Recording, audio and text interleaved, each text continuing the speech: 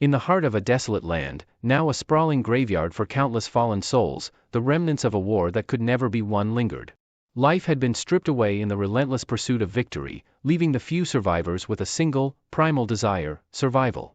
Beyond this instinct, there seemed little reason to continue in a world so thoroughly scarred by conflict. Yet, among the survivors, one figure had endured through unimaginable hardships, emerging as the protagonist of our tale. Having faced defeat 98 times, he now approached what he believed might be the final chapter of his arduous journey. A brilliant, almost blinding light beckoned him forward as he stepped into a vast chamber, where a formidable cadre of sentinel golems awaited. As he surveyed the towering figures before him, he couldn't help but question whether this was truly his 20th mission. Behind the imposing golems, a dark tunnel stretched into the unknown, suggesting these sentinels guarded something far more significant. His resolve hardened, and with a focused determination, he summoned his weapon. A crimson scythe materialized in his grip, its blade gleaming ominously. The moment the golems caught sight of the weapon, their eyes flared with renewed intensity, as if awakening from a deep slumber. With a unified purpose, these colossal sentinels advanced, their heavy weapons poised to strike. The battle commenced as they launched their coordinated assault, aiming to crush the lone warrior. However, his agility proved to be his greatest asset, allowing him to evade their deadly blows with swift, graceful movements. This was the opportunity he had been waiting for. With unshakable determination, he invoked the insignia of death, a powerful incantation. Above the leading golem, a dark, menacing circle adorned with the symbol of a grim skull appeared, marking the sentinel with a sinister curse. Cloaked in a fiery, dark aura, our hero's speed surged beyond the golem's reach. Seizing the moment, he delivered a devastating strike. The crimson scythe carved through the guardian's massive frame, leaving a gaping wound in its wake. As he stepped back, a satisfied smile crossed his face. The plan had worked flawlessly.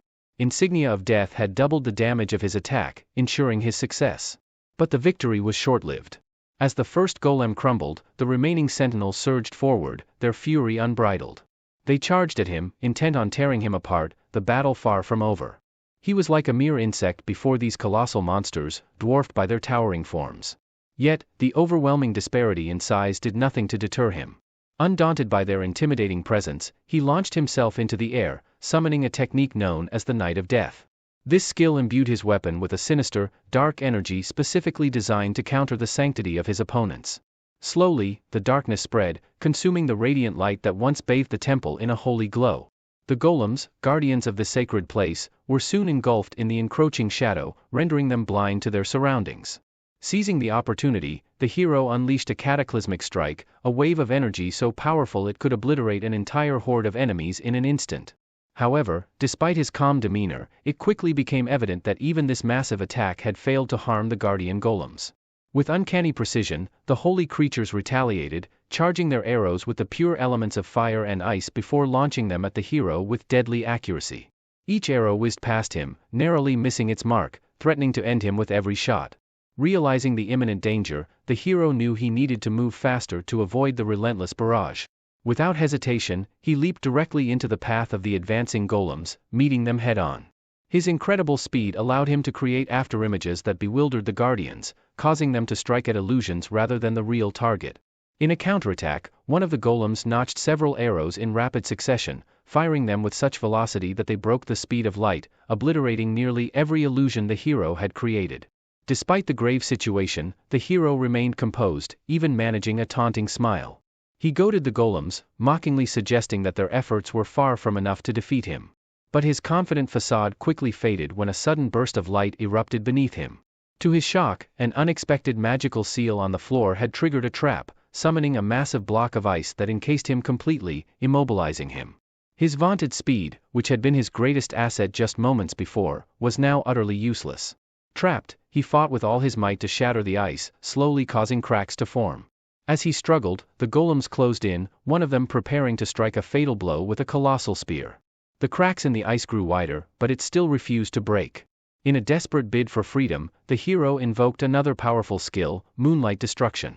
The ice surrounding him turned a deep crimson, and with a flash of brilliant red light, it shattered, releasing him from his icy prison. The unleashed attack not only freed him but also annihilated the guardian golem standing before him, unleashing the full power he had been holding back. His equipment, now enhanced by the use of this skill, underwent a transformation, becoming even more formidable. He acknowledged that he had come dangerously close to losing the battle, nearly failing the mission. After expending considerable time and energy battling the guardian golems, the hero made a crucial decision: to end the fight with a single, all-consuming strike.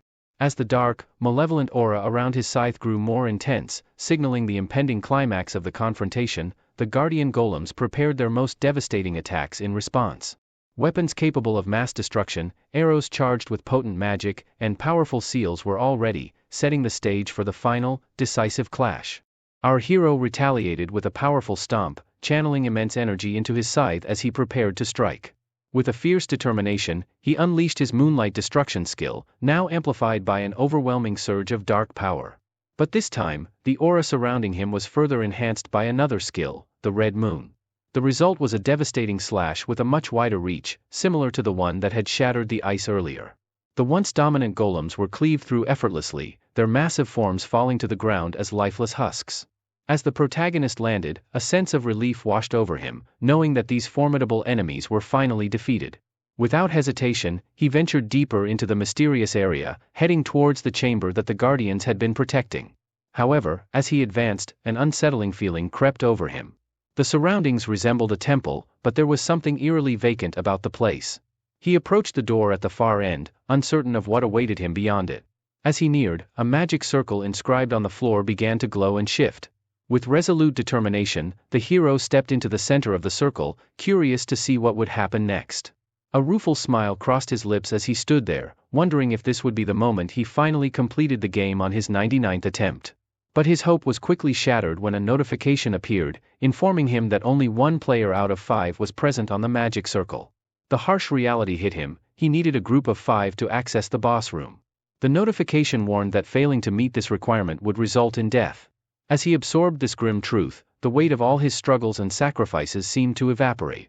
A golden light enveloped him, forming an impenetrable barrier that resisted all his efforts to escape. In his final moments, he cursed the absurdity of this last, impossible prerequisite, but his anger was futile. His body began to disintegrate, and he couldn't help but question if this was truly the end.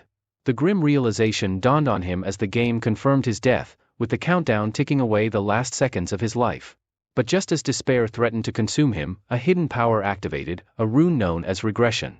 This final act would mark the 100th use of the regression rune, sending the last surviving hero back in time to the moment before his first mission began.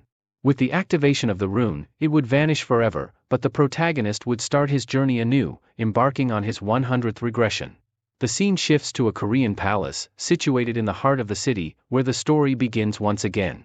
It is the last day of the year, and a crowd has gathered to celebrate the coming of the new year.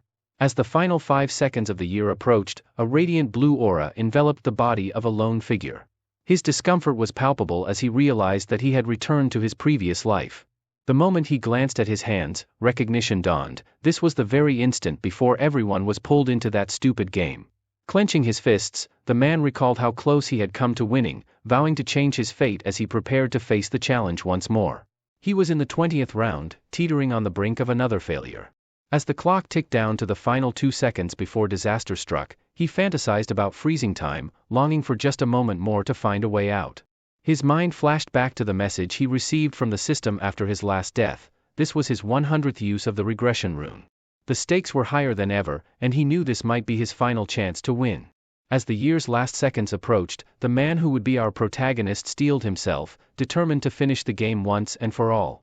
He couldn't forget the critical requirement he failed to meet during the 20th round, the need to recruit 4 additional players.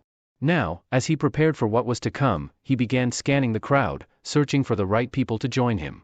Just moments before the countdown to the new year, another figure came into view, an acquaintance of the protagonist, standing with a group of friends in the bustling city center, ready to welcome the new year. Among them was a bald man who, in the midst of the festivities, wondered aloud about his future after graduation. He jokingly asked his friend if he should take up a job as a delivery driver.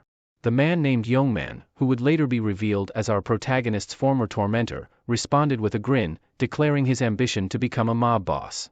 His friends were taken aback, unsure if Youngman was serious or just joking. But Youngman, with a carefree attitude, argued that life was too short not to live it to the fullest. As his friends pondered the wisdom of keeping their distance from Youngman after graduation, laughter broke out among them. They realized that associating with a would-be gangster might not be the best life choice. The bald man then teased Youngman, asking what would become of his personal shuttle after they graduated, a thinly veiled reference to the person Youngman had bullied throughout high school. The mention of this shuttle conjured an image in Youngman's mind, a downtrodden, defeated individual who had always been at his beck and call. Laughing, Youngman assured his friends that he had no intention of letting go of his shuttle, even after graduation. The group found this hilarious, and one of them mentioned that he had recently seen the shuttle nearby. At that exact moment, our protagonist was enveloped in a radiant light, regressing back to his 100th and possibly final attempt. As he reappeared, his expression was calm yet resolute, a stark contrast to the timid demeanor Youngman had come to expect. Youngman, now facing his former victim, was struck by the change. Something was different about the person standing before him. He seemed older, more confident, almost as if he had lived through countless lifetimes. The protagonist met Youngman's gaze, something he had never dared to do before. His newfound confidence unnerved Youngman, who found himself confused and irritated by this unexpected shift. Just as Youngman was about to react, his friends intervened, reminding him that there would be plenty of time to settle scores later. After all, today marked the start of a new year. Taking their words to heart, Youngman reluctantly backed down, deciding to let the incident slide for now. The group resumed their celebration, believing themselves to be grown-ups now, and exchanged wishes for a happy new year. Meanwhile, our protagonist silently prepared for the challenges that lay ahead, knowing that this time, he was determined to change his fate. A mysterious voice suddenly echoed through the air, interrupting the celebration. It was a voice that carried an otherworldly quality, filled with both amusement and disdain. The voice remarked on how peculiar humans were, daring to celebrate the new year without any understanding of what was truly happening around them. The crowd, startled, began searching frantically for the source of the voice. Then, from the midst of the confusion, a majestic figure emerged. She was adorned in a flowing white dress, and her magnificent wings shimmered with a radiant light. Her presence commanded attention, and her voice, though serene, carried an underlying menace. As she looked down upon the gathered people, a mocking smile played on her lips, finding their ignorance amusing. She commented on how humans were no better than caged monkeys, oblivious to their fate. The appearance of this celestial being captivated everyone in the city center. Her beauty was so overwhelming that most onlookers were entranced, unable to look away, everyone except the hero. He recognized her immediately and felt a deep-seated loathing rise within him. He had seen this exact scenario unfold 99 times before, and each time, his hatred for this moment only grew stronger. The angelic figure tried to stifle her laughter, but it spilled out nonetheless, laced with contempt. She sneered at the humans, calling them trash for being so easily mesmerized by her appearance. Her time was too valuable to waste on such meaningless admiration, she said. If they could see her so clearly, then surely they could hear her just as well, she mused with a smirk. One man in the crowd, fed up with her mockery, shouted at her, demanding to know who she was. He accused her of merely cosplaying as an angel. The hero remained silent, watching as the scene played out just as it had before. The angel's smile never wavered, but her demeanor darkened. Her eyes shifted to a deep, menacing red, and her voice dropped to a chilling whisper. In an instant, a blood-curdling scream pierced the air. The man who had dared to challenge her was now nothing more than a memory. Yeo Min, one of the bystanders, could only gasp in horror. The angel, her sweet voice now gone, warned the crowd with a deadly seriousness. She declared that no one was to speak to her with such disrespect again. Humans, she said, were far too insignificant to question her or act with any semblance of arrogance in her presence. Those who dared would meet the same fate as the fool who had just perished. She went on, her tone laced with condescension, explaining that humanity had fallen to a pitifully low status. As she prepared to reveal the reason for their current predicament, the hero could only sigh, knowing what was to come. With a twisted smile, the angel announced that they were all now part of a game. From this moment forward, on the first of every month, their souls would be transported to another dimension to compete in 20 rounds of this cruel game. This, she declared, was the only way humans would now exist, playing her game, trapped in a cycle of survival and despair. For the next few days, they would be consumed by the tasks they were given, focusing entirely on completing each one. If they succeeded, they would be rewarded and returned to their normal lives. But confusion spread among the crowd as the angel spoke. Many believed that simply finishing the tasks would guarantee their survival, but the reality was far harsher. Even with the completion of every quest, survival was not guaranteed for everyone. The angel, noticing their naive thoughts, laughed softly, her voice tinged with amusement. She explained that only half of them would be allowed to live, reading the unspoken fears in their minds. Our hero remained calm and collected amidst the growing panic, his expression betraying no fear. It was clear to him that most of those around him were terrified, sensing that their lives were hanging by a thread. With a sinister smile, the angel assured them that not all would be taken, only a select few. The MC sighed inwardly, having heard these same words 99 times before. It was then revealed that only those between the ages of 15 and 29 would be forced to participate in this twisted game. As he listened, the hero couldn't help but reflect on how he never imagined he'd be trapped in this cycle, repeating the same game over and over. An older man in the crowd, realizing he was safe from the age requirement, smirked in relief. His smug reaction only fueled the anger of those who were not so lucky, escalating tensions. But before any conflict could erupt, Youngmin warned the crowd not to act rashly, lest they meet the same fate as the man who had defied the angel earlier. Spreading her wings wide, the angel announced that the time had come to begin. She revealed that approximately 1.9 billion people would be participating in this game. Her excitement grew as she declared that the explanation was over, and they would now move on to the actual game. A blinding white light enveloped everything, and the world around them vanished, leaving only the bodies of the participants.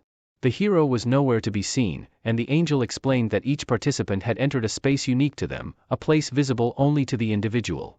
She instructed them to shape their avatars in preparation for the soul transfer, much like customizing a character in a video game. This was a crucial moment, as they only had one chance to make their choices. As for the hero, he knew exactly what he would choose, having done this many times before. He began selecting the same appearance and traits he had used in his previous regressions. His in-game name, Black Scythe, just like before, the same ominous nickname. Moments after finishing the customization, the participants found themselves in a completely different setting, an open field where their avatars slowly came to life. The hero's chosen look was one he had favored time and again. His avatar now had jet black hair and piercing crimson eyes, with a taller, more imposing build than his real self. This form had become familiar to him, the embodiment of the hero he had tried to become in every cycle.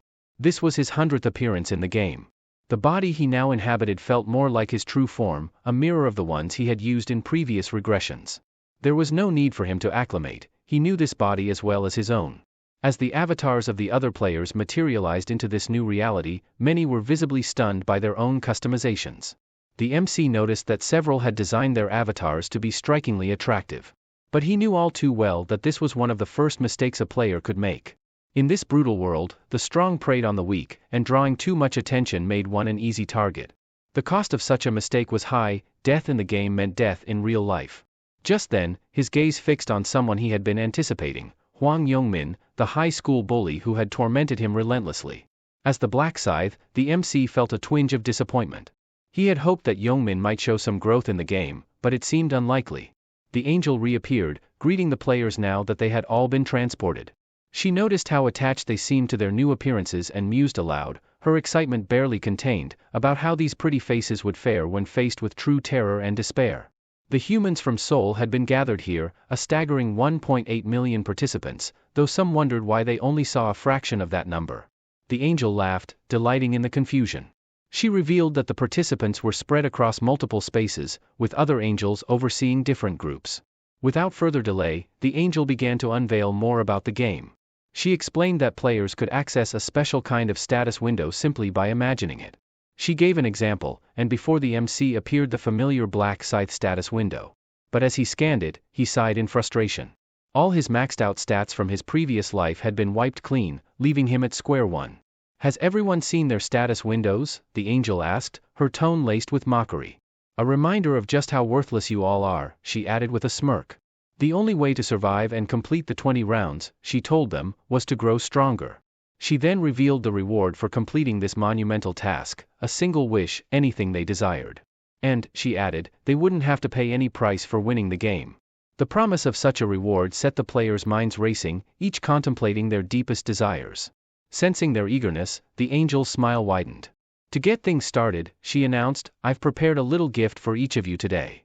When the players checked their inventories, they discovered something unexpected, a single item had been added. It was a random rune. The angel explained that this rune could be used only once and was usable even by those who were still at level 1. For now, it was the only item they would receive. The players quickly grasped that they could consume this rune just by thinking about the word use. The first to use the rune was Yongmin, who was visibly stunned by the outcome. The angel let out another chuckle as she noticed that several players seemed displeased with the effects of their runes. With a sly grin, she remarked that fate had dealt them these hands, and they had no choice but to accept them. As the players prepared for what was to come, the angel snapped her fingers after explaining the runes. Suddenly, particles of light began to materialize around them. A notification appeared before every player, detailing their first mission. As expected, the task seemed straightforward. Each player had to kill 100 goblins. However, the stakes were high. After this round, only half of the participants would be allowed to continue. Before long, the first goblin materialized. Some players, seeing the creature, remarked that it felt like they were inside a virtual reality game. But the angel quickly warned them not to get too comfortable. With a darkening expression and a menacing aura, she announced that she had summoned not just a few goblins, but a massive horde. The air filled with beams of light as more goblins appeared, and the initial calm on the players' faces quickly turned to panic. The angel declared that 10,000 humans would face off against 50,000 goblins in a brutal fight to the death.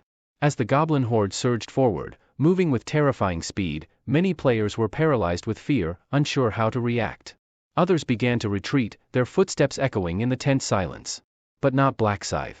With a determined expression, he charged headlong into the fray, showing no trace of fear. The players behind him watched in disbelief, wondering what he could possibly be thinking. The goblins were heavily armed and dangerous, yet Black Scythe's calm demeanor gave way to a murderous intensity as the monsters drew nearer. He lunged at the closest goblin, delivering a powerful kick that sent the creature flying several meters away. Black Scythe knew the importance of making a strong first impression, especially in a new group. He wanted to burn the image of his strength into the minds of those around him, and taking down the first goblin was the perfect way to do it. With the goblin down, he quickly snatched the dagger from its hand, knowing there was something even more important he needed to acquire. In his mind, it was crucial to demonstrate his power early on, to keep the other players from underestimating him or becoming a nuisance. The angel overseeing their group watched with growing interest, clearly amused by Black Scythe's display of skill. Realizing that all eyes were on him, Black Scythe knew he had to keep up the act. In a flash, he slashed through 2 more goblins that rushed him, leaving the onlookers in awe of his prowess. Other players began to wonder if Black Scythe was some kind of secret agent. His impressive nickname only added to their curiosity. They figured that perhaps the goblins were just the weakest enemies, given how easily Black Scythe had taken them down. A few of the more confident players even started to believe they could handle these monsters just as effortlessly. However, their overconfidence was short-lived. One player, who had let his guard down, was caught off guard by a goblin. The so-called weakest monster took him down with a single blow, shattering any illusions of an easy victory. Reality set in hard, and the group quickly realized that they were in serious danger. Panic spread as they witnessed the goblin killing the player, and soon, everyone was fleeing for their lives. Black Scythe observed the chaos unfolding around him. He recognized this as one of the many brutal lessons of the game, what he called the greetings of Inferno. By now, it was clear to everyone that this was no mere game. Survival had become the only thing on their minds. The humans who once sat comfortably at the top of the food chain were now the hunted. As panic set in, people began to run aimlessly, driven by the instinct to survive. Black Scythe recalled making the same mistake during his first playthrough, only realizing the harsh truth after his second regression: no matter how fast one ran, there was no escape from this dimension. One woman, in particular, came to a halt as she realized she was trapped by an invisible barrier, preventing any escape from the goblins. This situation served as a stark wake-up call for the modern humans, whose lives had been made easy by technology. The natural instinct to kill for survival had long been dormant in most of them, making it difficult for some to take their first life in the game. But hesitation could be deadly, as any moment of doubt could give the monsters the opening they needed to strike back. As the battle continued, some players managed to push past their limits, but the situation remained grim. The angel overseeing the scene found it all highly amusing. She remarked that despite goblins being only slightly larger than children, the players were struggling to defeat them, especially since the goblins attacked in groups and wielded daggers. Yet, amidst the chaos, one person caught the angel's attention: Black Scythe. She couldn't understand why this human was so different from the others. When she checked his progress, she discovered that he had already slain 70 goblins. The angel grew irritated, as the system only allowed her to see the number of goblins he had killed and nothing more. But she decided to brush it off, feeling that someone of her noble stature had no reason to concern herself with mere mortals. The battle raged on, and each time a player defeated a goblin, they earned experience points and gold, which would eventually help them level up. As for Black Scythe, his kill count had now reached 75, and he continued to press forward with relentless determination. Black Scythe continued to display his remarkable skills, effortlessly dodging every weapon the goblins hurled at him. A new wave of goblins rushed toward him, but with swift and powerful strikes, he dispatched each one with lethal precision. The blood of the monsters stained his hands, causing some of the goblins to hesitate and retreat from his relentless onslaught. However, Black Scythe showed no mercy, cutting down his foes with a single blow each time. His eyes grew darker and more dangerous as he hunted for more goblins to slay. Noticing that the goblins were starting to avoid him, he decided to take a momentary break, knowing that no one was currently challenging him. He checked his status window and saw that he had reached level 4, earning 6 extra stat points. Each level up granted him 2 additional stat points, which he allocated entirely to agility. This decision was strategic. Agility would enhance his speed, improve his attack rate, and increase his ability to dodge enemy strikes. In the early stages, agility was crucial. Black Scythe realized that with his rapid progress, the angel would undoubtedly take notice of him soon. He began to strategize the best way to complete the first mission. Suddenly, a circling dagger struck one of the goblins.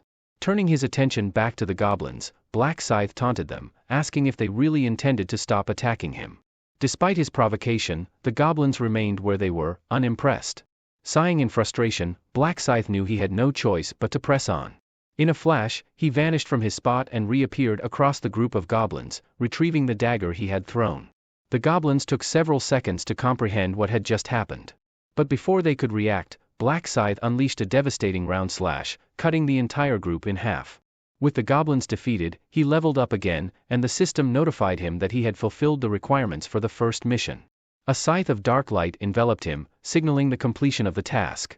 Black Scythe mused that the first round had always been like this, straightforward but demanding. He knew he needed to push himself just a bit more to catch the angel's attention. The system congratulated him for being the first person to finish the quest in their designated zone and for securing the top spot in all zones. It took him a total of 10 minutes and 21 seconds to complete the task. With a satisfied grin, he relished in the achievement of securing rank 1 yet again. The significance of this accomplishment would become evident soon, as the top 3 players in each mission were awarded special prizes. For finishing first in his designated zone, he received a rare weapon selection coupon, the lowest rank of its kind.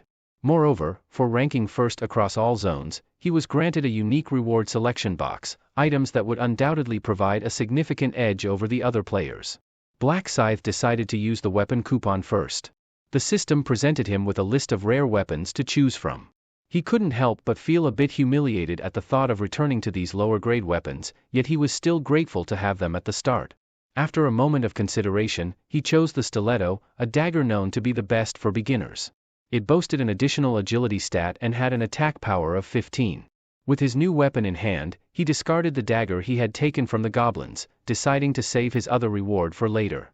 Meanwhile, as Black Scythe reviewed his rewards, the goblins continued their relentless pursuit of the other players. When he checked his status window again, something unusual caught his eye.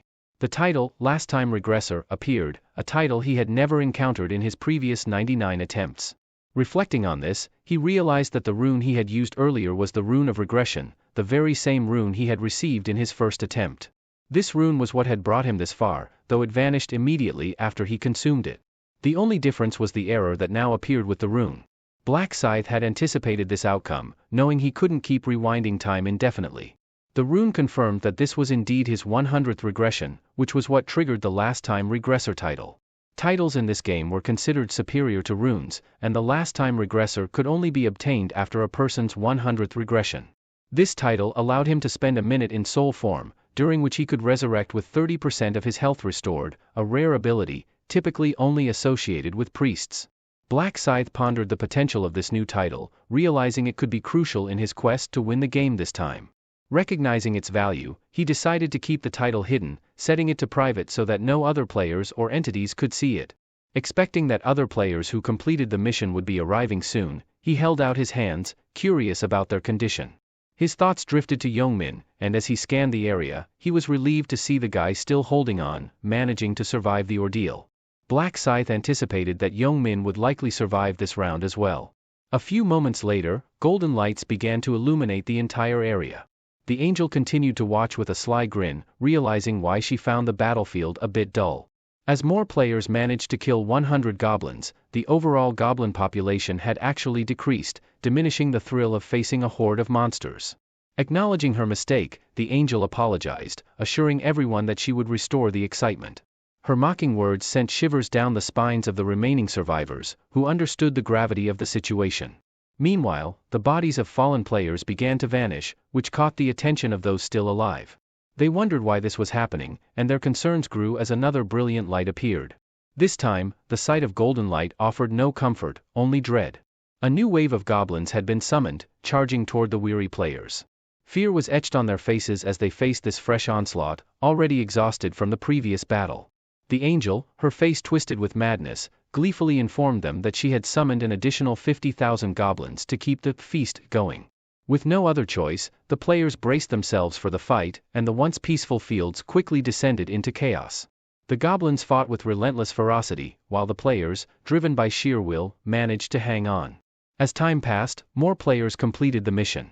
Yongmin was among them, though he resorted to using others as shields to defend himself from the goblins' attacks, a desperate measure for desperate times. Eventually, only 1,000 participants remained. Black Scythe, however, simply sat with his eyes closed, bored by the scene. Having played this game 100 times, he had grown numb to the sight of death. Former participants like him were forbidden from assisting those still struggling to complete the mission, and the angel continued to watch the carnage as if it were mere entertainment. After a while, Black Scythe reopened his eyes, prompted by the notification that all 5,143 participants had completed the mission.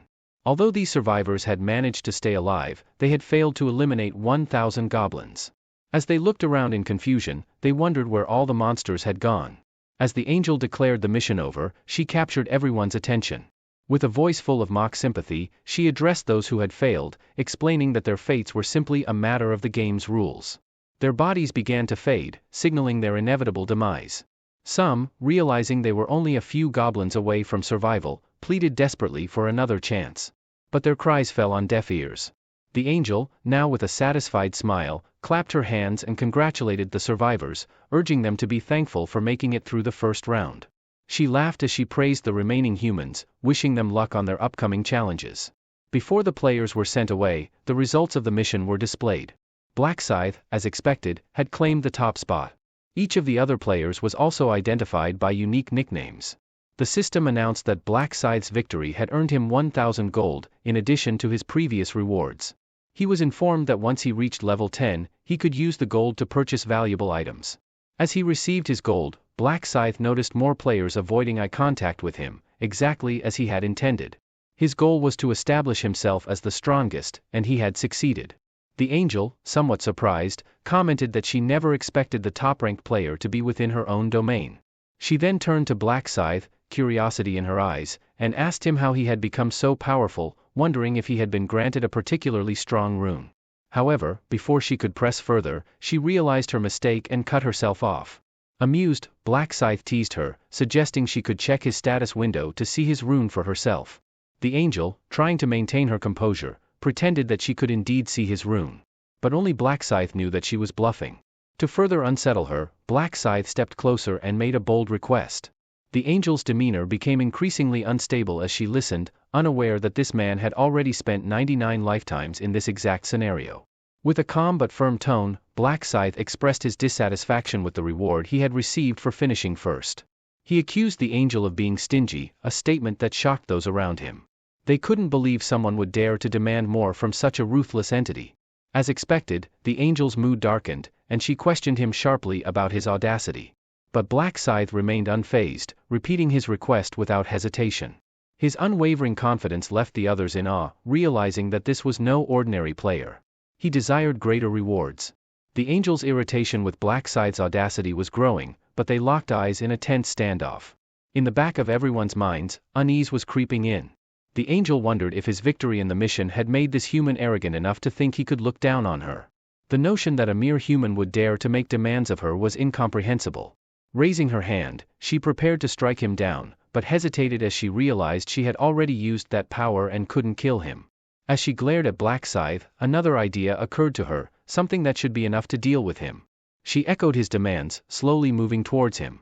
For the first time, she descended to walk on the earth, a rare gesture for someone of her stature. She clarified that normally, such requests would be rejected outright, but she hinted that she might consider it, privately. This offer meant they would speak away from the others, who were left watching in awe. Some of the remaining players admired Black Scythe as they moved away, intrigued by what kind of rewards he might receive next. Among them was Yongmin, who watched him cease back with a puzzled expression, unsure of what he was missing. Black Scythe noticed the glance and returned it, leaving Yongmin more confused than before. With a slight smile, Black Scythe continued walking. By now, they had distanced themselves from the other players, venturing deep into the forest. The angel, growing impatient, ordered Black Scythe to come closer. Inwardly, she mocked humanity, thinking they needed to be punished to understand their place. She considered them foolish and greedy, and as she walked, she rationalized that the rewards were beyond her control. However, she was determined to discipline Black Scythe for what she saw as his excessive greed. She led him to a secluded spot behind a large rock, an area where the system couldn't track them. Once they arrived, her true intent surfaced: she wanted to kill him. She knew there would be consequences if the authorities discovered she had killed a player for personal reasons, but her irritation overrode her caution. The angel had planned this meticulously, ensuring there would be no witnesses to what she was about to do, believing it to be the perfect plan. The angel's grin twisted into a maniacal smile, convinced that this human should have just stayed silent. She turned to face Black Scythe, asking what kind of rewards he was hoping to receive. But before she could react, she was met with a swift fist aimed directly at her face. The punch landed with a satisfying impact. In that moment, the so-called holy being was reduced to something far less formidable. Her expression darkened as she realized that she wasn't as invincible as she believed. Seeing the golden blood oozing from her wound, she was shocked that anyone dared to strike her. She quickly turned to flee, but when she looked back, Black Scythe had vanished from sight. Her heart raced in panic. Suddenly, she felt a sharp tug as Black Scythe reappeared and grabbed one of her wings. Fear surged through her as she realized what was coming. She cried out, demanding to know what he planned to do and begging him to stop. But Black Scythe was merciless. He snapped the wing as if it were nothing, showing no concern for her pleas. The angel screamed in agony, nearly losing consciousness as golden blood sprayed from the torn wing. Our protagonist looked at her coldly, telling her to stop whining. He then seized her other wing, ripping it apart with the same ruthless efficiency. As the final wing was destroyed, Black Scythe remarked that she wouldn't be able to run anymore. He then asked her if she was in pain. Her answer was an obvious yes. She felt as if she had lost a part of herself. Black Scythe then revealed that if her plan had succeeded, she would have been the one asking these questions, laughing at his suffering. The angel, desperate, tried to deny his accusations, insisting that he had lost his mind. But Black Scythe exposed a hidden dagger that had been concealed beneath her wings, confirming her true intentions. The angel fell silent, knowing she had been caught. Still, she attempted to talk her way out of the situation, but Black Scythe simply smiled and told her that her face had already betrayed her lies. He then called her by the name Beryl, which caught her off guard. She stared at him in confusion, asking how he knew her name. But Black Scythe merely smirked, dismissing her question. He pulled out his newly acquired dagger from his inventory, and Beryl's face twisted in panic. Her eyes widened as she demanded to know why he'd drawn his weapon.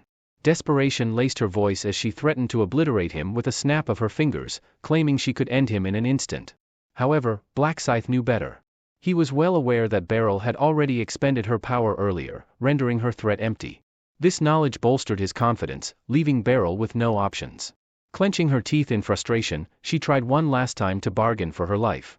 She warned him that if he killed her, other angels would hunt him down for revenge. But Black Scythe wasn't fooled. He knew that angels were self-centered and indifferent to the fate of others, even their own kind. Realizing her threats were useless, Beryl switched tactics, pleading for her life. She insisted that sparing her wouldn't cost him anything, and that killing her wouldn't bring him any real benefit. She even tried to tempt him with the promise of valuable information that could help him succeed in future missions. But Black Scythe had already lived through this scenario 99 times before. He knew all the tricks and traps by heart. If he really needed information, he could have just tortured it out of her. Without hesitation, Black Scythe drove the dagger into Beryl's chest. The angel gasped in shock, realizing too late that she had underestimated her opponent. As the dagger was pulled from her chest, she collapsed to the ground, lifeless. A system notification flashed before Black Scythe's eyes, congratulating him for being the first player to defeat an angel. The title Angel Slayer was bestowed upon him, and 2 items materialized in his hands. One of these items was a vial labeled Angel's Blood, while the other was a crimson rune known as the Rune of the Slaughterer. Without wasting a moment, Black Scythe activated the rune, feeling its power etch itself into his body. The Angel Slayer title doubled all his stats, a reward that far exceeded his expectations. He recalled that during his 13th regression, he had first discovered the rewards for killing angels, knowledge that had served him well. The Rune of the Slaughterer had a unique effect. With each kill, it would boost all his stats by 1%, up to a maximum of 100%. As he surveyed his newfound gains, Black Scythe couldn't help but grin. These rewards were as good as an entire treasure trove. He knew that the other angels would be stunned when they learned he had claimed yet another powerful rune. But then, his expression darkened as he remembered there was one more reason he had killed Beryl, a reason that lay glowing faintly on the ground. It was the vial of Angel's Blood, a rare consumable that held the potential to transform its user into a Reaper. The only requirement was reaching level 10, the threshold at which players could choose their class in this deadly game. There are 30 different classes available to players, and changing classes is a straightforward process. All a player needs to do is acquire a class change item, typically obtained naturally through hunting or meeting simple requirements. However, special classes, which are available only under specific circumstances and to a single player, are exceptions to this rule. The Angel's Blood, which transforms a player into a Reaper, is a prime example of such a special class. Special classes operate on a completely different level from standard ones, offering extra stats, unique progression runes, skill combinations, and numerous other benefits. Although the first mission was still incomplete, Black Scythe felt a deep sense of relief, knowing that he had secured these powerful rewards. He opened his status window using the special prize he received for being ranked first in his zone. Among the options available, he only needed to choose the one that would enable him to reach level 10 as quickly as possible, allowing him to switch classes. The experience buff, which offered triple experience points, was the clear choice. This bonus would automatically take effect in the second mission. Things were finally falling into place for him. As Black Scythe glanced down at the fallen angel, he realized that this might be his last chance to win the game. He was prepared to do whatever it took to grow stronger and achieve his goal. The first round of the mission finally concluded after a brief delay. Across all regions, around 900 million survivors remained, with roughly 5,000 in Black Scythe's zone. The system then announced that the survivors would be returned to their original bodies in another dimension. The next mission was scheduled for February 1, 2023. When Youngmin woke up, he gasped for breath, instantly looking around in confusion. He had fallen asleep during the New Year's Bell event in the middle of the city and had just experienced what felt like an extremely vivid dream. His expression grew puzzled as he tried to process what had happened. The people around him were waking up as well, all of them complaining of body and head pains. They quickly realized that everyone had shared the same dream, which left them feeling unnerved and confused. As they discussed their experiences, it became clear that this was not merely a dream. More and more people began to realize this unsettling fact, leading them to wonder if they would be transported back to another dimension on the 1st of February. However, some also noticed that not everyone around them was waking up. Youngmin's friend, Taeshik, remained still, unresponsive. The sight of their unmoving friend sent a chill through the group, making them question what they had really experienced and what was yet to come. The man approached his friend, calling out his name. When Taeshik's face finally came into view, it was already pale, the unmistakable sign of death etched upon it. At that moment, denial set in among the group. They couldn't accept what they were seeing. But as the realization sank in, they began to tremble uncontrollably. One of them checked Taeshik for a pulse and confirmed that he wasn't breathing. Youngmin was shocked, unable to process the loss. The thought struck them that perhaps Taeshik hadn't survived the goblin mission. As the bald man scanned the area, he noticed more people who hadn't woken up. The horrifying truth dawned on them: everyone lying on the ground was now a corpse. Fear gripped the group as they realized that only half of them had made it through the assault. Youngmin was visibly shaken, beads of sweat forming on his brow as he grappled with the surreal situation. He understood that, from now on, everyone would be equal, regardless of their social standing or background. The game had erased the distinctions that once defined their lives, leaving no room for complaints about life's unfairness. Youngmin tried to comfort his friends, telling them that their only task was to survive each mission. He reasoned that since they had all gone through the same ordeal, there was no need to feel so disturbed by it. His friends, however, thought he was out of his mind, finding his words bizarre and unsettling. The bald man sighed, explaining that Youngmin seemed unbothered because he was now living out his dream of being a thug, while the others had different aspirations. Despite the bald man's words, Youngmin's mind was elsewhere. He was scanning the crowd, looking for someone in particular, MC, his errand boy. He was certain the boy had been standing near them earlier, but now he was nowhere to be found. This led Youngmin to suspect that the errand boy hadn't survived the mission. He smirked, thinking it was only fitting since the boy had always been too weak to take on 100 goblins.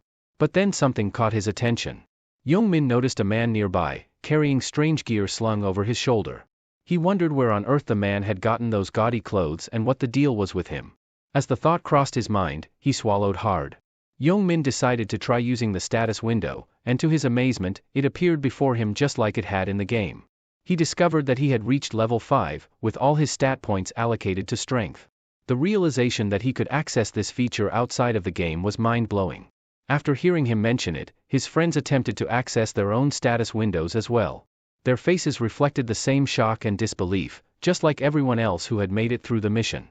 They were beginning to understand that these bizarre phenomena could happen in real life too. To test his newfound strength, Youngmin picked up a stone from the ground and, with a simple clench of his fist, crushed the solid rock into dust. The sheer power he now possessed was thrilling, almost surreal, as if he were dreaming. But soon, his fascination with this power began to give way to something darker, an intoxicating sense of superiority. "This is too awesome," he muttered to himself. News outlets across Korea quickly caught wind of the strange events. Reports flooded in about over 10,000 civilians mysteriously collapsing simultaneously. A video clip went viral, showing the moment when the angelic being appeared in the city. It also captured the horrifying instant when a man's head suddenly exploded without warning. As the footage continued, the angel was seen reaching out to embrace bystanders, who then seemed to fall asleep on the spot. According to police reports, most of the collapsed individuals were between 15 and 29 years old. And it wasn't just Korea, this phenomenon was global.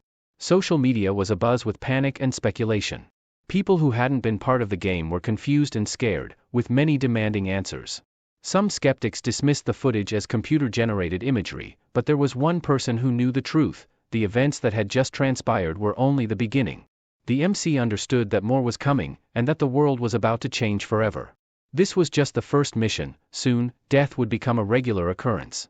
In just one night, 11% of the population had perished. As he made his way home, the MC realized that the real danger lay ahead. Those who had survived the mission were now known as players, and authorities were scrambling to understand the cause of this phenomenon. What made it even more alarming was that the players' in-game abilities had transferred to the real world. Fortunately, none of the players had yet reached a level where they could drastically alter reality. But as time went on, some of them would grow stronger, potentially becoming transcendent beings. No amount of advanced weaponry would be able to stand against these human weapons. As for the MC, he had no intention of letting the world descend into chaos. He knew that if things continued on this path, the Earth wouldn't last beyond the 20th cycle.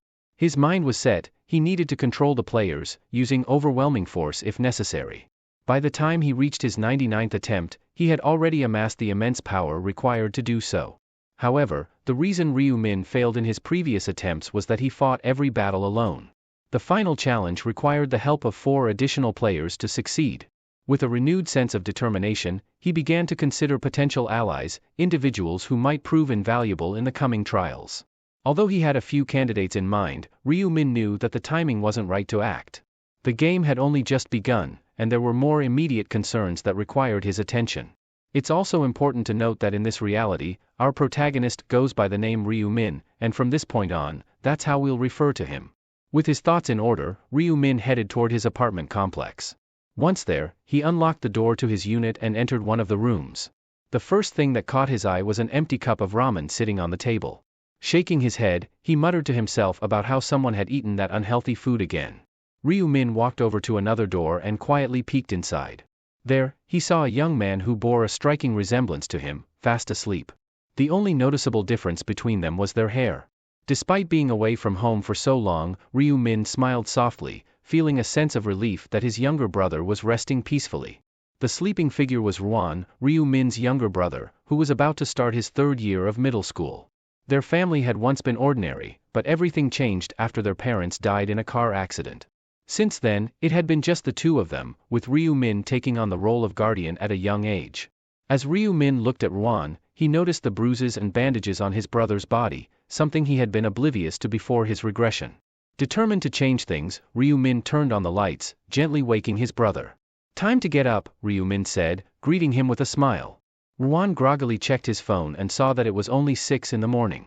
He tried to burrow back under the covers, but Ryu Min wasn't having it. He pulled the mattress from beneath his brother, making it clear that going back to sleep wasn't an option. "I'll explain everything on the way, but we don't have much time," Ryu Min said firmly. Still half asleep, Ruan asked his brother why all this was happening. But as he heard the serious tone in Ryu Min's voice, his expression shifted to one of concern. This wasn't the carefree older brother he knew. The change in Ryu Min's demeanor was unsettling. Ruan only knew that his brother had gone out to see the New Year's bells ring in the city. "Did something happen?" he asked, sensing that whatever had occurred was far more serious than he could have imagined. Ryu Min told Ruan to head outside first, promising to explain everything as they walked. After a short while, the two were strolling down the street, with Ruan casting a concerned glance at his brother. It was rare to see his older brother so serious, and Ruan couldn't shake the feeling that something was terribly wrong. Breaking the silence, Ryu Min began to speak. "No one really knows what's happening in the world right now," he said, his tone somber. This only heightened Ruan's curiosity, prompting him to ask if something had occurred while he was asleep. Instead of answering directly, Ryu Min instructed him to check the top trending searches on his phone. Ruan quickly pulled out his phone, following his brother's suggestion. As he read through the articles, he saw shocking reports about people being taken to another world by a mysterious angelic figure.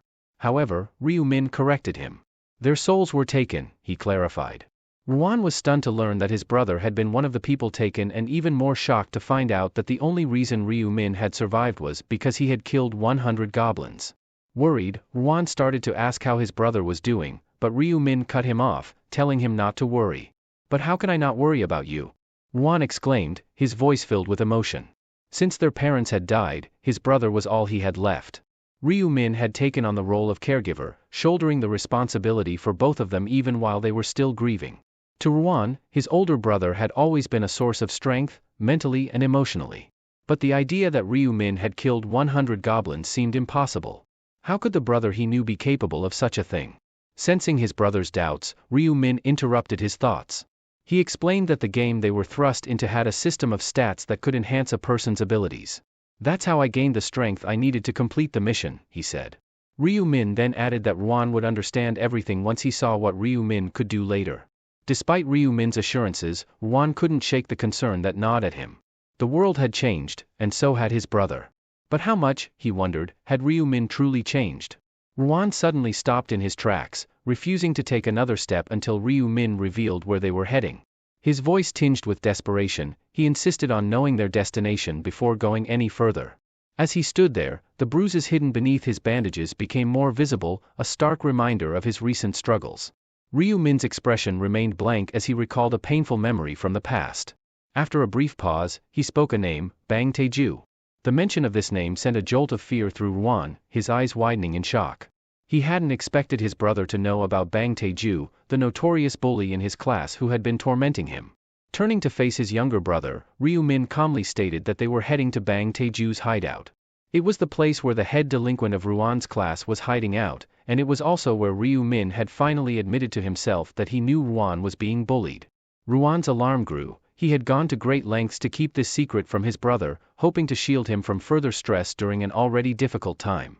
But Ryu Min wasn't ignorant of the situation. He had been carrying the guilt of not knowing sooner, of being too absorbed in his own struggles, balancing school, work, and the pressures of life. It wasn't until after his first battle with the goblins that he learned the truth. That day, he had slept for hours, exhausted from the fight, while Ruan slipped out of the house. When Ryu Min finally awoke, he found his phone flooded with missed calls. Reluctantly, he answered, and the voice on the other end told him to rush to the hospital. The shock hit him hard when he learned that Ruan had been involved in an incident. Though his brother survived the brutal beating at the hands of Taeju, he was left severely injured, and when he returned home, he was almost blind. That day, Ryu Min was consumed with guilt, blaming himself for being too weak and helpless to protect the only family he had left. But since his regression, he had vowed to change Ruan's fate, to ensure that in every timeline, his brother would be safe. He swore that no one would ever harm Ruan again. Meanwhile, in an abandoned factory near their neighborhood, a different scene was unfolding. A blonde-haired thug was berating three trembling individuals in front of him. They had failed to bring him the $200,001 he had demanded from each of them, and the tension in the air was palpable as they awaited their punishment. The battered trio lacked the strength to voice their excuses, their bodies racked with pain from the beating. Taeju, undeterred, continued his assault, showing no signs of letting up. A few others stood by, simply watching as their friend taught a lesson. They knew Taeju's reputation all too well. He was notorious for his ruthlessness. Even the older students at school were wary of crossing him, and they had no desire to provoke his wrath. These guys are worthless, Taeju sneered, frustrated by their failure to meet his demands. He had been counting on the money to buy the motorcycle he had been eyeing for weeks. Turning his attention to the others, he demanded to know if they had any ideas on how to come up with the cash. The three standing by exchanged nervous glances, racking their brains for a solution. But thinking of a quick and easy way to make money wasn't simple, and they struggled to come up with anything worthwhile. Then, one of them had a sudden idea. He suggested Taeju try hitting up his personal errand boy, Ryewon, for some cash. Taeju's face lit up at the mention of the tall, curly-haired boy. He had already been planning to contact Ryewon, figuring he could squeeze some money out of him while spending the new year together. The others chuckled, encouraging Taeju to just rob Ryewon outright. But Taeju shook his head, revealing that Ryewon was practically penniless. Even if he beat him up, Ryewon wouldn't be able to bring him much money. His house looks like it's about to fall apart, Taeju added, his voice dripping with disdain. Hearing this, the others felt a twinge of pity for Ryewon. They knew he had no parents and that he lived with his older brother, the only family he had left. But their thoughts were interrupted when Taeju suddenly stopped talking, his gaze fixed on something in the distance. Ryewon and Ryu-min had finally arrived at the abandoned warehouse. Seeing Ryewon, Taeju's initial confidence returned, thinking that with Ryewon around, there was nothing to worry about. A sly smile spread across his face as he approached Ryewon, saying, "We were just talking about you." But the moment he noticed Ryu-min standing beside Ryewon, Taeju's demeanor shifted. He tried to intimidate Ryewon, but the presence of Ryu-min made him falter. Apologizing quickly, he turned to Ryu-min, eyeing him with suspicion. Something about Ryu-min's face bothered him, though he couldn't quite put his finger on it. Taeju turned to Ryewon, his gaze sharp, and asked who the newcomer was. Ryewon hesitated, fear evident in his eyes, and couldn't muster a reply. Sensing his brother's discomfort, Ryu-min stepped in, introducing himself as Ryewon's elder brother. Taeju's expression darkened at the revelation, clearly annoyed. He had made it very clear to Ryewon that betrayal wouldn't be tolerated, and now it seemed like Ryewon had brought someone else into their business.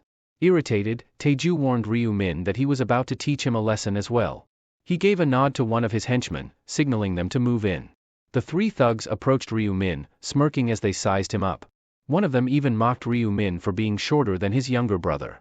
But their laughter quickly died down when the first thug got close enough and was met with a powerful punch from Ryu-min. The thug dropped instantly, leaving his companions in shock. One of the others rushed forward, eager to avenge his fallen friend. But before he could even launch an attack, Ryu-min countered with a precise strike, sending the thug flying into a stack of metal drums. The final thug, undeterred, also tried his luck, only to be floored by a swift blow to the face. Now, all three of Taeju's lackeys were sprawled on the ground, struggling to get up. Despite the situation, Taeju maintained his menacing grin. He muttered that the display was impressive, assuming Ryu-min had picked up some boxing skills. However, he doubted those skills would be enough to take him down. Taeju moved closer, sarcastically complimenting Ryu-min on his boxing techniques, but also pointed out that he seemed to forget how crucial physical strength was in a fight. Ryu-min only smiled, knowing Taeju was still clueless about the recent global changes. Taeju, sensing something off, asked what Ryu-min found so amusing. But when Ryu-min just chuckled dismissively, Taeju's anger flared. Frustrated by the lack of respect, Taeju lunged at Ryu-min, throwing a punch. Unfortunately for Taeju, his standard attacks were no match for Ryu-min, who had gained abilities far beyond those of an ordinary person. Taeju kept swinging, his frustration mounting as none of his punches connected. The more he tried, the angrier he became, realizing he was completely outmatched. Taeju's vision was starting to blur from exhaustion, and with each swing, he missed his target entirely. He couldn't understand why his punches weren't landing. Meanwhile, Ryu-min calmly gathered a blue aura around his fist, remarking that if Taeju had been paying attention to the news, he wouldn't have dared to challenge him. Before Taeju could react, Ryu-min's fist connected with his face, sending the bulky man stumbling back several meters. Despite his size, Taeju managed to stay on his feet, though it was clear the hit had rattled him. Furious, he charged at Ryu Min, intent on landing a counterattack, but his fist found only empty air. Confused, Taeju scanned the area, only to be blindsided by another powerful punch that lit up the side of his face. Unable to comprehend what was happening, Taeju stubbornly insisted that Ryu Min was no match for him, even as he spat out blood and felt a tooth come loose. Enraged, he screamed that he would make sure Ryu Min paid with his life. He swung again, but Ryu Min effortlessly dodged, grabbing Taeju's arm and twisting it aside, throwing him off balance and leaving him open to another barrage of blows. The other guys, who had been beaten down by Taeju earlier, watched in disbelief as their leader was systematically dismantled. Taeju couldn't help but notice the self-satisfied expression on Ryu Min's face, and it only fueled his desire to land at least one solid hit. Desperate, he lunged at Ryu Min again, but before he could connect, a powerful kick sent him flying into a nearby wall. Taeju was done. He didn't have the stamina to continue, nor could he withstand the relentless attacks any longer. As he struggled to get back up, Ryu Min taunted him, raising an eyebrow and asking if Taeju was mad at him. In that moment, Ryu Min was reminded of the day his younger brother had gone blind, a memory that haunted him through every regression. It was a moment that solidified his resolve, and he wasn't about to let anyone, especially not someone like Taeju, stand in his way. As the situation intensified, the hefty figure pleaded with Ryu Min to stay away, shielding his neck from what he feared would be another brutal kick. However, when Ryu Min simply grasped his hand instead of striking, Taeju was momentarily confused. Despite the fear evident in Taeju's eyes, Ryu Min grinned, his expression cold and unforgiving. With a chilling calmness, Ryu Min reminded Taeju why he should never have meddled with his younger brother. The realization hit like a wave of pain, causing Taeju to cry out in agony. His fingers, now broken, throbbed with an intensity that took a few seconds to fully register in his mind. As Taeju continued to wail, clutching his shattered fingers, Ryu Min mercilessly grabbed his other hand. Fear overtook Taeju as he frantically pleaded for mercy, but his cries only intensified as more of his fingers were broken. The sight was too much for Taeju's lackeys, who quickly fled, knowing that staying would only put them in greater danger. Even Ryu Min's younger brother, Ro-won, couldn't bear to watch what was happening and turned away. Ryu Min delivered one final warning to Taeju, making it clear that messing with his younger brother would never be tolerated again. For Taeju, this punishment was more than enough to make him reconsider every choice he had made in his life up to that point. The eerie smile that lingered on Ryu Min's face as he confirmed the broken fingers sent a shiver down Taeju's spine. But Ryu Min wasn't done. He grabbed Taeju's other arm and snapped it as well, ensuring there would be no thoughts of revenge. A scream echoed through the neighborhood, marking the end of the brutal encounter. With the ordeal over, the two brothers walked away as if nothing had happened. Ro-won, still in shock, asked how his older brother had managed to do all of that. He speculated that Ryu Min might have learned martial arts or something similar. But Ryu Min dismissed the idea, instead attributing his abilities to his transformation into a player. He explained that players could use their stats to enhance their real-world skills, and to prove it, Ro-won tried to summon the weapon he had received in a previous round. Slowly, a brilliant golden light began to form, and to his surprise, a dark, sharp dagger appeared. Ro-won stared in disbelief before grinning at the realization that this was indeed possible. Ryu Min then explained that all players could summon their weapons in this way. It was at that moment that Ro-won understood the true source of his brother's incredible speed. Dodging all those attacks had been effortless because Ryu Min's dexterity stat was around 11, a number far above the average person's 3, and even higher than an athlete's 10. When Ro-won asked what would happen if his brother leveled up further, Ryu Min pretended to be clueless, brushing it off as if he was still far from that stage. In reality, he was deliberately withholding information, unwilling to reveal the truth due to the traumatic experiences of his past life. During his 11th regression, Ryu Min had confessed to Ro-won that he was a regressor, but that revelation had put his younger brother in grave danger.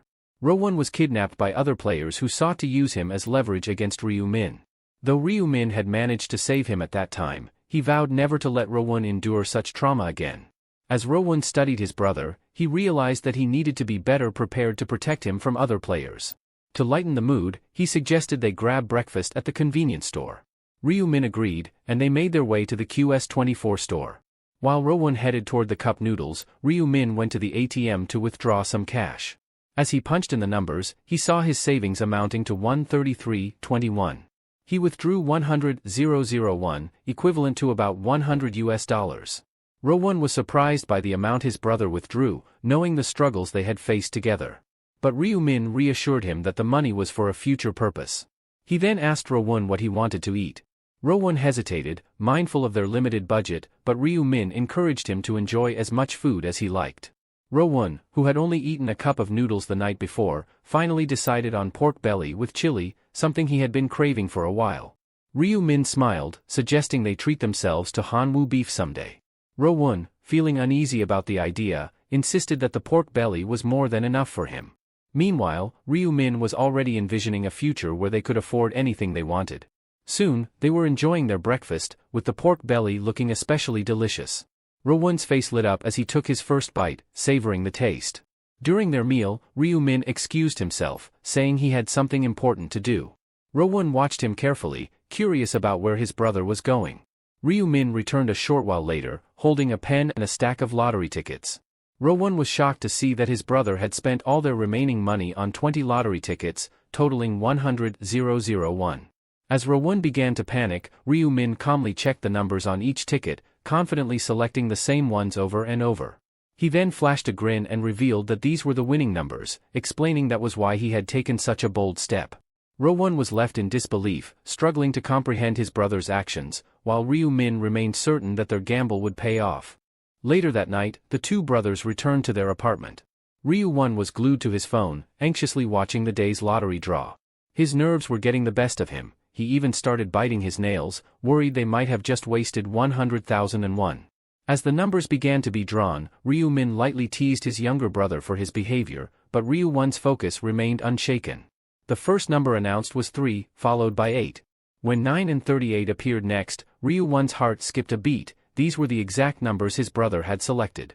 As the final numbers were revealed, 3, 18, 9, 38, 21, and 1, Ryu-won realized every single one matched. They had won, without even needing the bonus number. Overcome with disbelief, Ryu-won exclaimed in shock, finding it hard to grasp that his brother had been right to purchase those lottery tickets. Tears welled up in his eyes as he began to believe it was all a dream, even asking Ryu-min to pinch him. But Ryu-min just smiled, reassuring him that it was all real. Ryu-won, still in awe, jokingly asked if his brother preferred it to stay a dream. It took several moments for the reality to sink in fully.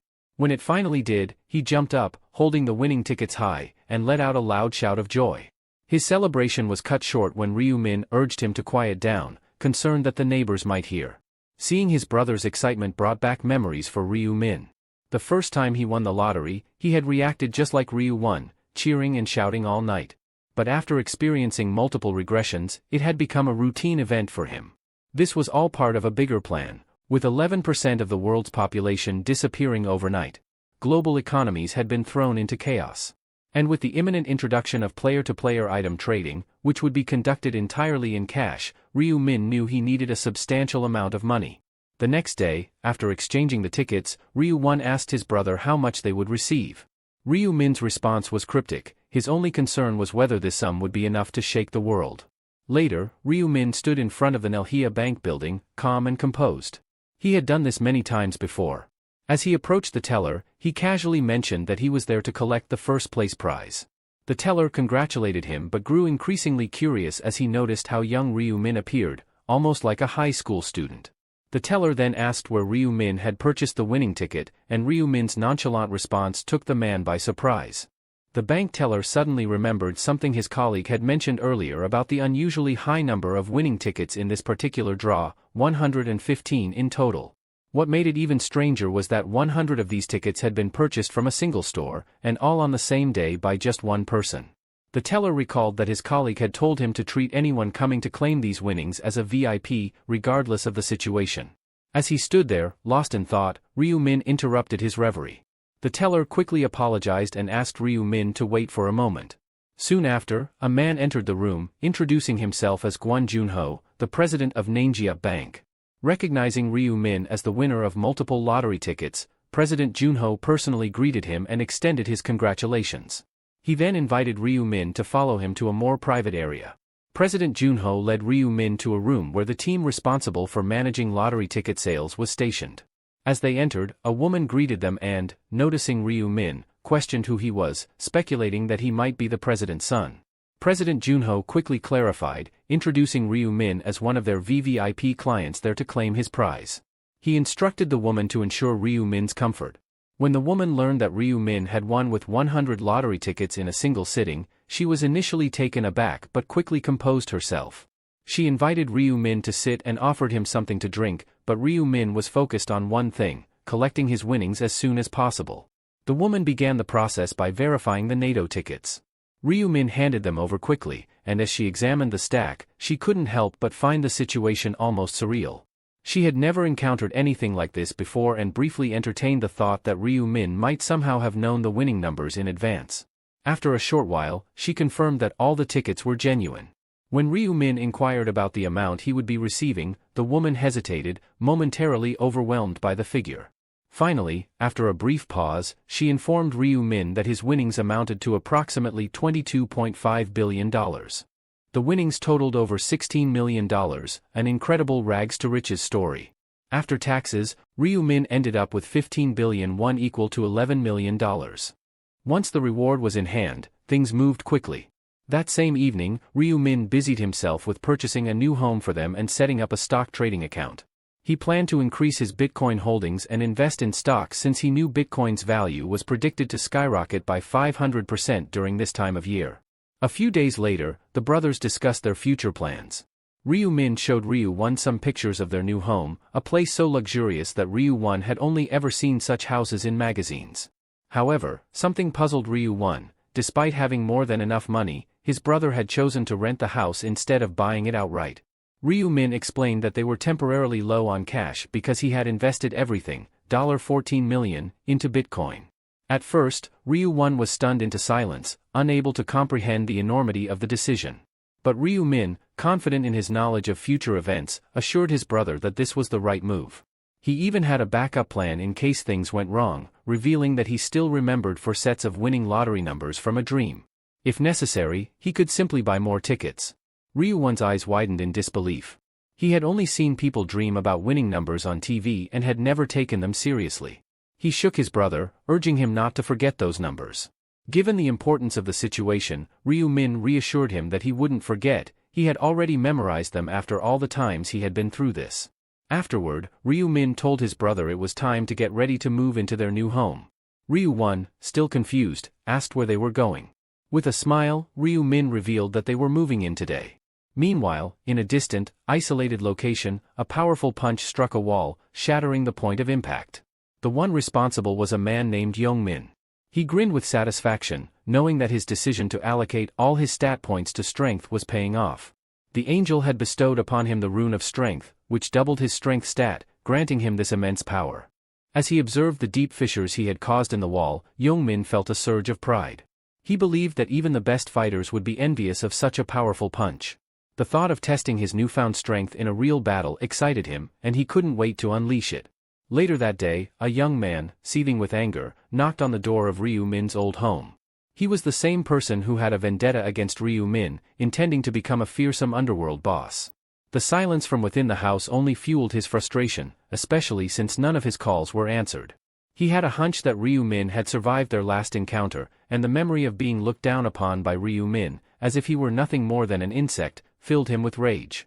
He was determined to finish what he had started and kill Ryu Min. The young man assumed that Ryu Min would be hiding inside the house, but despite his aggressive knocking, there was no response. Suddenly, he paused and devised a plan. He loudly declared that he was leaving since no one was inside, hoping to lure someone out by pretending to depart. He waited, listening for even the slightest sound from within, ready to blow the door apart. However, before he could act, an elderly man approached and asked what he was doing in front of his neighbor's door. The young man, annoyed, asked why the old man cared. The elderly man, who turned out to be the landlord, inquired if the young man was there to see a friend. Seizing the opportunity, the young man lied, claiming to be a friend of Ryu Min, and asked the landlord to open the door so he could check on his friend after losing contact. However, the landlord revealed that Ryu Min had moved out, leaving the young man infuriated. He believed Ryu Min had run away without a word, fueling his anger even further. Meanwhile, Ryu Min and Ryu Won stood in awe before a towering, sophisticated skyscraper. "This place is just too tall," Ryu Won remarked, amazed as they walked through the revolving doors. His amazement only grew as he watched his elder brother receive special access passes, reserved for the building's owners. Seeing the security guard verify their identities added to his sense of wonder. It was all so new to him. As they entered the elevator, Ryu-min couldn't help but express how incredible the place was. They were heading to the 43rd floor, where they would be staying. When the elevator doors opened, they were greeted by a spacious and luxurious apartment, a far cry from their previous living conditions. The contrast between their old life and this new beginning was stark, and Ryu-1 could hardly believe they were really here. Inside their new apartment, everything was pristine and brand new. Ryu-1 marveled at the sheer size of the place, realizing it spanned over 330 square meters. As they explored every corner, Ryu-1 couldn't help but comment, "This place might be a bit too large for just the two of us." The terms of the lease were steep, requiring a deposit of 500 million won and a monthly rent of 22 million won, over $16,000. Ryu-1 felt a wave of exhaustion wash over him upon hearing the cost, especially when he recalled how they used to worry about paying as little as 5,001 won at a convenience store. He suggested they consider a smaller, more affordable home, but Ryu-min wasn't swayed. He explained that higher expenditure came with enhanced security, and at this stage, safety was paramount. He revealed that on the first of every month, players suffered from a condition akin to narcolepsy, making them extremely vulnerable. Natural disasters would only heighten the risk, and there were even instances of players hiring assassins. Thus, they needed to be in a secure location when the time came. As Ryu-1 absorbed this information, Ryu-min turned to his younger brother with a warm smile and asked, "So, do you like the house?" Ryu-1 nodded enthusiastically, "Yes, it's amazing." However, despite his words, a shadow of sadness crossed his face. The thought that his brother would soon have to enter the game again, fighting for survival, weighed heavily on his heart. Noticing the change in his brother's demeanor, Ryu-min placed a reassuring hand on his shoulder. "Don't worry about that," he said with a confident grin. "I'm strong. I can handle it." Trying to lighten the mood, Ryu-min suggested, "How about we grab something to eat at that Korean restaurant in the building? I heard it's pretty good." As they were preparing to leave, Ryu-min's phone rang. Glancing at the screen, he saw it was Young-min calling, but he chose not to answer. Instead, he slipped the phone back into his pocket, focusing on spending the evening with his brother. The next day, Ryu-1 came up with an idea to introduce themselves to their new neighbors by handing out rice cakes, a traditional gesture of goodwill. Ryu-min agreed, and the two brothers set out with a box of freshly prepared rice cakes, knocking on doors and offering the sweet treats to their neighbors. As they made their way through the building, they exchanged pleasantries with the residents, who were all pleasantly surprised by the kind gesture. The brothers' warmth and friendliness were met with smiles and thanks from everyone they encountered. Finally, they arrived at the last flat on their list. Unlike the others, this one stood out with its luxurious appearance. Curious about who might live there, Ryu-min and Ryu-1 exchanged glances before Ryu-1 stepped forward and rang the bell. They waited for a moment, and when the door finally opened, they were greeted by an aura of elegance and refinement. A well-dressed woman stood before them, her posture and demeanor exuding an air of importance. He was momentarily distracted when an incredibly stunning woman appeared before them. Blushing, he couldn't help but think her beauty was angelic. Before he could react further, a bodyguard swiftly blocked their view and began questioning their identities, suspecting they were fans. Ryu-1 casually explained that they were Co Aaron's new neighbors, living one floor below. The bodyguard, noticing the rice cakes in Ryu-1's hands, seemed momentarily confused before realizing that the brothers were trying to introduce themselves. With a cheerful demeanor, Ryu-1 offered the rice cakes, but the bodyguard brusquely informed him that Co Aaron didn't eat such things. Swiping a card to access the elevator, the bodyguard escorted Co Aaron, who cast one last glance at the brothers before stepping into the elevator. After they left, Ryu-min expressed his disapproval of their impolite behavior, but Ryu-1 simply stared at the elevator, his thoughts elsewhere. "Don't worry about people like them," Ryu-min said quietly, still watching the closed doors. Ryu-1, coming out of his reverie, gushed about how amazing the experience had been, but it was clear that his brother hadn't grasped what he was talking about. Confused by Ryu-1's reaction, Ryu-min asked what he meant. Placing a hand on his brother's shoulder, Ryu-1 clarified, "I was talking about Co Aaron." "Who is Co Aaron?" Ryu-min asked, genuinely puzzled. Meanwhile, in the elevator, Co Aaron was absorbed in the news on her phone. Headlines about several well-known celebrities passing away flashed across the screen, causing her to frown with concern. As she read about actor Gwang Min-ho taking a leave from his show Criminal Land due to anxiety, her phone buzzed with a text asking if she had seen the story. Opening the message thread, she noticed another text from Gung Se-ho-jin regarding their recently deceased son. With a heavy heart, she replied with a simple, yes. After their conversation, the individual asked if she planned to attend the funeral the next day. She replied that since their sunbae had always taken such good care of them, it was only right for her to be there. Agreeing to join the chatterbox user who had invited her along, she added, "Those sunbaes, far more famous than I ever was, couldn't even make it past the first round." With a sigh, she set down her phone and took a deep breath, recalling how her rune had saved her life. If not for that, she might have ended up as another tragic headline in the news. As she exhaled, she became aware of how much she had begun to see herself as a celebrity, and the thought of her death making headlines troubled her.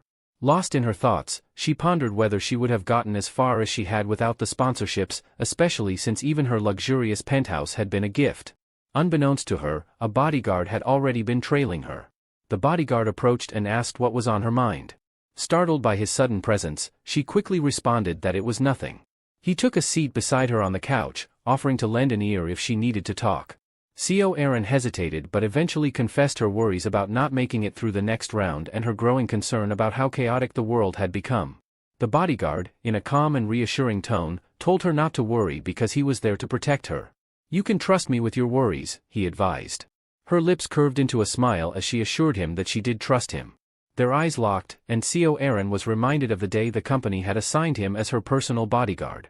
She knew she would have failed in the first round if it hadn't been for him, yet she couldn't help but feel wary, suspecting he was there to monitor her as much as to protect her. Sensing her unease, the bodyguard promised that he would protect her no matter what. His sincerity made her blush slightly, and she thanked him with a smile. Changing the subject, Eerie mentioned her downstairs neighbor. She joked about how delicious the rice cakes looked, but the bodyguard, with a stern expression, told her bluntly that eating them would only cause her to gain weight.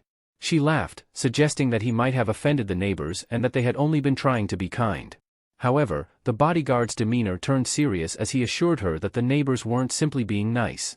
He explained that their hospitality had ulterior motives and that if they had accepted the rice cakes, the neighbors would have relentlessly pestered them.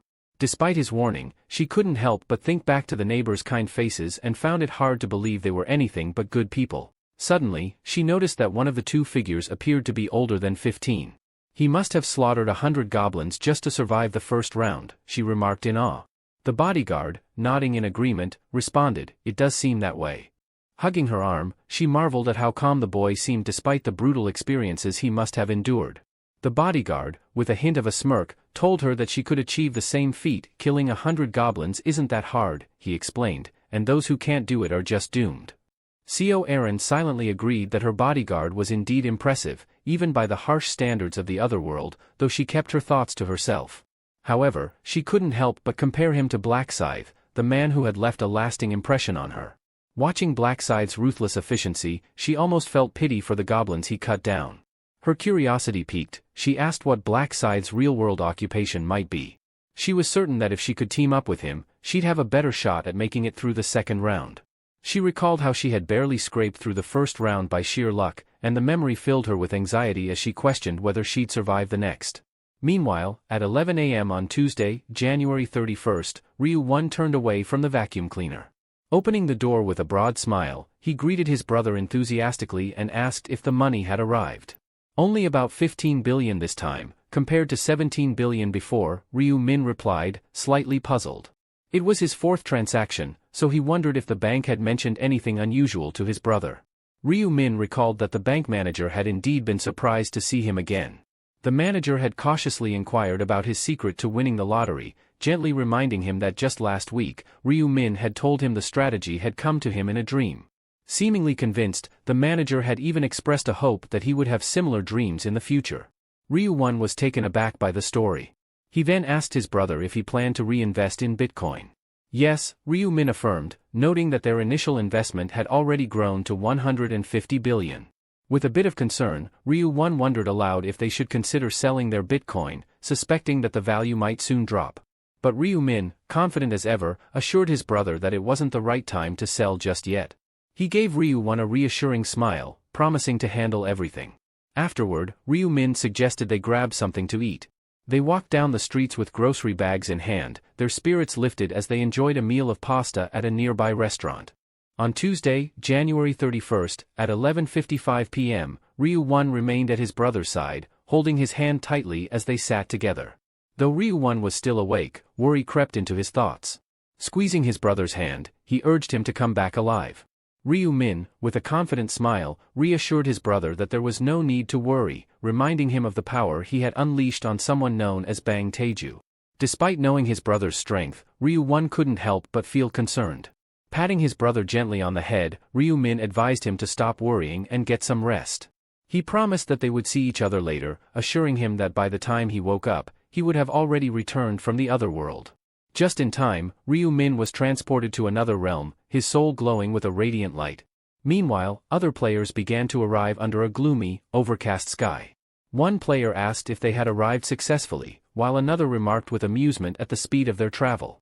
While some players cowered in fear, others took a moment to assess their surroundings, realizing that they were in a new location. One of the players, who had achieved the highest rank in the previous round, noticed a black sign and paused. As Ryu Min scanned the area, he saw that many people recognized him and deliberately kept their distance.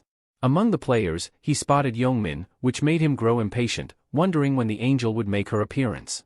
Suddenly, the angel descended from the sky, her gaze fixed on Ryu Min, who stood with a fierce expression. She asked if everyone had arrived, her presence causing a stir among the players. The players quickly realized that this was not the same angel they had encountered before, and a wave of anxiety spread among them as they questioned what might have happened. The angel explained that the angel who had overseen the first round had been involved in an accident and couldn't make it. She urged everyone to remain calm. With a menacing expression, she announced that she would be their guide for the second round. As the details of the second round's quest appeared on the screen, the players focused intently. Their task was to choose a zone representative within the next 3 hours. However, the instructions seemed vague, and the players began to discuss various interpretations while staring at their screens. One player suggested that they might have to battle monsters again, but the uncertainty lingered among them. One player speculated that perhaps everyone could survive this round, while another expressed surprise at the number of people who had failed before. Sensing the players' confusion, the angel decided to provide some clarity. She explained that in the second round, all they needed to do was choose a zone representative. It wasn't a combat round. The chosen representative would hold significant power, able to command others to perform tasks or even order their deaths. She reiterated that they had 3 hours to select their representative. The players were impressed by the authority granted in this round.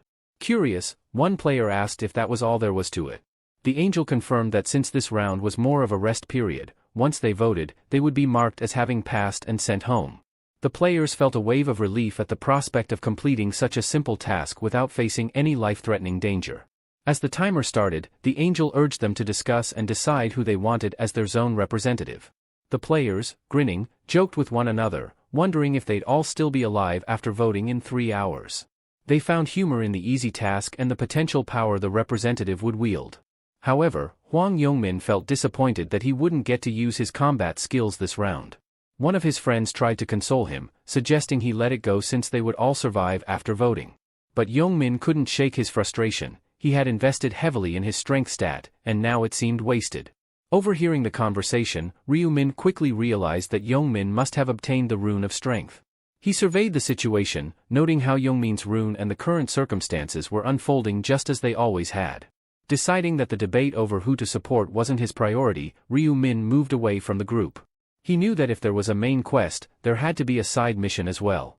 He recalled that the hidden quest for the second round involved obtaining a class.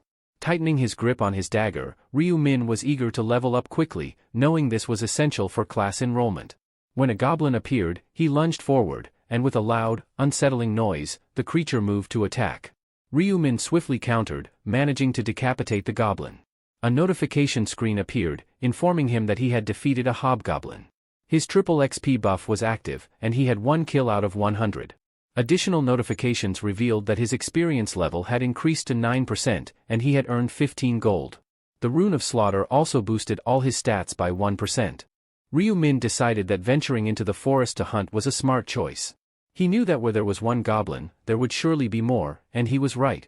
Soon enough, a group of sinister-looking goblins emerged from the shadows, causing a grin to spread across his face. Standing confidently in the center of the forest, he waited for the goblins to make their move. With a swift and precise strike, he smashed one goblin in the head and swiftly followed up with a slash of his dagger, maintaining his calm demeanor throughout. A notification flashed on his screen, informing him that he had slain another hobgoblin, bringing his total to 5 out of the 100 required kills. The bodies of the fallen goblins were scattered across the forest floor. Another notification indicated that the rune of slaughter was now enhancing all his stats by 50%. He had leveled up again. The countdown displayed that there were still 2 hours, 29 minutes, and 24 seconds left before voting closed. Wiping his chin, Ryu-min opened his stat window, curious if only 30 minutes had passed. It showed that he had reached level 9. He decided to focus on increasing his agility. While Hwang Yongmin's rune of strength was advantageous in boosting power, Ryu-min understood that it wouldn't be effective in every situation. His agility stat rose from 18 to 24. He knew that no matter how strong a player was, they would be vulnerable if they couldn't dodge a critical attack quickly enough. The game's stats were divided into 4 key categories: strength, intelligence, agility, and luck. Strength affected defense power, endurance, and physical damage, while intelligence influenced mental fortitude, calculation speed, and magical damage. After another glance at his stat window, he saw that his agility had now increased to 30. Agility improved both movement and attack speed and enhanced the ability to dodge. Luck influenced critical damage, item drops, and additional gold rewards. As a Grim Reaper class that dealt both magical and physical damage, Ryu-min knew that balancing all his stats was crucial. Each one was important in its own way. Just then, he sensed something behind him. Pivoting swiftly, he scanned his surroundings to identify who or what was there. He was startled that someone had been following him. He had been so engrossed in the battle that he hadn't noticed earlier. This situation was unsettling. It had never happened before. Raising his dagger, he demanded that the person reveal themselves and state their intentions. If they failed to comply, they would need to be prepared to face the consequences. A single footstep echoed slowly before a woman emerged from the shadows. Ryu-min recognized her instantly. It was the actress he had encountered before. He couldn't help but question whether she had truly been the one following him. Apologetically, she admitted to trailing him. Just then, another figure appeared, a man who also offered an apology. He urged Ryu-min to calm down, insisting that their intentions were not hostile. The man introduced himself as Sang-chul. Ryu-min's expression darkened when he realized who Sang-chul was, Ma Jianrock's right-hand man. Ma Jianrock, also known as the Heavenly Demon, was the eldest son of the country's most powerful corporate dynasty. He was someone Ryu-min had been targeting for a while. Ryu-min knew that having someone like Ma Jianrock by his side would make him stronger, and he needed a priest connected to Ma Jianrock to support him in the 20th round.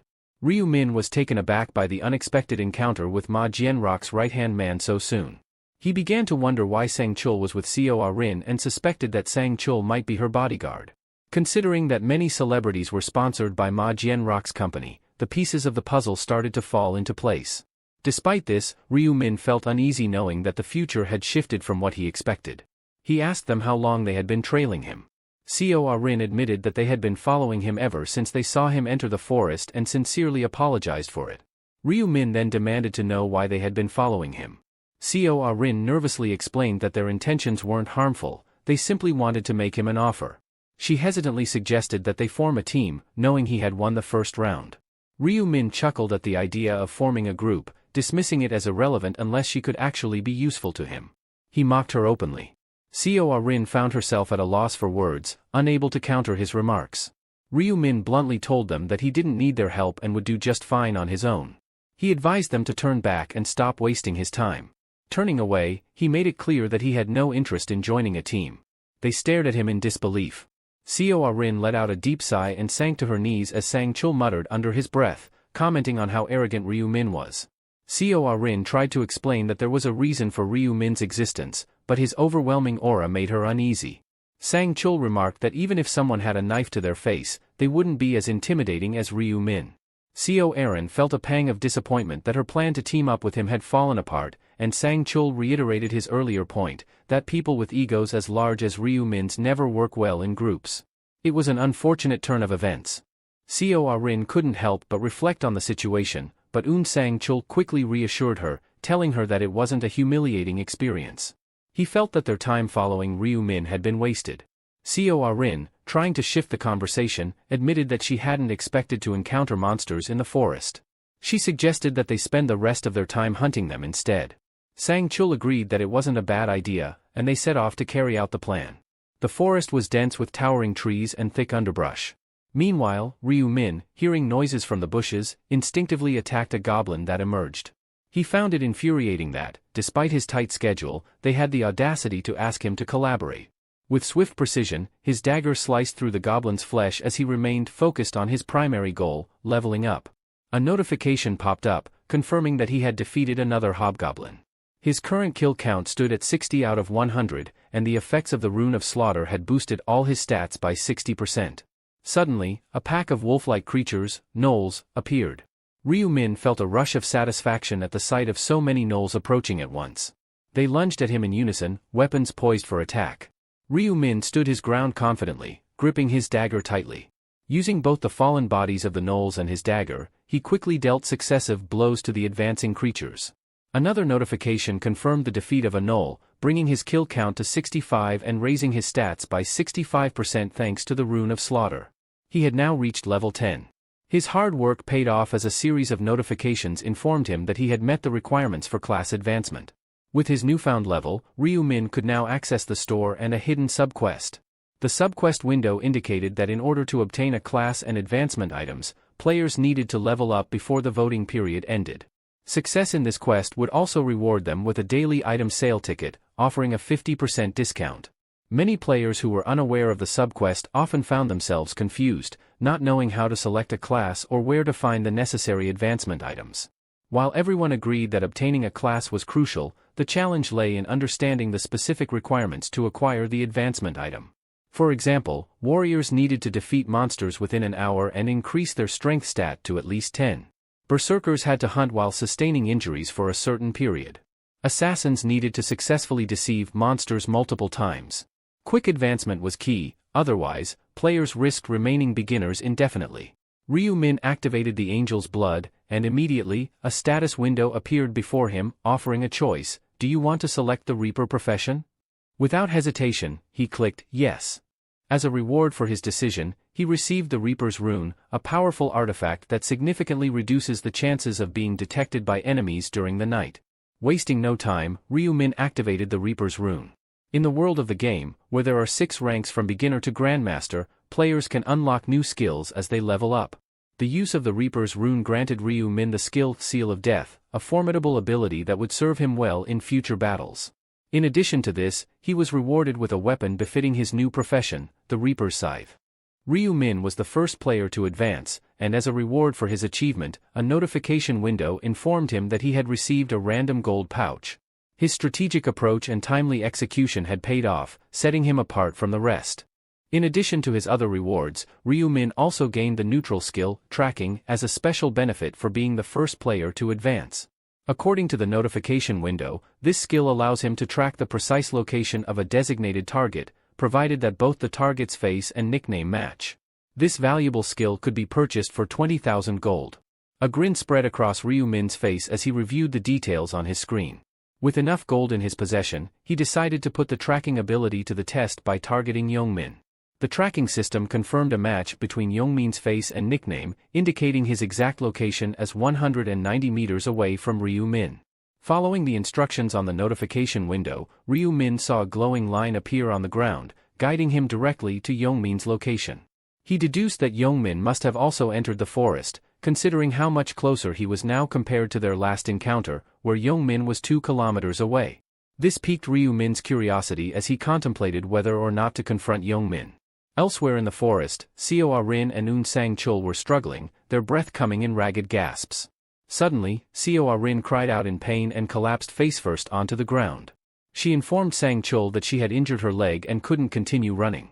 Sang Chul, with urgency in his voice, reminded her that they had to keep moving or risk being discovered. Despite the pain, he urged her to stand up. Seo Rin apologized, describing the searing pain where an arrow had struck her earlier. Sang Chul's face darkened as he considered the possibility that injuries sustained in this world might affect their real bodies. Nevertheless, he tried to encourage her, assuring her that if they could survive this, they would be able to return home. Seo Rin, gritting her teeth, resolved to push through the pain.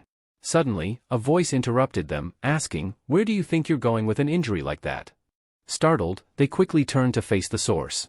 It was Youngmin, standing with 3 menacing figures behind him, all wearing sinister smiles.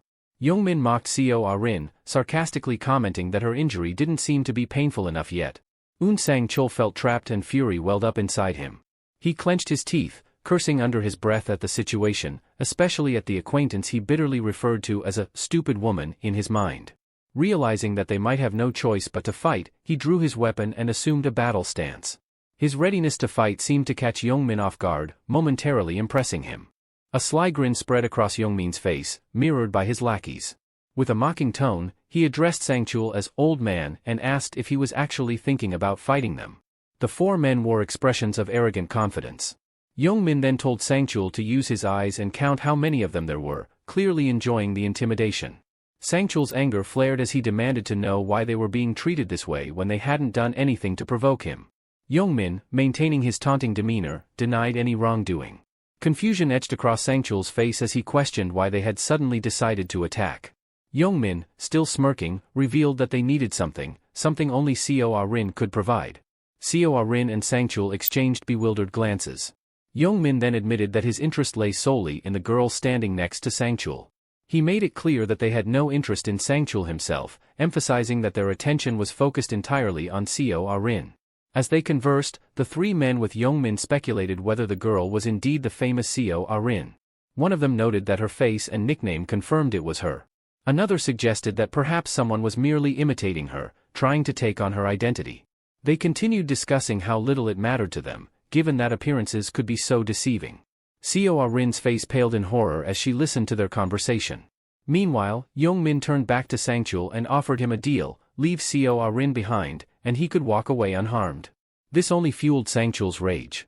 In his mind, Youngmin should have made that clear from the beginning. If he had, Sangchul might have left Seo Rin without a second thought. He glanced sideways at her, inwardly cursing the situation. He had no intention of risking his life for her, yet he was faced with a significant dilemma. If he failed to protect Seo Rin, he would surely disappoint his employer, Director Ma Jiangak. Determined not to back down, Sangchul assumed a fighting stance, signaling that he had no intention of abandoning Seo Rin. Youngmin, visibly entertained, asked if Sangchul was seriously considering a fight. Sangchul, gritting his teeth, warned them that what they were doing was against the law. Youngmin burst out laughing at this, finding it utterly ridiculous. He sarcastically asked what laws applied in this world and whether Sangchul planned to report him once they returned to reality. Youngmin taunted him further, questioning what evidence Sangchul could possibly provide and daring him to try. He even joked that their appearances in this world might be entirely different from their real-life selves. Sangchul, seething with frustration, couldn't deny that Youngmin had a point. He knew that reasoning with Youngmin wouldn't work and that, despite his injuries, he had no choice but to fight. Youngmin wasn't going to be swayed by words alone. Just then, Youngmin's attention shifted. He was startled to see an old acquaintance, Black Scythe. The figure was casually leaning against a tree, observing the scene with a calm demeanor. Youngmin was visibly taken aback by Black Scythe's unexpected appearance. "What's going on here?" Black Scythe asked, his voice cutting through the tension. His gaze fixed directly on Sangchul, and he interrupted Youngmin before he could respond. "I wasn't talking to you," he said, dismissing Youngmin's attempt to interject.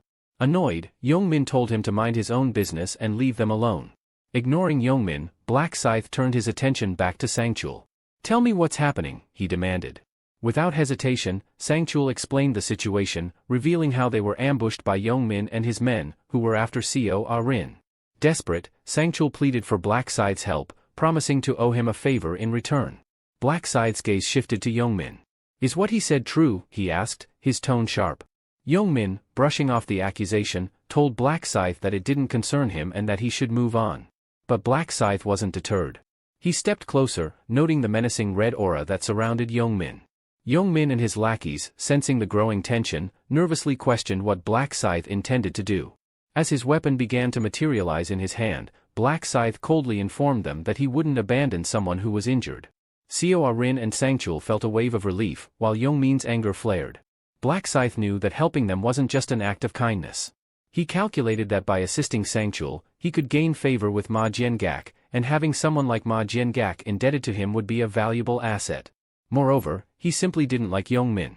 Youngmin and his men grew increasingly anxious as Black Scythe's intentions became clear. In a desperate attempt to regain control, Youngmin ordered Black Scythe to back off, threatening to kill him if he continued. But Black Scythe only smiled, taunting them with the question, "Do you really want to fight me? What's the problem?" Youngmin's fury reached its peak. To him, Black Scythe's question was absurd, almost laughable. He wondered if Black Scythe would be so confident if he truly understood the kind of monster he was dealing with.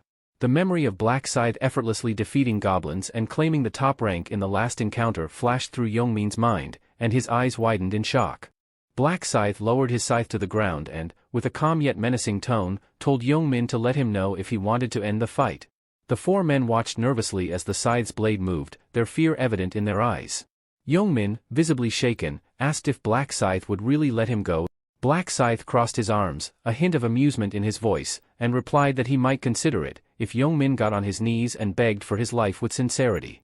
The realization that Black Scythe was trying to humiliate him in front of his friends and Arin twisted Youngmin's expression from smug triumph to despair. Despite his rising irritation, he had no desire to engage in a fight if it could be avoided. He scoffed at Black Scythe, but as he did, a thought crossed his mind: he had the power to shatter a wall with just his bare hands. Maybe, just maybe, he could take down Black Scythe with a single strike. A smug smile crept onto his face as he entertained this possibility. He glared at Black Scythe and spat out, "You've crossed the line." He clenched his fists, preparing for a fight, and taunted Black Scythe, asking if he really wanted him to kneel and beg. With a menacing tone, he added, "Do you want to die?" Youngmin planned to close the distance between them and land a devastating punch. In his mind, there was no way Black Scythe could survive a blow strong enough to crush a brick wall. But just as he was about to strike, Black Scythe calmly set his weapon aside. Youngmin was baffled. Why would he discard his weapon? Black Scythe, exuding confidence, explained that it wouldn't be fair to fight an unarmed opponent while he was armed. Winning like that, he said, would be too boring. Enraged by the perceived arrogance, Youngmin cursed Black Scythe's foolishness. He moved into attack, but before he could react, Black Scythe suddenly shifted behind him. Youngmin, thinking this was his chance, swung with all his might, ready to land a powerful punch. But to his shock, Black Scythe effortlessly dodged his blow and retaliated with a powerful kick to his stomach. The force of the kick sent Youngmin flying, crashing into the distance, leaving him stunned and gasping for air. Black Scythe watched impassively as Youngmin's body sailed through the air, one foot still raised from the powerful kick. Youngmin landed with a thud, groaning in pain as he knelt on the ground, his curses directed at Black Scythe. With a cold expression, Black Scythe warned him to stop cursing, saying, "Your foul mouth will rot my ears," before delivering another brutal kick. Youngmin gasped as the force of the blow sent him sprawling, his hand instinctively reaching up to soothe his aching face. Without hesitation, Black Scythe grabbed Youngmin by the collar, hoisting him up with one hand while keeping him at arm's length. He then began to rain down punches with his other hand, each blow landing with a bone-crunching impact. Youngmin, dazed and reeling from the assault, thought to himself that it didn't feel like a fist hitting him, it felt more like being struck by a sledgehammer. He couldn't comprehend how Black Scythe could be this strong. Is he as powerful as me? Youngmin wondered, unable to fathom how Black Scythe could possess such strength without a rune to enhance it. As he looked up at Black Scythe's calm yet focused face, one of his friends shouted his name, while another urged the archer to take action. The archer, maintaining perfect form, quickly drew his bow and loosed a lightning-fast arrow aimed directly at Black Scythe. Aaron, sensing the danger, screamed for Black Scythe to dodge. With reflexes as sharp as his blade, Black Scythe sidestepped the arrow just in time. Despite the fear etched on his face, the archer fired another arrow. But Black Scythe was already moving, zigzagging toward him with unnerving speed, effortlessly dodging each shot. As he closed the distance, Black Scythe remarked, "You must have been lucky to find a bow while hunting. Too bad you crossed my path during a fight." With a swift motion, Black Scythe drew his weapon, and in one fluid strike, he slashed at the archer. Blood sprayed through the air as the archer let out a cry of agony, his face contorted in terror. The sight of their comrade falling only deepened the fear in the remaining two men, yet they still tried to muster their courage. They took up defensive stances, shouting at Black Scythe to back off and leave them alone. One of the men charged at Black Scythe, dagger in hand, cursing as he lunged forward. Black Scythe responded with a mocking smile, his expression almost amused. In an instant, he activated the seal of death. Above the man's head, a red mark appeared, resembling an eye with a skull at its center, a symbol of impending doom. Gripping his scythe tightly, Black Scythe unleashed a devastating swing. The red-hued blades of wind that followed tore through the air, slashing the man's shins with such force that he collapsed to the ground, screaming in agony as blood splattered everywhere. The remaining man, witnessing this horrific scene, was paralyzed with fear, his confidence shattered. Black Scythe lunged at the man with blinding speed, noting that the mere fact they dared to use weapons against him showed some level of resolve. With a powerful swing, his scythe sliced through the man's arm, eliciting a piercing scream. The ominous seal of death hovered above the man's head, a clear sign that the next strike would be even more devastating.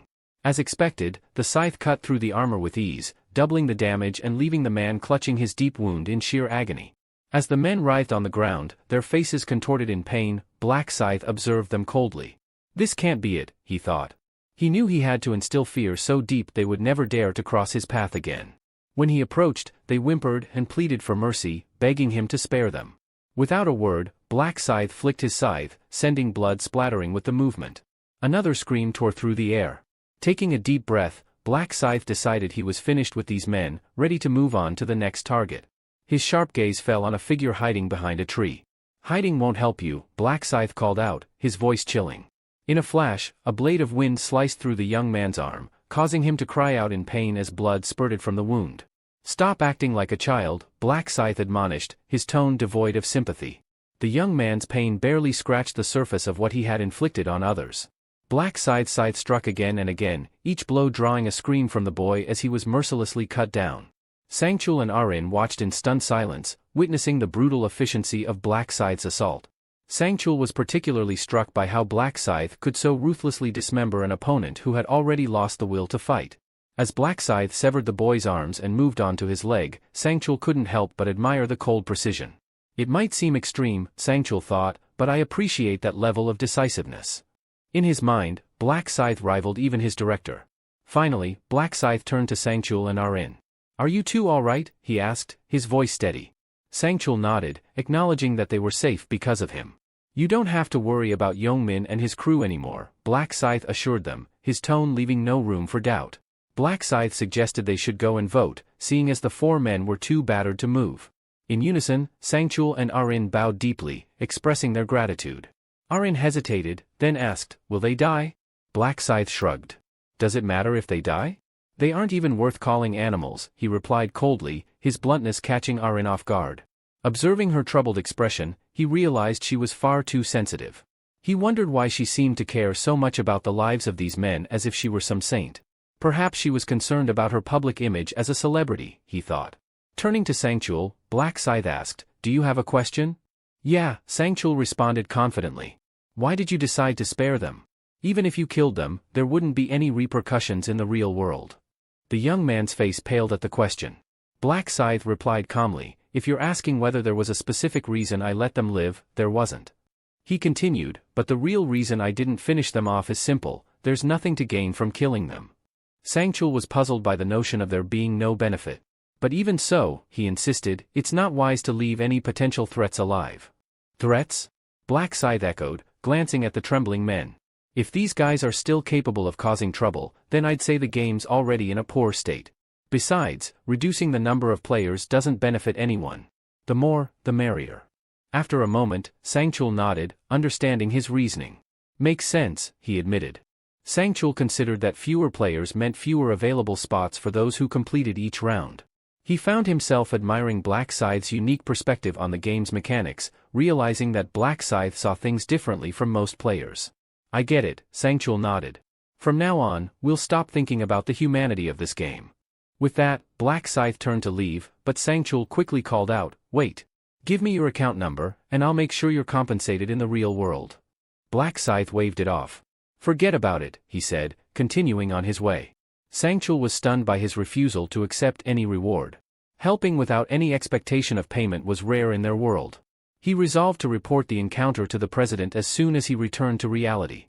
A groan from behind caught his attention. It was one of the young men they had fought. Sangchul felt a surge of anger, his gaze turning lethal. But he remembered Black Scythe's words, it wouldn't benefit them to finish them off.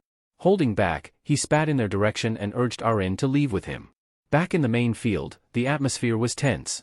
Players were campaigning fiercely to be chosen as the region's representative, each claiming they were the best choice. The heated arguments escalated into a physical altercation, with one player grabbing another by the collar. As the crowd tried to intervene, another participant stepped forward, declaring that anyone with such a quick temper shouldn't be representing them and offering herself as a better candidate. Then, a young man joined the fray, boasting about his father being a congressman and insisting he deserved the position. Many in the crowd eyed him with skepticism, doubting the truth of his claims. Amid the chaos, a voice rose from the crowd, commanding everyone's attention and halting the argument. The speaker, known by the nickname Mint Chocolate Boy, grabbed everyone's attention and reminded them that the voting would end in just 2 hours. He urged the players not to waste time arguing and to cast their votes as soon as possible. One of the players asked him how they should decide who to vote for. Mint Chocolate Boy confidently replied that he had a practical solution. Curious, everyone focused on him, eager to hear his idea. He smirked inwardly, pleased at how easily the crowd hung on his every word once again. With a dark grin, he thought about how the players had once more fallen for his persuasive tactics. At first, he had been disappointed when he received the persuasion rune as his random rune fragment. He had looked at it with disdain, noting that the rune increased his chances of persuasion only if the target was particularly talkative. Moreover, it wouldn't work on anyone with a higher level than his own, and it seemed completely useless against monsters who couldn't speak. But soon, Mint Chocolate Boy realized how to use the rune to his advantage. While on the battlefield, when other players were busy slaying goblins and sharing strategies, he had approached a group of men, telling them a woman was in great danger and needed immediate help. He advised them to drop everything and go to her aid. The men, influenced by his rune's effect, followed his advice without hesitation, abandoning their targets and rushing off. Mint Chocolate Boy then swooped in to finish off the weakened goblins, easily meeting the 100 kill requirement. Now, with the voting underway, he suggested a more structured approach to choosing a representative. Let's narrow down the candidates to just 5, he proposed, and vote among them. The players, realizing the wisdom in his words, quickly agreed. They understood that if everyone continued campaigning for themselves, they would never reach a decision. Mint Chocolate Boy took the lead in organizing the nominations, relishing how smoothly his plan was unfolding. If everything went as expected, he would soon position himself as the representative of the region. He asked the crowd to raise their hands and nominate anyone they believed should be recommended. One of the players, who had been advocating for himself earlier, eagerly shot his hand up. However, Mint Chocolate Boy quickly pointed out that nominating themselves was against the rules and would just repeat their earlier mistakes. The audience began murmuring in agreement, with many voices echoing, "Mint Chocolate Boy is right." Inwardly, Mint Chocolate Boy felt confident, thinking it would be a simple task to manipulate this group. Most of the attendees were strangers to one another, caught up in their thoughts and unsure whom to nominate. Meanwhile, a few others were hesitant to suggest anyone but themselves, worried about losing their chance. Sensing the growing uncertainty, Mint Chocolate Boy remained patient, understanding that this silence would ultimately lead to only the most notable names being suggested. At last, a participant raised his hand and proposed Mint Chocolate Boy as a candidate. Excellent, he mused silently. The person who nominated him justified the choice, stating that having a rational and capable leader would be in their best interest. Mint Chocolate Boy pretended to be surprised by the nomination, even as another player jumped in to commend his ability to manage the situation effectively. He accepted the compliments with a gracious smile while inwardly laughing at how easily he had won them over. Then, another participant nominated Black Scythe. Mint Chocolate Boy's grin widened. He knew Black Scythe's recent victory made him a logical contender. Next, a player named Life is a Documentary put forth the second-place finisher, followed by someone else suggesting Black Dragon in My Right Hand as a third candidate. Mint Chocolate Boy tallied 4 names and asked the crowd if there were any more nominations for the 5th spot. When no one else volunteered, he announced that the 4 candidates were confirmed. He suggested that each nominee should speak to the crowd before the final vote and offered to go first, confident in his ability to sway the masses. Winning over these fools will be a breeze, he thought smugly. Suddenly, a voice cut through his thoughts, openly challenging him. It was Life is a Documentary, the player ranked second in the region, who seemed visibly annoyed. "I can't listen to another word this Mint Chocolate Boy is spouting," he declared. Mint Chocolate Boy turned to him and asked what his issue was. "Do you seriously think life is easy?" came the sharp retort from Life is a Documentary, his gaze filled with a menacing intensity that seemed to challenge Mint Chocolate Boy's entire stance. Life is a Documentary asked Mint Chocolate Boy if people always followed his instructions without question. As Mint Chocolate Boy pondered this, a concerned expression crossed his face. He began to realize the extent of his influence, but quickly brushed the thought aside, convincing himself it wasn't entirely true. When Mint Chocolate Boy was asked to nominate someone for the regional representative, Life is a Documentary grew visibly agitated and accused him of being a manipulator. "You're crossing the line," Mint Chocolate Boy retorted sharply, defending himself. He reminded everyone of a proverb, a person's face and demeanor reflect their true nature. He questioned why such harsh language had to be used in what was meant to be a discussion about leadership. For a moment, he seemed satisfied with his response, feeling that he had made his point. However, Life is a Documentary didn't back down. He sneered, asking whether Mint Chocolate Boy had the nerve to preach to him about life. "You're playing a dangerous game," he warned, his tone threatening.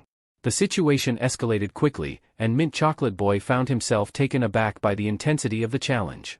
He realized that his usual methods of persuasion were failing, and the tension in the room grew palpable.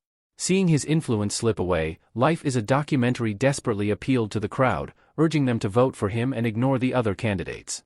"Support me, or face the consequences," he threatened, his voice tinged with desperation. But Mint Boy mocked him openly, asking if he genuinely believed people would listen to his threats. He advised him to stop embarrassing himself and leave. The atmosphere grew colder as Life is a Documentary, his expression serious and menacing. Then, in a flash of violence, he lunged forward, striking Mint Boy. Blood sprayed, and the crowd felt a chill run down their spine as they realized the victim had been stabbed in the neck. The wounded player crumpled to the ground, blood flowing freely. The gravity of the situation hit Mint Chocolate Boy hard. He was witnessing a deadly turn of events. Life is a Documentary glared at him, reminding Mint Chocolate Boy of the earlier warning: he would kill anyone who crossed him. As Mint Chocolate Boy's eyes widened in shock, he let out a strangled cry. His body trembled, and then he collapsed to the floor, lifeless. Panic erupted among the crowd as they grasped the brutal reality of what had just happened. The label of killer seemed to hang in the air around Life is a Documentary, whose weapon still dripped with the blood of Mint Chocolate Boy. He turned to the crowd, his eyes cold, his voice challenging. "So what?" he snarled. "If anyone has a problem, step forward." A player, terrified, called him insane, pointing a trembling finger. Life is a Documentary only grinned wider, declaring that if no one confronted him, he would come to them instead. He moved like a blur, cutting down everyone in his path with swift, ruthless precision, as if fueled by some dark, burning passion. With each strike, he seemed more exhilarated, shouting that this was the best scenario: no cameras, no reporters, no restrictions. He reveled in the violence, delighted that he could kill as many as he wished without consequence. The blood of those he slaughtered stained his clothes, and he turned his blood-soaked dagger on the remaining players who have yet to cast their votes. "Support me," he demanded, "or face death." Fear gripped everyone's faces, their expressions twisted in horror. Seeing this, Life is a Documentary gave a wicked grin. He knew that fear was now his ally. The crowd, terrified of what he might do, realized they had little choice but to support him. Life is a Documentary had set his sights on Black Scythe, plotting his demise to clear his path to the top. Meanwhile, in the depths of the forest, Ryu Min continued to hone his skills, wielding his scythe with relentless determination. His goal was to grow stronger with every swing. As he fought on, a notification flashed before him, revealing he had just defeated Knowles. The tally of his kills now stood at 265, far surpassing the original target of 100. With this achievement, the Butcher rune he possessed activated, doubling all his stats by 100%. In addition, he was granted a threefold experience buff, accelerating his growth. Ryu Min had reached a new milestone, level 16.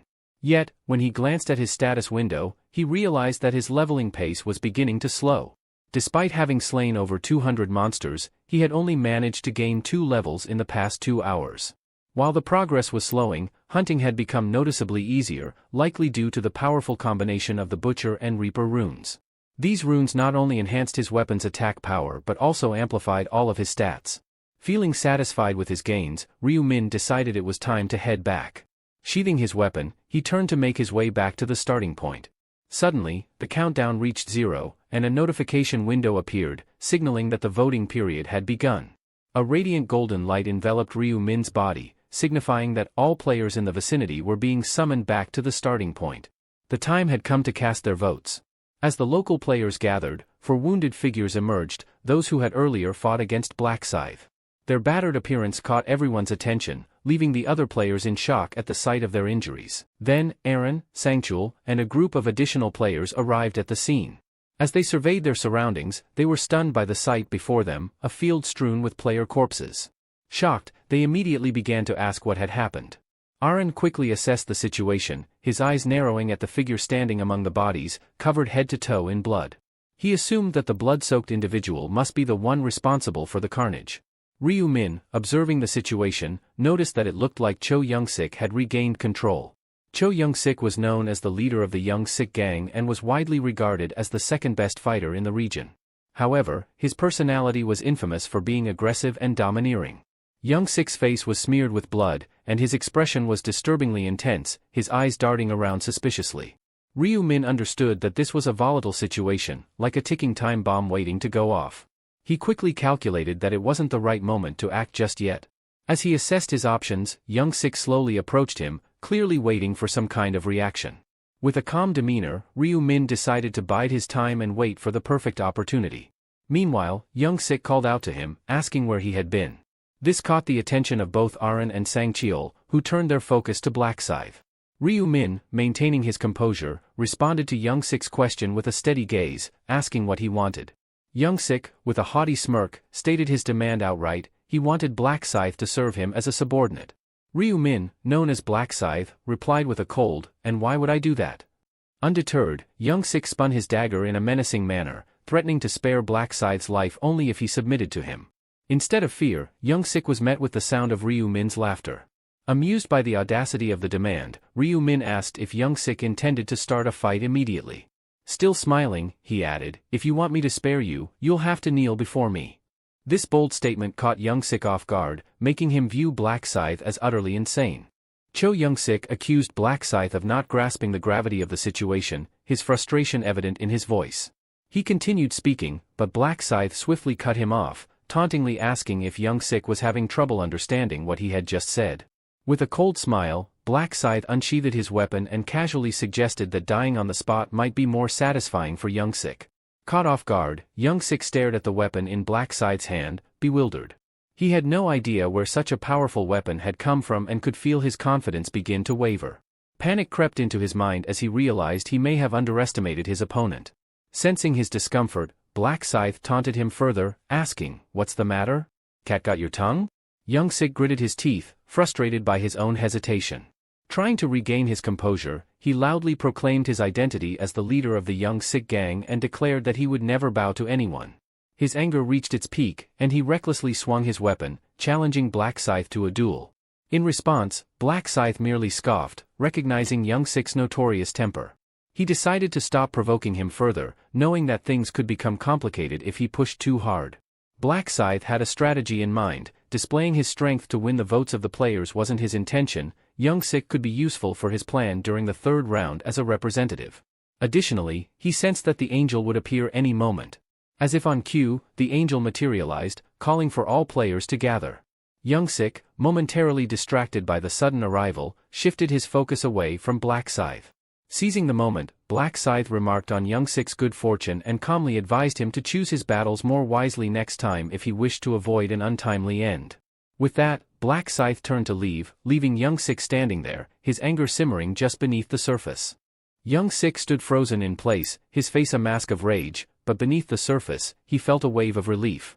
Though he appeared fierce and resolute, a part of him was worried that the tension might trigger a heart attack. Still, he silently vowed that Black Scythe would one day witness his true power. For now, he would let him go, but if chosen as the representative, he would make sure to avenge the humiliation he had suffered. The angel, her voice echoing across the battlefield, asked the players if they had selected their delegates. Glancing at the scattered bodies, she dryly noted that they had accomplished more than just talk in the 3 hours they had spent together. With a dismissive tone, she reminded them that whether they lived or died was of no concern to her. Then, she called for the voting process to begin. A screen appeared in front of each player, announcing the start of the election for the region's representative. Every player had one vote, and the candidate with the most votes would assume the role. To cast their vote, they simply needed to focus on the player they wished to support. The angel warned that anyone failing to vote within the 5-minute window would automatically lose and be eliminated from the next round. The countdown began. Some players murmured the instruction to themselves, "Look at who I want to vote for," as they scanned the crowd to decide on their choice. Most of them fixed their gaze on Young Sik, who wore a confident, smug grin, assuming all eyes were on him. Then, unexpectedly, his expression shifted. He turned his attention to a woman with round cheeks and demanded why she wasn't looking directly at him. Startled, the woman seemed unsure of how to respond. Seeing her hesitation, Young Sik grew increasingly agitated and threatened to kill her. Stammering, she quickly defended herself, insisting that she had voted for him. Frustrated, Young Sik continued to shout threats, demanding everyone's attention. He scanned the crowd, threatening anyone who dared to avert their gaze. Finally, the voting time ran out. The angel clapped her hands, announcing that the voting period had ended and instructed them to tally the votes. A large screen materialized above, revealing the results. In fifth place was Cute Baby Bird with 5 votes, and Chubby Cheek Steamed Bun came in fourth with 6 votes. With 249 votes, Black Dragon secured third place, while Black Scythe came in second with 2,077 votes. Topping the leaderboard with 2,412 votes was Life is a Documentary. Although Young Sik, who went by Life is a Documentary, received the highest number of votes, he wasn't pleased. His irritation deepened as he saw that Black Scythe had garnered significant support. Young Sik glared at the players who had voted against him, and many of them avoided meeting his gaze, aware of his anger. After the voting concluded, the angel announced that Life is a Documentary had been chosen as the region's representative. A window screen appeared, indicating that Young Sik had gained the power of command, allowing him to issue directives to other players. His blood-stained face broke into a wide grin. He immediately planned to use this newfound authority to rally the players against Black Scythe, determined to make him regret not killing him earlier. As Young Sik examined the details of his command ability on the screen, he realized its limitations. He could give direct orders to players, but only those without a class, and he could only control one player at a time, up to a maximum of 10 uses. Discontent flickered across his face at the restrictions, especially the fact that players with a class could resist his commands. The angel's voice cut through the tension, asking the players if they believed this was the end. However, she hinted that a hidden mission still remained for this round. Her cryptic words puzzled the players, who couldn't quite grasp what she meant. A window screen then appeared, revealing that the second round contained a side quest. If they completed it, they would receive a class advancement item and a coupon for 50% off today's item. Sungkal and Arin seemed confused about the concept of class advancement items. The angel clarified that these would appear in the quest window once players reached level 10. When one of the players questioned how they were supposed to level up without any monsters, the angel's expression darkened, and she informed them that the forest was teeming with creatures. Only 80,000 players nationwide would have the opportunity to advance to a class this round, the angel added. She then revealed that someone in their region had already been granted a class advancement, sparking curiosity among the players about who it could be. Sensing their interest, the angel asked if they wanted to check the results of the side mission to find out more. This possibility excited the group even more. The results of the second round subquest appeared on a large screen, revealing the standings for each region. At the top was the level 16 Reaper, Black Scythe, followed by the level 10 Dark Knight, Heavenly Demon, in second place, and a level 10 Shaman in third. It quickly became evident that Black Scythe was the only player in their area to have advanced to a class. The realization dawned on the other players that he was now in a class of his own, the Reaper class. This knowledge brought a mix of fear and respect, as they murmured among themselves, connecting his class to the scythe he wielded. Young Sik, who had hoped to use his command authority to control Black Scythe, was seething with frustration. He found it infuriating that Black Scythe had managed to advance so quickly, making him immune to his control. The timing seemed oddly perfect to him, almost as if fate itself were playing a hand. The angel then explained that rankings for the second round had been assigned based on who completed the subquest the fastest. Looking at the leaderboard, she announced that Black Scythe was the first in their region to change his class and had also claimed the top spot overall. She seemed genuinely impressed and even commented on how fitting his nickname was, given his new class. She asked him how he had chosen the name Black Scythe and if he had known in advance that he would acquire the Reaper class. With a casual demeanor, Ryu Min responded that he had no idea he would end up in a class that matched his moniker so well. The angel, intrigued, suggested that perhaps it was fate for him to become a Reaper. Ryu Min nodded, mentally noting that the angel seemed unaware of how the Reaper class was actually obtained. They only knew it was something unique. She found the situation fascinating and remarked that it was surprising there was only one player in the area who had managed to change their class. Furthermore, she clarified that Black Scythe would be the only one immune to authority orders. Her statement caused confusion among the players, who questioned what she meant by saying the authority command would not affect Black Scythe. The angel paused, seemingly considering whether to elaborate further, leaving everyone in suspense about what might come next. She continued by clarifying that anyone belonging to a class is exempt from the authority of command. This meant that the region representative had no power to control Black Scythe. Moreover, there were only 10 opportunities to use the command authority, so being named a region representative did not grant unlimited power. The players absorbed her explanation, but Cho Young-sik's frustration grew. He had hoped to keep the limitations of his authority hidden from everyone. The angel then turned her attention back to Black Scythe, proposing that he should receive a reward for being the fastest to complete his class. With a snap of her fingers, 2 screens appeared before him. The first screen congratulated him on achieving the highest rank in the area, while the second celebrated his position as the top-ranked player across all regions. Ryu Min, tapping on the screens, claimed his rewards. For being the first in the area, he received a ticket of low-rank rare armor. Additionally, for placing first across all regions, he was given the choice of a special reward from a collection of rare armor pieces. The options included a leather armor of a skilled hunter, armor of a medieval knight, and a well-ventilated mage robe. His decision was already clear. The first option seemed too intricate, and the third offered little in terms of defense. So, he selected the second choice, the leather armor of the skilled hunter. Next, he was asked to pick from a set of unique rewards, 3 experience boosts valid until the end of round 3, 3,000 gold, or information about the third round. Understanding that the next round would involve a large number of monsters, he chose the 3-time experience boost, knowing it would be the most advantageous. The angel announced that the rewards had been distributed. A golden glow surrounded Ryu Min's body, as well as those of the other participants, signaling the completion of the reward ceremony. The angel declared that everyone could now return home. With a sinister grin, she hinted that the third round would be far more challenging, assuring them, "I promise." Before the players could teleport, a large screen displayed the results of the second round. Only 873,500,205 survivors remained across all regions, with 4,998 survivors in their current region, ESKS 455. The screen then flashed another message, announcing that their souls would soon be transferred to their physical bodies in the current dimension, with the next round set to begin on March 1, 2023. The message concluded by wishing them luck in surviving. As the notification ended, the soul transfer began. Suddenly, Young Min awoke with a start, shouting in panic. He glanced down and was relieved to see his hand was still intact, his arm was still attached to his body. He had assumed he might return with his normal body if he survived, but now, a sense of dread crept over his face. He swore he would never cross paths with Black Scythe again or even think of confronting him. Meanwhile, Sungchul praised Aaron for her hard work. Aaron, in response, stated that he had put in a great deal of effort while she had done nothing. Turning to face him, she smiled broadly and thanked him.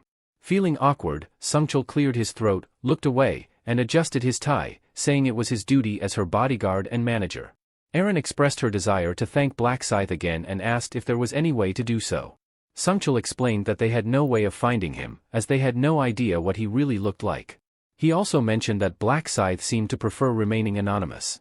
Aaron acknowledged this, though it didn't please her. Sun Chul added that when he had asked Black Scythe for his account number to provide compensation, he had initially refused, suggesting that he didn't want anyone to discover his identity. Aaron understood, but the realization left her feeling unsatisfied. Seeing her disappointment, Sun Chul suggested that if she truly wanted to express her gratitude, she could try to find him in the next round and give him something then. Aaron's face brightened at the idea. Aaron thought it was a clever idea. She began to contemplate how to properly show her gratitude to Black Scythe. As their conversation wrapped up, Sun Chul suggested she get some rest, promising they could discuss it further in the morning. Aaron nodded and advised him to be careful. Just as Sun Chul was about to step into the elevator, his phone buzzed. He answered the call from President Ma while stepping inside.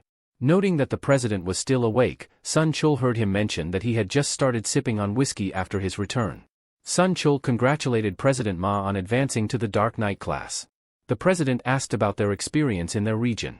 Sun Chul explained that both he and Aaron had only managed to reach level 8 before getting injured halfway through, which prevented them from continuing their hunt. President Ma sounded disappointed by this news. As Sun Chul reached the parking lot, he asked if it was a good time to discuss the matter, indicating he had something important to report. He revealed it concerned Black Scythe.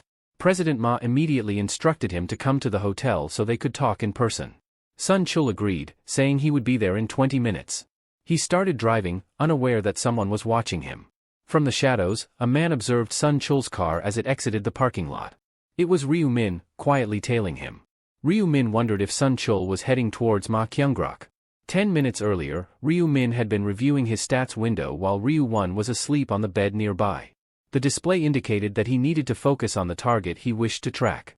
He visualized Sun Chul in his mind and spoke his name. The window confirmed the name and face, and then indicated that the target's location was now being tracked. The screen showed the target was just 9 meters away. As the distance on the display suddenly shifted to 23 meters, then 56 meters, Ryu Min realized Sun Chul had likely taken the elevator, based on how quickly the numbers were changing. Ryu Min grew curious about Sun Chul's early morning destination, suspecting he might be heading toward Ma Jiangrok. Not wasting a moment, he quickly slipped into his jacket and dashed out the door, determined to confirm his hunch. He felt fortunate that he had decided to track Sun Chul down right after his return. Overhead, thick clouds obscured the full moon, blocking its light from piercing through. Ma Jiangrok, meanwhile, was gazing up at the overcast sky, thinking it was an ideal night for a pursuit. However, he chose to remain still for the moment, as he needed to receive Sun Chul's report. He mulled over how Black Scythe had clinched first place in both the initial and second rounds, wondering what kind of player could stay so enigmatic and yet so dominant. His fingers drummed restlessly on the arm of the couch. The thought of Black Scythe's ranking clearly unsettled him. He began to speculate whether Black Scythe would have targeted his subordinate. If so, Ma Jiangrok knew that such a move would be a direct challenge to him. And he was not the type to tolerate such defiance lightly. His expression remained stern and focused. He had no intention of allowing anyone, not even the player ranked first, to stand in his way. A sense of tension filled the room as he considered the possibilities. Outside, a figure stood by the door, finally knocking. Sun Chul's voice came through, asking if he could enter. Ma Jiangrok gave a nod of assent, inviting him in. Rising to his feet, Ma Jiangrok greeted Sun Chul, who immediately expressed his gratitude. "It's all thanks to you, President Ma, that we're even meeting again," Sun Chul said respectfully. President Ma, wearing a faint smile, replied, "I've done nothing, we weren't even in the same region." Sun Chul bowed slightly, his tone earnest as he added, "Just knowing you're out there inspires me." President Ma chuckled softly, amused by Sun Chul's flattery. "You have a talent for saying the right things," he observed. "It's not flattery," Sun Chul replied with sincerity. "It's the truth." He then congratulated Ma on making it through the round. President Ma shrugged, brushing it off. "Round 2 was a breeze, a walk in the park," he said. Sun Chul, however, continued to praise him, this time for his advancement to a new class. Ma responded humbly, "Just luck, that's all." But Sun Chul insisted, securing second or third place is no small feat, even luck is a skill in itself. He concluded with admiration, saying, "To serve someone like you, President Ma, is the greatest privilege I could ever have." President Ma set his glass down and, with a slight grin, remarked that Sun Chul's flattery was too obvious. He guessed that Sun Chul needed something from him. "So," he asked, "am I right in sensing that you have a favor to ask?" Feeling anxious, Sun Chul hesitated before asking how President Ma had obtained an advancement item.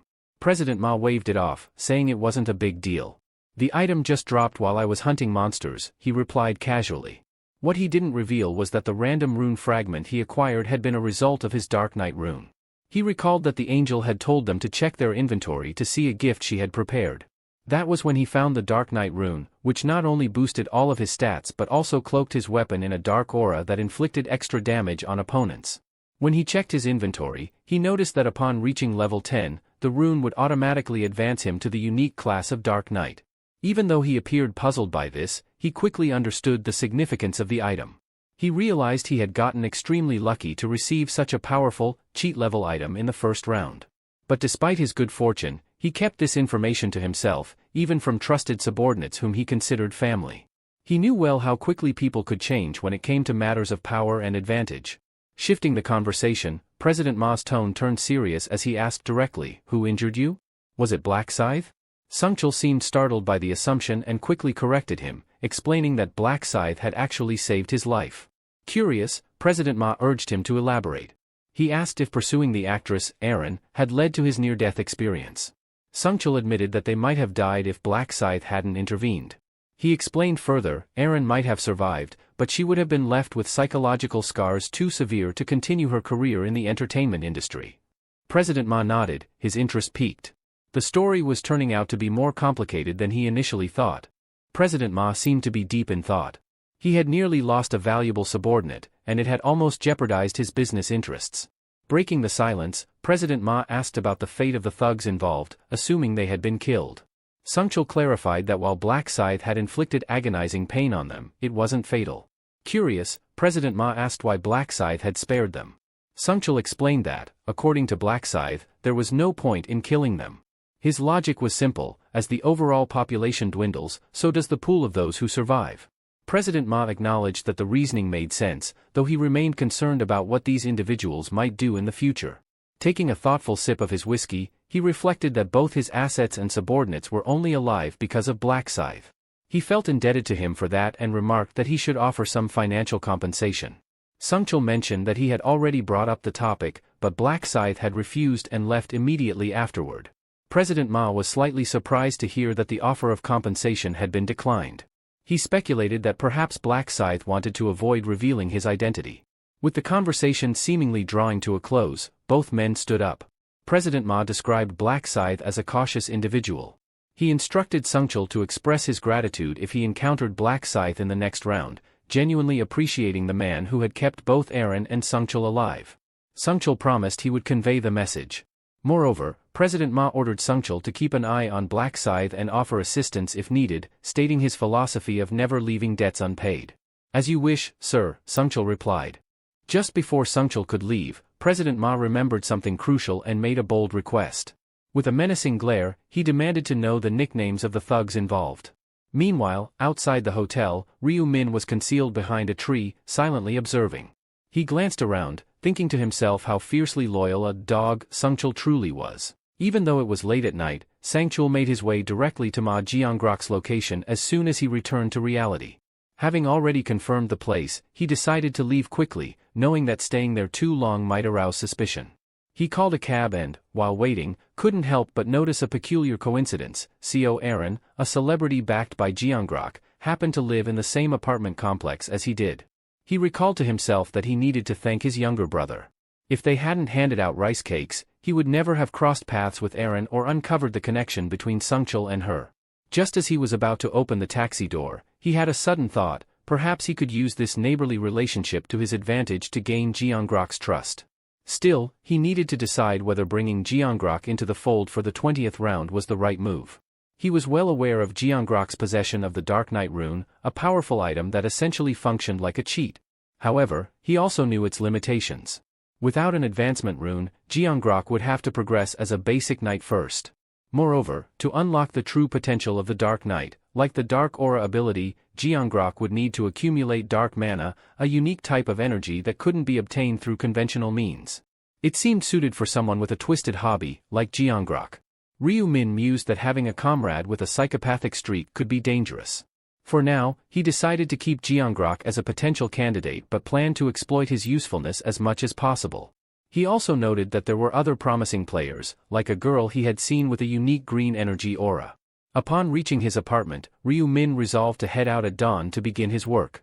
Later that day, at a local convenience store, the cashier seemed conflicted, clearly worried about something.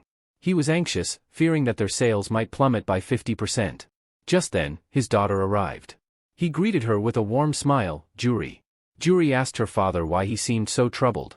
He explained that the store's lottery ticket sales had come to a complete halt. Curious, Julie asked why this had happened so suddenly. Her father sighed and told her that while the government had provided a reasonable-sounding explanation, it seemed like they were blaming the players for the downturn. The government admitted that they had no way of gauging the skill levels of the players. Julie recalled reading about a man who had won the lottery 4 times in a row. Her father sighed and added that rising labor costs and rent were already making things tough, and now he wasn't sure how to manage. Julie tried to reassure him, saying she would help out as soon as she graduated. She even wondered aloud whether taking on a part-time job would help them make ends meet. Her father quickly dismissed the idea, urging her to focus on her studies instead. He promised to handle the financial worries himself, reminding her that her goal of becoming a doctor was more important. Praising her for her good grades, he asked if she still planned to go to college. Julie hesitated, then confessed that she had given up on that dream. She explained that, in light of the current situation, education seemed pointless. Her father, seeing her determination, gave in. He admitted that the uncertainty of the next round was weighing heavily on him and that money was not the main concern. Apologizing for being so distracted lately, he admitted he had a lot on his mind. Julie squeezed his hand and assured him there was no need to apologize. She smiled warmly and told him she was okay, saying, "Guess what? I made it through the second round and even got myself a class." Her father looked at her with surprise and curiosity. Julie raised her hand in front of his forehead, and suddenly, green circles of light began to glow around her. Her father stared in astonishment as his body started to emit a faint green glow. He asked, bewildered, "What did you just do?" Julie grinned and explained, "It's a skill called Bless that I got when I earned the buffer class. It slightly boosts your stats and has a refreshing effect." Her father's face lit up with joy as he felt a rush of energy coursing through him. He praised her for her skills, saying he truly did feel more invigorated. Julie promised she would use this skill on him regularly to help him feel better. Encouraging him to lift his spirits, she gave him a playful nudge. Just then, the door to the convenience store swung open. A man stepped inside. Julie noticed the recognition in her father's eyes. She leaned in closer and whispered, "Dad, do you know that man who just walked in?" Her father nodded slightly, his expression a mix of curiosity and caution. The man was none other than Ryu Min, who had just entered the store, seemingly aware of the attention he was drawing. Julie's father informed her that the man who had just walked in was the first-place winner, the one who accurately picked the winning numbers on every tickets. As he approached the counter, Ryu Min greeted him with a familiar smile, asking if he remembered him. He continued, mentioning that he was the person who had bought 101 lottery tickets. Recognizing him, the man at the counter nodded and asked why he had come back. Ryu Min's expression shifted, and he took a deep breath before speaking. Apologizing, he admitted he had seen the news about how the sale of NATO lottery tickets had been halted after he won first place twice. "I didn't mean to cause any trouble for your shop," he said sincerely, "and I'm truly sorry for any harm I've unintentionally caused." Julie observed the entire interaction, noticing the genuine regret in his tone. The shopkeeper reassured Ryu Min, saying, "It's not your fault. We'll manage, even without the lottery sales." However, Ryu Min continued, rummaging through his bag as he spoke, "I know it's not entirely my fault, but I still feel responsible. I want to help in some way, even if it's just a small gesture." He pulled out an envelope and slid it across the counter. The shopkeeper glanced at the envelope, puzzled, and asked, "What's this?" Ryu Min calmly replied, "There's 10 million won in there." Both Julie and her father were shocked by the amount. The man quickly refused, but Ryu Min insisted, urging them to accept it. Before they could respond, he turned and left the store. Staring at the envelope, Julie's father seemed overwhelmed by the sudden offer. Without hesitating, Julie volunteered to return it. Taking the envelope, she dashed out of the store, calling out for Ryu Min to stop. He paused and turned to face her, his expression curious. As she caught up, Julie introduced herself, noting that they were in the same class.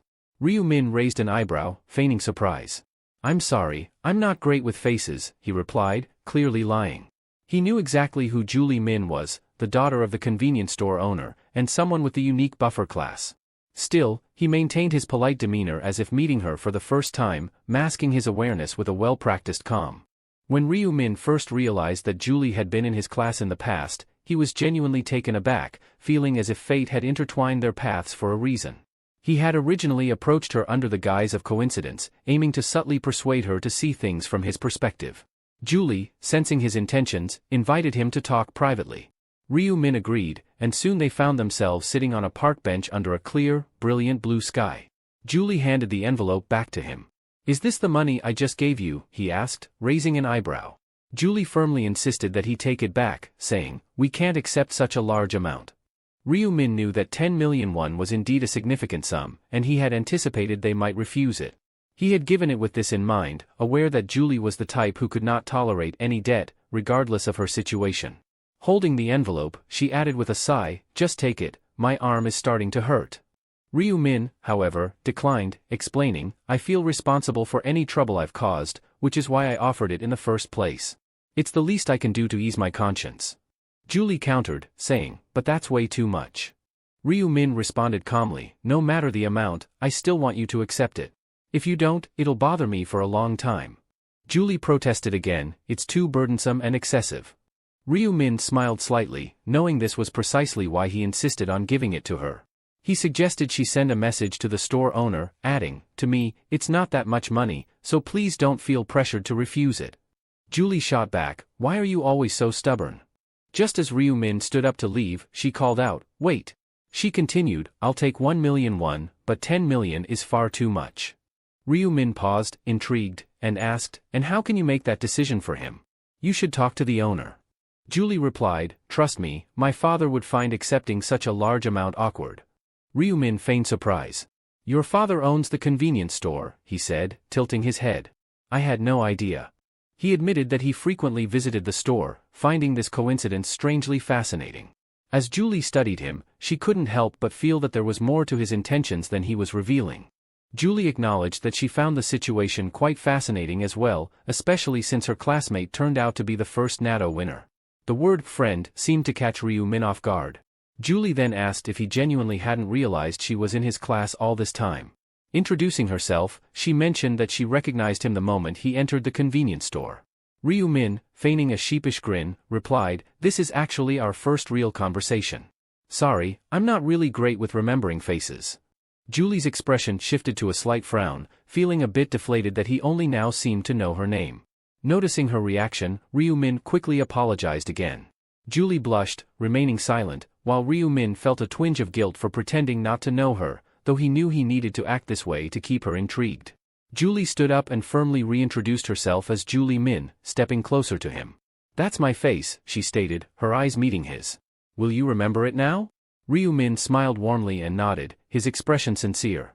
Julie's cheeks reddened further, and she found herself momentarily speechless, realizing how peculiar it felt to be formally introducing herself to a classmate so close to graduation.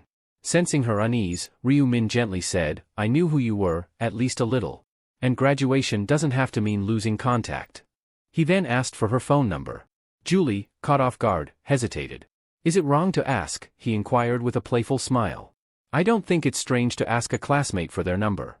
Blushing, Julie nodded and reached for his phone, quickly typing in her number before handing it back. "Thank you," Ryu-min replied, adding, "It seems like fate brought us together, so we should stay in touch." Julie stammered a bit before agreeing. Ryu-min then mentioned he needed to leave, explaining that he had something urgent to attend to. As he walked away, Julie realized she still held the envelope. She called after him, "Wait," but he simply waved back, continuing on his way without turning around. In the end, Julie couldn't bring herself to return the envelope. Her thoughts drifted to how Ryu-min had asked for her number, causing her face to flush as she clutched her chest, her heart still racing. She knew he only intended to be friends, but her feelings for him were too overwhelming to control. She thought back to when they had first met by chance. She had witnessed something involving him and had reported it to the police, feeling compelled to see the matter through, unsure whether she had done the right thing. Wanting to ensure he got home safely, she had decided to follow him. But when she saw him carrying on with his part-time job as if nothing had happened, she realized he was much stronger than he appeared. That was the moment she first became intrigued by him. However, she lacked the courage to approach him. As time passed, her feelings grew stronger, making it even harder for her to confront him directly. She never expected that they would meet again like this. Julie decided to be brave this time, considering it a rare opportunity that fate had handed her. With the envelope of 10 million won still in her pocket, she could no longer pretend she didn't know him. She wondered if she should invite him to dinner and smiled to herself. Meanwhile, Ryu-min was lying in bed, texting. Julie had just invited him to lunch. He replied that he was free and offered to cover the cost, but Julie insisted on paying. He hadn't expected her to be so quick to offer to buy him a meal. He had assumed she might feel indebted to him. This development was promising. It would be easier to make her an ally if they naturally became friends. He decided that, come the 20th round, he would make sure to save her. As Ryu-min emerged from his room, Ryu-won was sitting on the couch. "Where are you headed?" Ryu-won asked. Ryu-min replied, "I'm meeting a friend." "A friend?" Ryu-won watching TV. "Is this friend a woman?" Ryu-min smirked and asked, "Why, can't I meet women?" Ryu-min casually mentioned to his younger brother, Ryu-won, that he would be heading out for lunch. Ryu-won, surprised, quickly realized that his brother might be going on a date. Later, at a steakhouse, Ryu-min and Julie met up.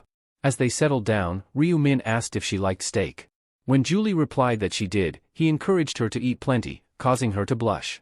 She found it hard to believe that she was sharing a meal alone with him, one of the best days she could remember. For a while, they ate in silence, and Julie felt the atmosphere growing awkward.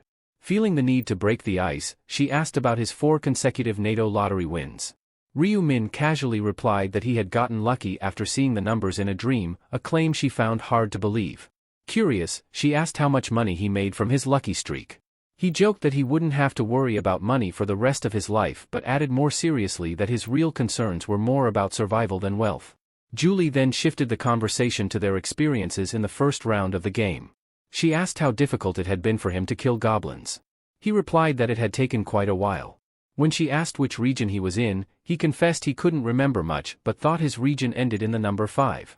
Julie told him her region ended at 7 and lamented that they couldn't cross into each other's territories in the other world. Ryu Min reassured her, explaining that as the number of survivors decreased, the regions would eventually merge. She then asked about his level, and he revealed he was at level 10, which she noted matched her own. Curious, she inquired about his class. Ryu Min responded that he didn't have a class yet. Julie mentioned that she was fortunate enough to acquire a class change item. Feigning ignorance, Ryu Min asked, "A buffer? Is it like giving buffs in a game?"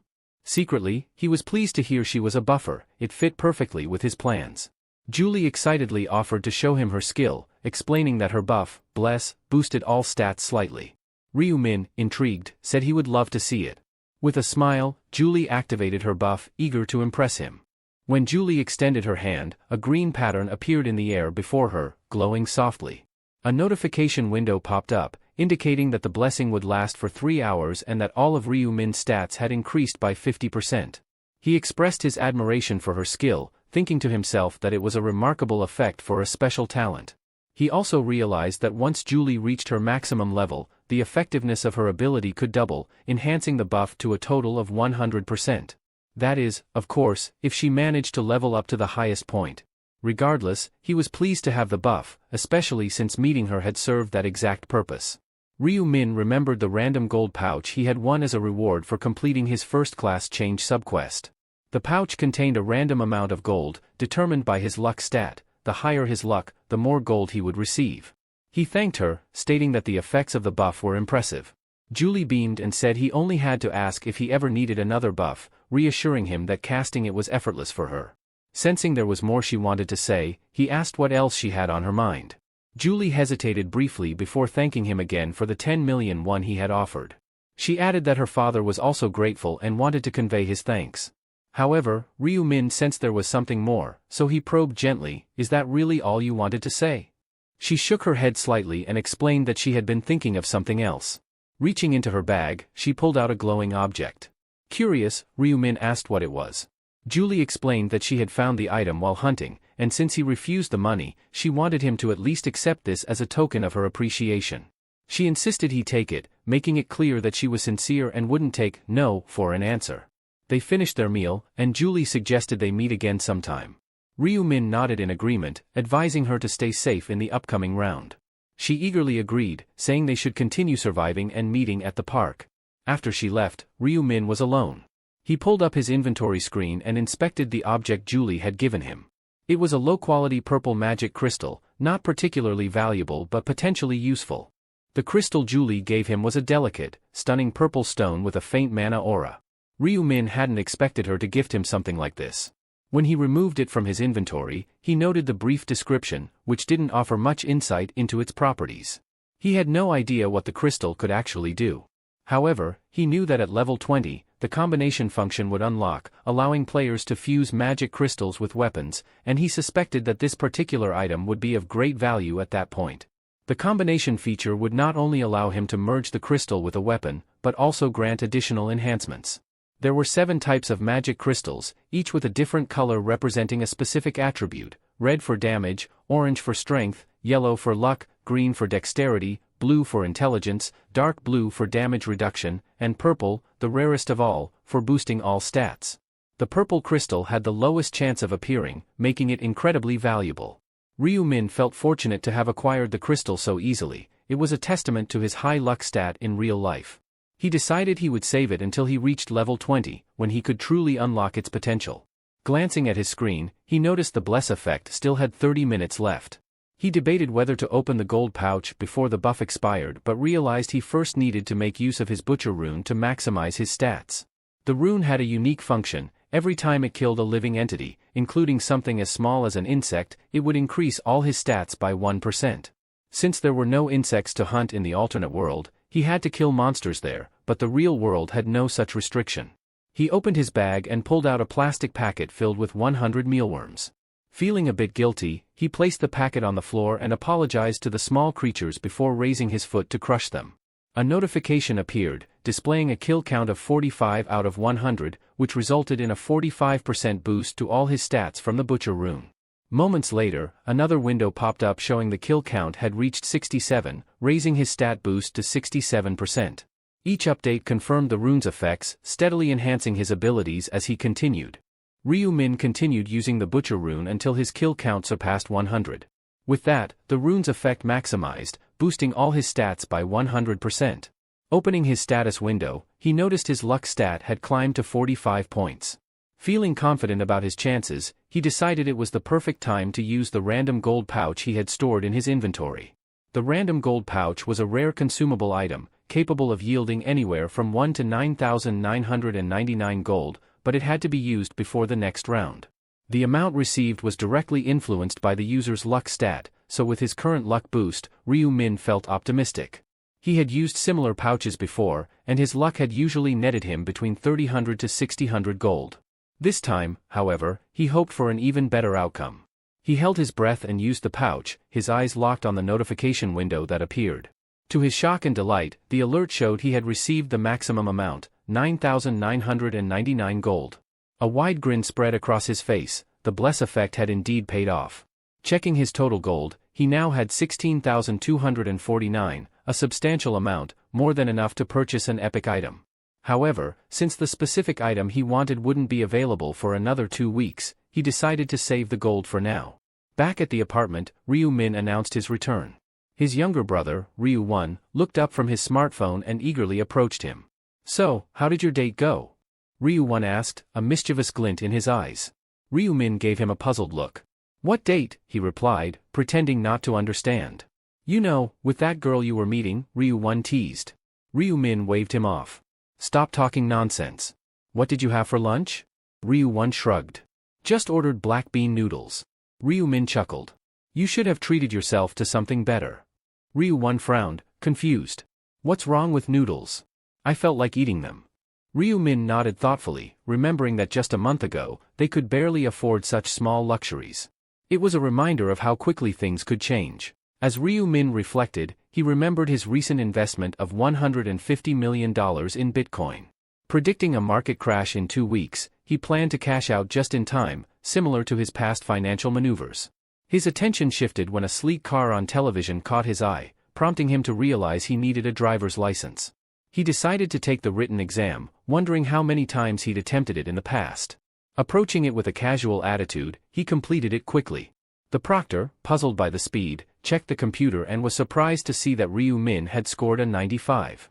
While he had expected to pass, there was a delay, and he had to wait 4 days to receive his license. After getting his license, Ryu Min bought a supercar, a Lamborghini Aventador. It was the car he always wanted. Ryu Min asked how long it will take to deliver the car. The man told him it will be delivered within a month. Finally, the moment arrived, and as he held his smartphone, he decided it was time to exit the Bitcoin market. Laughing while looking at his phone, Ryu 1 noticed and asked if something good had happened. Ryu Min replied that he had just sold all of his Bitcoin. When Ryu 1 asked how much it had grown, Ryu Min casually mentioned that the value had increased by $300 million. Ryu 1 nearly choked on his coffee, stunned by the massive profit. He could hardly believe it. His brother's initial investment of $60 million had multiplied so dramatically. Just a month ago, he had tried to discourage him, and now the return was beyond his imagination. Ryu Min admitted he hadn't expected it to grow so large, though he had estimated it might reach around $280 million, based on his previous experience. When Ryu 1 asked if he was withdrawing everything, Ryu Min confidently confirmed his decision. Ryu 1 agreed that it was a wise move, though he seemed to anticipate something else. But then Ryu Min revealed it was time to start investing in stocks. Ryu 1's face fell, as he felt uneasy about his brother's new plan. He asked what his strategy was, given his lack of knowledge about the stock market. Ryu Min reassured him not to worry, saying he had seen it in a dream. Doubtful, Ryu 1 asked if his brother had experienced another premonition, this time about stocks. Ryu Min described how his dream showed him that investing immediately would yield great returns. With no choice but to trust his brother's instincts, Ryu 1 reluctantly agreed to support him. Although Ryu Min felt confident in his predictive abilities, he couldn't help but feel slightly annoyed by his brother's constant nervousness. Determined to proceed, Ryu Min decided to venture into the stock market. He chose a company valued at around $900 million, ranked 85th on the Kostak Index, Heavenly Demon Consulting Corporation, a subsidiary of Gyeongrok. Despite its current obscurity, he knew that by the fourth round, the company would develop a unique system and experience rapid growth. Ryu Min reasoned that with such a high chance of success, there was no reason not to invest. He figured that securing shares and potentially gaining operational control as a major shareholder would allow him to exert significant influence. Confident in his strategy, he decided to invest $280 million to acquire a 31% stake in the company. Just as he was about to finalize the transaction, he heard his brother muttering a prayer, hoping the dream would come true. Amused by the sight, Ryu Min proceeded and completed the investment with a smile. As the sun had already set, Ryu Min realized he needed to go shopping. Even though it was past midnight, he opened the storefront window from his bed and began scrolling through the available items. Knowing he had some gold set aside for this purpose, he navigated to the equipment tab. He remarked on the convenience of using gold to purchase common skills and items. While most of the skills and items listed were of normal rank, he knew there was a way to obtain rare and epic items. The Today's Item feature allowed players to purchase a randomly rotating item daily. Typically, this unpredictability made it hard to get what one wanted, but Ryu Min's unique knowledge of the future gave him an advantage. He was aware that the legendary item he sought, the skeletal necklace, would be available that day. The skeletal necklace would remain active until the end of the round, providing a 3% boost to intelligence and a 1% increase in attack speed per enemy defeated, with a maximum of 25%. Priced at 4,600 gold, the item offered excellent benefits at a reasonable cost. Feeling a surge of excitement, Ryu Min quickly made the purchase, satisfied with its ability to enhance his attack speed. After confirming that the item he wanted was indeed available, Ryu Min decided to use it after completing his advancement quest. He retrieved a 50% discount voucher from his inventory, planning to use it on the purchase of the skeletal necklace. Upon clicking buy, he was stunned to find that his remaining balance was still 13,949 gold. Sitting up in surprise, he realized he had far more gold left than anticipated and started planning his next purchase. Initially, he had intended to use the leftover gold to buy a set of standard equipment, but then he considered a better option, purchasing another common skill with the extra 6,000 gold he had saved.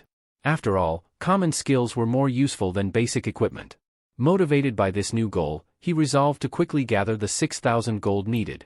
Fortunately for him, the third round promised to be filled with plenty of monsters. As time passed, March 1, 2023, arrived. The moment had come when all players were transported back to the alternate world. Their bodies began to emit a yellow glow as their souls were pulled into the other realm. As expected, the day had finally come. Upon arrival, the players found themselves not in the familiar forest, but in a desolate village area. One player voiced their frustration at being drawn back into the strange world. Looking around, they noticed the village was in ruins, its structures reduced to rubble. Another player pointed out that this wasn't just a village but rather the remains of one. In the center, they noticed a glowing purple crystal surrounded by fortress-like walls, sparking curiosity and speculation about the nature of the third round. Ryu Min observed the tense atmosphere around him. Everyone seemed uneasy, sensing the strangeness of this place. He mused that at least one person, Cho Young-sik, would probably stay calm under these circumstances. Soon, murmurs about Young-sik started to spread among the players. They talked about their regional representative, a notorious gang leader known as Life is a Documentary. They recalled how he had intimidated everyone in the region into voting for him, waving a dagger to ensure no one dared to oppose him. Another player spoke up boldly, saying that instead of that murderer, Black Scythe should have been chosen as the representative. The player next to him quickly warned him to keep his voice down, pointing out that if Life is a Documentary overheard, he could use his authority to command. But the bold player shrugged it off, feeling there was nothing to fear since the authority of command could only be used 10 times. Life is a Documentary heard the remark and began shouting curses at them. The other players mocked him, saying he was acting as if swearing was prohibited and questioning why he was so upset. This only aggravated Life is a Documentary more. He waved his hands furiously, demanding that the crowd listen to him, but the players continued to talk over him, pretending not to notice his rage. His anger grew, knowing that the angel had revealed the power of command to everyone, and the events he had hoped to control were slipping from his grasp. Suddenly, a figure bowed and said, "Nice to meet you, sir," with polite gesture toward him. Recognizing the person, Life is Documentary asked Hwang Yong-min what he was up to. Yong-min addressed Life is a Documentary enthusiastically, but then called him by his real name, Jangsik, leader of the Jangsik gang. Jangsik, confused, asked Yong-min about his intentions. Youngmin responded cheerfully that he do not belong to any gang yet. He introduced himself as a young man in his 20s with dreams of becoming a mob boss. What did you say? Jangsik asked, bewildered by Youngmin's bizarre declaration. But before Jangsik could fully process it, Youngmin passionately proclaimed that he admired Jangsik and truly wanted to join his gang. Just as Jangsik was about to ask him why, Youngmin suddenly bowed deeply, pledging his lifelong loyalty and begging to be taken in. Jangsik smirked, amused. He had encountered many kinds of lunatics in his time, but this one was new to him. He appreciated Youngmin's spirit, so he ordered him to stand up. Then, with a hint of mockery, he asked if Youngmin was sure he still wanted to serve him, even knowing his reputation was tarnished. Youngmin responded with unwavering respect, saying that he didn't care about any of that. He declared that he wouldn't give a damn what others thought, as long as Jangsik accepted him into the gang. Jangsik, looking quite pleased, decided to take responsibility for the young man and raise him as his own. Youngmin, full of anticipation, bowed deeply, expressing his gratitude and sense of honor at the acceptance. Observing this unexpected alliance, people began murmuring among themselves, shocked that Youngmin had joined Life is a Documentary. They whispered that he must be crazy, but as the saying goes, birds of a feather flock together. Meanwhile, Ryu Min blended into the crowd, relieved that everything had aligned exactly as he had predicted. Just then, the angel appeared and asked if everyone had gathered. She scanned the crowd and noted that 99 participants were missing. Her words left the players puzzled, not understanding what she meant. Suddenly, a notification screen appeared, outlining the details of the third round. The primary objective was to protect the relics for 3 hours. The players quickly realized there were now only 4,900 participants in their region, and only 1,225 of them would be able to complete the quest. Confused, they began murmuring among themselves, wondering how so many people had disappeared. The angel clarified that those players had not simply vanished, it seemed there had been some conflict in the real world. She even confessed that she found the concept of human conflict terrifying. A concerned player urged everyone to check how many could still finish the round. As they saw the numbers, anxiety spread through the crowd. Only a quarter of the original group could now complete the round. One player suggested there might be a system error. The angel chuckled when she heard this, assuring them it was no mistake. She pointed out that they seemed shaken by the fact that fewer participants would be able to finish this round and hinted that they might be overlooking something crucial.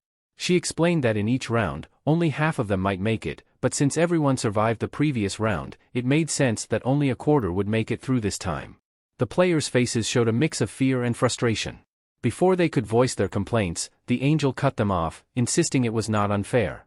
She emphasized that all they needed to do was work hard and rank in the top 25%. She then continued to explain the specifics of the third round. The angel continued, explaining that every 30 minutes, waves of monsters would pour through the castle gates, with the relic at the center of the village as their primary target. To protect it, the players would need to work together through 5 waves. If they successfully defended the relic for the full 3 hours, they would receive an additional reward. However, failure would result in severe penalties.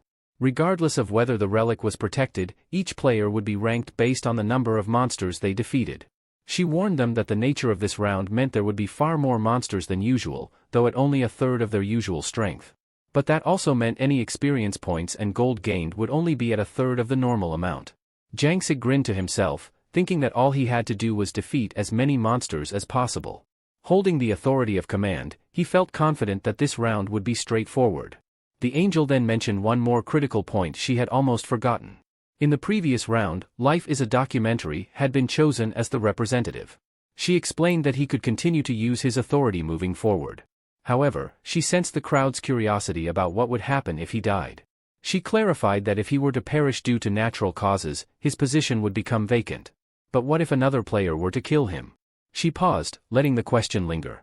With a sly smile, the angel revealed that in such a case, the player who killed him would immediately become the region's new representative, inheriting his full command authority. At this revelation, several players began eyeing Jangsik with open hostility, their true intentions becoming clear. The angel clapped her hands, announcing that the first wave of monsters would arrive in 10 minutes. She encouraged the players to cooperate if they hoped to survive for 3 hours, adding with a grin, "Though I'm not sure if any of you will make it." Jangsik cursed loudly, feeling the threat of enemies lurking behind him. He was furious that the angel had exposed his precarious position. Sensing danger all around, he shouted for anyone loyal to him to get ready for battle. Jangsik pulled out his dagger, daring anyone to come at him. "I'll face you all head-on," he shouted defiantly. The players around him seemed ready to attack. But one of them pointed out, "He can only use the command authority 10 times. He's not as powerful as he thinks." Another player added, "If I understood the angel correctly, the person who kills him takes his place as the representative." A third player argued that maybe keeping him as their leader would be more beneficial, and the group hesitated. Then, they noticed Black Scythe stepping forward boldly. Jangsik, feeling uneasy, demanded, "What do you want, Black Scythe?" Black Scythe approached calmly, "Relax, I'm just here to talk. No need to be afraid." Jangsik scoffed, "I'm not afraid. Say what you came to say, but don't think I'll bow my head to you." Black Scythe nodded. "I have a proposal for you," he began. "I understand you're in a tight spot right now. Let me protect you." Jangsik was confused. "Protect me?" Black Scythe clarified, "I'll guard you, stop anyone who tries to kill you. Consider it a personal escort service, one-on-one." The players around them began to murmur, realizing that to take down Jangsik, they'd now have to face Black Scythe too. It left them unsure of their next move. Jangsik, noticing the change in their demeanor, was tempted to accept the offer. He knew the reputation of Black Scythe alone could make people think twice. However, he was aware that there was always a price. "What do you want in return?" he asked cautiously. Black Scythe smiled slightly. "Nothing much. Just that you follow my orders, all of them." The demand stunned Jangsik. "You want me to be your subordinate?" "Think of it as a partnership," Black Scythe replied, his tone even. Jangsik, still suspicious, questioned, "Why are you offering me this deal? What's in it for you?" Black Scythe gave a shrug. "I can't say. Just know that you'll need to obey without question." Jangsik didn't like the sound of that. He realized he'd be putting himself under Black Scythe's control without knowing his motives. Inside, he cursed the man, frustrated by the impossible choice he was facing. Jangsik hesitated, wondering what would happen if he refused the offer. He feared that rejecting it might provoke Black Scythe to attack him. Black Scythe, sensing his indecision, reminded him that others were waiting for his answer and pressed him to make a choice. After a moment of uncertainty, Jangsik finally declared that he would not accept the offer. Ryu Min had expected this outcome. He knew that someone like Jangsik would never swallow his pride so easily. The players around them began to mock Jangsik for his decision. He could have hunted in peace if he just accepted, one of them jeered. Another guessed that Jangsik had refused because he felt insulted at being asked to obey. They joked that his pride was worth more than his life, or maybe he just had no regard for the rest of the players. Everything was unfolding just as Ryu Min remembered from his past life. He knew Jangsik would always draw a clear line and refuse to submit. Black Scythe, appearing indifferent, replied, "Very well, your choice is made. I won't concern myself with whether you live or die." The players' excitement grew at the news that Black Scythe wouldn't interfere. Now, they could target Jangsik freely, and the prospect seemed to thrill them. For a brief moment, Jangsik felt a pang of doubt. Maybe he should have accepted the offer after all. But before he could dwell on it, a notification window flashed. Wave 1 was about to begin. Another message followed, instructing the players to guard the relic and prepare for the arrival of monsters. It also revealed that Wave 2 would start in 30 minutes, regardless of how many monsters were defeated. Someone in the crowd shouted for everyone to protect the relic. As the countdown began, Jangsik realized he couldn't rely on anyone here. They were all potential threats. He knew he had no choice but to fight alone. Jangsik noticed Black Scythe moving away from the crowd and wondered where he was headed. He watched as Black Scythe continued walking toward a deserted alley, prompting Jangsik to follow. He questioned whether Black Scythe planned to fight alone or head straight to the entrance. The first wave started almost immediately. The doors began to creak open slowly, revealing 49,100 players and 9,800 weakened goblins waiting on the other side. As the goblins, each with a fierce appearance, started pouring through the narrow doorway, a notification window displayed their numbers. Upon realizing the sheer number of monsters swarming into the village, Jangsik felt a surge of panic.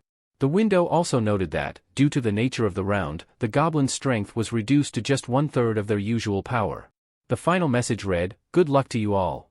Jangsik found the situation absurd.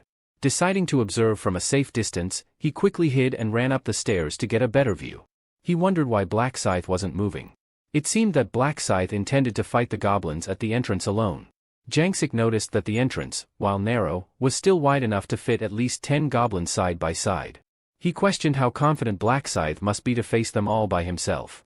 Reaching the top of the stairs, Jangsik opened a door and peered down. As the goblins approached, he watched Black Scythe remain in position, seemingly unfazed. Jangsik thought the man must be insane. His level was certainly high, but facing so many enemies alone seemed reckless. He assumed Black Scythe was bluffing and that he'd retreat after a few moments of fighting. But then, to his surprise, Black Scythe charged forward and met the goblins head-on.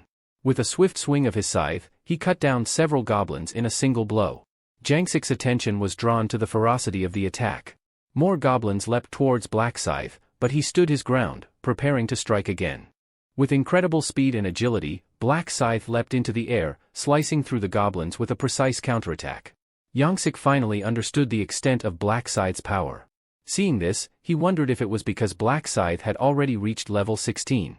That strength certainly made sense now. Realizing this wasn't the best time to simply watch, Jangsik decided to focus on leveling up as quickly as possible to grow stronger himself. He turned his gaze toward the opposite side of the village, where he expected to see a fierce clash between the goblins and the players. Near the relic, the players had gathered, working together to protect it. They communicated with each other, shouting which entrance had been breached and where reinforcements were needed. Jangsik, emerging from his hiding spot, decided it was time to start taking down goblins. He viewed them as a way to gain experience points. As he charged toward a group of goblins, they immediately rushed at him. But before they could reach him, Jangsik sensed something behind him. He reacted instantly, striking first before it could do any damage. Grinning with pride, he was satisfied with his quick reflexes. Thanks to the rune of detection, he had anticipated their movements, believing this fight would be easy.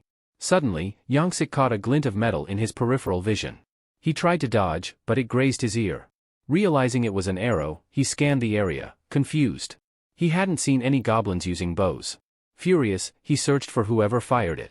Though he didn't know who it was yet, he swore to get revenge if he found out. Just then, he felt a sharp pain as another player stabbed him in the side. He groaned as the attacker shouted in triumph. Anger flared within him.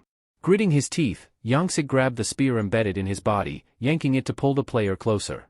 With a swift motion, he plunged his dagger into the attacker's chest. "Die, you son of," he shouted, withdrawing the blade with a fierce snarl. Suddenly, Jangsik saw another arrow whizzing toward him. He froze momentarily, then turned to spot the archer who had fired it. The archer was positioned at a distance, preparing to launch another shot. Without hesitation, Jangsik grabbed the spear that had been used to stab him and hurled it with all his might. Before the archer could release the arrow, the spear struck him directly in the skull, causing blood to gush out. Clutching his wound, Jangsik realized that he needed to be far more concerned about the other players than the goblins. Regret washed over him for being chosen as the representative of his region. He hated the responsibility and would gladly relinquish the position if given a chance. He began to wonder if refusing Black Scythe's offer had been the right choice, but his pride wouldn't let him become anyone's subordinate. As he wandered around, trying to devise a way to hunt without worrying about the other players, he noticed a goblin being brutally slain nearby. He quickly recognized the attacker. It was the current regional rank 3, known as Black Dragon. Jangsik smiled when he realized who it was and approached him. "Who are you?" Black Dragon asked, noticing Jangsik coming closer with a dagger pointed in his direction. "You will defend me, from now on," Jangsik shouted, his expression fierce. He used his authority to command. Meanwhile, a notification screen appeared, indicating that his skeletal necklace granted a 25% increase in attack speed. Ryu Min, on the other side, continued his relentless slaughter of the goblins. Another notification screen popped up, showing that he had defeated 502 goblins with just over 100 remaining. 3 buffs had been awarded. The Butcher Rune's effect had doubled all his stats, and he received an additional 3.33 gold per kill. Ryu Min glanced at his status bar. He was nearing his goal of 2,000 gold. He grinned, knowing that reaching 2,000 gold in the second wave would be straightforward. He had already planned to purchase 2 common skills and save even more gold in the next round. His next objective was clear, acquiring the Rune of Thought. As Ryu Min focused on the screen, a group of goblins crept up behind him. Sensing their presence, he swiftly eliminated them all with precise strikes. The remaining goblins, seeing his might, hesitated to approach. Confused, he wondered why they had suddenly stopped. At that moment, Black Scythe charged forward, taking out the goblins in their place. Meanwhile, the players on the other side of the map sensed something unusual. The undead monsters in their vicinity had taken on a strange yellow glow. A notification screen appeared, announcing that the first wave had been successfully blocked. Relieved, the players cheered as they received the update. 967 players had perished, while 3,933 were still alive. As a reward for surviving the first wave, each of them was given 500 gold. One player, exhausted, declared he was taking a short break before the next wave began. However, Ryu Min knew better. He understood that even though the goblins had been weakened, they were still a serious threat, evidenced by the high number of casualties. He decided to find an ally and soon spotted Young-sik, who looked severely wounded. Ryu Min doubted whether Young-sik would make it through the next wave in his current state. Young-sik was struggling. Surrounded by players who had abandoned fighting the goblins, he realized they were all focused on him. One bold player lunged at him, but before he could strike, Black Dragon intervened, crushing the attacker. Grateful, Young-sik appreciated the command authority that allowed those under his charge to protect him. It was their assistance that had helped him survive the first wave. "Are you all right?" Young Min asked, concerned. Even though he hadn't used his command authority on Young Min, the latter had chosen to follow him anyway. Clutching his wound, Young-sik groaned in pain. Blood continued to pour out, and he began to question whether he could make it through in his weakened state. But he gritted his teeth, determined to endure. He wanted to survive this round, to prove his worth. Turning towards the entrance, they saw the warning: the second wave was imminent. It would bring 7,886 weakened goblins and hobgoblins against the remaining 3,933 players. The goblins, weakened to just a third of their normal strength due to the nature of the round, charged toward Black Scythe with relentless speed. Maintaining a serious expression, he swung his scythe without hesitation, cutting down several goblins at once. Their lifeless bodies piled up on the ground around him. A notification flashed on his screen: he had reached level 20. No longer an apprentice, he had become a regular, unlocking the combination function. He wiped the sweat from his brow, pleased with his progress. With the combination function now available, he knew he could craft exclusive items that were otherwise unavailable in the store. Another notification appeared, announcing that his death insignia had been enhanced due to his rank advancement. Its power had increased from 100 to 120. Additionally, he had learned a new skill unique to Reapers, the Night of Death. The skill allowed him to cast darkness energy, summoning an artificial night within a 500-meter radius. He noted that another skill would be unlocked at level 40. Ryu Min was delighted with the additional damage from the Death Emblem and intrigued by the synergy between the Night of Death and his Reaper rune, which became more potent at night. The Reaper rune doubled weapon attack during the day and increased attack speed by 50% at night. It also reduced the chance of detection by enemies if he remained motionless after dark. As he finished reviewing the new abilities, the goblins launched themselves at him again. Grinning, he welcomed the opportunity to test his newfound powers. He quickly cast the Night of Death, enveloping the area in darkness and halting the goblins in their tracks. They staggered, unable to see or understand what had attacked them. One by one, he dispatched them with rapid, lethal strikes. By the time they realized what had happened, it was too late. Ryu Min's foot touched the ground with a graceful landing after a series of swift and calculated blows. The ground was littered with the bodies of dead goblins, stacked one atop another. A notification appeared on the players' screens, confirming they had successfully repelled the second wave. Out of the initial group, 590 players had perished, leaving 3,343 survivors. Those who remained were awarded 500 gold each. As Ryu Min rested, he contemplated acquiring some common skills to better prepare himself for the coming waves. He opened the shop interface and searched for a particular skill: presence detection. This skill allowed a player to detect any target within a 30-kilometer radius. Upon activating it, he confirmed that only he and the goblin corpses were left in the vicinity. He also considered saving an additional 20,000 gold for future purchases. Soon, the third wave began: 3,343 players versus 6,686 weakened hobgoblins.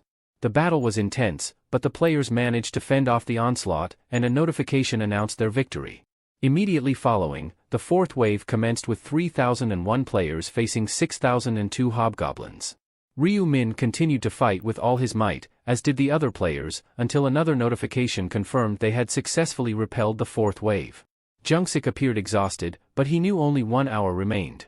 He was confident he could survive that long. He issued every command under his authority, trusting that those still loyal to him would keep a watchful eye. Then, the fifth wave began: 10,800 gnolls against 2,700 players. When Young-sik saw the sheer number of gnolls, he was stunned and wondered why there were so many. Due to the round's nature, the gnolls were only at 1/3 of their usual strength, but even so, the battle was fierce. Young-sik seized this opportunity to break the previous records. He vowed to become stronger and tear apart those who had disregarded him once he did. Suddenly, the anguished cries of the wounded caught his attention. He noticed that other players were attacking the very ones he had commanded to protect him, trying to break through and reach him. He quickly gathered his remaining guards in front of him, issuing a desperate command to hold off the attacking players. The guards rushed forward, but their numbers were dwindling fast. Feeling cornered and overwhelmed, Yongsik cursed under his breath and took off running. The players gave chase, and he pushed himself to run as fast as he could, knowing he only needed to survive until the wave ended. He reached the gate where Black Scythe stood, waiting for the gnolls. In a panic, he hurried over, shouting that he had accepted Black Scythe's offer. He swore he would keep his promise if Black Scythe protected him. But Black Scythe remained silent, unmoved. Frustrated, Yongsik shouted again, "I'm accepting the offer," but Black Scythe cut him off with a cold look. "I told you," Black Scythe said, "I'm not interested anymore." He made it clear that Yongsik was on his own, regardless of whether he survived or not. Yongsik, desperate, insisted he was willing to become Black Scythe's subordinate, bewildered at the refusal. Black Scythe simply replied, "I don't need an underling with no real command power." The realization hit Yongsik like a punch to the gut. Black Scythe was implying that he was worthless. Regret flooded through him for having rejected the offer earlier. Nearby, a player remarked, "Did you see Black Scythe just turn him down?" Another one laughed, relieved. "Good. I was worried he might keep him alive for some documentary nonsense." A third player chimed in, "Now, we can kill him whenever we want." Enraged, Yongsik vowed to take down at least one of the players who had turned against him. Suddenly Yongmin came to help him. Yongsik was happy to see Yongmin. But before he could act, a sudden blow struck his face. It was Yongmin. Yongmin looked at him with a cruel smile. "Are you tired?" he asked mockingly. "I'll make sure to help you." Yongsik, trying to shake off the blow, mumbled that he didn't need his help, but Yongmin's expression only grew darker. With a devilish grin, Yongmin taunted, "I'll kill you myself, make it easier for you." He delivered another harsh punch, sending Yongsik sprawling to the ground. Yongsik groaned in pain, clutching his cheek. Before Yongsik could utter a curse, Yongmin grabbed him by the collar, striking him repeatedly. Each punch came harder than the last, as Yongmin's presence loomed over him, dominating and relentless. Blood streamed from his nose, and one of his eyes was swollen shut. Yongsik could barely comprehend what was happening. His pride shattered as he realized he was being betrayed, unable to make the final move against Yongmin. Then, with a brutal kick, Yongmin delivered the finishing blow. A notification appeared, announcing the death of the region's representative. The message declared Yongmin as the new representative, having claimed the title by assassinating his predecessor. A grin spread across Yongmin's face as he basked in his victory. With this newfound authority, he relished the idea of exercising complete control over his fellow players. Looking down at Yongsik's lifeless body, Yongmin vowed to assert his power to its fullest. He remarked that Yongsik's downfall was due to his constant fleeing, branding him an embarrassment. His grin widened, knowing the other players had witnessed his ruthless display and would now recognize his strength. Turning to address the local players, Yongmin noticed that the crowd seemed hesitant, almost fearful. Whispers filled the air. One player, still in shock, muttered about how he had killed someone with his bare hands, leaving others covered in goosebumps. Another asked what had led up to this moment, recalling how Yongmin had previously seemed to defer to the gang leader. They wondered if he had planned to betray him all along. Skepticism and disbelief spread among the crowd. Some found it hard to accept that someone like him could now be their regional representative. A voice from the crowd finally declared that the representative had changed. Yongmin smirked, fully aware that the tides had turned in his favor. Though he felt a pang of regret, he had already devised a plan to handle the situation. Without hesitation, he sprinted off, heading straight for Black Scythe. When he arrived, Black Scythe eyed him suspiciously. "What's the matter?" he asked, his tone blunt. "Did you get the message?" Yongmin, brimming with excitement, replied, "I'm the new regional representative now. I'm in charge." Black Scythe remained expressionless but nodded in acknowledgement. Yongmin then boldly declared, "I'm ready to accept that offer you gave to the life is a documentary." Simply put, Yongmin agreed to comply with all of Black Scythe's demands in exchange for his safety.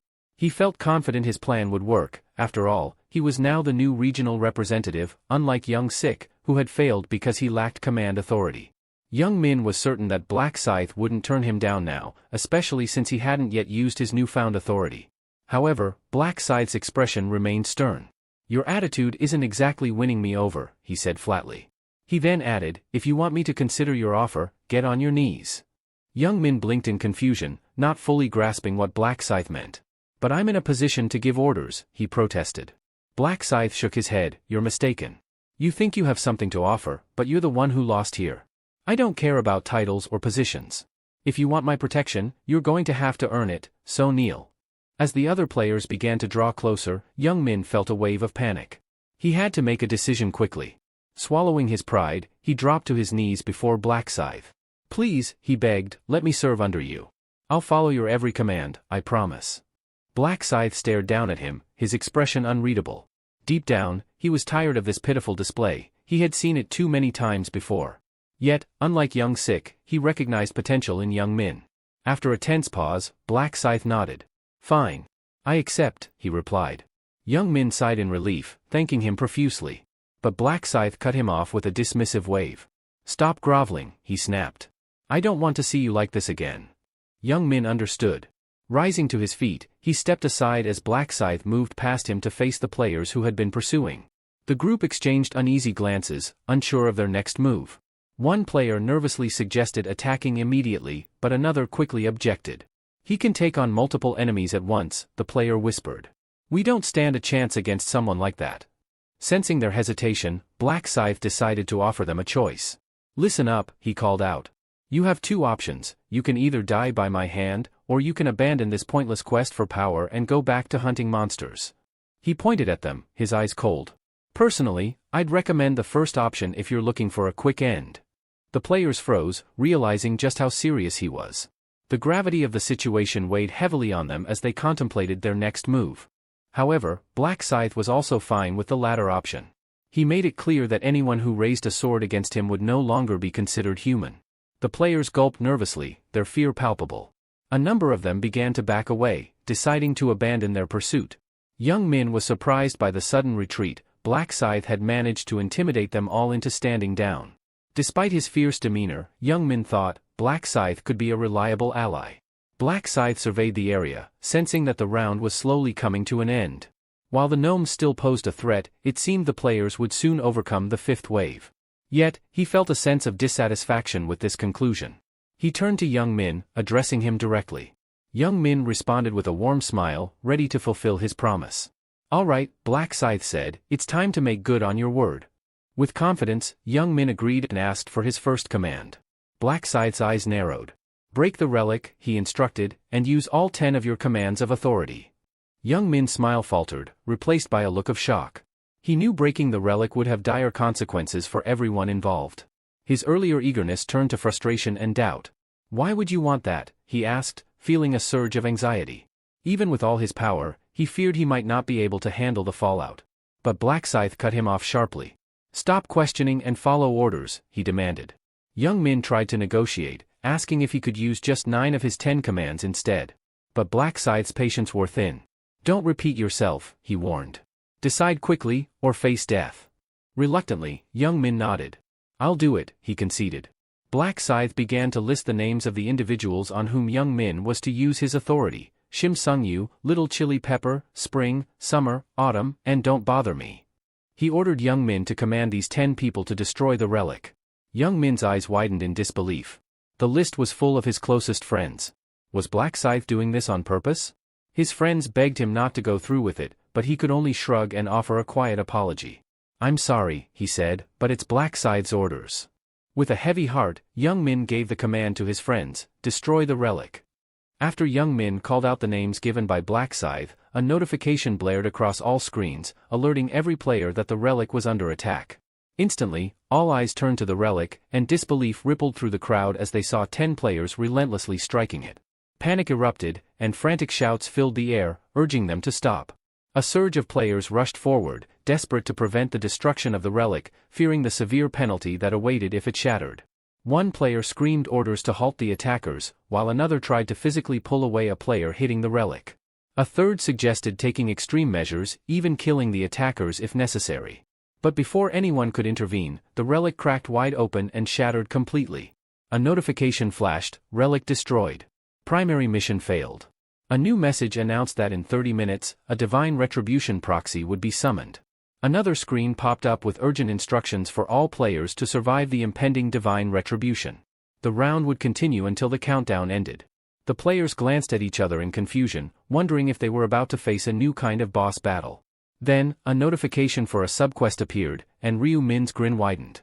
The subquest's objective was to survive the Divine Retribution proxy, with a timer counting down and a prize of 3,000 gold for those who succeeded.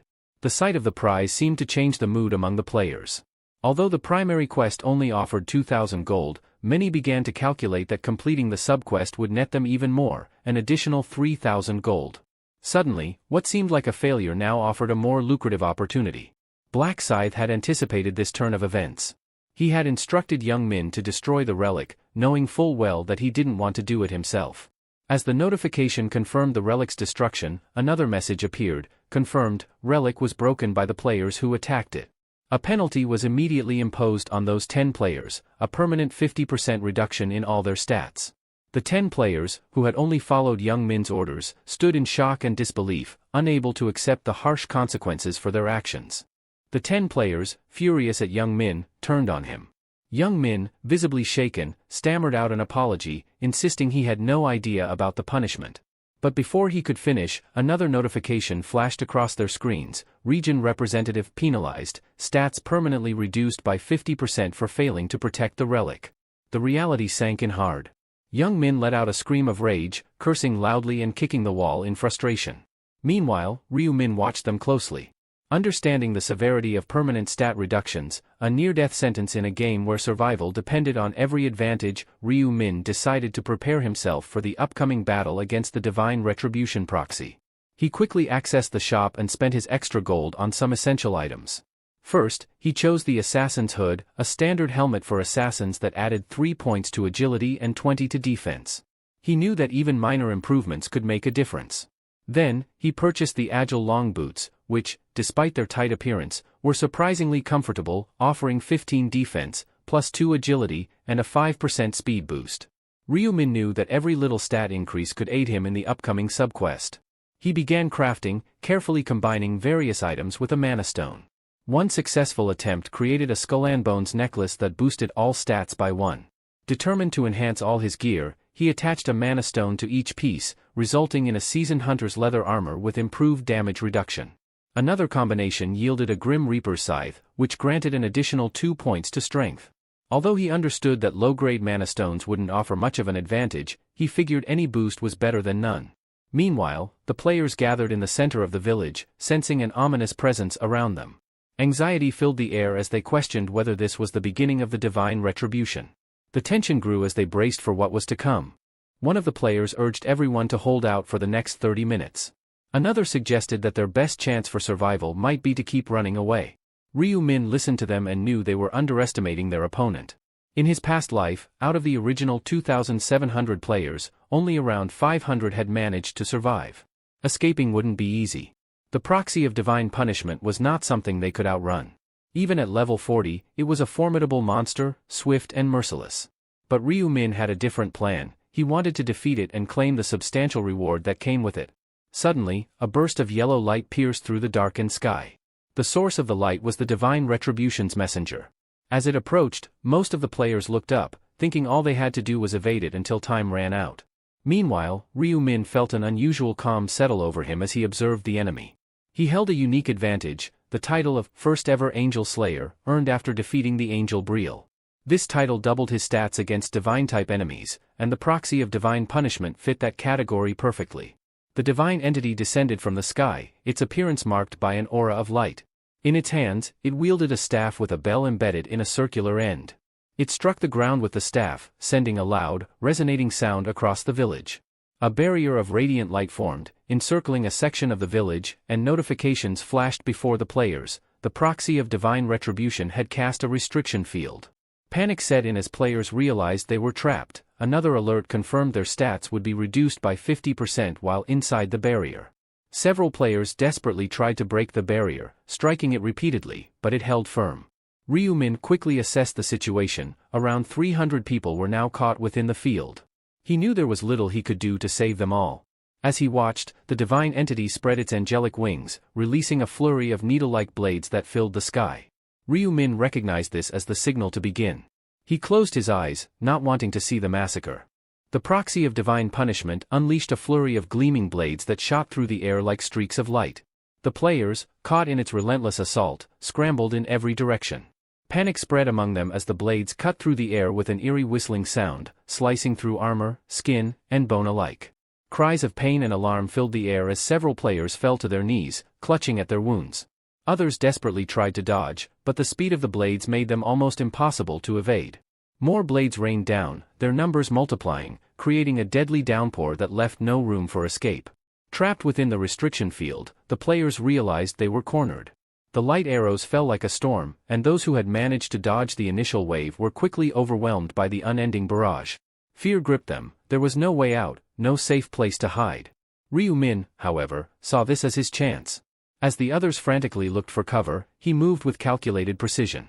While the proxy was focused on the chaos it was creating, Ryu-min used the distraction to his advantage. He silently moved closer, his eyes never leaving the proxy. Every muscle in his body was tense, ready for the perfect moment to strike. He noticed the barrier beginning to weaken, its edges flickering and losing their solidity. This was his moment. He knew that once the barrier faded completely, he'd have a brief window to launch a surprise attack. The proxy of divine punishment was still targeting the scattered players, its attention solely on its targets. Confident that it hadn't noticed him yet, Ryu-min crept closer, stopping just 5 meters away. His heart pounded in his chest, but his movements were steady, every step silent on the ground. He activated the death emblem on his scythe, feeling its dark energy surge through the weapon, making it hum with power. This was going to be a decisive blow, he needed it to count. The proxy's senses seemed to flicker with awareness, but it was already too late. With a swift, powerful motion, Ryu-min swung his scythe, the blade glinting with a deadly light. It cut through the air with a sharp whistle and struck the proxy directly in its face.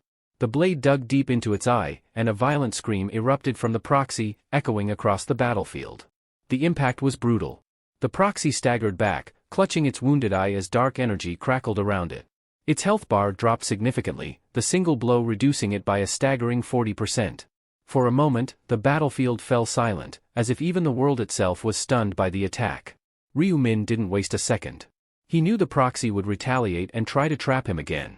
As he predicted, it began casting another restriction field, its remaining eye blazing with fury. Without waiting for it to complete, he dashed to the side, narrowly avoiding the expanding barrier. Watching for his next opening, Ryu-min noticed a gap in the proxy's defense. He could see the energy gathering around its hands, preparing to raise the field. He charged forward, his movements swift and agile, aiming for the other eye. His scythe gleamed with a dark sheen as he launched himself into the air, his body twisting mid-leap. "I'll take the other eye," he muttered under his breath.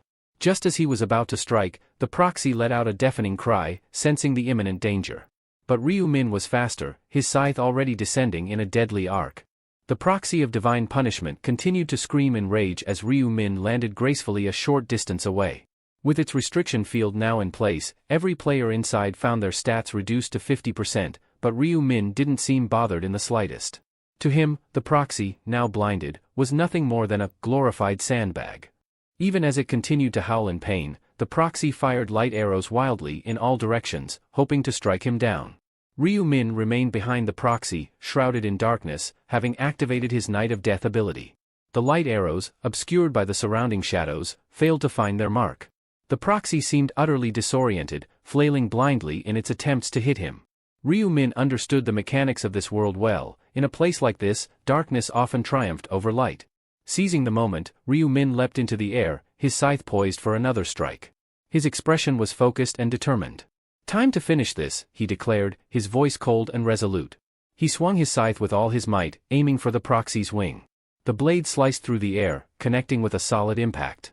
One of the proxy's wings was severed, crashing to the ground with a heavy thud. The proxy let out a guttural cry, its body racked with pain. Refusing to relent, the proxy raised its staff, preparing for a counterattack. But Ryu-min, now fully engulfed in battle mode, reacted swiftly. He slashed again with blinding speed, catching the proxy off guard. The blade struck true, eliciting another pained moan from the proxy. It stumbled, struggling to maintain its balance and composure.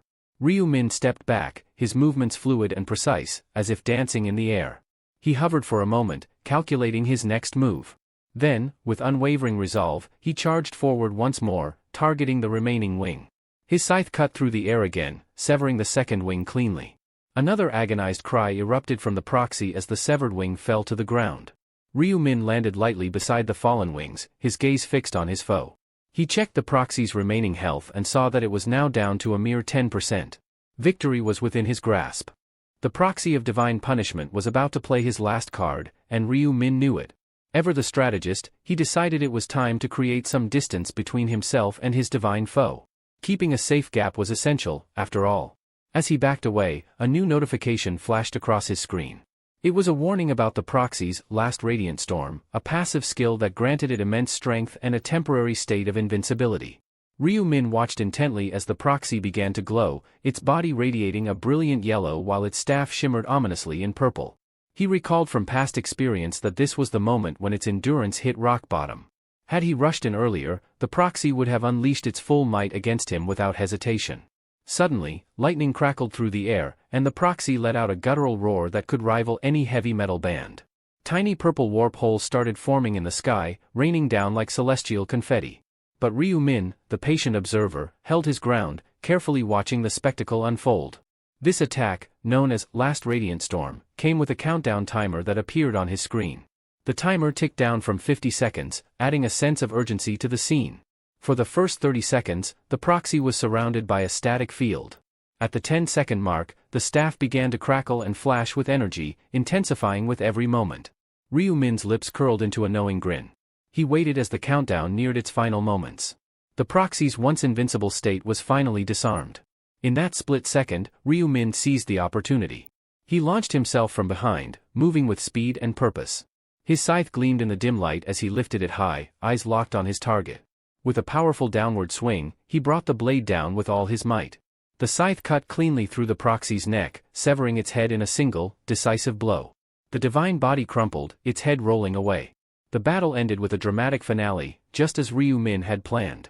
After Ryu Min's triumphant showdown against the proxy of divine punishment, a flurry of notification windows filled his screen, showering him with glory and rewards. First came the confirmation of his monumental feat, proof that he had successfully vanquished the proxy. Cheers erupted, only to be followed by a wave of celebratory alerts. 3 successive notifications flashed, announcing that he had leveled up. His pockets felt heavier with 8,200 gold coins, and an extra 4,000 coins topped it off like icing on a cake. Cash truly is king, no denying that. But the real prize was the title he had earned, Nemesis of Divine Retribution. Now, that was something special. He checked out the benefits, an incredible 80% reduction in damage from divine-type attacks. Game-changing, for sure. As he read further, he realized that to earn this prestigious title, one had to be the first to eliminate the proxy of divine punishment. A rare and rewarding accomplishment. And the rewards kept pouring in. He received condensed ether, a substance that is nothing short of the holy grail for crafting god-ranked items. But the surprises didn't end there. A radiance rune appeared next, a mystical gem that fused directly into his body, akin to a magical tattoo. This rune offered unique advantages, enhancing all divine-type skills by 1% and increasing his intelligence by 1 point per level. Given Ryu Min's current level of 30, this meant an immediate boost of 30 intelligence points and a 30% enhancement in his divine abilities. With this new power, a grin spread across his face. The radiance rune was his, and it felt like everything was falling perfectly into place. Just then, another notification flashed across the screen, breaking the tension in the central square. It announced that the subquest had been completed with perfection. With 3,000 gold pieces in hand, it was time for some well-deserved celebrations. The players were abuzz, and all eyes were on Black Scythe, the man of the hour. Whispers filled the air about how he had single-handedly defeated the proxy of divine punishment. Some marveled at his monstrous skills, while others outright called him a beast. But then, the angel named Olive cut into their chatter with a declaration. She proclaimed that Ryu Min was the first human she had ever truly acknowledged and expressed her excitement.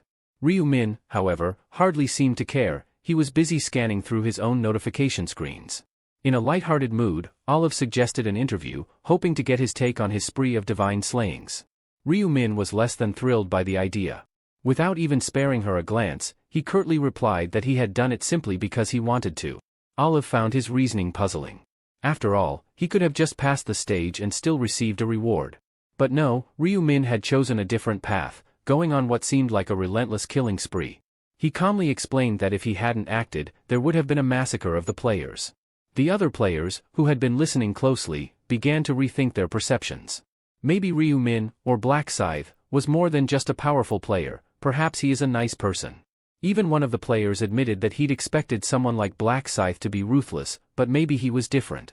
Meanwhile, Olive, with her celestial wisdom, couldn't quite wrap her mind around a human protecting his own kind. To her, it was baffling how humans could coexist peacefully one moment and then turn on each other the next. Lost in thought, Ryu-min concluded that this was just what he expected, especially from a self-absorbed angel.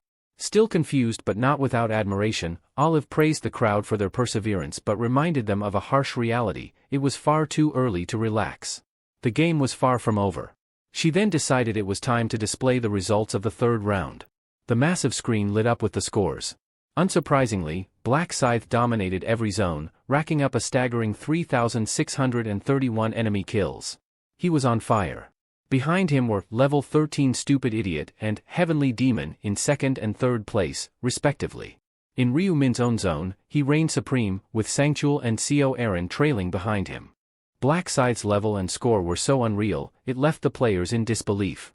Some even speculated he might have received some secret XP boost. In his mind, Ryu-min thought he indeed got XP buff, but no one will know until they become rank 1 in map. Meanwhile, Ryu-min's notifications took center stage. First, congratulations for topping the ranks in every zone. Next, another round of applause for winning his specific zone. But here's the big news: he received a coupon for a rare ring selection of intermediate grade and a reward selection box. The choices for the ring included the Ring of Resistance, the Ring of Azure Magic, and the Ring of Rushing Winds. Without much thought, Ryu-min chose the Ring of Resistance, unimpressed by their names. The ring offered increased durability to 450, a resistance boost of 35%, and added 4 points to luck, a decent bit of gear that might make people think twice before messing with him. Another notification followed, presenting more choices: a 50% stat boost buff for the 4th round, 4,000 gold, or information about 4th round. Ryu-min skipped over the triple experience option, knowing that round 4 wasn't exactly a free-for-all monster hunt, with 4,000 gold up for grabs. Then, Olive turned to the players, her smile taking on a menacing edge, and asked if they had checked their rankings. When she revealed that the cutoff was at rank 1,225, players erupted in shock and disbelief, accusing the system of being unfair. Many were astonished at their low placements despite their efforts in slaying monsters and demanded a recount. The drama was far from over. For those who didn't make it into the magical top 1,225, Olive coldly declared it was time to squash the bugs. With a snap of her fingers, players who failed to qualify began to fade away, screaming in panic. The screen then announced the end of round 3, showing that out of 214,007,550 total survivors, only 1,225 remained in the designated zone. Round 4 was set to kick off on April 1, 2023, at the stroke of midnight. Seo Aaron jolted awake, finding herself back in the real world. She stared at her hands in disbelief. She had actually made it through round 3. Not only had she survived, but she had also acquired a new class, Summoner. Excitedly, she summoned a small fairy, a cute, winged creature that fluttered onto her shoulder. These fairies had been instrumental in her survival during the 3rd round, serving as both bodyguards and shields. And the best part? She had clinched 3rd place. Pondering her next move, she wondered if Black Scythe might appreciate receiving a Mondstone as a gift. Meanwhile, across town, a table lamp found itself the target of some serious aggression. With a thunderous crash, it was sent flying across the room. Wang Yongmin, fuming with rage after receiving a penalty that slashed his stats by half, cursed Black Scythe vehemently. He regretted discarding a valuable artifact in his frustration. But then, his phone buzzed, and the message he read caused his mood to swing from fury to dread. This is bad, he thought, anxiety building for round 4. When Wang Yongmin saw an incoming call from Kim Song-han, his heart sank. "I'm in serious trouble," he muttered to himself. Reluctantly, he answered the phone, trying to sound composed. Song-han's voice, however, was anything but calm. "Have you lost your mind?" he shouted, his words laced with expletives. "Do you even understand the mess you've caused?" Yongmin tried to maintain his cool, but Song-han was relentless. "Don't play dumb with me," he snapped. "You know full well you're the reason we're all in this mess." Song-han's fury was unmistakable as he continued, "How could you abuse your position to manipulate your own friends?" Defensively, Yongmin retorted with a sarcastic smile, "I didn't have a choice. I was threatened with death if I didn't comply. You should have chosen death." Song-han fired back, his voice heavy with anger and disappointment. Yongmin was stunned by the harshness of the response, but Songhan didn't let up. You should have died rather than betray your friends, he insisted. Yongmin's face darkened with rage. Songhan's words had cut deep, igniting a fury within him that was hard to contain. Yongmin tried to defend himself, calling Songhan's accusations unfair. He argued that, as the zone representative, he too had suffered, with his stats reduced just like everyone else's. His voice was filled with anger and frustration at what he saw as betrayal by a friend.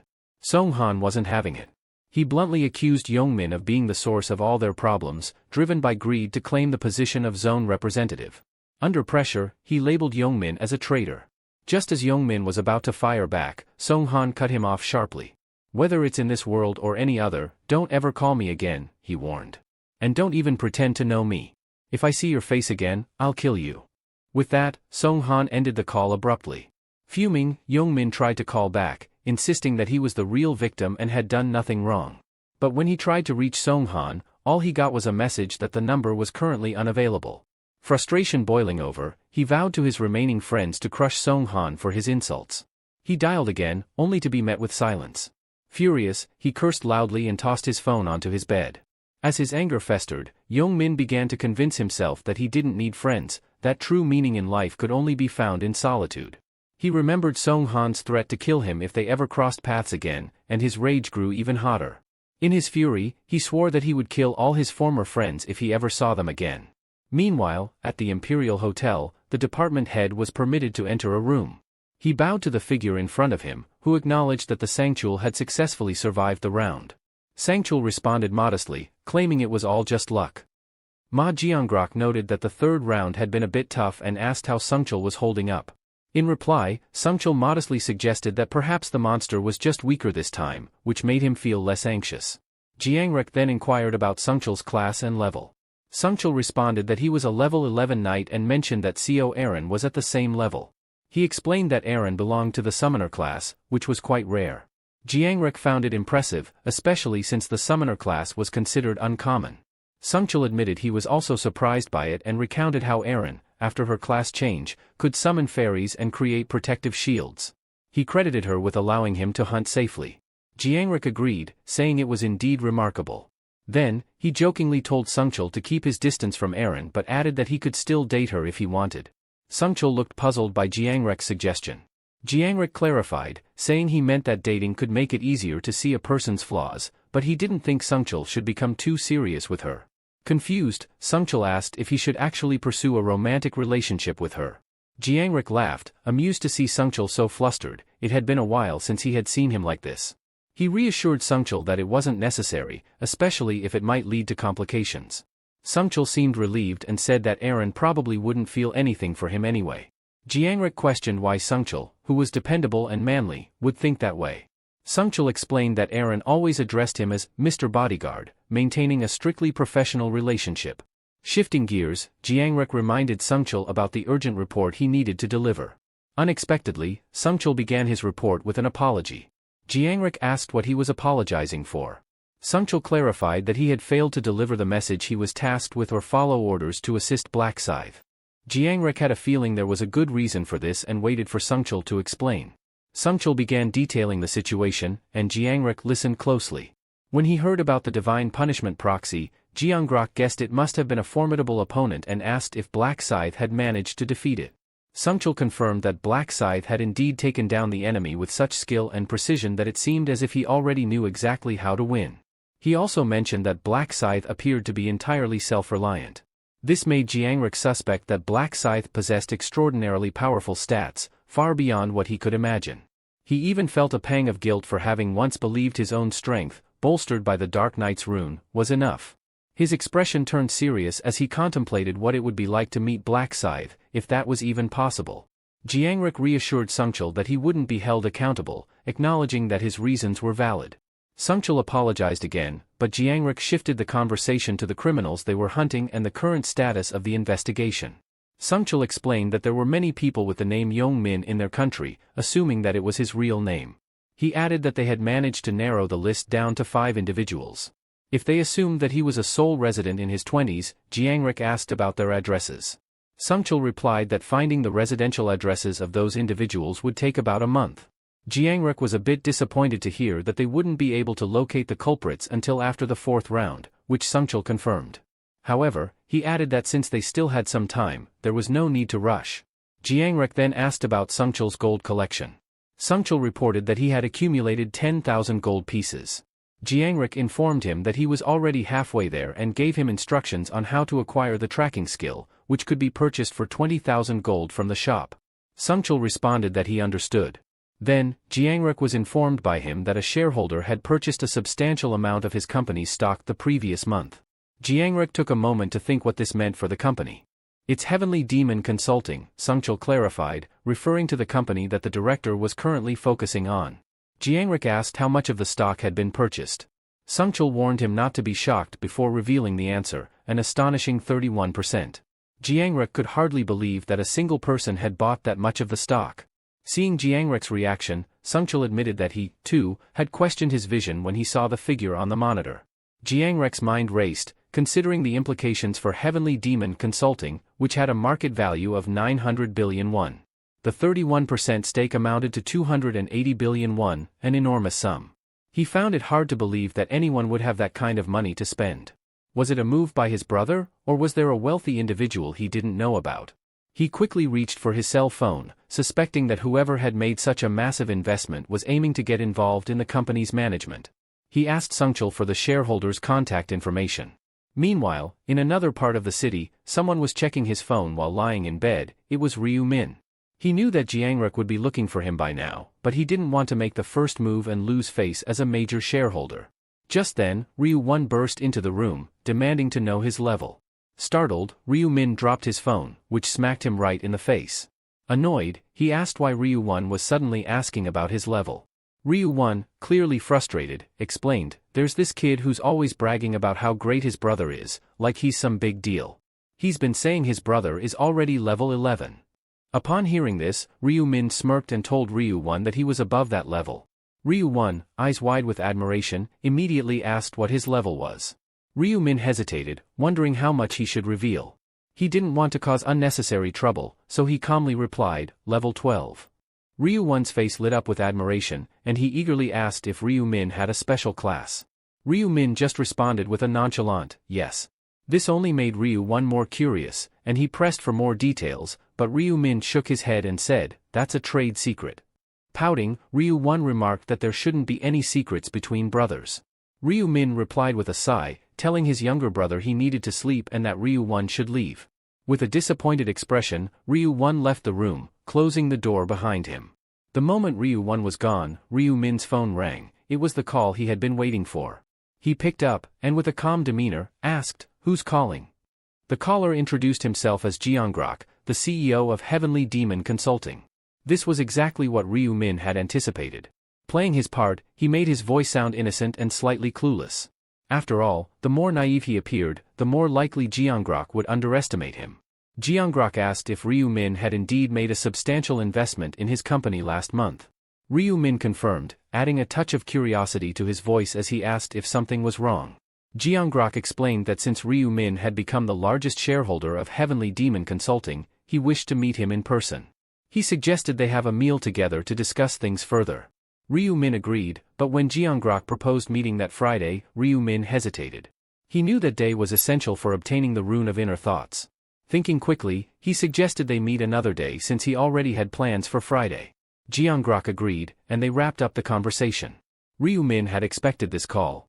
He knew Jiangrek wouldn't dare act recklessly with such a significant shareholder in his company, especially when that company had been established to gain his father's favor. Smiling, Ryu Min thought to himself that he'd meet Jiangrek after securing the rune. This was a business partner he planned to exploit thoroughly. Runes could be obtained in various ways. They were exclusive rewards, found in specific locations during particular rounds, or dropped by boss monsters. On rare occasions, even regular monsters might drop them. However, few knew that runes could also be obtained in the real world, and Ryu Min was one of those few, now hunting for another rune even outside the game. He was well aware of how difficult it could be for a rune to manifest. Climbing the stairs of an abandoned building, Ryu Min moved carefully, his steps almost silent. He hid in a shadowed corner, waiting for a man named Jang Seakin to appear. Jang Seakin was using his real name even in the game world, a bold but reckless move. This was the same criminal who had once kidnapped Ryu Min's brother, a memory that still burned in his mind. Ryu Min could never forget that man's voice, the taunting laughter that had haunted him. Today, he intended to confront the man who had caused his family so much pain. Ryu Min's mind flashed back to a haunting memory, his brother, blindfolded and bound, helpless in the clutches of Jang Seokyeon. With a sinister grin, Jang had taunted him, asking if he wanted to save his brother. He had pressed a blade close to Ryu Won's throat, and the chilling demand had followed, to pay a price by revealing a piece of knowledge that no one else knew. Ryu Min, keeping his calm, pretended to play dumb, but Jang Seokyeon saw through the act instantly. He let out a sharp, mocking laugh. "You think you can fool me?" Jang's expression turned deadly serious. "I know you're a regressor," he declared, his tone filled with confidence. Ryu Min's eyes widened in shock. "How do you know that?" he demanded, trying to mask the fear creeping into his voice. Almost reading his thoughts, Jang smirked. "You're wondering how I know, aren't you?" he teased. "I found out using the rune of inner thoughts on your brother," he continued, savoring the look of disbelief on Ryu Min's face. "And I used it again on you, back on that stage." Ever since that fateful incident, from his 11th regression to this very moment, Ryu Min had been driven by a singular purpose: revenge against Jang Seokyeon. All other emotions and goals had faded into the background, consumed by his need for retribution. He adjusted his mask, hiding his features, determined to acquire the rune of inner thoughts before Jang could.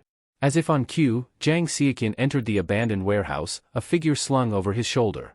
He dropped the person onto the cold, dusty floor, a woman, bound and with tape over her mouth. He ripped the tape away and warned her sternly not to scream.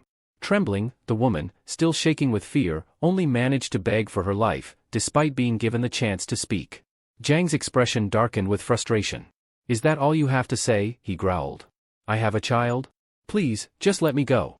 "I don't want," she stuttered, offering him money in desperation. Jang's face twisted with irritation. "Money," he sneered. "Why are you apologizing now?"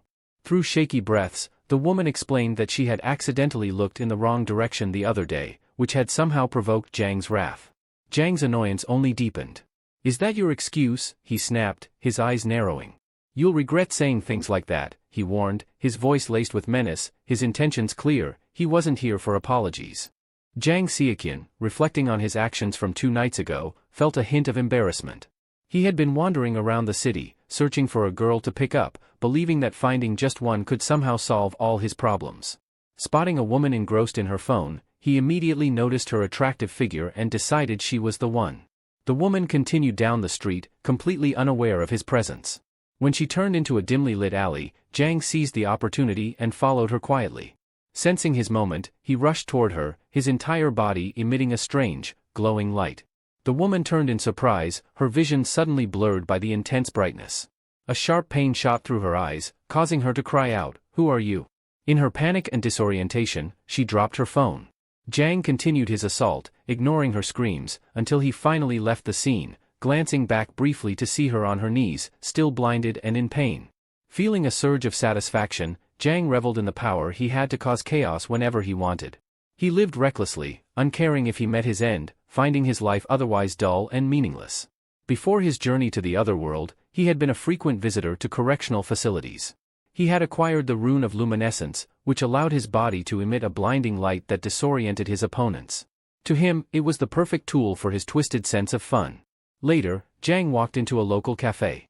He was immediately greeted warmly by a female employee whose beauty caught his attention. After placing his order, she informed him that his total was 50,000 won. Handing over the money, Jang casually asked if she worked part-time there. The employee seemed confused by his question, so Jang clarified, mentioning that while he was a regular at the cafe, this was his first time seeing her.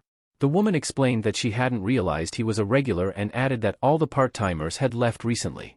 She commented that strange changes were happening in the world. Jang nodded as it all started to make sense to him.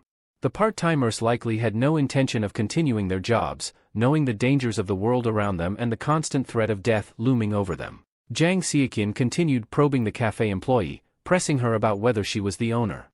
She replied affirmatively. He then began asking more personal questions, like her age. Though visibly uneasy, she responded that she was 32. From this, Jang deduced that she wasn't a player. She confirmed this with a hint of relief, admitting she was happy not to be involved in the game world. Emboldened, Jang asked for her phone number and bluntly confessed that he liked her, his expression earnest but intense. The woman, clearly uncomfortable, said nothing in response. Sensing her unease, Jiang demanded to know what was wrong.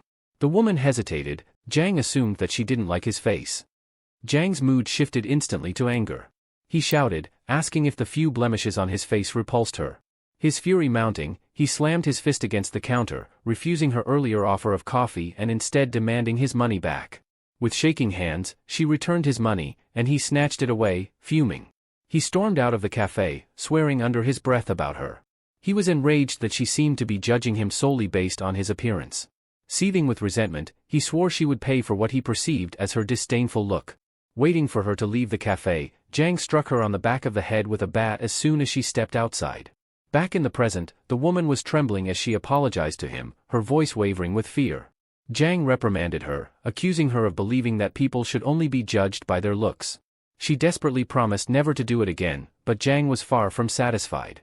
He sneered at her, pushing her down onto a mat on the ground. Grabbing her wrist tightly, he asked if she truly thought he wouldn't see through her act of fear, her attempt to escape the situation. The woman screamed for him to let her go, but his expression grew more twisted as he loomed over her. His voice cold, he taunted her, saying that if she were truly sorry, she ought to be ready to face the consequences. The woman, desperate to free herself, pleaded, "It's all my fault," and tried to pull away from Jiang Xiaqian. He tightened his grip and sneered, "Stay still. You brought this on yourself." Neither of them noticed that Ryu Min was approaching. Suddenly, a voice cut through the tension, instructing Jiang Xiaqian to freeze. The command startled him. Thinking he was alone, he began to panic, wondering if a detective had stumbled upon them. Swearing under his breath, he turned to see who had spoken. Ryu Min, wearing a white mask and wielding a large scythe, stood before him. Jiang Xiaqian called him a madman, but Ryu Min calmly warned him against swearing, hinting that he'd need those curses later. Observing the masked figure with the scythe, Jiang Xiaqian mocked him, calling his weapon a toy. Ryu Min remained composed, pointing out that Jiang Xiaqian clearly didn't understand the situation.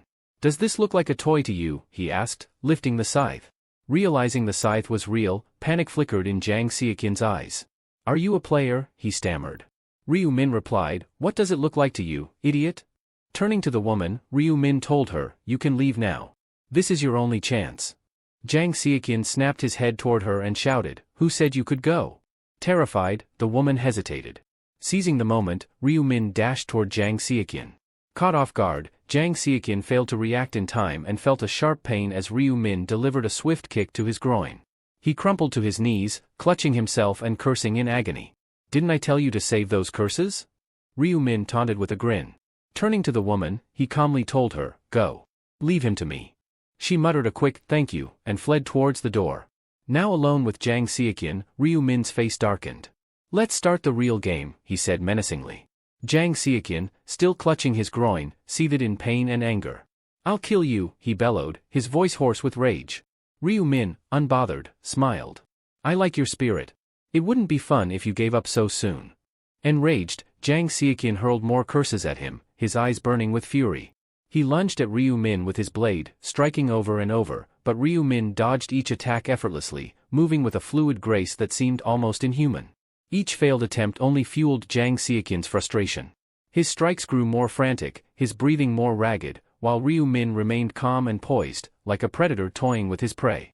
Jiang Xiaqian was baffled, his frustration mounting as he struggled to comprehend how Ryu Min could evade his relentless attacks so effortlessly. Ryu Min dodged yet another swipe of the blade and glanced at the weapon, smirking. "Really?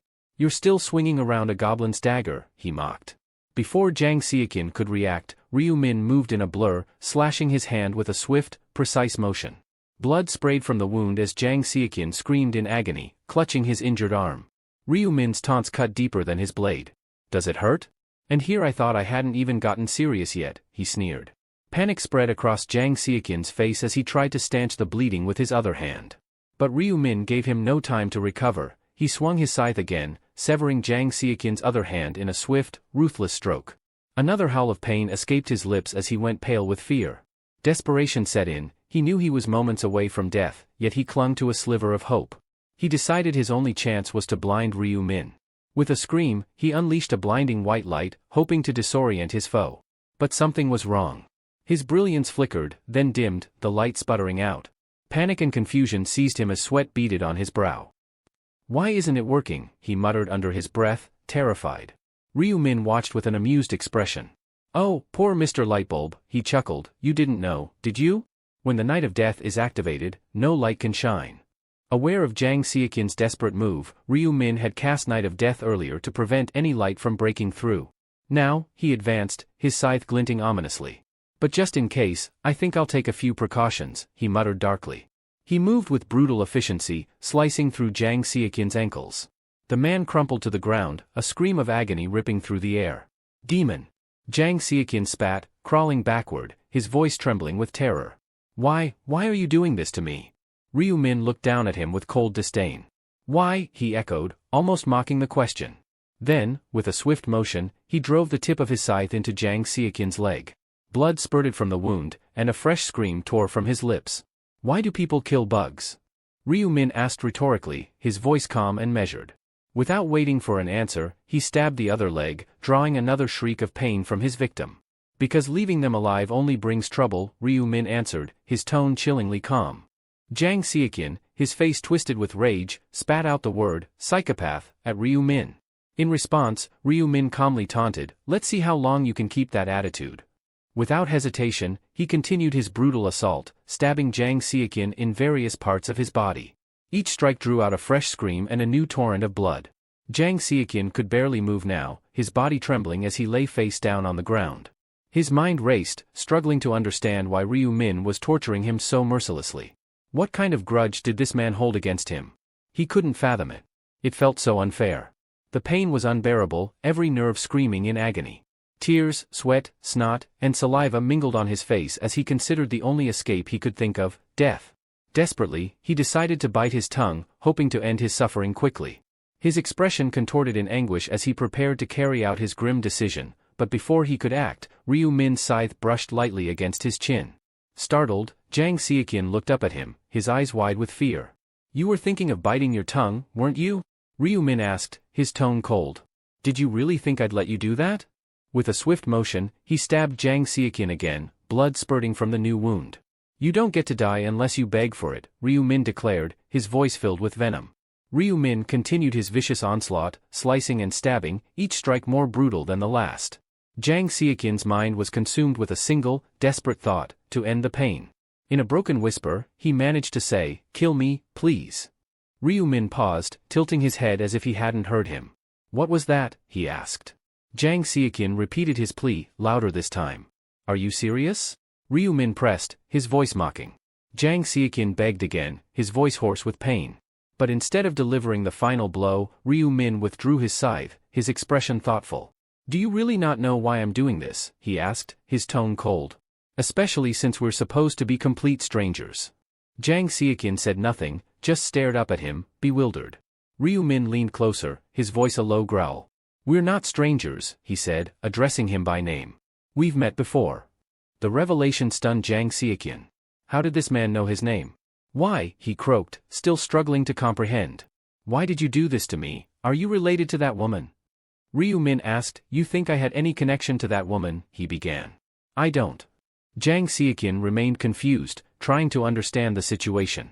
Ryu Min continued, this has nothing to do with her. It has everything to do with you, and what you will do, or rather, what you were going to do. Seokin's brows furrowed in confusion. What are you talking about? He asked. Ryu Min explained, you were planning to abduct my brother and use him as leverage to force me to reveal information I'm not supposed to. You tried to deny it, but I know. Jang Seokin shook his head, I haven't done any such thing. Ryu Min cut him off sharply, no, not yet. But in the future, you will. For you, it hasn't happened. For me, it's already in the past. Seokin blinked, trying to wrap his head around the idea. What do you mean?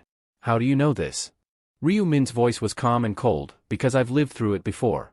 You would have captured my brother and forced me to divulge secrets. Then, if I hadn't intervened now, you would have received the rune of inner thoughts. Seokin seemed lost, struggling to comprehend the meaning.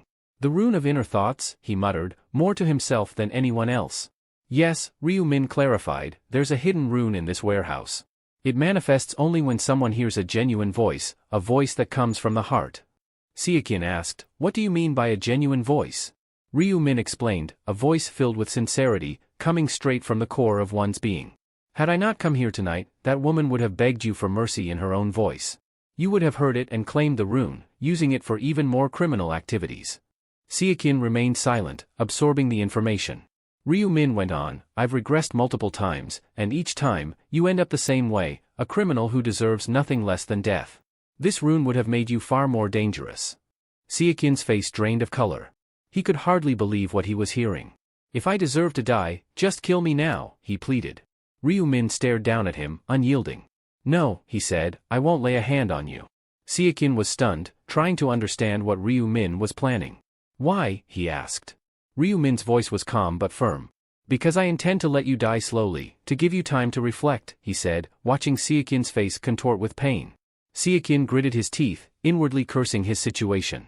He couldn't fathom why Ryu Min would block him from speaking if he wants the rune of thoughts, the very thing that could give him a fighting chance. Ryu Min's whisper cut through the silence. Why am I stopping you from speaking? He leaned in closer, his eyes cold and unreadable. Because I want to test the rune of inner thoughts. Seokin looked up, perplexed, and for the first time, truly afraid. Ryu Min finally revealed to Seokin that he had already acquired the rune. He explained how it responded to his own genuine voice, which was triggered the moment Seokin had begged him to end his life. A notification appeared before him, confirming that the condition for the rune had been met, the target's genuine voice had been brought forth. Another notification appeared, indicating that Ryu Min had located the hidden rune of inner thoughts. The rune appeared solely to Ryu Min, glowing faintly in the dim light of the warehouse. Without hesitation, it began to merge with his body. As it assimilated, another screen appeared, announcing that the rune's power would automatically be applied to the player's form. Ryu Min read the rune's description. The rune of inner thoughts allows the user to perceive the immediate thoughts of anyone within a 30-meter radius. By focusing intently, the user can even glimpse the target's true intentions. Testing its effectiveness, Ryu Min watched Seokin's expression closely. I'm experimenting with it now, and it seems to work, he remarked, a cold smile tugging at his lips. Seokin, still reeling from shock, spat out, then if you've achieved your goal, just kill me already.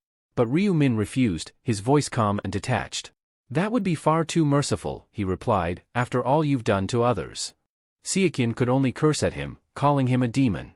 Eventually, he fell silent, standing frozen, unable to think of anything else to say or do. Ryu Min observed him carefully, noticing that his eyes had lost their focus. For a moment, he thought Seokin was already dead. Even though there were no other witnesses, Ryu Min knew he still had to be thorough. He activated another skill he had acquired, erase traces. Almost instantly, a faint green light enveloped the scene, wiping away every bit of evidence, blood, footprints, fingerprints, and even the body itself. When the light faded, it was as if nothing had ever happened there. Ryu Min watched the area carefully, satisfied that the skill had worked perfectly. It's always better not to leave a mess behind, he muttered to himself. He removed his mask, feeling the cool air on his face as he began to leave the warehouse. Having accomplished what he came for, Ryu Min made up his mind to pay a visit to Ma Jiangrok the next day. The next day, Ryu Min dressed in a sleek black suit, radiating sophistication and style. Wow, what's the occasion?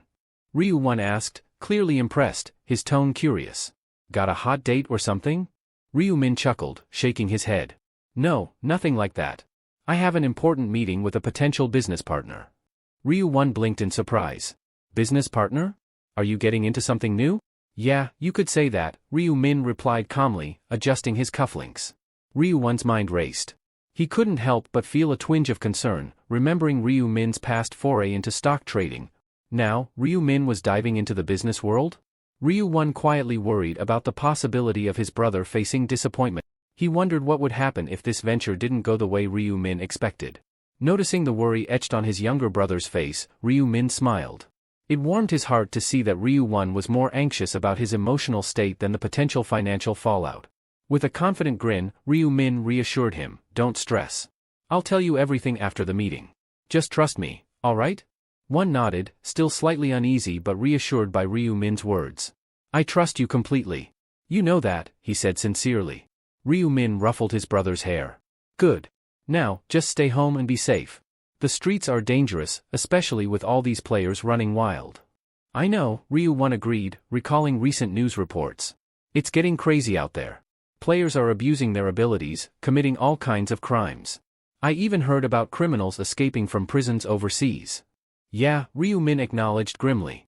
The moment someone reaches the right age, they can become a player. That's just fueling the chaos. Every month, the number of people is shrinking, and players are only getting stronger. I can see where this is headed, and it's not good. Ryu Min's thoughts drifted to the future he feared. He imagined a world where players ruled, and non-players might be persecuted, possibly even enslaved by those who had no regard for the law. Determined to avoid that dark future, Ryu Min continued, "That's why I need to build Black Side's reputation, before things fall apart completely." Concerned for his brother's safety, he added, "And remember, be extra careful when you go out, alright?" One nodded. "Okay, I will. But hey, what's your class, anyway?" he asked with a playful glint in his eye.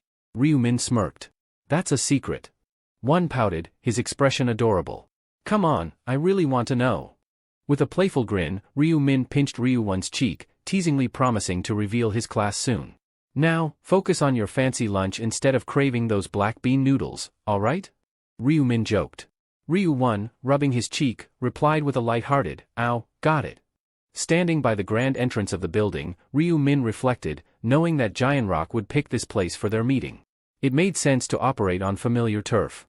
As he walked into the luxurious hotel, Ryu Min noted that the location, an Osang Group property, was actually owned by Giant Rock, though this was a well-guarded secret, likely known only by Giant Rock's closest circle, and now Ryu Min.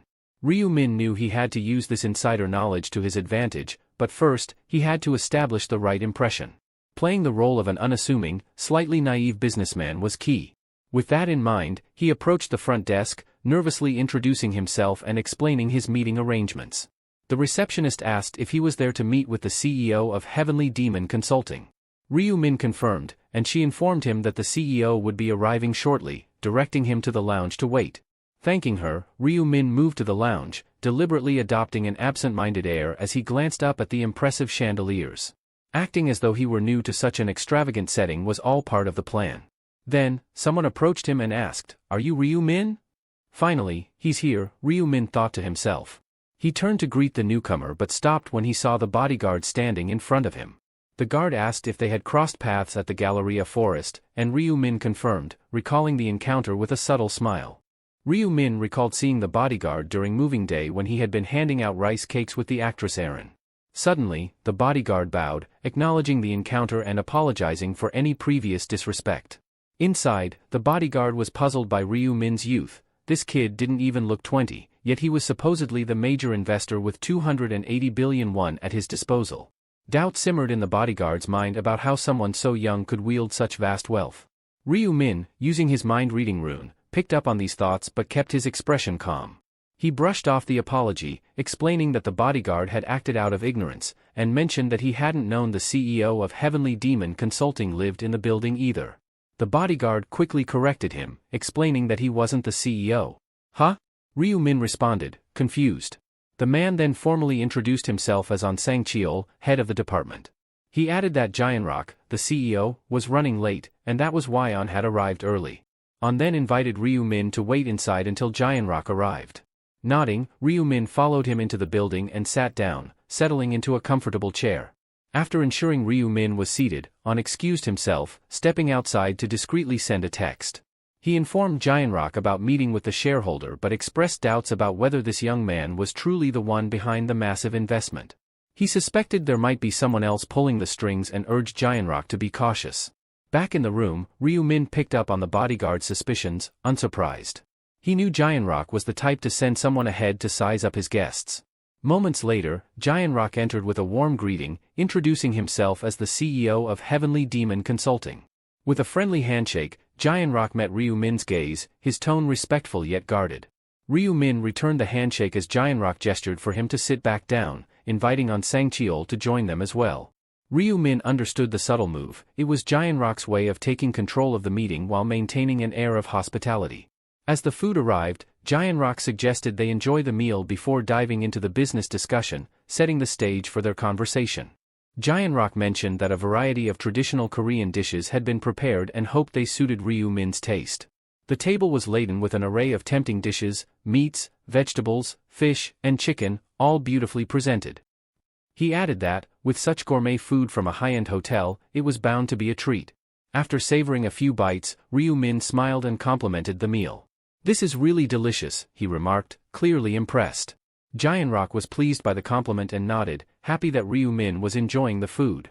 But beneath the surface, Giant Rock was scrutinizing Ryu. The bodyguard's earlier comments about Ryu Min's youth echoed in his mind. Giant Rock found it hard to believe that someone so young could be responsible for an investment as significant as 280 billion won. He wondered if there was someone behind Ryu Min, someone from my family. Like his brothers or an uncle. He was determined to find out. With a friendly grin, Giant Rock complimented Ryu Min again, saying, "It's impressive to see someone so young holding such a significant stake." Curious, he casually asked Ryu Min's age. "I'm 20, Ryu Min replied. Giant Rock paused briefly before responding, "I see, I'm 29 myself. It's refreshing to meet someone in their 20s at your level." Ryu Min smiled and simply said, "Yeah, same here." The conversation shifted as Giant Rock, not one to beat around the bush, asked how Ryu Min had managed to accumulate such wealth at such a young age. "Were you born into a wealthy family?" he inquired. Ryu Min noticed Giant Rock's straightforward approach. He smiled slightly and answered, "No, I wasn't born into wealth. I was just an average student up until recently." "Up until recently?" Giant Rock asked, clearly intrigued. Ryu Min leaned forward a bit and asked, "Have you heard about the person who won the Noto lottery 4 times in a row, becoming a billionaire practically overnight?" Giant Rock nodded, recalling the news. Ryu Min smiled and revealed, "Well, that person is me. I'm the one who caused that media frenzy a few months back." Giant Rock was visibly taken aback and asked if Ryu Min was really the one everyone had been talking about. With a calm nod, Ryu Min simply responded, "Yes." However, Giant Rock was puzzled. The article he had read mentioned that the lottery winner had only earned 60 billion won. So how had Ryu Min managed to invest a staggering 280 billion? Ryu Min explained that after his lottery win, he had invested heavily in Bitcoin, confirming what Giant Rock had suspected. Giant Rock, impressed, praised Ryu Min for making such a bold move, admitting that he himself wouldn't have had the guts to invest such a large amount. The bodyguard, who had been silently observing, suggested that Ryu Min's success must have been due to sheer luck. Ryu Min, however, shook his head. "It wasn't just luck," he said firmly. The bodyguard, unconvinced, brought up an article where Ryu Min was reported to have said he saw the lottery numbers in a dream. "If that's not luck, then what is?" he asked, sounding skeptical. Ryu Min smiled and clarified, "I lied when I said I saw them in a dream." He paused briefly, realizing that this moment could be crucial to gaining Giant Rock's trust. "This is something I've never shared with anyone before," he said, his voice lowering as if to prepare them for a revelation. "I have the rune of foresight." Giant Rock and his bodyguard exchanged glances, clearly surprised. They pressed Ryu Min for more details. With confidence, Ryu Min explained that the rune of foresight allowed him to see glimpses of the future, several years ahead.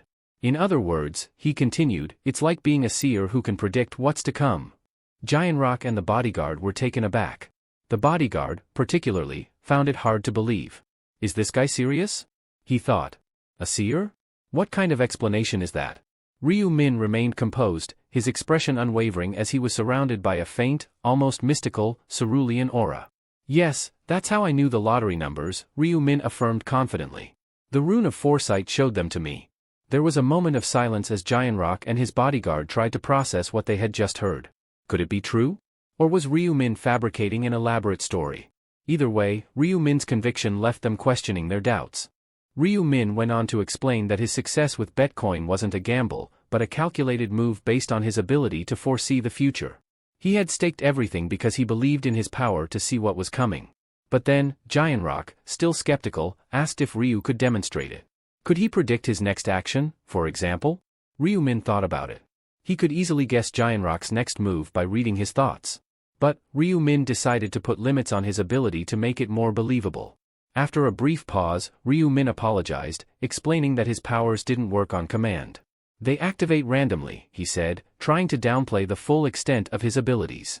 Giant Rock took a sip of his drink, considering the response. That makes sense, he thought. A power like seeing the future should have limits, otherwise, it would be too overpowered. "Is that so?" he muttered aloud, still processing. Then, something clicked for Giant Rock. He needed to know, "Did you invest 280 billion in Heavenly Demon Consulting because you foresaw its success?" he asked. Ryu Min smiled slightly and nodded.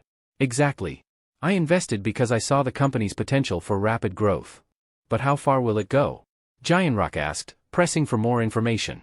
It'll join the Korean Composite Stock Price Index within 6 months, Ryu Min said confidently. Giant Rock was stunned.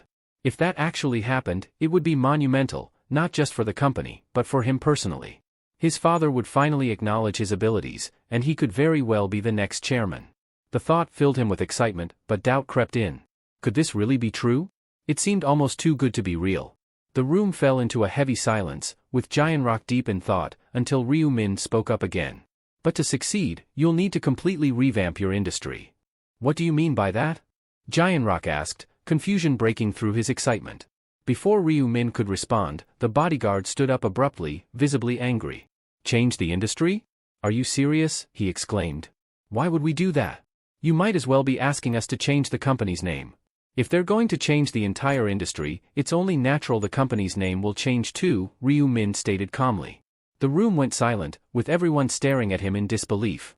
Is he serious? Giant Rock wondered. Did Ryu come all this way just to crack jokes? But Ryu wasn't joking.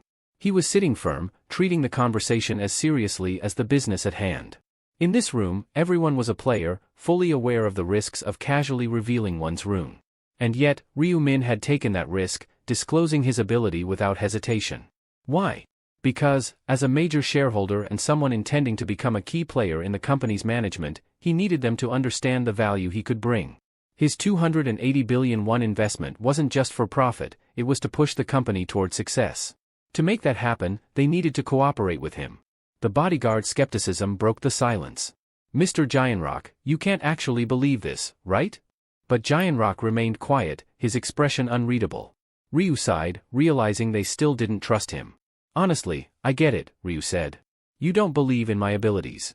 He turned to the bodyguard. Have you ever wondered why I moved into the house on the lower floor? The bodyguard froze, caught off guard. Wait, the lower floor, the thought clicked.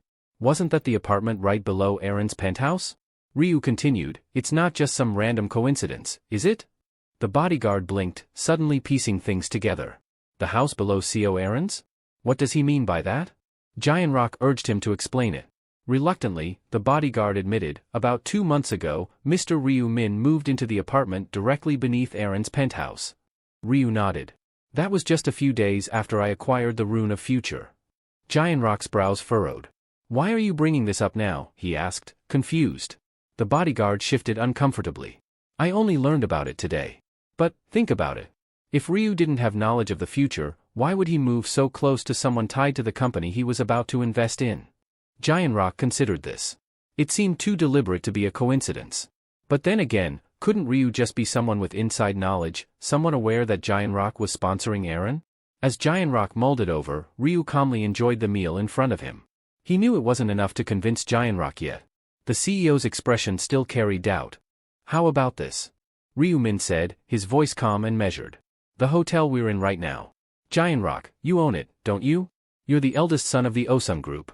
You founded Heavenly Demon Consulting to prove yourself and earn your father's recognition. The bodyguard shot up from his chair, enraged. Who's feeding you this information? Only Giant Rock's close relatives know about that. Calm down, Ryu replied coolly, before turning to Giant Rock. Apologies, bodyguard muttered. Giant Rock remained silent, collecting his thoughts. While he admitted to himself that Ryu's statements were accurate, it still wasn't enough to convince him that this so-called foresight was real. Any family member could have told him. For all Giant Rock knew, Ryu could have been hired by someone to manipulate him. The idea of shifting their entire business strategy simply because one major shareholder suggested it sounded reckless, even absurd. Changing the entire industry based on your word sounds ridiculous, Giant Rock finally spoke, his voice steady. Sure, a rune that can see the future might be possible, but trusting your claims blindly? That's a different story. He leaned back in his chair, glancing at the bodyguard before continuing, Look, I appreciate your investment in my company. But this kind of discussion should be held at a shareholders' meeting. It's up to you to convince them, not just me. Giant Rock stood up, preparing to leave. Sorry, but I've got other meetings. I hope you understand. Ryu, unfazed, called out, Wait a moment. There's something more. Giant Rock paused, one hand on the chair. What else do you have to say? Internally, Ryu weighed his options. Is this the only way left, he thought. Finally, he spoke up, his voice carrying a hint of urgency. How about this, then? I'll give you intel about the 4th round. Giant Rock hesitated, turning back to face him. 4th round? What are you talking about? Ryu sat back down, the corners of his mouth lifting slightly. I saw what's going to happen. The tragedy that's about to unfold. And I have the details. Wouldn't that be enough to prove my ability? Intrigued, Giant Rock sank back into his seat, faster than he had risen. You actually have information on round 4? Ryu nodded. I do. And if you listen, it'll be enough to show you what I'm capable of. Moments later, Ryu was gone, leaving Giant Rock and the bodyguard alone in the room, both still processing what they had just heard. The bodyguard bowed, his face flushed with shame. He had lost his composure earlier, raising his voice without thinking. That's all right, Giant Rock said, watching him closely. You were just looking out for me, right? Speak your mind. The bodyguard hesitated for a moment before speaking. To be honest, sir, I'm suspicious of that man. The idea of someone being able to see the future, it's just hard to believe. If Ryu Min really has that kind of power, why would he want to help us? With an ability like that, he could live the life of his dreams. Why bother with us at all? Giant Rock nodded thoughtfully, listening as the bodyguard continued. Sure, he says he wants to grow alongside our company and make more money. But why? He's already got 280 billion won, more than enough to last several lifetimes, even if he spent it frivolously. Why take this kind of risk? Greed, Giant Rock replied after a pause. Human greed knows no limits. Still, you're right. It does seem too dangerous, too unbelievable.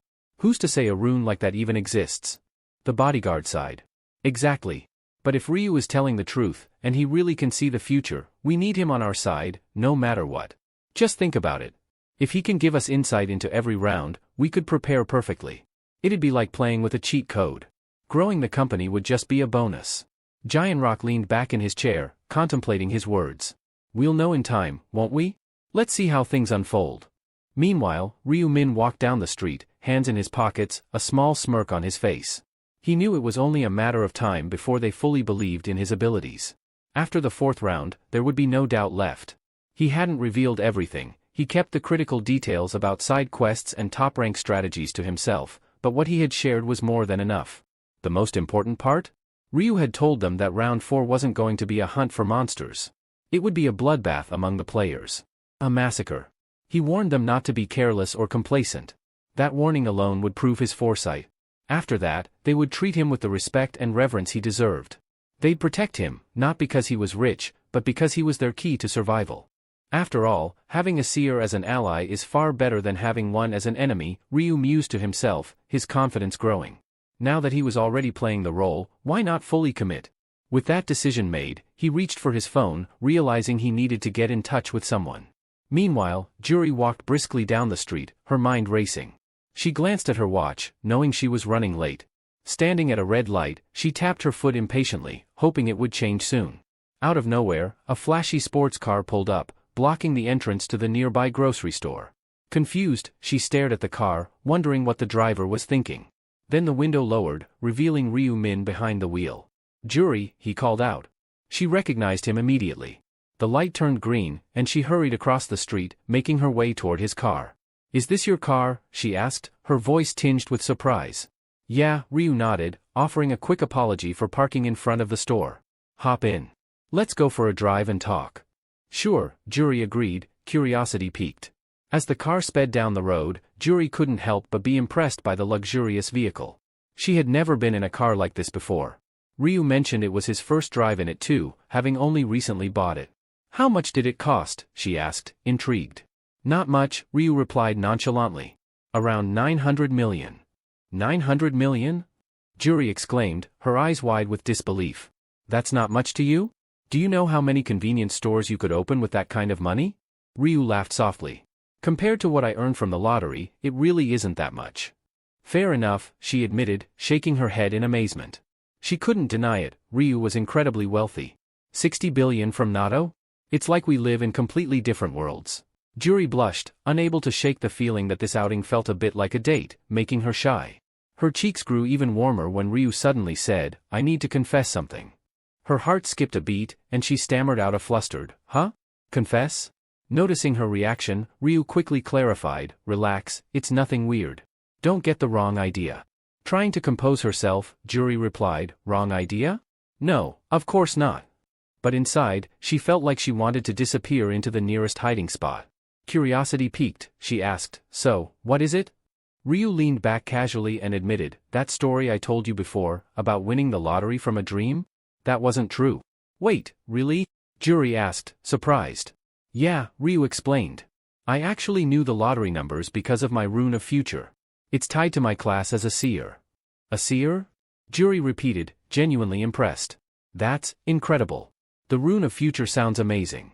She smiled, appreciating that Ryu had shared such a personal secret with her. "Thanks for telling me. I know it's not easy to open up about stuff like that." Ryu shrugged and said, "Well, you did tell me you're a supporter. It's only fair." "Fair?" Juri thought to herself. Not exactly, since she hadn't revealed her own rune to him yet. But as the conversation went on, she wondered if now might be the right time to do so. Sensing her hesitation, Ryu reassured her. "It's fine. You don't have to tell me if you're not ready." Taking a deep breath, Juri decided to open up. "Actually, in the first round, I got the rune of protection," she confessed. "It creates protective barriers around me, one for each person within 10 meters. So, if there are 5 people, I'm surrounded by 5 barriers." She felt a weight lift from her shoulders after revealing her rune, finally feeling comfortable enough to share that part of herself. Curious about why Ryu had decided to reveal his rune so suddenly, Juri couldn't help but ask. He sighed and responded, "Keeping it a secret was weighing on me. Plus, I figured you wouldn't believe what I'm about to tell you unless I was upfront first." "What's on your mind?" she asked, her attention fully on him as the car sped along. Ryu took a moment, then revealed critical details about the upcoming round 4. Juri was shocked, her eyes widening at the implications. He warned her to stay cautious, explaining that the actions of other players would be highly unpredictable. "I will," she promised, genuinely appreciating his concern. Internally, she couldn't help but wonder if his care for her hinted at something more. The thought made her blush. "Does he also have feelings for me?" she pondered, secretly hoping it might be true. Later that evening, Ryu sat on his bed, stunned as he replayed the day's events in his head. "Juri has had feelings for me all this time," he hadn't realized it until now, but her kindness made so much more sense. The revelation stirred mixed emotions in him, though a part of him felt flattered, he knew it might also work in his favor. Having her trust him would make it easier to build an alliance, and she'd likely believe in his foresight more readily. At least that was one less worry on his mind. "Time to get some rest," Ryu muttered, knowing he didn't have much on his plate for the remainder of the month. Time passed quickly, much like someone disappearing without a trace. Before he knew it, it was March 31st, 11:55 p.m. Before his venture into the other world, he had made a crucial purchase, an epic item from the day's I-10 selection, the Shadow Gloves of Darkness. These epic gloves came with impressive stats, providing +5 agility and a semi-transparency feature for weapons, which only activated at night. The gloves had a durability of 1000, with a usage rank requiring regular players or above. Their description hinted at mysterious powers, claiming they could shroud their wearer in the darkness of night, rendering both the gloves and weapons nearly invisible. Combined with his Knight of Death skill, Ryu knew these gloves would be a powerful tool in the upcoming round. Suddenly, a knock interrupted his thoughts. It was one, standing at the door, ready to brief him. "Brother, it's time," one said, his voice edged with nervousness. "Do you think you can survive this one too?" Ryu shrugged, a calm confidence in his tone. "I'll know once I give it a shot." "You're a seer, aren't you?" One stammered, nervously glancing at Ryu. "You mentioned you had some intel on the 4th round." Ryu leaned back, his expression calm. "Knowing something and acting on it are two different things," he clarified, his tone steady but firm. One fidgeted, clearly uneasy. "But how can you be so calm about this?" His voice wavered, betraying his fear. Ryu's eyes narrowed slightly as he issued a quiet but firm warning. "Stop saying things like that. Talking about death only invites it." He paused, reclining further on the bed, his mind racing. While round 4 would likely be a death trap for many, it wasn't a concern for him. Inside the game, Young-min was pacing in frustration, muttering under his breath. "Damn it, it's happening again." The stat penalties. His stats were decimated, down by a permanent 50% due to past betrayals. He cursed inwardly, feeling the weight of the consequences for turning on his former mentor, Cho Jong-shik. With 0 command tokens left, Young-min wondered how he'd possibly survive the upcoming challenges. Young-min reflected bitterly on the dangers ahead. Competitors vying for the zone representative position might target him, and those he once called allies could be seeking revenge. As he surveyed his bleak surroundings, he muttered, "Where the hell are we?" The sterile, white environment made him feel like nothing more than a lab rat in some twisted experiment. That's when he spotted Ryu. His jaw clenched in anger. To Yongmin, Ryu, Black Scythe, was no mere rival. He was a manipulator, a devil who had likely foreseen these events and pulled strings behind the scenes.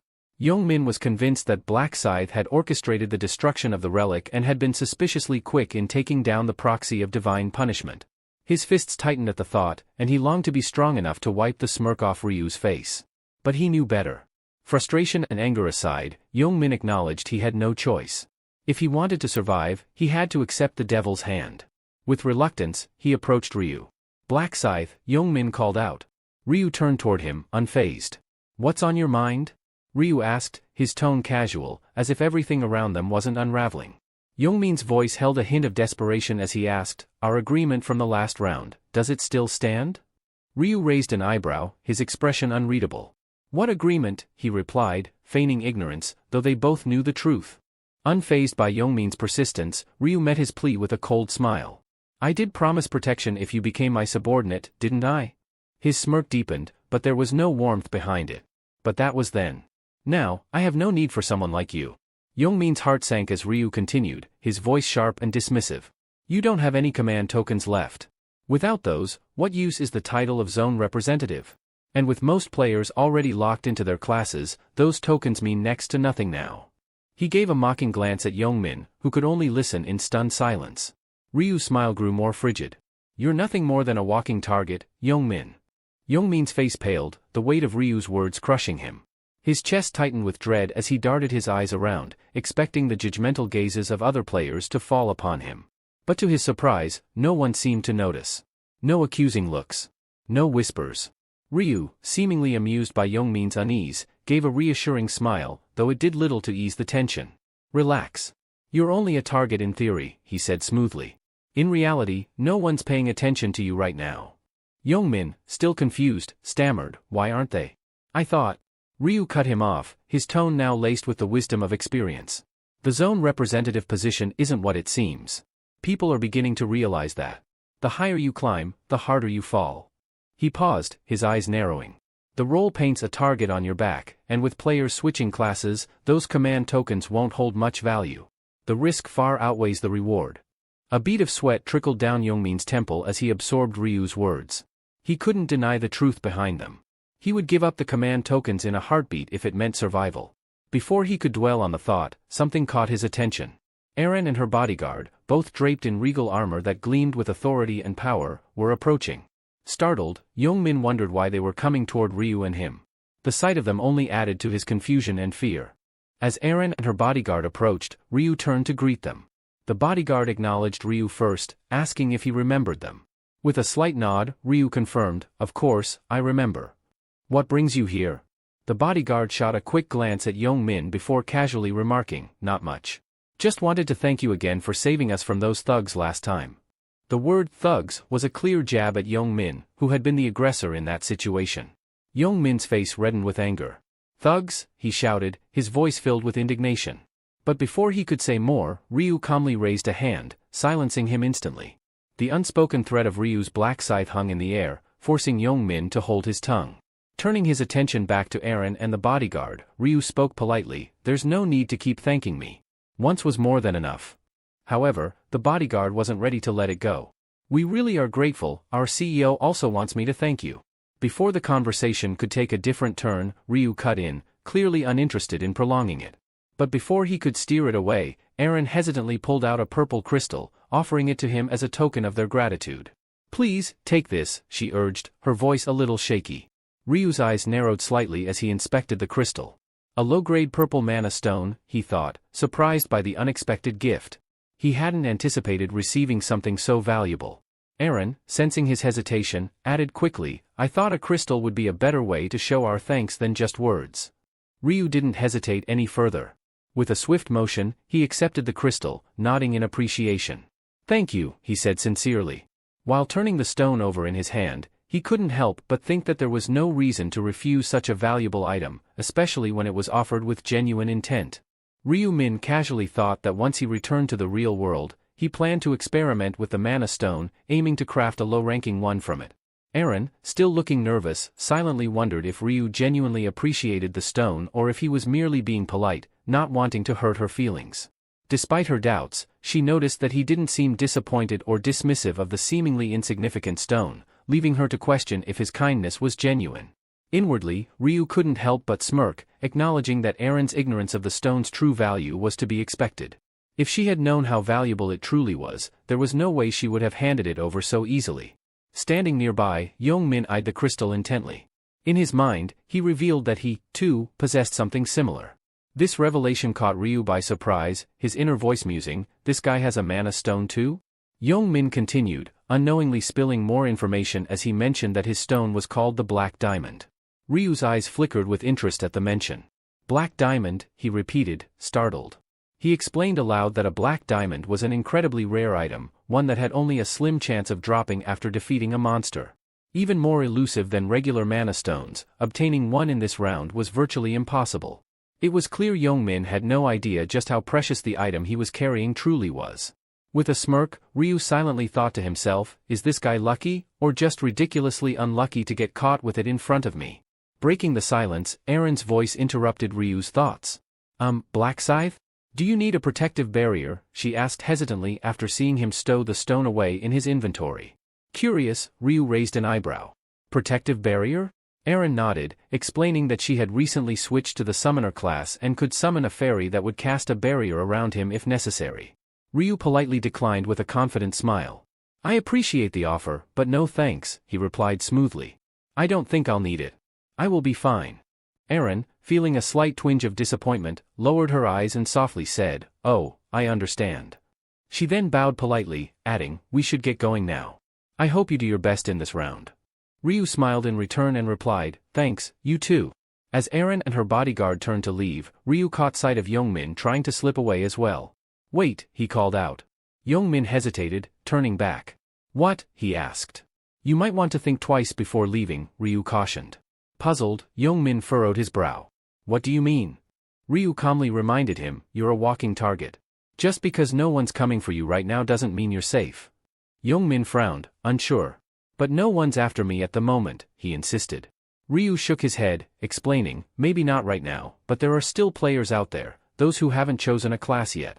They'll be looking for command tokens. And as the zone representative, you're an easy target for them." Young-min paused, considering Ryu's words. "Out of 1,000 players, who would really target me?" he asked, still skeptical. "If you want my help, I can make sure you stay out of their sights," Ryu offered. But before Young-min could even thank him, Ryu added with a sly grin, "Of course, it won't be free. Aaron paid with a mana stone. If you've got something similar, we can make a deal." Young-min quickly rummaged through his inventory, pulling out a gleaming black diamond, its surface smooth and polished like glass. "I've got this," he said, holding it out nervously. Ryu's eyes gleamed as he took the stone, tucking it away safely. "Anything else?" Ryu inquired, half joking. Young-min nervously shook his head. "I don't have anything else, unless you want my clothes, but I'm not about to walk around naked," he added with a weak laugh. Ryu smirked. "Don't worry, I'm not interested in your clothes," he reassured. With the black diamond handed over, Young-min asked anxiously, "So, you'll help me now?" Ryu nodded. "I said I'd keep my word, didn't I?" Just then, an eerie, celestial laughter echoed through the realm, as if an unseen angel was watching, amused by the shrinking number of players still left in the game. Confusion rippled through the crowd of players as they tried to process the situation. Some wondered if real-life fights had broken out once again. Standing with his arms crossed, Ryu quietly mused that it would be unusual if the players managed to stay out of trouble for an entire month. The angel, sensing the growing tension, summoned everyone's attention.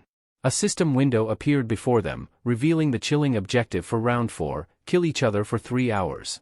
Only 521 survivors will remain in the zone. Shock spread like wildfire among the players. "What does she mean by kill each other?" someone muttered in disbelief. As if reading their minds, the angel's gaze swept over the crowd, her tone cold and matter-of-fact. "It's exactly as it sounds," she confirmed. "Stab the person next to you, end their life, it's that simple." Her blunt explanation struck like a blow. This round wasn't about battling monsters or facing external threats. It was about reducing the number of players, with one method: mutual slaughter. As panic set in, a flurry of questions erupted. "No monsters this round?" someone asked, confused. Another voice, tinged with fear, wondered aloud, "How are we supposed to level up then?" In the midst of the murmuring, one player speculated, "Maybe if each of us kills just one person, half of us could survive." With a playful smile, the angel raised a finger to her lips. "That's a secret," she teased. "It wouldn't be any fun if I just told you, right?" Ryu watched her, his mind racing. Wouldn't be fun, he thought, echoing her words. He knew there was more to it. The angels weren't the masterminds behind this twisted game, they were merely the enforcers. Someone higher up was pulling the strings, controlling the rules. And if the angel wasn't revealing everything, it was because the real host had ordered her to keep certain truths hidden. The angel delivered her unsettling ultimatum with chilling indifference. Surviving this round wasn't as simple as just killing another player. Only the top 521 would make it through, but the criteria for ranking remained a mystery. Quick kills wouldn't necessarily guarantee a higher position. With a cold smile, she abruptly ended the briefing, urging them all to kindly eliminate each other. The countdown started, ticking away at 2 hours, 59 minutes, and 59 seconds. Fear and confusion gripped the players. Most stood frozen, grappling with the horrific dilemma. Should they really start killing each other? They didn't bear any grudges, but this round was bound to turn chaotic. Amidst the growing panic, Young-min stood out. A mischievous grin spread across his face as he hid his inner thoughts. Killing had served him well in the past, and now he had a clear target in mind. Stifling a laugh, Young-min couldn't help but relish the thought of taking out an old foe. Ryu, observing him closely, quickly deduced that Young-min intended to eliminate a former friend who had bullied him, confirming his suspicions. Grinning wider, Young-min thought to himself, if nobody wants to target me, wouldn't that work to my advantage? No enemies means a clear path. But his grin soon twisted into anger as old resentments resurfaced. Cursing his former friends, he swore to hunt them down and eliminate them all. Suddenly, his confidence shattered as he jumped in fear, thinking someone was coming for him. But it was only Ryu, who approached with a calm, purposeful stride. "Do you have any business with me?" Young-min asked, still rattled. Ryu's voice was steady. "I told you I'd help you avoid being targeted, didn't I? I'm here to keep that promise." With a casual flick of his hand, a crimson aura began to swirl around Ryu's palm, and in a matter of moments, a scythe materialized. Young-min's eyes widened in terror, his body frozen as if anticipating the inevitable. Ryu looked poised to strike, leaving Young-min, and the audience, hanging in suspense. The air thick with tension as the deadly weapon hovered over its potential victim. Young-min's head flew through the air, his body collapsing lifelessly to the ground. Before the shock could settle in, Ryu's calm expression remained unchanged as he wiped his blade clean. Almost immediately, a system notification popped up before Ryu, revealing a hidden subquest: eliminate the zone representative within the time limit. Ryu had effortlessly completed it by killing Young-min, the current zone representative. As a reward, he received a rare item, a lowest rank mana stone draw token. The token had some specific conditions, though. It could only be used by someone at practice rank or higher and would expire after the next round. The prize was luck-based, offering between 1 to 5 random mana stones. Ryu smirked inwardly as he read the notification. He had secured exactly what he was after. Dismissing his scythe, he felt a rush of excitement about the loot. While the subquest reward was a nice bonus, it wasn't the only reason he had dispatched Young-min. Suddenly, panic screams erupted from the crowd as onlookers pointed toward Young-min's lifeless form. One girl, her voice trembling with accusation, cried out, "He killed the zone representative. Black Scythe's a murderer." Fingers were pointed, and more voices joined in, calling Ryu's actions barbaric. Ryu found their outcry deeply hypocritical.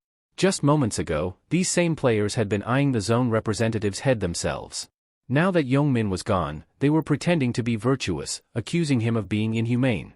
As the crowd's condemnation grew louder, they began questioning his humanity, branding him a cold-blooded killer. Inwardly, Ryu acknowledged the irony. Sure, he had taken lives before. Seokyun's death was fresh in his mind, but nothing in this game was black and white. The rules of survival left him with little choice, especially in this round. He was acutely aware that more difficult choices would lie ahead, and more lives would inevitably be lost as they approached round 20. But he wasn't reckless, every action had a purpose. Despite knowing this, the criticism was relentless. All over a single death, even in a game where everyone was forced to make impossible choices. As the crowd simmered with fury, various thoughts bubbled up in the minds of the players. One plotted to rally the others against Ryu, another sought to ruin his reputation, while some quietly considered physical confrontations. A few even feared his rise to power as the new zone representative. All of them believed they had a chance to take him down. Ryu, perceptive as ever, caught on to their thoughts. His smirk deepened, amused by their futile schemes. They really think they stand a chance? How laughable, he mused, barely containing his inner chuckle. The crowd, seeing his smirk, became even more enraged. "What, you think this is funny?" one player shouted, while others hurled insults, calling him a psychopath for grinning after killing someone. The tension crackled in the air. Just then, a system notification flashed before everyone's eyes. Player Blackscythe has been designated the new zone representative. Silence fell over the crowd as they processed the news. It was as if they had just armed a predator. Someone dangerous was now in command. The air grew thick with uncertainty. No one knew what their next move should be. Ryu, still wearing his smug grin, mocked the crowd's sudden quietness. "What's wrong?" he asked, his voice dripping with sarcasm. "Why aren't you all shouting anymore? Scared now that I'm the zone representative?" His gaze swept over the uneasy faces. He taunted them further by casually mentioning command tokens, suggesting that those who hadn't undergone their class change were especially vulnerable. His words caused visible discomfort. Nervous murmurs rippled through the group. "What are you talking about?" one player finally stammered. Then, someone pointed at Ryu's name, noting that its color had shifted. "Look! Blackscythe's name has changed," they exclaimed. More players began to notice it as well, their confusion mounting. How had his name color changed, while theirs remained the same? Ryu stayed calm, his demeanor betraying his extensive experience. He knew exactly what was happening. With 100 regressions under his belt, he had encountered this situation before. He inwardly confirmed that his name had likely shifted from neon to red, a sign of the bloodshed he had caused. Breaking the silence, he explained the mechanics. "In rounds like this," he began, "your name turns red when you kill someone. The more people you take out, the darker the shade gets." His voice was matter-of-fact, as if discussing the weather. He continued, "The system separates those who've killed from those who haven't. Funny thing is, players tend to target killers first. It makes them feel better, like they're not the bad guy. But the irony is, once they kill a killer, they become one themselves. It's a vicious cycle, encouraging everyone to spill more blood." The crowd's fear deepened as his words sank in. They realized that by eliminating Ryu, they'd only be setting themselves up for the same grim fate, trapped in a spiral of violence. Ryu thought that their hesitation to kill now would only result in more deaths later. Frustrated by their inaction, he asked, "What are you all waiting for? There's no time to waste." Yet, instead of acting, the crowd remained angry, accusing him of being a murderer and demanding he stay put. Ryu couldn't help but marvel at their audacity, talking down to the #1 ranked player in the world like that. He decided to be blunt. "You're all making it sound like I'm the only one who ever planned to take out the zone representative. What about last time when everyone rushed to Jongshik? Were you planning to give him a hug?" His voice hardened. "This is survival. It's kill or be killed." Ryu found it baffling that they had made it this far without grasping such a basic truth. He urged them to drop the pretense and face the harsh reality. "If your life was on the line, you'd be pulling out a weapon to defend yourself too," he said, his gaze cold and serious. "This isn't the time for idle talk. If you've got a problem with me, let's settle it like we did last time, with a vote. But stop wasting time." Turning away from them, Ryu mused silently. Even if he kept quiet, they would inevitably start arguing amongst themselves. But by the time they realized what needed to be done, it might be too late. If he didn't push them to act now, they'd keep squabbling, and fewer than 521 would survive. He knew it was a gamble, stirring up conflict in the group, but it was the only way to save more lives in the end. His words, harsh as they were, might be the wake-up call they needed. Suddenly, a girl spoke up, agreeing with him. "Yeah, Blackscythe is right. We can't just sit around. We need to do something," she urged. A man quickly countered, challenging her. "Then what do you suggest? If you've got an idea, let's hear it." The tension in the air thickened as the crowd waited for someone to take the lead. The girl, clearly annoyed by the man's sarcastic tone, shot back, asking, "Why do you have to be so snarky? I'm just saying we need to figure something out." The man, undeterred, suggested they settle things with a one-on-one duel. However, another voice immediately challenged the idea, asking how fighting to the death could ever be considered fair. "You think this is just some game?" the person added, clearly frustrated by the lack of urgency. This sparked an argument between them, the tension rising rapidly. Nearby, Erin stood with her bodyguard, anxiety etched on her face. "What should we do?" she whispered, her voice shaky. "Do we really have to kill someone, like Blackscythe said?" The bodyguard, eyes cold, nodded without hesitation. "If we don't, someone else will kill us," he replied firmly. "It's them or us. I don't care who they are." Erin hesitated, her kind-hearted nature conflicting with the brutal reality before her. She remained silent, torn between survival and her conscience. The bodyguard, seeing her hesitation, turned to her with a serious look. "Listen, Erin. You need to toughen up. Taking a life isn't easy, but in this game, it's necessary. If you hesitate, you're dead. Nervously, Aaron asked, "You talk like you've done it before, have you?" The bodyguard shook his head, though his voice was resolute. "No, I haven't. But I've thought it through. You need to get ready. This isn't going to be easy." Aaron glanced at him uncertainly. "Who should we go after?" "Let the situation decide," he replied. "When the time comes, you'll know." Meanwhile, tensions within the group continued to escalate. One player snapped, urging someone else to stop wasting time and pick a target. But instead of complying, the person fired back, asking, "What about you? Who are you going to target?" Another player interjected, arguing that the best strategy was to focus on those with red names, since they'd already killed someone. "They're the real threats," he reasoned. But this sparked more dissent, as someone else questioned who had the right to make such a decision. Fingers started pointing at Blackscythe, with accusations flying about how his red nickname only confirmed his reputation as a killer. Amidst the chaos, one person scoffed at the idea of targeting Blackscythe. "You think we can take down someone at level 30? They asked, incredulous.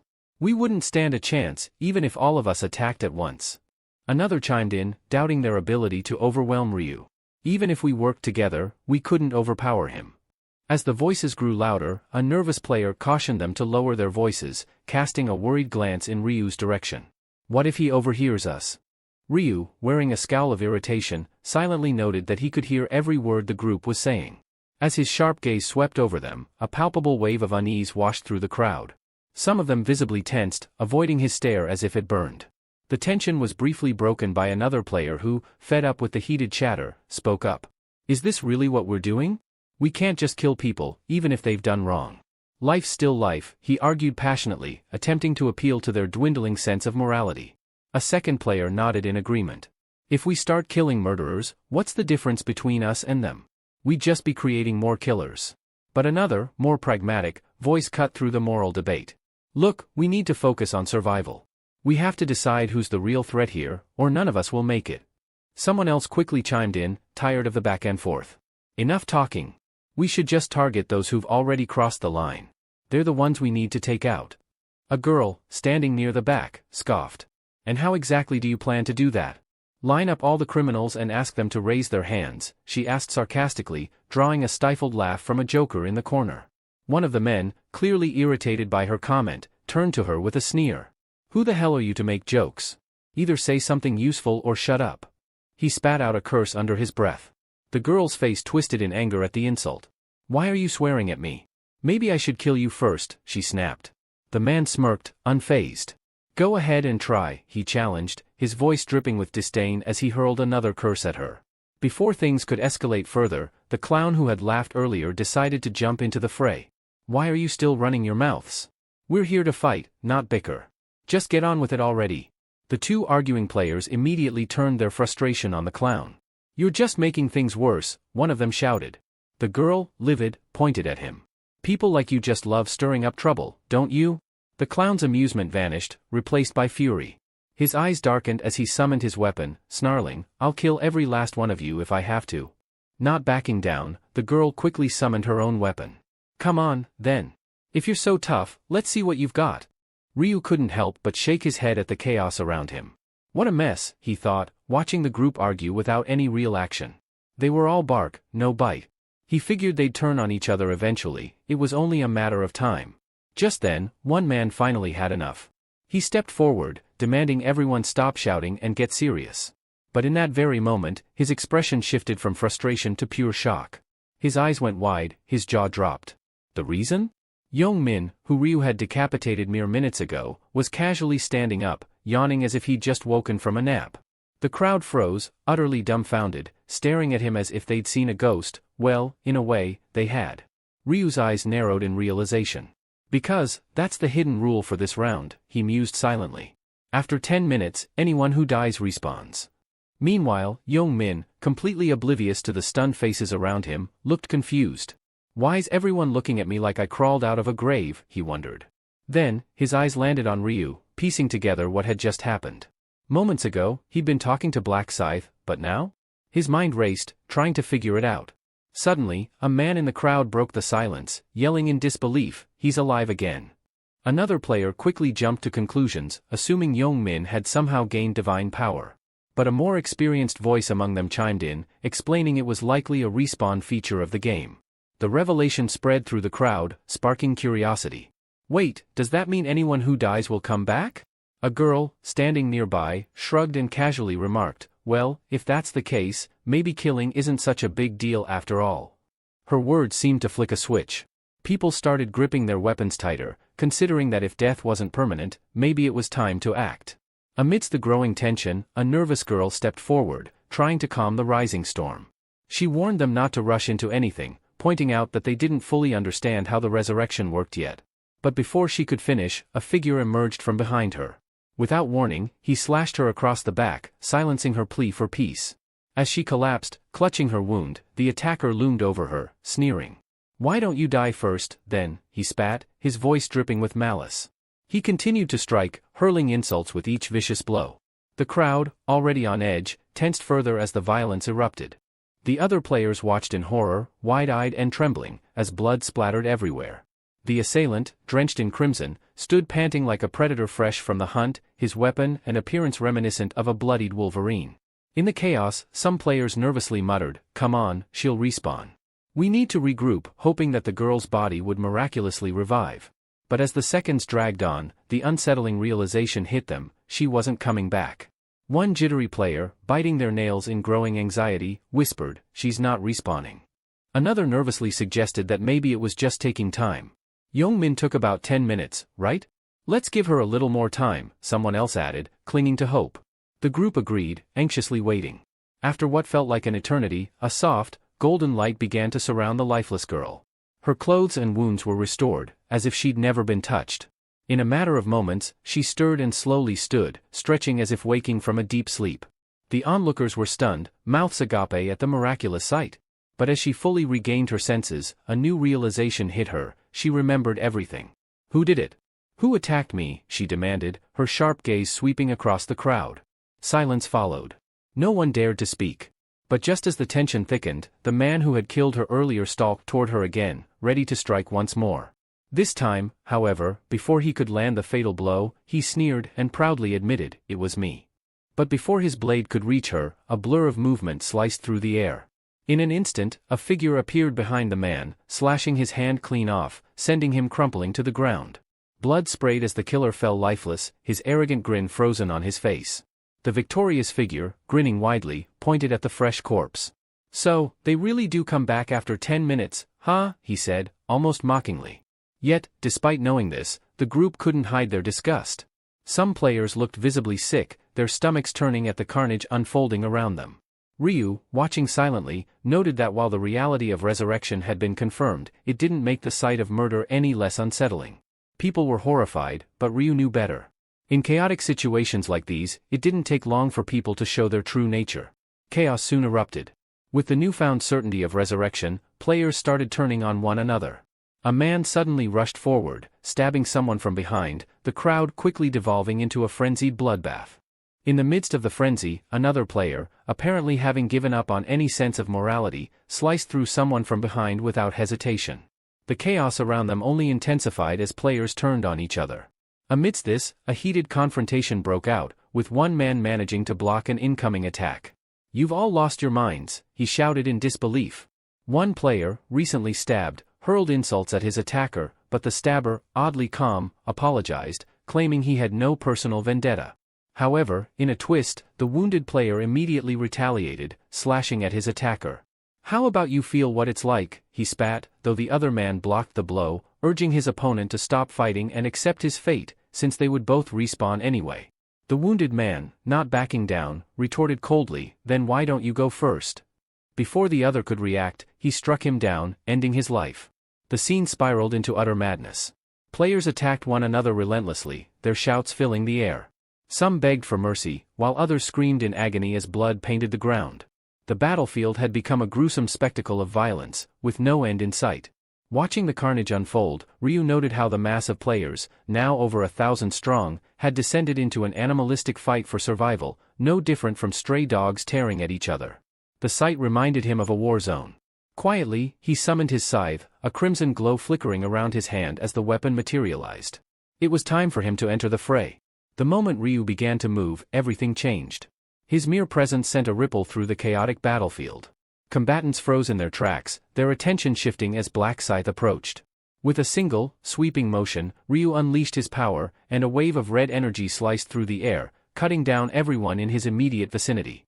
The ground was suddenly littered with corpses, blood pooling around him as the deadly quiet settled. But Ryu wasn't done. He sensed 3 individuals attempting to ambush him from behind.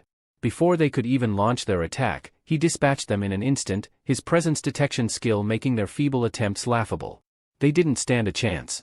Scanning the battlefield, Ryu's eyes landed on a man wielding a massive, double-sided axe, laughing maniacally as he took down his foes with brutal swings. Ryu smirked to himself, knowing that the man's rampage wouldn't last much longer. As Ryu observed the chaos around him, he quietly acknowledged that this 4th round was tailor-made for Black Flame Dragon. With the absorption rune in his possession, this stage was practically a banquet for him. From the deep hue of Black's name, Ryu deduced that the man had already eliminated about 10 players. He figured Black would likely have to make use of the stack few times, considering the pace of his rampage. Black couldn't contain his amusement, glancing at his status window in sheer delight. Each player he took down caused his stats to skyrocket, and he was reveling in it. Sure, it was normal to grow stronger from slaying monsters, but the unexpected boost from eliminating other players? That felt like hitting the jackpot. The absorption rune worked by increasing a stack each time an enemy was defeated. Once the stack was full, a random stat would be added, and the size of the boost depended on the level of the defeated player.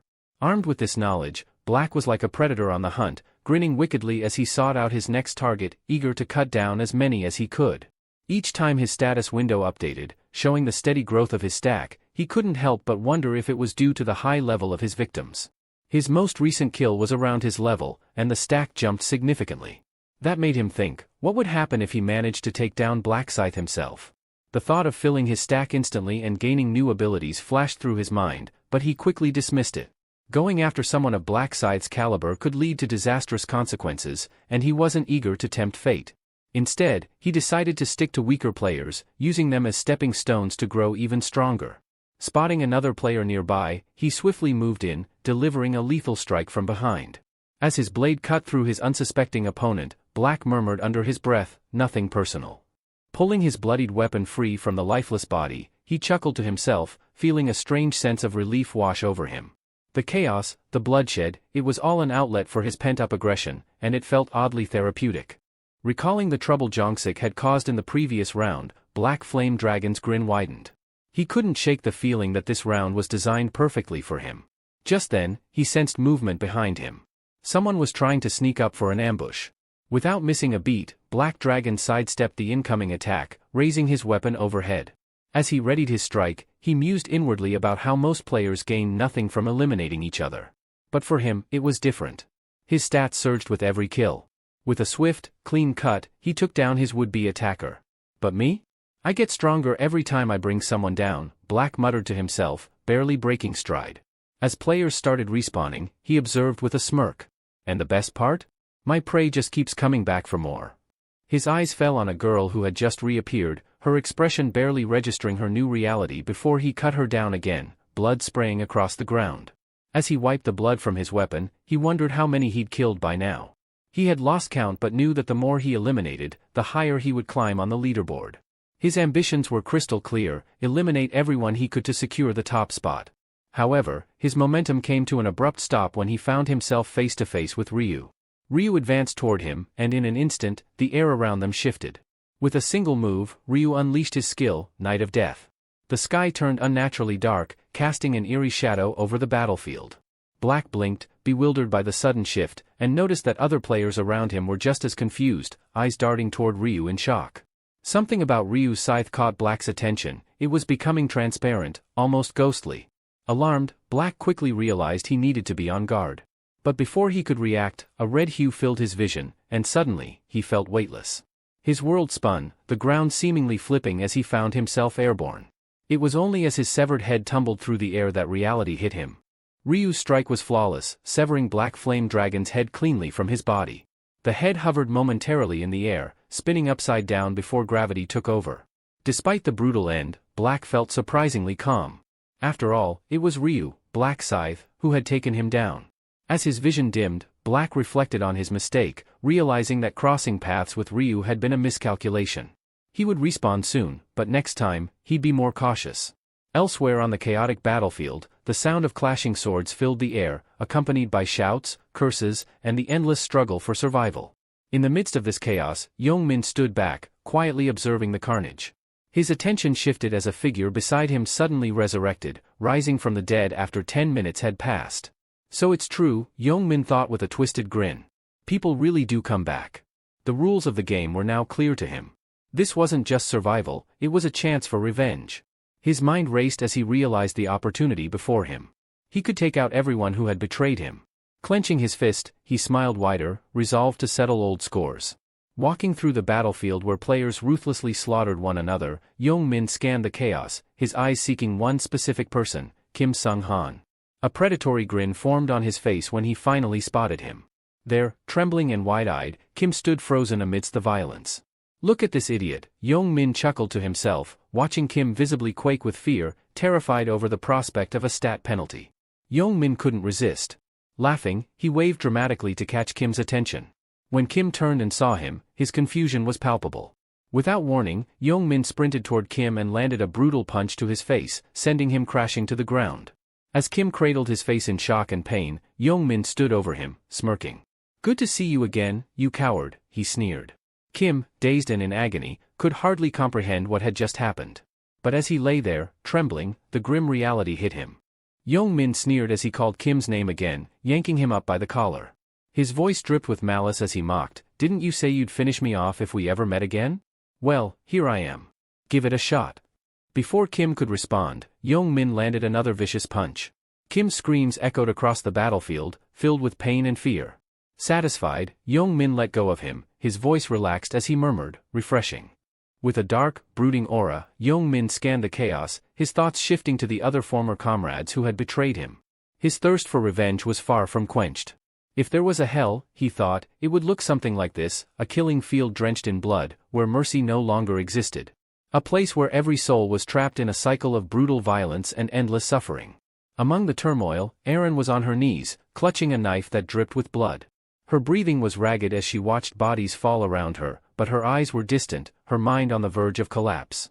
The bodyguard, dispatching enemies with grim efficiency, noticed her fragile state. Walking over, he asked with mild concern, "You tired?" Erin shook her head weakly. "Not tired," she replied, her voice trembling. "Just struggling." It wasn't her body that was exhausted, it was her mind. She was barely holding on. The bodyguard silently assessed her, thinking to himself that while he could endure, it was Erin's mental state that worried him. If she couldn't pull herself together, it would impact their mission, and worse, he wouldn't be able to face the CEO. Just then, something caught his attention. A man had crept up behind Erin and grabbed her by the hair, yanking her head back. He raised his weapon, ready to strike. Without hesitation, the bodyguard sprang into action, closing the distance in an instant. Disarming the attacker with a swift movement, he sneered, "Like hell I'd let scum like you touch her." With a smooth motion, he plunged his blade into the man's chest. The attacker crumpled to his knees, gasping in agony. Turning back to Erin, the bodyguard spoke coldly. "Finish him." Erin's hands trembled as she stared at the man struggling before her. Fear and hesitation gripped her, but she knew there was no other choice. Steeling herself, she forced her feet to move, rushing forward. With a determined cry, she plunged her knife into the man's heart, ending his suffering. The bodyguard watched as Erin shakily stood up. Inwardly, he thought she does as she's told. Her face still pale from the ordeal. Between gasps and sobs, she asked, "How much longer do we have to keep this up?" He replied flatly, "Probably another hour." Erin looked around at the chaos unfolding, her voice wavering as she said, "Just watching this, it's tearing me apart inside. I don't get why they're all so determined to kill each other." Inwardly, the bodyguard couldn't help but think she's so weak. Always has been, a delicate flower completely sheltered from reality. Out loud, he told her, "If you're that tired, take a break. You've already killed 50 people, so that should be enough to put you on the leaderboard. Leave the rest to me." Erin nodded, grateful. "Thank you, for everything." But in his mind, the bodyguard smirked. "I should be thanking you. I've been carrying her the entire time, but now I don't have to hold her hand anymore. I can finally focus on myself." Earlier, he had deliberately injured people and let Erin finish them off so she could rack up kills. But now, with her taken care of, it was his turn to cut loose and rack up his own kills. With only 10 minutes left in the round, he was eager to make his move. Meanwhile, Ryu continued his slaughter, a blur on the battlefield. As someone tried to sneak up on him from behind, Ryu sighed inwardly. Round 4 is always so draining. In one swift motion, he turned and eliminated his attacker without missing a beat. I can't afford to lose focus, he muttered to himself, eyes scanning the battlefield. The prize for being number 1 across all zones was too tempting to ignore. His thoughts shifted to the ultimate goal, reaching round 20. He knew that every second counted. No telling how strong the final boss will be, Ryu thought as he darted toward another group of players. I have to get as powerful as possible before that moment comes. As Ryu cut down one of the 2 fleeing players, the other continued to run, shouting in fear that Black Scythe was after him. But to his surprise, Ryu sped past without delivering a final blow. The man came to a halt, panting in relief, thankful to still be alive. Inwardly, Ryu reasoned that there was no point in taking down someone he had already killed.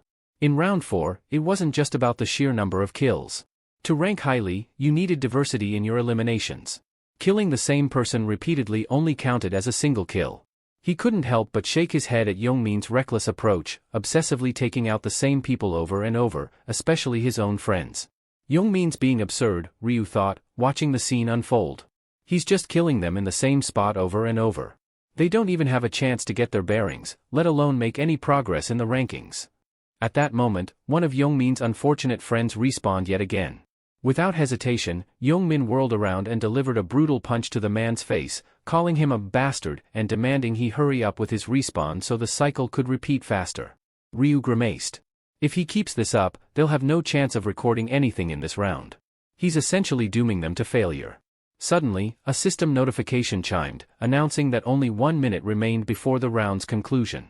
Ryu's mind raced. 1 minute, there's not much time left. I need to secure as many points as possible. Darting across the chaotic battlefield, he scanned the crowd, looking for anyone he hadn't killed yet. He spotted 2 familiar faces, players he had already eliminated, and then, finally, a figure he didn't recall. Wasting no time, Ryu dashed towards him, his large black scythe gleaming as it sliced through the air. The man fell instantly, just as Ryu hoped. But then, everything froze. A radiant golden barrier formed around Ryu and the other surviving players. Out of nowhere, an angelic figure appeared, her laughter echoing across the battlefield. She smiled mischievously and asked, "Did you all enjoy your little killing spree?" Ryu, watching the angel with a cynical eye, mused internally, "We were killing people just like us, there's no way anyone would enjoy something like that." The angel, meanwhile, floated above the carnage, her tone playful but edged with sarcasm. "Oh dear, look at all this filthy blood," she sighed dramatically. "You've turned this once pristine place into a total disaster. But, well done. You all worked so hard to kill each other." She waved it off as if it were a trivial matter, then casually mentioned, "Time to bring everyone back before we check the final tally." Ryu couldn't help but note to himself that she was pretending to take credit for something the system handled entirely. The angel wasn't bringing anyone back, the system was. As if on cue, severed limbs began to regrow, and those who had been slaughtered moments before were resurrected. Youngmin's friends, among the revived, immediately began pounding against the shimmering golden barrier that encased them. Their eyes wild with fury, they hurled curses and threats at Youngmin, their hatred for him palpable. But Youngmin only chuckled darkly. "Idiots," he muttered, thoroughly enjoying their misery. He seemed completely unaffected by their anger. Suddenly, the angel's playful demeanor dropped, replaced by a chilling expression of authority. "Silence," she commanded, her voice laced with an unmistakable threat. "Anyone who speaks another word will lose their head." The venom in her voice stilled the chaos instantly. Youngmin's ex-friends, even Youngmin himself, went quiet, their defiance fading as they recognized the seriousness of her warning. With the battlefield now eerily still, the angel smiled once more, her tone light and cheerful again as she announced they would review the results. But before doing so, she added with a teasing grin, "Oh, and we still need to reveal the subquest for this round." Confusion rippled through the players, none of them had known there was a subquest. Sensing their bewilderment, the angel mocked them openly. "Seriously? You didn't realize there was one? How clueless can you be?" Just then, a system notification flashed before them, revealing the hidden objective for round 4, subquest, eliminate the zone representative within the time limit. The reward for completing the subquest was revealed to be a low-tier mana stone draw token, sending a ripple of shock through the crowd. No one had anticipated such a hidden challenge. The angel, with a condescending smirk, mocked their surprise, calling them fools. Only one person in this zone managed to complete the subquest, she said, her eyes twinkling with amusement. And that person is? Black Scythe. All eyes instantly turned to Ryu. One player, piecing it together, muttered, now that I think about it, Black Scythe did kill Young-min right at the start of the round. Frustration flared in another man, who clenched his fists in anger. He cursed silently, bitterly realizing that becoming the zone representative had been a significant advantage. If I'd known, I would have killed Young-min myself, he fumed, inwardly raging over the missed opportunity. Meanwhile, Young-min, his face ashen, replayed the moment in his mind. I was killed, by Black Scythe, checking his status window, he grimaced. The temporary command tokens he'd held as zone representative were gone. His mind flashed back to when Ryu had told him he would help him avoid being a target. Now, it was clear, Ryu had simply wanted to strip him of the zone representative title for himself. The angel's voice snapped him out of his thoughts. All right, now let's check the final scores, she started, but then paused, her eyes gleaming mischievously. But first, you're probably wondering how these rankings were determined. The crowd stirred nervously. The angel explained, the rankings are based on the order in which you eliminated unique individuals. Killing the same person over and over doesn't boost your score. It only counts as one kill. A murmur of shock spread through the players as they digested the revelation. It wasn't just about racking up as many kills as possible, they needed to be strategic. The angel, noticing their disbelief, chuckled, clearly enjoying their discomfort. What, did you think it was that easy, she scolded, snapping her fingers. Let's see the results, shall we? Suddenly, the results of round 4 flashed across the screen. Ryu, or Black Scythe, stood at the top with an astounding 722 kills across all zones. In second place was Stupid Idiot, trailing with 521 kills, while Heavenly Demon took third with 433. Within Ryu's own zone, he maintained first place as well, with Cute Baby Bird securing second with 211 kills, and the Bodyguard following closely at third with 209 kills. The angel, still sporting her signature grin, remarked, well, it seems Black Scythe claims first place again. Ryu stood there, arms crossed, his expression calm and unaffected. Inwardly, he knew the truth, it was only natural that he dominated. The Celestial being smiled, commenting on the astounding feat he had achieved, eliminating 70% of the total players, which numbered around 1,000. It was a feat that left the crowd in disbelief. They struggled to wrap their minds around how one individual could take out over 700 players on his own. An incredible achievement, the angel said, her tone a mix of awe and amusement. Surely, a reward is in order. Almost on cue, a system notification appeared, congratulating Ryu on securing the top spot in his zone. Another message followed shortly, declaring him the highest-ranked player across all zones. For being the top player in his zone, Ryu was awarded an intermediate-grade rare armor selection coupon. As the notification for his all-zone victory popped up, he was gifted an intermediate-rank special reward selection box. Ryu, inwardly calm and focused, saw the value in the rare armor coupon. It was the perfect opportunity to upgrade his gear and prepare for what lay ahead. The round might have ended, but Ryu knew this was just the beginning. The system presented Ryu with 3 armor options: polished bronze armor, a blood-red assassin suit, or the robe of darkness. After considering his choices, Ryu selected the blood-red assassin suit, drawn to its versatility and agility. Classified as rare armor, it boasted 60 defense points, along with a +4 boost to agility, a 5% increase in both attack speed and movement speed, and a durability rating of 600. Only those ranked regular or above could wear it. This crimson suit, rumored to have once belonged to a notorious assassin, carried with it the faint scent of blood. With that decision made, Ryu turned to his special reward selection. His options were a temporary 50% stat boost, usable until the end of round 5, 5,000 gold, or critical information about round 5. Knowing that the upcoming round had a difficult subquest but also an attractive reward, Ryu opted for the stat boost, confident it would help him push through the challenges. The angel, hovering nearby, interrupted the moment. I trust you've all reviewed your rankings by now, she said with a playful grin. She revealed that those ranked 521st and lower in the zone would face elimination. Her smile twisted into something darker as she raised a hand to her face and announced the beginning of the annihilation.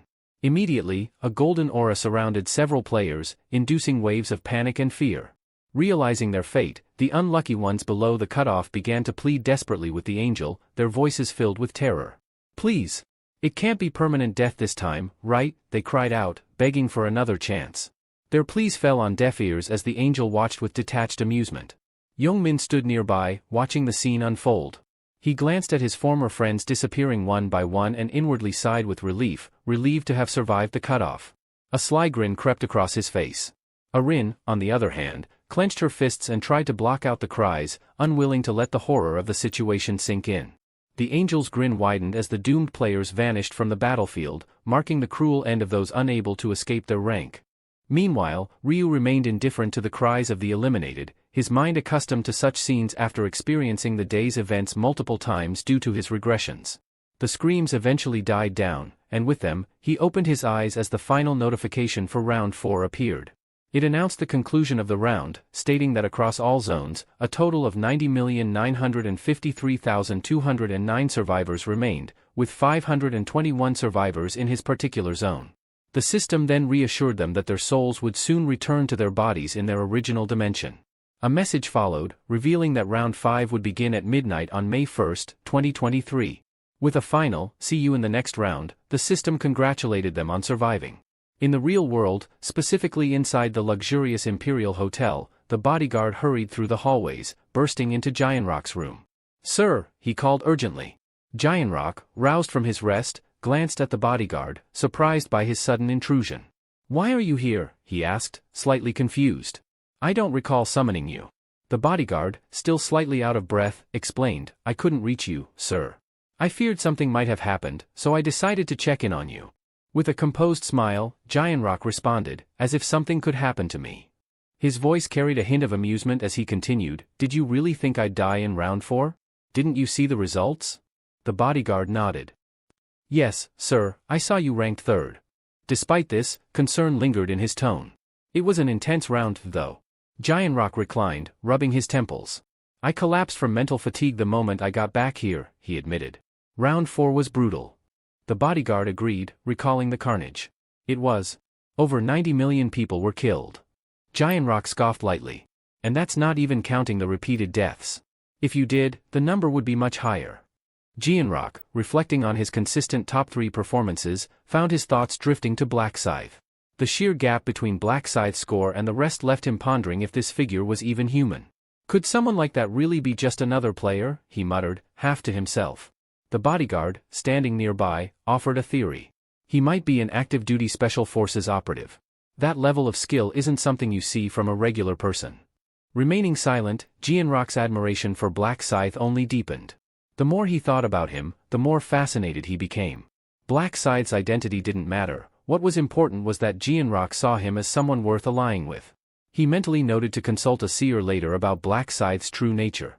Changing the subject, the bodyguard remarked on how eerily accurate the seer's predictions had been for round 4. Initially skeptical, he admitted he only began to believe when he witnessed the chaos firsthand. Gianrock nodded in agreement, a flashback filling his mind. He recalled when Ryu had warned them, saying, "Round 4 won't be about hunting monsters. It's going to be a slaughter, a massacre among players." When Gianrock had asked for clarification, Ryu explained it was a fight to the death between competitors, urging them to stay sharp. The bodyguard snapped him out of his reverie with another question. "What's our next move?" he asked. Gianrock, slightly confused, sought clarification. "What exactly are you asking?" "About Ryu Min, the seer. Do you plan on partnering with him in business?" the bodyguard pressed. Gianrock gave a firm nod. "Yes. Ryu Min holds 31% of the company's shares, which effectively puts the future of our company in his hands." The bodyguard's eyes widened. "So, we're going to pivot the entire industry, just like he suggested?"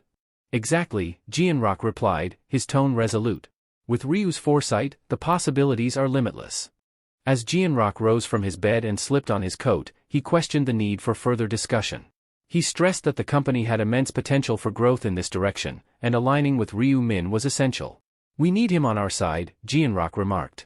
He advised the bodyguard not to let pride or Ryu's youth cloud his judgment. "Even if you don't like his behavior, you should praise him and play along. Only then can we truly benefit from the insights of this seer," he added, his tone firm. The bodyguard nodded in understanding. "I'll be more cautious when dealing with Ryu Min from now on." "Good," Gianrock responded. "Now, give Ryu a call. Tell him we should celebrate surviving round 4 today, and ask if he'd like to bring his family along." The bodyguard hesitated for a moment before asking, "What should I say to him?" Jianrock grinned, explaining, just tell him it's a small gathering to mark our survival. And see if Aaron should come along too. The bodyguard raised an eyebrow. Aaron? Why her? With a knowing smile, Jianrock replied, we need a celebrity at these sorts of things. The scene then shifted to Café Scala, where Ryu stood beside his car, waiting. Spotting someone, he waved with a smile. Hey, Yuri, he greeted warmly. Yuri smiled back. Ryu, you're looking sharp. Not as sharp as you, he quipped with a grin. She raised an eyebrow playfully. What's up with you? Making lunch plans all of a sudden? Ryu chuckled. I thought it'd be nice to celebrate surviving round 4. My treat. Yuri laughed softly. Well, if you're paying, I won't say no to taking advantage of my rich friend.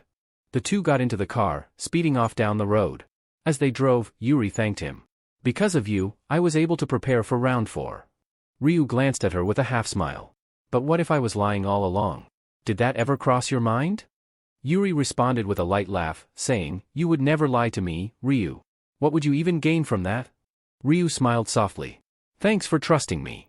She quickly replied, no, I'm the one who should be thanking you. If you hadn't told me about the round, I would have had to kill dozens of people. I'd be dead by now.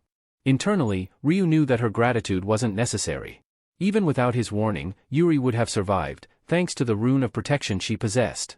She wasn't as helpless as she believed, in fact, she was quite capable.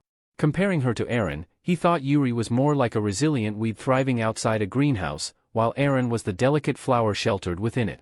After a bit of driving, they arrived at a cozy restaurant and ordered their food. Enjoy, Ryu said casually. Thanks.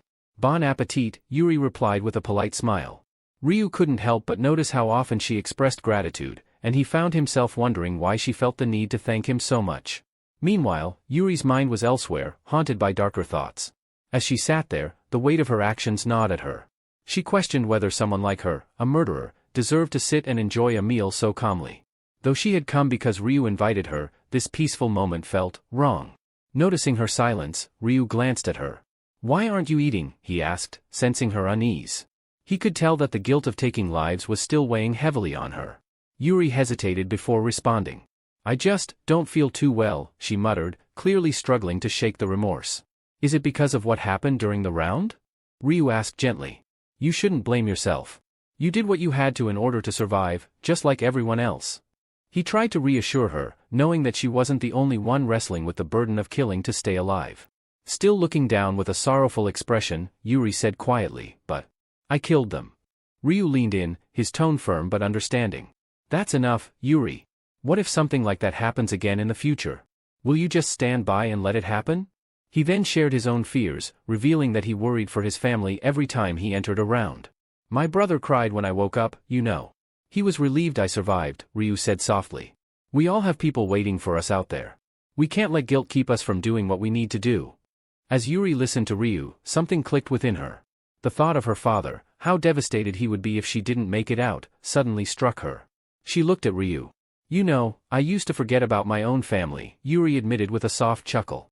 But thinking of them is probably what's kept me going all this time. Her expression softened as she said, Thank you, Ryu. For comforting me. Don't mention it, he replied with a smile. Now, come on, dig in before the food gets cold. She took a bite, savoring the flavor. Wow, this is really good, she said, feeling a sense of relief wash over her. I think all that stress from round 4 is finally melting away. Ryu smiled, pleased to see her spirits lifting. I'm glad you like it. But really, you should thank the chef, not me. Yuri chuckled lightly. Thanks for the food, Min. Ryu blinked, slightly surprised. That's the first time you've called me by just my first name, he noted with amusement. She hesitated, then asked, Is it all right if I keep calling you that? Of course, he answered warmly. I don't mind at all. As they continued eating, Ryu observed that Yuri seemed to be feeling much better. Deciding it was the right moment, he leaned back and got to the real reason he had called her. Actually, I wanted to share something important with you about round 5. Yuri paused mid-bite, her expression shifting to one of shock. Wait, do you know what's going to happen in round 5? She asked, her voice full of surprise. Ryu nodded. Yeah. I've seen the future. Round 5 is going to be the toughest one yet. She leaned in, clearly concerned. What do you mean? What makes it so difficult? There's going to be a zone merger, Ryu explained. That means all the split zones will be combined into one massive battlefield. Yuri's eyes widened in disbelief. Does that mean we could meet in the game? Ryu took a sip of his drink before replying, yeah, but not in round 5. Internally, though, he knew the truth. They would meet in round 5, but if he told her that outright, she'd want to see him immediately. He couldn't risk exposing his true identity just yet. Setting his glass down, he leaned forward, his tone more serious. You're going to have to be careful about a few things. Pay attention to what I'm about to tell you. Yuri nodded, now fully focused as Ryu continued. Round 5 is going to be incredibly challenging, he said, choosing his words carefully. You need to be prepared for anything. Ryu leaned in, his voice calm yet firm. You might struggle to pass this round on your own, but there's one way you can make it through. Yuri looked at him with wide eyes, curiosity piqued. What's the way? Ryu didn't hesitate. You need to go seek out Black Scythe and ask for his help. Her eyes widened in disbelief. Black Scythe? Are you serious? Yes, Ryu replied confidently. I'm suggesting you reach out to him, the top-ranked player across all zones. Still taken aback, Yuri was skeptical. You want me to ask Black Scythe, of all people, for help? Ryu nodded. It's not about asking for help in the traditional sense. Think of it more as forming a temporary alliance.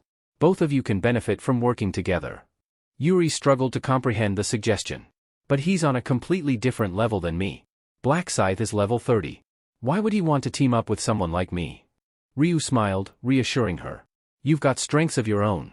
Black Scythe isn't just looking for someone powerful, he's looking for someone useful. And believe me, you can be very useful. Deep down, Yuri couldn't deny the appeal. The idea of partnering with a high-level player like Black Scythe was tempting, but doubts still nagged at her. But what if he doesn't want to work with me? I don't have anything special to offer. Ryu's expression softened. He knew better. What she considered a minor ability was, in reality, something far more valuable than she realized. Trust me, he said, his voice gentle yet firm. You have more to offer than you think. Black Scythe will recognize that. I'm confident he'll cooperate, not just for this round, but for others in the future. Yuri blushed slightly, still unsure but feeling a bit more at ease. Are you sure about this? She asked, her voice soft. I don't want to be a burden. Ryu smiled. I wouldn't steer you wrong. And besides, what kind of friend would I be if I didn't share this with you? Her heart warmed at his words, and she gave a small nod. Thank you, Ryu, she whispered. This means a lot. Anytime, Ryu replied. Suddenly, Yuri looked down at his hand and then back at him. Can I see your hand for a moment? She asked, her voice barely above a whisper. Without hesitation, Ryu extended his hand beside hers. As their hands touched, a brilliant green light radiated from their palms, filling the room with a vibrant glow. The atmosphere shifted, the light reflecting their connection in a way words couldn't express. Yuri insisted that she owed Ryu for his help and, without hesitation, a green aura enveloped his entire body. Smiling brightly, Ryu thanked her, knowing she didn't like the idea of being in anyone's debt. He had expected her to return the favor, boosting his stats as a form of gratitude. With that accomplished, Ryu knew it was time to head home and make the most of his newfound advantages. Just as he was about to leave, a system notification appeared, notifying him that all of his stats had been increased by 50% due to Yuri's blessed skill. His kill count also flashed on the screen, 100 out of 100, a perfect score for exterminating insects. Thanks to the Butcher Runes effect, this gave him an additional 100% stat boost. Sitting back on his sofa, Ryu reflected on his current strength. His stats were now significantly higher, boosted by both Yuri's blessing and the Butcher Runes enhancement. He opened his status window, noticing his luck stat had shot up to an impressive 84. With that kind of luck on his side, he felt optimistic about the challenges ahead. He pulled out a rare lowest rank magic crystal ticket from his inventory. The ticket granted a random number of magic crystals, anywhere from 1 to 5. It was a time-limited item, only usable until the next round, and restricted to apprentices and above. The description reminded him that it was an item with unpredictable rewards, dependent entirely on luck. If he were an ordinary person, Ryu thought, he might have prayed to some higher power for a good result. But he scoffed at the idea, muttering under his breath, praying to some god? No thanks. Ryu couldn't shake the feeling that someone, or something, was pulling the strings. After all, what kind of force could gather 1.8 billion people and pit them against each other in this twisted game? There had to be a divine being at work, a deity who was treating human lives like mere playthings. And whoever it was, Ryu intended to survive, no matter what god might be watching. With a serious look, Ryu declared that if he ever reached the point where he could make a wish after clearing the final round, his one desire would be the complete annihilation of the deity responsible for this cursed game. Resolute in his mission, he activated his lowest rank mana stone draw token. The system flashed a congratulatory message, revealing that he had received 5 lowest rank magic crystals, 2 red, 1 yellow, 1 green, and 1 purple. Ryu was taken aback. 5 crystals was the maximum possible outcome. Smirking, he mused that rather than praying to a god, it was his disdain and curses that seemed to bring him the best fortune. Luck, it seemed, had favored him today. He quickly got to work, starting by merging the 2 red crystals into a low-ranked red magic crystal. Ryu explained aloud that combining magic crystals of the same rank and color results in a higher-tiered crystal. Using both the purple crystal he'd received from Aaron and the one from the ticket, he synthesized a low-rank purple crystal. Satisfied with his new materials, he began enhancing his gear. First, he infused the assassin's hood with the red crystal, gaining a 2% damage increase. Next, he applied the purple crystal to his Shadow of Darkness gloves, enhancing all his stats by +2. Moving on, he merged the yellow crystal with his Ring of Resistance, which granted him an additional +2 in luck. Then, he enhanced his Swift Log boots with the green crystal, boosting his dexterity by +2. Finally, he imbued his Blood Assassin suit with the deep blue crystal, which provided him a 1% reduction in damage. As he surveyed his upgraded equipment, Ryu grinned, knowing every enhancement was worth it. With his magic crystals now spent and his gear optimized, Ryu turned his thoughts to the next step. He needed to prepare for his upcoming meeting with Jianrock. Before he left, Ryu had a conversation with One, informing her that the company he had invested in was led by none other than the heir of the Osum Group. One's eyes widened in disbelief at the news, clearly astounded by the magnitude of Ryu's connections. Ryu calmly explained to One that he'd been invited to a party as a business partner, signifying their future collaboration with Jianrock. Nervous, One asked if Ryu should even attend such an event. Ryu reassured him with a smile, adjusting his slightly crooked tie, and mentioned that Jianrock had specifically told him he could bring family. "Don't worry about it," Ryu said confidently. Just then, a knock echoed through the room, causing One's anxiety to spike. Ryu opened the door to reveal a familiar figure, the same bodyguard they had encountered at the penthouse on their first day. The sight of him, stern and imposing, made One even more tense. He remembered how the man had refused their offer of rice cakes back then. The bodyguard looked at them both before asking about Ryu's companion. Without missing a beat, Ryu introduced One as his younger brother. The bodyguard handed One a business card and, with a rare smile, formally introduced himself as the section chief, Sangchul. Apologizing for his earlier cold behavior, Sangchul explained that the party was also an effort to make amends. He assured them that they were not expected to feel pressured and suggested they leave soon since the limousine was waiting. The scene shifted to the nightlit Imperial Hotel, one of the most luxurious buildings in the city, owned by Jianrock himself. As they entered the grand lobby, One remained visibly on edge. Just then, Jianrock spotted them and called out Ryu's name, his smile wide and welcoming. "Good to see you're alive and well," Jianrock said, shaking Ryu's hand warmly. Ryu responded in kind, and soon Jianrock turned his attention to One, asking if he was Ryu's brother. Ryu introduced him as his younger sibling, and in his nervousness, One extended his left hand instead of his right for the handshake. Jianrock didn't seem bothered by it, chuckling slightly before introducing himself as Ma Jianrock, the president of Heavenly Demon Consulting. Ryu quietly leaned over and advised One to use his right hand next time, prompting a flustered "hello" from the young boy. Jianrock then inquired if One was also a player, to which the teenager, still feeling uneasy, quickly denied, stating that he was only 14 years old. With a light-hearted grin, Jianrock commented on One's luck, narrowly missing the deadly game by just 1 year. He joked about being a bit envious before leading them to the room where their meeting was set to take place. "Though it might not be grand, we've prepared something special for tonight," he said as they entered a lavishly decorated space. The room was filled with an array of gourmet dishes, a personal chef, and an assistant standing by. One's face lit up the moment he saw the feast before him. Jianrock, noticing his excitement, remarked, "You must be hungry after everything. Though it's a small spread, I trust it will satisfy you both." Internally, One couldn't help but think Jianrock was joking. There was nothing small about the abundance of food on display. With a welcoming smile, Jianrock invited them to help themselves.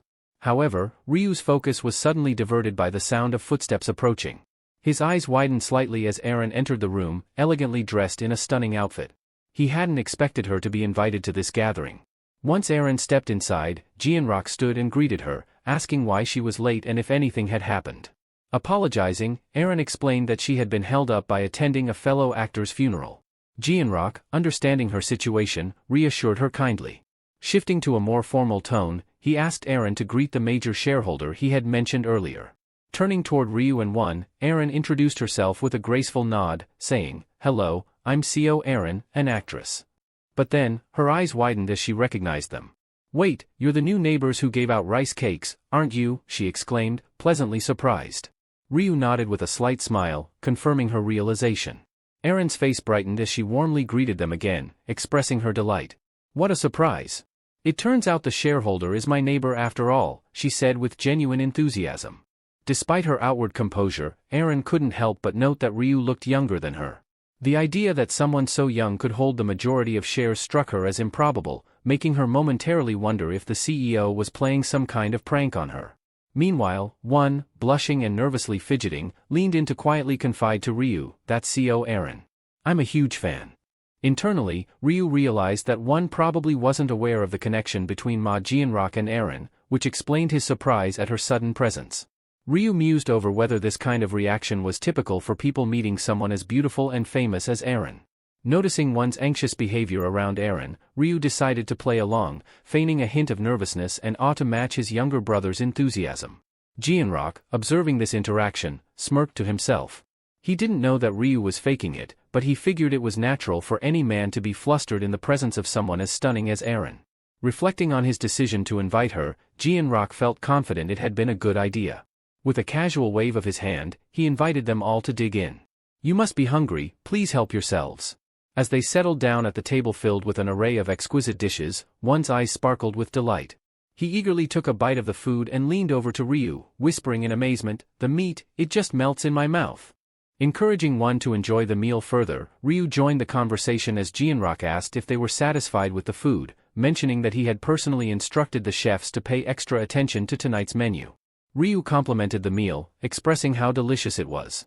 Jianrock, with a grin, turned his attention to One, asking for his thoughts. Still a bit nervous, One admitted, "It's incredible. I've never tasted anything like this before." Jianrock beamed, satisfied that their efforts had paid off. Internally, he recalled how he had pressured the chefs the previous night, insisting they perfect each dish until they met his exacting standards. After a moment of silence, Jianrock asked another question, this time directed at Ryu. "Why is it just the two of you tonight? No other family?" he inquired, curious about the absence of their parents or other relatives. Ryu's expression darkened slightly as he responded, "One is all the family I have left. Our parents, they're gone." The room fell quiet for a moment as Jianrock registered Ryu's words. His eyes widened briefly, and he quickly offered his condolences. Internally, he scolded himself for being so thoughtless, realizing too late the impact of his question on the now somber atmosphere. Seeing the sadness wash over One's face, Jianrock resolved not to speak further on the subject. A brief silence settled over the table as dessert was served. Jianrock, sipping his tea, contemplated how to lift the mood. His eyes drifted towards Aaron, seeking her help. After setting his cup down, he stood up and gestured for her to join him outside. Understanding the cue, Aaron quietly rose and followed him out of the room. As they walked a few paces down the hall, Jianrock stopped and turned to face her. "What did you think of the meal?" he asked, his tone lighter. With a smile, Aaron replied, "It was wonderful, truly." However, Jianrock's expression grew more serious as he leaned in slightly and asked, "But do you really believe I asked you here tonight just to enjoy dinner?" Jianrock gently scolded her, explaining that he hadn't invited her simply to attend a gathering. His intention was for her to help improve the atmosphere, and he was surprised by her apparent lack of awareness. Aaron, taken aback, apologized for her misunderstanding, admitting she had assumed it was just a social event. With a sigh, Jianrock questioned her reasoning and then asked whether her bodyguard had neglected to inform her of Ryu Min's true identity. Aaron, still confused, replied, "Isn't he our majority shareholder?" Jianrock's expression turned more serious. "Yes, but he's also something far more significant. He's a seer," he revealed. Aaron's eyes widened in shock, and she stammered, "A seer?" "Exactly," Jianrock confirmed. "A seer is someone with the rare ability to glimpse into the future." He then pointed out the value of someone with such power, explaining how important it was for them to keep Ryu satisfied. "Imagine how beneficial it would be if he were to share information about the next round," he emphasized. He advised her to use her charm and make an effort to please Ryu, even suggesting she smile and act accordingly to win his favor. His tone became more firm as he encouraged her to do whatever it took to keep Ryu happy. Aaron, however, respectfully refused, explaining that she couldn't simply comply with such demands. At this, Jianrock's expression hardened. He reminded her that he had helped propel her career as an actress and that it was only fair she return the favor by creating a pleasant atmosphere for Ryu Min. Seeing her hesitation, Jianrock pressed her for an answer. Reluctantly, Aaron agreed with a nervous, "Yes, sir." When they returned to the room, Jianrock casually apologized for their brief absence, stating that their business discussion had taken longer than expected. Meanwhile, Ryu and Wonnie sat in awkward silence, unsure of what had transpired. The tension in the room was palpable as Jianrock glanced at Aaron, making it clear that he expected her to follow through on his instructions. Aaron, maintaining her composure, gave a polite smile, while Jianrock observed her closely, intent on seeing how she would handle the situation. As the meal came to an end, Jianrock suggested they move the gathering to a different location. While preparing to leave, he couldn't help but internally question why Aaron seemed reluctant, despite his clear instruction to charm Ryu. However, before he could dwell on it further, one excitedly interrupted, showering Aaron with praise and confessing that he was a big fan of hers. Blushing slightly, he complimented her, saying that she looked even more stunning in person than in her photos. Aaron smiled warmly and thanked him for his kind words. One, still visibly nervous but eager, politely asked if they could take a photo together when she had the chance. She responded enthusiastically, which caused his face to light up with joy, and she graciously thanked him in return for being such a dedicated fan. Meanwhile, Jianrock was secretly messaging Aaron on his phone, noting to himself that one seemed far more enthusiastic about her presence than Ryu. This prompted him to reconsider his initial plan. Moments later, Aaron received a text from Jianrock, informing her of a change in strategy. He suggested that, instead of focusing on Ryu, she should now focus her efforts on getting close to one. Internally, Aaron felt conflicted. She couldn't believe she was being asked to manipulate an innocent fan like one. Despite her discomfort, she remained composed, unsure of how to respond to this new request. Meanwhile, Ryu, who had been quietly observing everything, was fully aware of Jianrock's scheming. Thanks to his mind-reading ability, he had been following the man's thoughts throughout the entire exchange. Jianrock, unaware of Ryu's special powers, was confident that once Aaron won over one, Ryu would naturally follow, making it easier for them to extract valuable information for the upcoming round. As they reached their next destination, Jianrock led the group to an exclusive, private room reserved for double VIPs. The room was lavishly decorated, with a rich, deep red color dominating the interior. It exuded an air of opulence, and the space offered unlimited access to premium drinks, snacks, and music. Taking in the extravagant surroundings, one shyly reminded Jianrock, "I'm still in middle school, so I can't drink." Jianrock, noticing one's nervousness, reassured him with a smile. "Don't worry, there are plenty of non-alcoholic options. You're not missing out." He then directed the bodyguard to arrange for the double VVIP special course and ensure one had suitable beverages. The bodyguard nodded in acknowledgement and exited the room. Ryu chimed in, casually mentioning his own dislike for alcohol. Jianrock, trying to lighten the mood, encouraged him to at least give it a try, reminding Ryu that he was of legal drinking age. Ryu simply shrugged, then turned to Aaron. "Would you mind stepping outside with one for that photo?" he asked. Aaron agreed without hesitation, and the two excused themselves, casting curious glances back as they left the room. Once alone, Ryu's demeanor shifted. His tone turned sharp, and his gaze grew intense as he spoke. "Do you think I'm easily fooled, Jianrock?" His voice carried an underlying threat, instantly putting Jianrock on edge.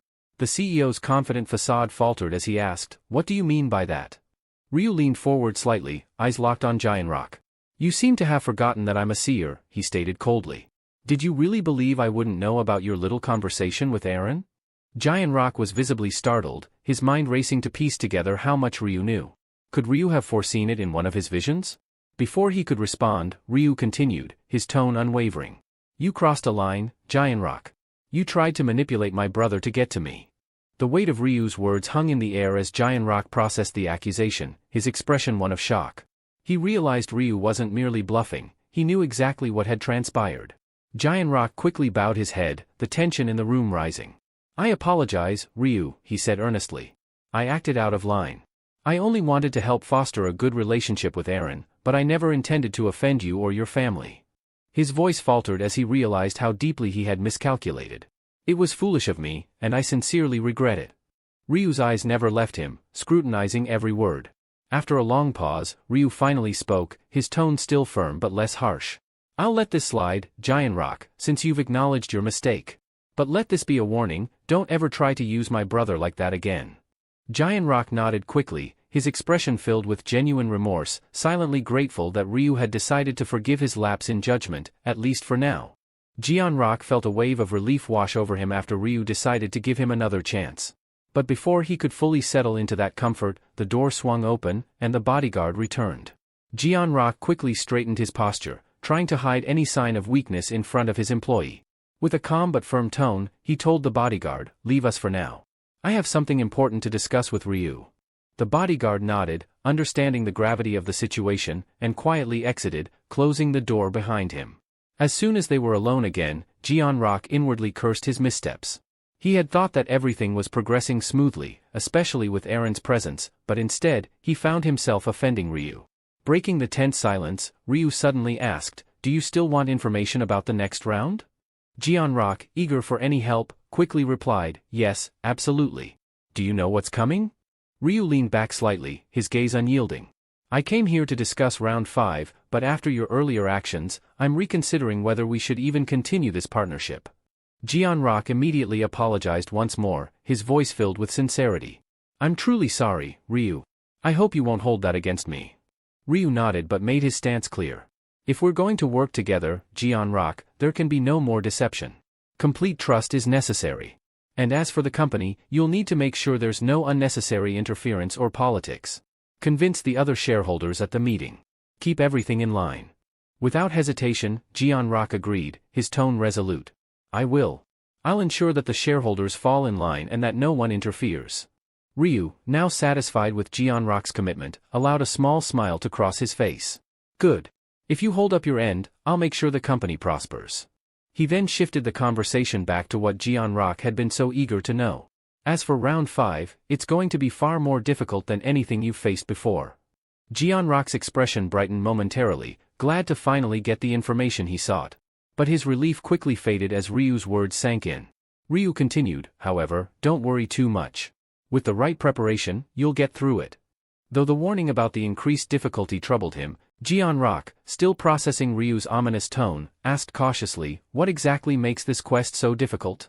Ryu leaned back, his voice calm but foreboding. "The quest requires you to kill 300 orcs. But that's not the issue, it's because the zones are merging." Giant Rock's eyes widened as the weight of Ryu's words hit him. "Zones merging?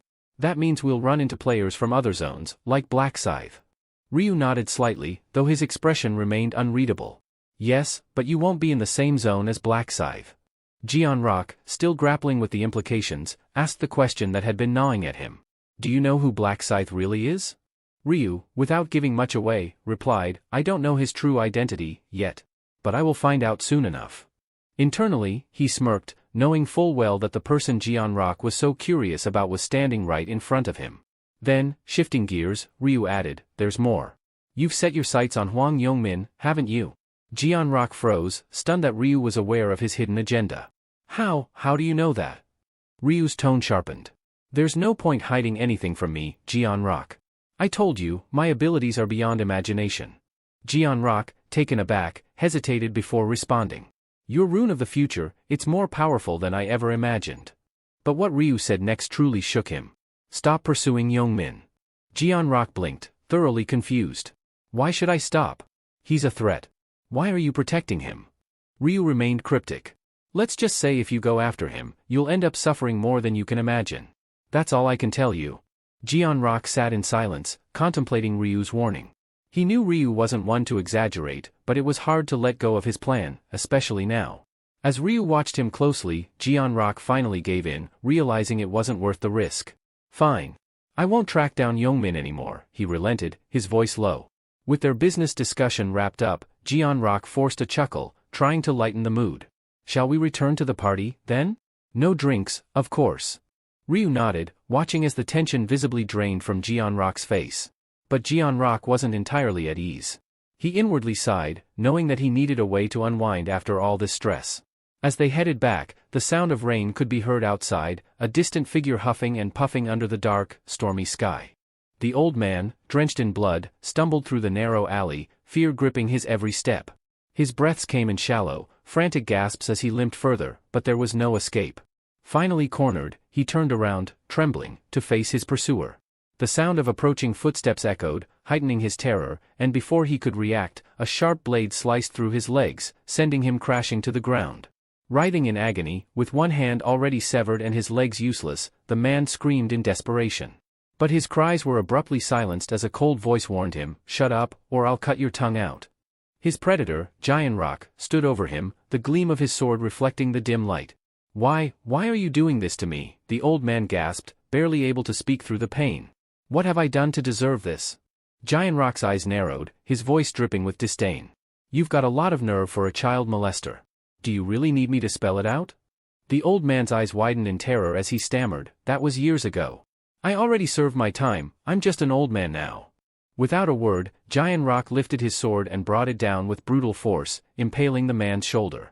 The scream that followed was cut short as Giant Rock hissed, "If you keep screaming, I'll make sure you die slowly, piece by piece." The man's cries dwindled into quiet sobs, and Giant Rock smirked. "At least you've still got enough sense to listen." He crouched down beside the old man, his voice dropping to a deadly whisper. "For someone like you, breathing is a sin. Don't you agree?" As Giant Rock spoke, the blade in his hand began to pulse with a sinister, dark energy. Tendrils of shadowy aura snaked from the sword, wrapping around the old man's body. His eyes widened in horror as the darkness crept over his skin, suffocating him, silencing him before he could beg for mercy. The black aura surged, seeping into the man's body, consuming him from within. Giant Rock watched in eerie silence, feeling the surge of dark magic flow into him as the old man's life force was drained. Though part of him wished for a quicker end, he knew the ritual was necessary. The dark magic he wielded required the souls of the living, and each death recharged his power. As the old man's body was enveloped entirely in darkness, Giant Rock's expression remained cold and detached. "Your life was nothing but filth," he muttered as the last of the man's form vanished into the void. He stood tall, the dark aura fading as it returned to his sword. With a grim satisfaction, Giant Rock reflected on his role as a dark knight. Executing scum like the old man felt like a twisted sense of duty, a calling. As much as he loathed the necessity of sustaining his magic, there was an undeniable thrill in dealing judgment to those he deemed unworthy of life. Giant Rock let out a breath, feeling the tension slowly ebb away. He summoned his sword, intending to let it feed, but nothing happened. The sword, steeped in dark energy, required living souls, not the lifeless corpses in front of him. Realizing its limitations, he sheathed it with a resigned sigh. A sudden rustle came from behind a nearby trash can. Giant Rock quickly moved to investigate, only to find a stray cat staring back at him. He exhaled in relief, silently reassuring himself that his actions had gone unnoticed. After all, he had carefully lured the victim into this isolated alleyway in the early hours of the morning, where no one would see him. But then, a troubling thought crossed his mind: Ryu Min, the seer. If Ryu had glimpsed this moment through his rune of the future, that meant he knew the truth about Giant Rock's secret life as a killer. Rather than feeling threatened, Giant Rock found the idea strangely exhilarating. Did Ryu approach him, fully aware of his dark deeds? Grinning to himself, Giant Rock called his bodyguard over. "Clean up the mess," he ordered, before leaving the alley with his usual composure. 2 weeks after that night, following the tense meeting with Giant Rock, Ryu spent a quiet day at home. He had no pressing tasks to attend to, and he welcomed the opportunity to rest and gather his thoughts. He knew this period of relaxation was temporary, a brief pause before things escalated again. But today marked the end of his break. While scrolling through a discussion board where players were exchanging information about the rounds, something caught his attention. A new development was on the horizon, and Ryu knew it was time to act. Internally, he noted that the rune of Clone, one of the 5 powerful runes known to exist in the real world, was about to resurface. A small smile forming on his lips as the pieces began to fall into place. The social media was flooded with news. 1.8 billion people who had been drawn into another world were reduced to just 90 million in 3 months. The economy was in danger due to the deaths of the younger generation, and schools across the nation were shutting down. In a corner of the city, a fat man sat reading the news on his phone. His clothes were stained with blood. He was furious because only the 4th round had concluded, and so many players had already died. It felt like a loss to him. According to breaking news, after the 4th round, the number of players killed by other players had suddenly increased. Thousands of security cameras had been destroyed, and the city was now completely lawless. At night, players united and formed an online community against the government, which was increasing anxiety among the citizens. The fat man smiled because he knew that if other players had been in his position, they would have done the same. He picked up his phone, put it in his pocket, stood up, and said, "What's wrong with doing what you want before you die? That's why people shouldn't be pressured so much by rules and restrictions." Then, in anger, he picked up a glass and smashed it on the ground, shattering it into pieces. The anger he had been suppressing exploded because now no one could stop him. With an arrogant smile, he declared himself better than all the other players. The room was filled with corpses, and the fat man began to laugh. Who should I kill next? He asked himself. He was a bit nervous but also happy because, for the first time, he had killed someone in real life. However, the feeling he had expected didn't come. Perhaps it was because he had already experienced all of this in the 4th round, he thought. But he was angry because killing ordinary people only gave him 1 stack, whereas hunting players in the 4th round was more efficient, he reasoned. Then he smiled again because he had acquired a new skill called absorption. Whenever he killed enemies, his bar would fill up, and once full, he would receive a random stat boost. The points he gained were proportional to the level of the enemy he killed. The fat man opened the door of the room. He was restless and wanted to kill players because they gave him more stacks. Curious, he took out his mobile phone and remembered that they had mentioned a forum for players. Suddenly, a sinister smile appeared on his face when he got the idea to join the forum and kill players there. This way, he could earn even more stacks. He opened the forum. It was the first online forum in the country created to help players and change the world. The PCW forum was conducting interviews for membership to ensure that only real players could be part of this community. Before joining, the fat man had to fill in personal information, level, class, nickname, zone name, and round number. Only after filling this out would he be accepted for an interview. The fat man found all this very strict because, apart from providing information, he also had to give an interview. But he had no other choice, so he filled out the form. He was confident that no player would even think that a player was killing other players. The next day, following the instructions, the fat man arrived at a place for the interview. According to the interviewer's message, he had to reach the Welcome Cafe by noon, and he could wear anything he wanted. He saw the cafe's signboard, which read, "Welcome Cafe," but he started to get angry because the place was in the middle of a forest, and no buses even came here. He didn't think much and opened the cafe door. In the back of his mind, he thought that if the interviewer turned out to be a fool, he would kill him too. Inside, the cafe was luxurious and more sophisticated than he had expected. 2 people were sitting at a table, talking. One had green hair, and the other was wearing a pink hood. They were the only customers in the cafe. Seeing the fat man, one of them stood up and asked, "Are you here for the PCW interview?" The fat man walked towards them and said, "Yes."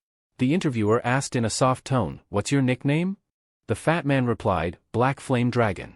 They shook hands, and the man introduced himself as the interviewer. The fat man started sweating.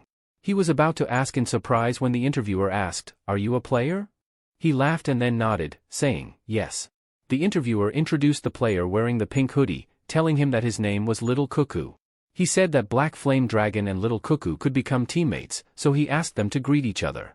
The fat man greeted him, and he responded, but the fat man was annoyed to see that such a weak-looking guy was also a player. When they sat down, the fat man looked around the cafe's interior and commented that their business might not be doing well because there were no customers or employees. The interviewer confidently smiled and replied that the place was isolated, so they had rented it for interviews. The fat man became curious and asked where the cafe owner was. The interviewer calmly replied that food was also served here, and the owner was preparing food in the kitchen. The fat man's curiosity grew, and he started observing his surroundings more carefully. He noticed that there were no cameras anywhere in the cafe. The overweight man shifted impatiently in his seat before finally asking, "So, when are we starting the interview?" The interviewer glanced at him and replied in a composed tone, "We'll begin shortly. There's still one more participant on the way." Moments later, the sound of footsteps echoed through the room. A tall figure in a sleek black suit entered, exuding an air of quiet confidence. His movements were measured, his expression unreadable. The interviewer immediately straightened up and greeted him politely. "Welcome. May I have your name?" The suited man met his gaze and replied in a calm, steady voice, "Black Scythe." Previously. While browsing on his tablet, the man mentioned that another great player was Little Cuckoo, who always ranked between 4th and 10th. Apart from these 2 players, there were 50 more players who were in the top 100 in their respective zones. Hearing this, the president's eyes lit up. He realized that he would now have to stay busy conducting interviews. Then he drew attention to my age 30, who was in a deep sleep. Hearing the president's voice, he woke up with a start and for a few seconds couldn't understand where he was. The president got angry and asked, "Were you sleeping?" What were you doing last night that you're so sleepy now? He refused to listen to any excuses and directly ordered him to complete 50 interviews by the next meeting. If he failed, someone else would take his high-level candidate position. Still half asleep, my age 30 promised to complete the task. After that, the president asked Lost Yak if he had contacted the Black Scythe. Lost Yak took out his phone and calmly said that if that had happened, he would have informed him immediately. The president took a deep breath. For him, this was a big loss because if the Black Scythe had joined, he would have directly gotten an executive position. Then he asked Yamti if she could get more articles written by journalists.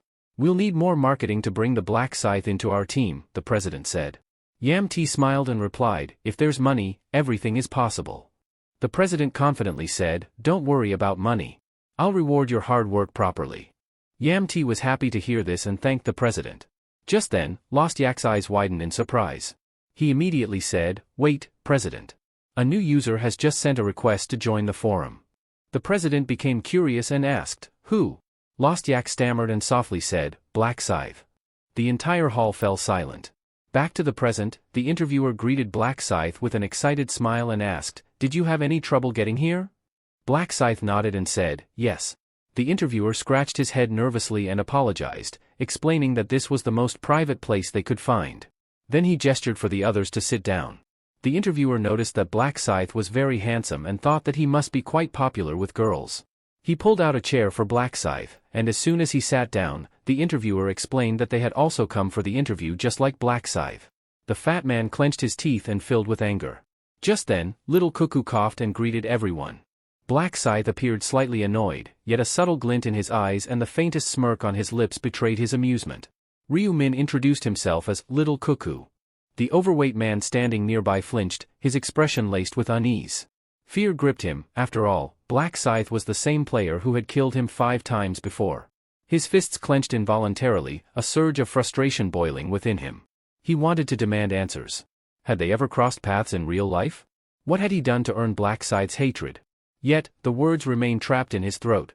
The interviewer, oblivious to the fat man's inner turmoil, looked at him expectantly. Is something wrong? He asked. Aren't you going to introduce yourself like the others? Lowering his head slightly, the fat man finally muttered, Black Flame Dragon. At that moment, Black Scythe shot him a sharp, irritated glare. The fat man's heart sank. Did Black Scythe truly not recognize him? He had been convinced that revealing his username would instantly jog the other's memory. But the realization hit hard. Despite being killed by him multiple times, he had never even been significant enough to be remembered. Ryu Min, meanwhile, sipped his milkshake in silence, though his thoughts ran deeper. He wasn't sure why Black Scythe was playing up this whole act, but he knew one thing for certain, this so-called Black Scythe wasn't who he claimed to be. His real username was Ki Rubing Bang, a notorious con artist who had swindled his way through the game, amassing wealth through deception and fraud. He wasn't a well-known figure yet, but in time, he would rise to infamy upon acquiring the cloning rune, a skill he would later abuse to orchestrate countless crimes. Ryu's eyes remained fixed on the man. The harsh reality was that even criminals had gained power in this new world. But in a way, that was a good thing. It meant they were easier to track. He had introduced himself as a fund manager, but in truth, he was nothing more than a fraudster. His real plan? Using the username Black Scythe to manipulate other players into lending him money, only to vanish without a trace. The interviewer then placed a tablet on the table, scanning through the gathered information. Once their identities were confirmed, he leaned forward slightly. All right, he said, let's begin the interview. Turning his attention to Ryu Min, he asked, why do you want to join PCW? Feigning nervousness, Ryu responded, the world isn't safe anymore. I don't feel comfortable going out alone, so I figured it would be best to stay with other players for protection. Satisfied, the interviewer nodded before shifting his focus to the fat man. And you? The fat man hesitated for a moment. He couldn't exactly admit that he had come here with the intent to kill other players. Clenching his fists, he forced out a response. I have the same reason as Ryu, he said, choosing his words carefully. I can't even attend school anymore, and with the next round approaching, I figured this would be the safest option. Next, the interviewer turned to Blackie. What about you? Kim In-ho leaned back, exuding an air of arrogance. I saw a post on a forum and got curious. That's all, he said dismissively. The interviewer forced a nervous smile. Meanwhile, Ryu instantly saw through the act. Whatever Blackie said was meaningless, he was already in. Then, clasping his hands together, the interviewer's demeanor shifted. A wicked grin spread across his face as he revealed the true purpose of this meeting. "There's one final requirement," he said, his voice laced with amusement. "To pass this interview, you need to kill someone." Ryu widened his eyes, pretending to be shocked. The interviewer, falling for the act, took the opportunity to explain further. "The government has already started cracking down on players. They fear us, which is why they've turned their backs on us. But soon, we'll be the ones in control." His voice grew harsher, filled with conviction. "We're not bound by laws anymore. It's time we show them who really rules this world." Ryu continued playing along, acting as though he was scared. The interviewer studied him carefully before adding, "If anyone here isn't willing to go through with this, you're free to leave. But understand this, if you walk away now, don't expect any help from us in the future." Ryu wiped the cream from his milkshake off his lips, his mind processing the situation. It was clear, anyone who refused would be blacklisted. This entire setup was designed to push them into committing murder, trapping them in this ruthless organization. The fake Black Scythe and the Fat Man remained silent, lost in thought. Seeing their lack of resistance, the interviewer smirked. "But, there's no one here to kill," the Fat Man finally pointed out. The smirk widened into something far more sinister. "Oh, don't worry," the interviewer said. "I've already made the necessary arrangements." Outside, the rain poured heavily, drumming against the windows like a rhythmic warning. The interviewer rose from his seat, gesturing for the others to do the same. The cafe owner, noticing their movements, spoke up. "It's still pouring. You've rented the place, you're welcome to stay longer." The interviewer merely offered a polite smile. "We appreciate it, but we're in a bit of a hurry." Then, as if suddenly remembering something, he turned back. "By the way, where's the restroom?" The woman pointed toward the far end of the cafe. "In the corner." And with that, the real game began. The interviewer retrieved his car keys from his pocket, his fingers idly tapping against the metal before he turned toward the cafe owner. "Could you do me a favor?" he asked, his voice smooth and casual. The woman, oblivious to the hidden intent behind his request, offered a polite smile. "Of course. What do you need?" "I'm in a bit of a hurry. Could you bring my car around from the parking lot?" Without a second thought, the woman nodded. "Don't worry, I'll take care of it," she assured him before grabbing a red umbrella and heading outside. The heavy rain drummed against the pavement as she stepped toward the parked car, water splashing beneath her feet. She flicked the umbrella closed and reached for the door handle. But just as she opened it, multiple hands shot out from the darkness behind her. A gasp barely left her lips before a powerful grip clamped around her throat. She struggled, her fingers clawing at the unseen attacker's arm, but her efforts were futile. Within moments, her body went limp. The one who had orchestrated this attack was none other than the interviewer himself. A cruel smirk tugged at his lips as he watched her fall unconscious in his grasp. His plan had worked flawlessly. Inside the cafe, both Ryu and the Fat Man were left stunned by what they had just witnessed. Ryu's voice broke the silence. "What the hell are you doing?" His tone was calm, but his sharp gaze betrayed his simmering anger. The Fat Man, visibly shaken, took a step back. Why did you do that?" Without acknowledging their questions, the interviewer effortlessly lifted the woman's unconscious body and turned toward them. "Quit standing around. Get in the car." His voice carried an unmistakable authority, as if their compliance was expected. Raindrops slid down the woman's limp fingers as he placed her in the back seat. The Fat Man hesitated, shifting uncomfortably, but ultimately followed Ryu into the vehicle. As the car weaved through the rain-drenched streets, silence filled the air, thick with unspoken tension. The only sound was the rhythmic drumming of raindrops against the windshield. The destination? A desolate, abandoned building on the outskirts of the city. Upon arrival, the interviewer stepped out first, lifting the woman over his shoulder as though she were nothing more than a sack of grain. The others trailed behind as he led them into the dimly lit structure, their footsteps echoing against the cracked concrete floor. He unceremoniously placed the woman on the ground and straightened up, his expression turning cold. "Now," he said, his voice sharp as a blade. "Who's going to kill her?" His gaze landed on the fake Black Scythe, a sinister smile creeping across his face. "How about you?" Fake Black Scythe barely hesitated before nodding. "Fine." But before he could move, another voice cut through the tension. "Wait." All eyes turned toward Ryu, who had remained silent until now. The interviewer's brows lifted in curiosity. "What is it?" Ryu took a slow step forward, his gaze unreadable. Then, in a calm voice, he asked, "Can I do it?" The interviewer's face lit up with intrigue. He hadn't expected this. "Oh?" He turned to fake Black Scythe. "Would you be willing to give up your turn?" Fake Black Scythe merely shrugged. "Do whatever you want." As Ryu moved past him, Kim gave a smug grin. "Do a good job," he sneered. You're doing me a favor. Ryu turned his cold gaze on him and replied in an emotionless voice, thank you. I'll make good use of the cloning rune. The smirk on Kim's face wavered. A flicker of confusion crossed his features, but before he could react, Ryu's hand shot out, gripping his throat with unrelenting force. There was no warning. No hesitation. A sickening crack echoed through the empty building as Ryu twisted Kim's neck with brutal efficiency. His body crumpled to the ground, lifeless. Black Flame Dragon and the interviewer were frozen in place, their faces drained of color. The interviewer stumbled back, his voice shaking. You killed him? His eyes darted between Kim's corpse and Ryu, sheer disbelief flooding his expression. Do you even realize what you've done? That was Black Scythe. A legend. His voice wavered with shock and fear. Have you lost your damn mind? Ryu slowly lifted his head, his expression as cold as the grave. His piercing gaze met the interviewer's trembling form. You talk too much, he said flatly. The interviewer felt his heart hammering against his ribs. Those eyes. His breath hitched as a chilling realization settled in. It wasn't just the look of a killer, it was the gaze of a predator. It felt as though an apex beast had just marked him as prey. He instinctively stepped backward, but Ryu was no longer looking at him. Instead, his focus was on something unseen, until, suddenly, a translucent system notification flickered into existence before his eyes. You have killed another player while impersonating them.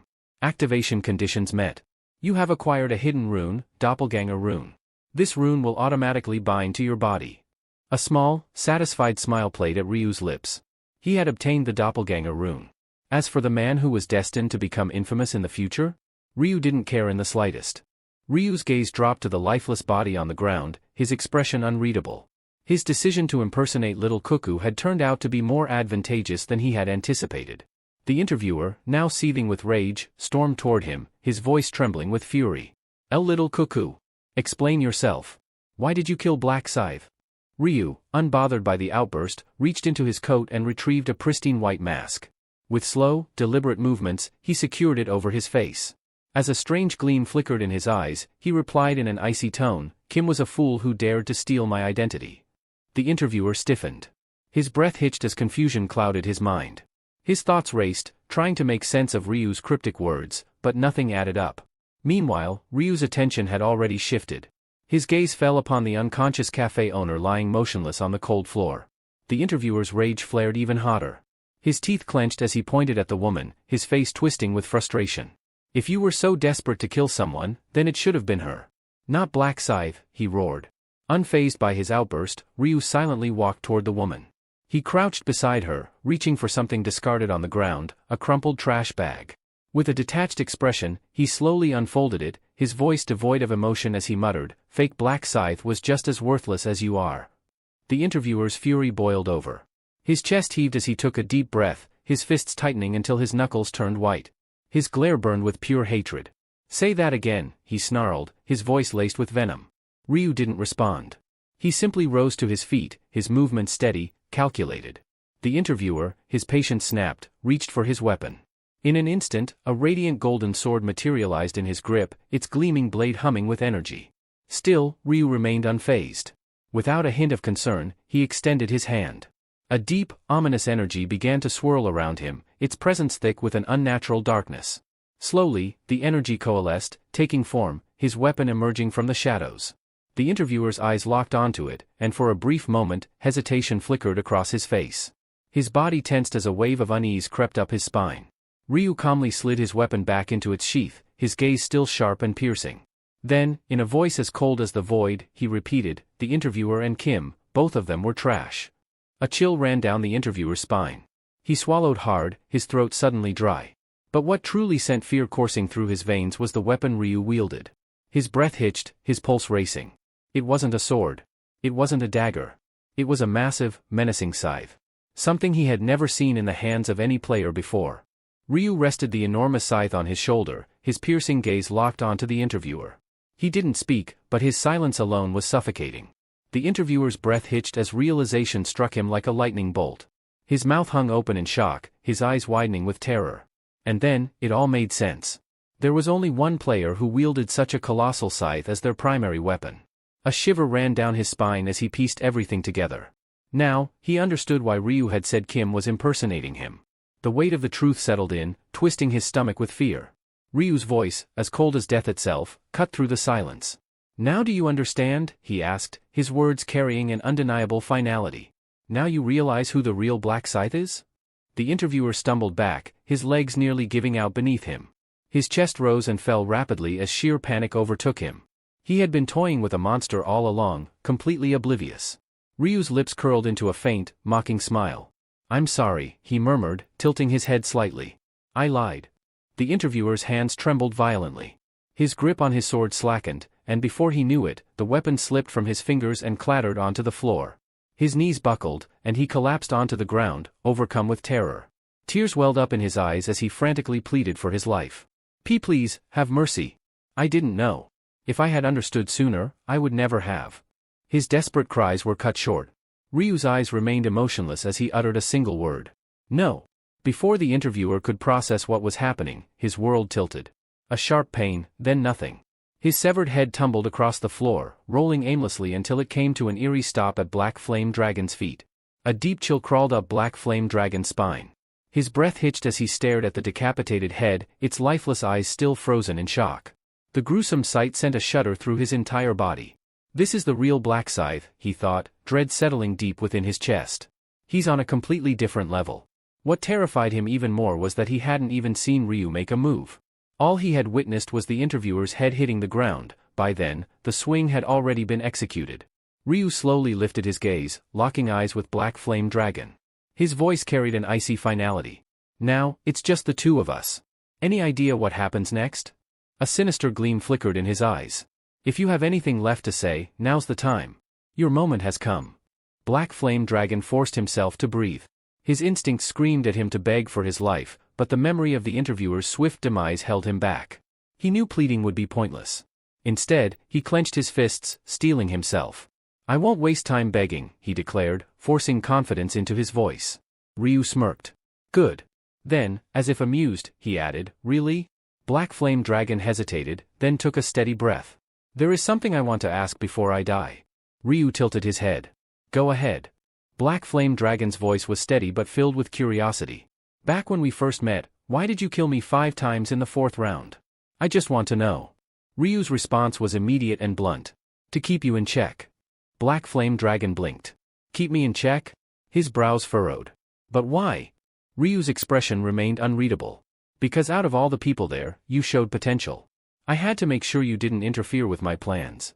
Something in Black Flame Dragon loosened. He hadn't realized it before, but hearing that answer brought an odd sense of relief, as if a burden had been lifted off his shoulders. So that's why. For a moment, he almost felt at peace. Ryu's voice broke through his thoughts. Any other questions? If I end you now, will you have any regrets? Black Flame Dragon hesitated. Fear clawed at his throat, but he had already decided, begging was pointless. Instead, he swallowed his terror and mustered the courage to ask one last thing. Why do you want to kill me? He asked. What have I done? Ryu's expression turned ice cold. Because you're garbage. Black Flame Dragon stiffened. Me? What did I do? Ryu's gaze darkened. Weren't you here to kill that woman? Black Flame Dragon hesitated before answering. Yes, but I haven't actually done anything yet. A flicker of irritation crossed Ryu's face. His voice turned sharper. You think that changes anything? Ryu's expression darkened, his voice cutting through the silence like a blade. You haven't done anything? You just stood there and watched, like some useless bystander. Do you think that makes you innocent?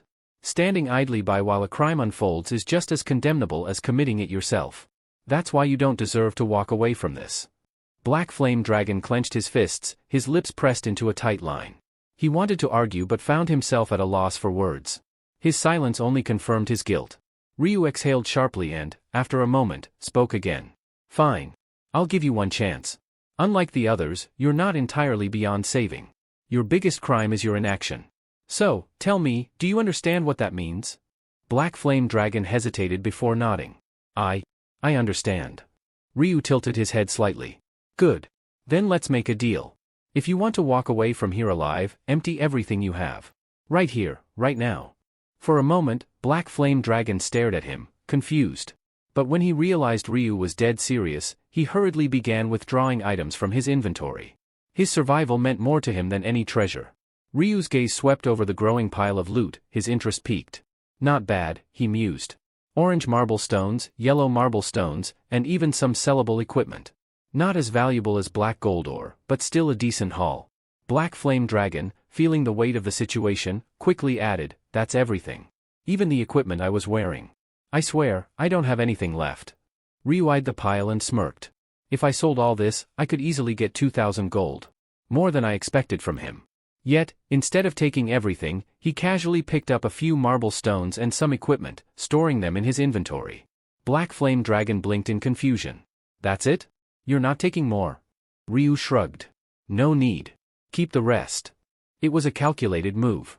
The gear stripped from the corpses around them wasn't worth looting, it wouldn't sell, and Ryu had already decided not to waste time on insignificant scraps. He had already killed them without hesitation because he knew they had nothing valuable. Still processing what had just happened, Black Flame Dragon cautiously asked, "So, does this mean you're letting me go? You're keeping your word?" Ryu gave a small nod. "Yes. A promise is a promise." Relief flooded Black Flame Dragon's face, and he exhaled deeply. "Thank you. Seriously, thank you." Ryu's tone remained cold as he delivered his final words. "Live differently from now on.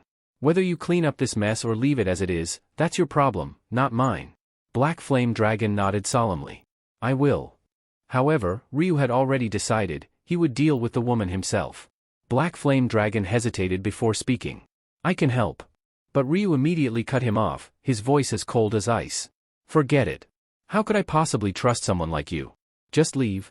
Black Flame Dragon lowered his head in submission. "Understood." As he turned away and took his first steps to leave, a deep sense of relief flooded his entire being. "I'm alive," he thought, barely believing it. "I was certain I'd die today, but he actually let me go." Another thought crossed his mind, maybe Black Scythe isn't as merciless as the rumors say. I expected him to strip me of everything, yet he only took a few stones and some gear. Losing a couple of shop-bought items to keep my life? That's a fair trade. Yet, as he walked further, an unsettling emptiness settled in his chest. It twisted and churned, slowly transforming into anger. Was this really fair? Just because I stood back and did nothing, I had to suffer this kind of humiliation? His hands clenched into fists, his frustration growing with each step. Then, almost involuntarily, his gaze drifted back toward Ryu. From behind, the infamous Black Scythe didn't look nearly as intimidating. He seemed vulnerable.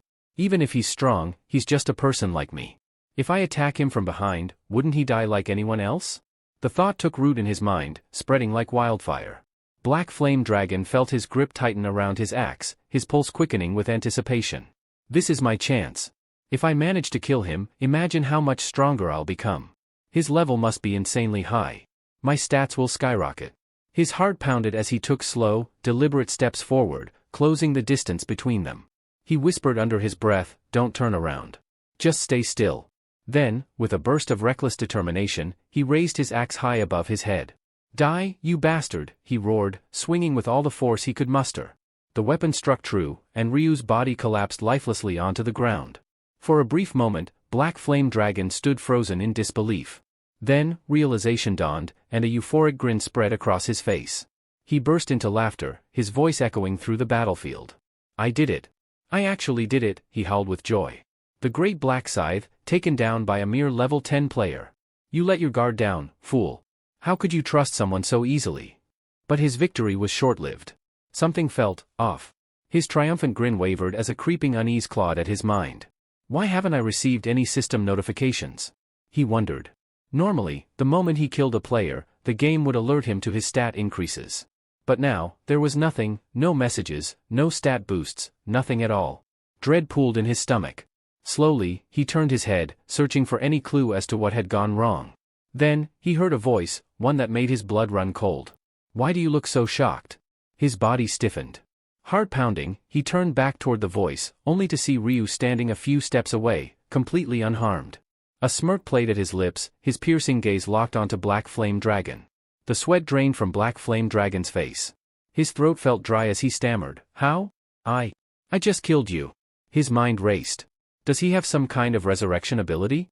Or, am I losing my mind? Desperate for answers, he spun around to look at the ground where Ryu's body should have been. But there was nothing, no corpse, no blood, no sign that a fight had ever taken place. It was as if his attack had never happened. Ryu's smirk widened. "What you killed," he said coolly, "was just my clone." Black Flame Dragon's eyes went wide with horror. A clone? Ryu gave a small nod. That's right. The doppelganger rune allows me to create an identical copy of myself. It can't fight, but it serves other purposes, and this little experiment has been more valuable than I expected. Black Flame Dragon's face contorted with rage. His fists clenched as he trembled. You tricked me, he shouted, his voice filled with fury. Ryu's expression darkened. His sharp gaze locked onto Black Flame Dragon. Tricked you, he repeated, his tone laced with cold amusement. Are you really trying to play the victim here? Let me remind you, I was the one who nearly got his skull split open by an axe. Who's the real victim? Black Flame Dragon spat, his frustration boiling over. Victim? You were the one who robbed me blind. You threatened me and took everything I had. Ryu remained silent for a moment, his icy stare unyielding. Then, without warning, he raised his scythe. A sudden sense of dread washed over Black Flame Dragon. Something felt wrong. His body stiffened, refusing to obey his commands. His breathing became shallow as panic surged through him. What's happening? Why can't I move? Before the realization could fully settle, a swift flash of steel severed his head clean from his shoulders. His decapitated body crumpled to the ground as his head rolled away, his wide, lifeless eyes still frozen in shock. Ryu exhaled calmly, surveying the now silent battlefield. There were no survivors, except for one. With a flick of his wrist, he activated Trace Eraser. Within seconds, the bloodstains and corpses vanished without a trace. If an outsider were to stumble upon this place, they would never guess that a violent massacre had occurred just moments ago. But one person knew the truth. Ryu turned his attention to the last remaining figure, a woman laying motionless, her head concealed beneath a black bag. The only living witness to what had transpired. He stepped toward her with slow, deliberate steps. I need your attention, he said, his voice steady. The woman didn't move. She remained completely still, her breathing barely audible. Ryu narrowed his eyes. Drop the act and sit up properly. At that, she hesitated, then reluctantly straightened her posture. Though the bag covered her face, he could sense her unease. In a soft, almost trembling voice, she asked, How did you know I wasn't really unconscious? A faint smirk tugged at Ryu's lips. You thought fooling a player like me would be that easy? The woman hesitated for a moment before softly whispering, I'm sorry. Then, shifting uncomfortably, she asked, This bag is really stuffy. Can I take it off now? Ryu's response was immediate and firm. No. Keep it on until I'm gone. She gave a small nod. All right. Without wasting time, Ryu continued, How many customers were in here earlier? Do you remember their faces? The woman thought for a moment before answering. There were 4 of them. One was an older man, probably around 40 or 45. I spoke to him, so I remember him clearly. But the others, their faces are a blur. Ryu studied her carefully, analyzing every word. She wasn't lying, her uncertainty was genuine. That was all he needed to confirm, whether or not she had seen his face. Satisfied, he gave a curt nod. That's all I wanted to know. The woman shifted slightly, her voice carrying a note of unease. So, does that mean I'm safe? It's over now. Ryu's voice was steady but firm. Yes. You can go home without worry. It won't be easy, but try to forget what happened here today. And don't get the authorities involved unless absolutely necessary, it'll only make things worse for you. Retaliation is always a possibility. A shiver ran down her spine, but she nodded in understanding. I won't say anything. Ryu turned slightly, preparing to leave. Good. Now, count to 60 before removing the bag. Not a second sooner. The woman swallowed nervously and began counting in a hushed voice. As she did, the silence around her grew heavy. The only sound was the faint rustling of wind against the bag covering her face. 58, 59, 60. With trembling hands, she yanked off the bag, her eyes darting around in frantic search of the man who had spared her. But the space around her was eerily empty. The ruined store remained, but there were no bodies, no blood, no sign that a violent battle had ever taken place. It was as if everything had vanished into thin air. Her breath hitched. Was it all a dream? She scanned the area once more, desperate for any trace of the mysterious figure who had saved her, but there was nothing. Only an unsettling silence remained. Doubt clouded her mind, and she murmured once more, did that really happen? The truth, lost in the void of uncertainty, would haunt her for a long time. After leaving the scene behind, Ryu returned home.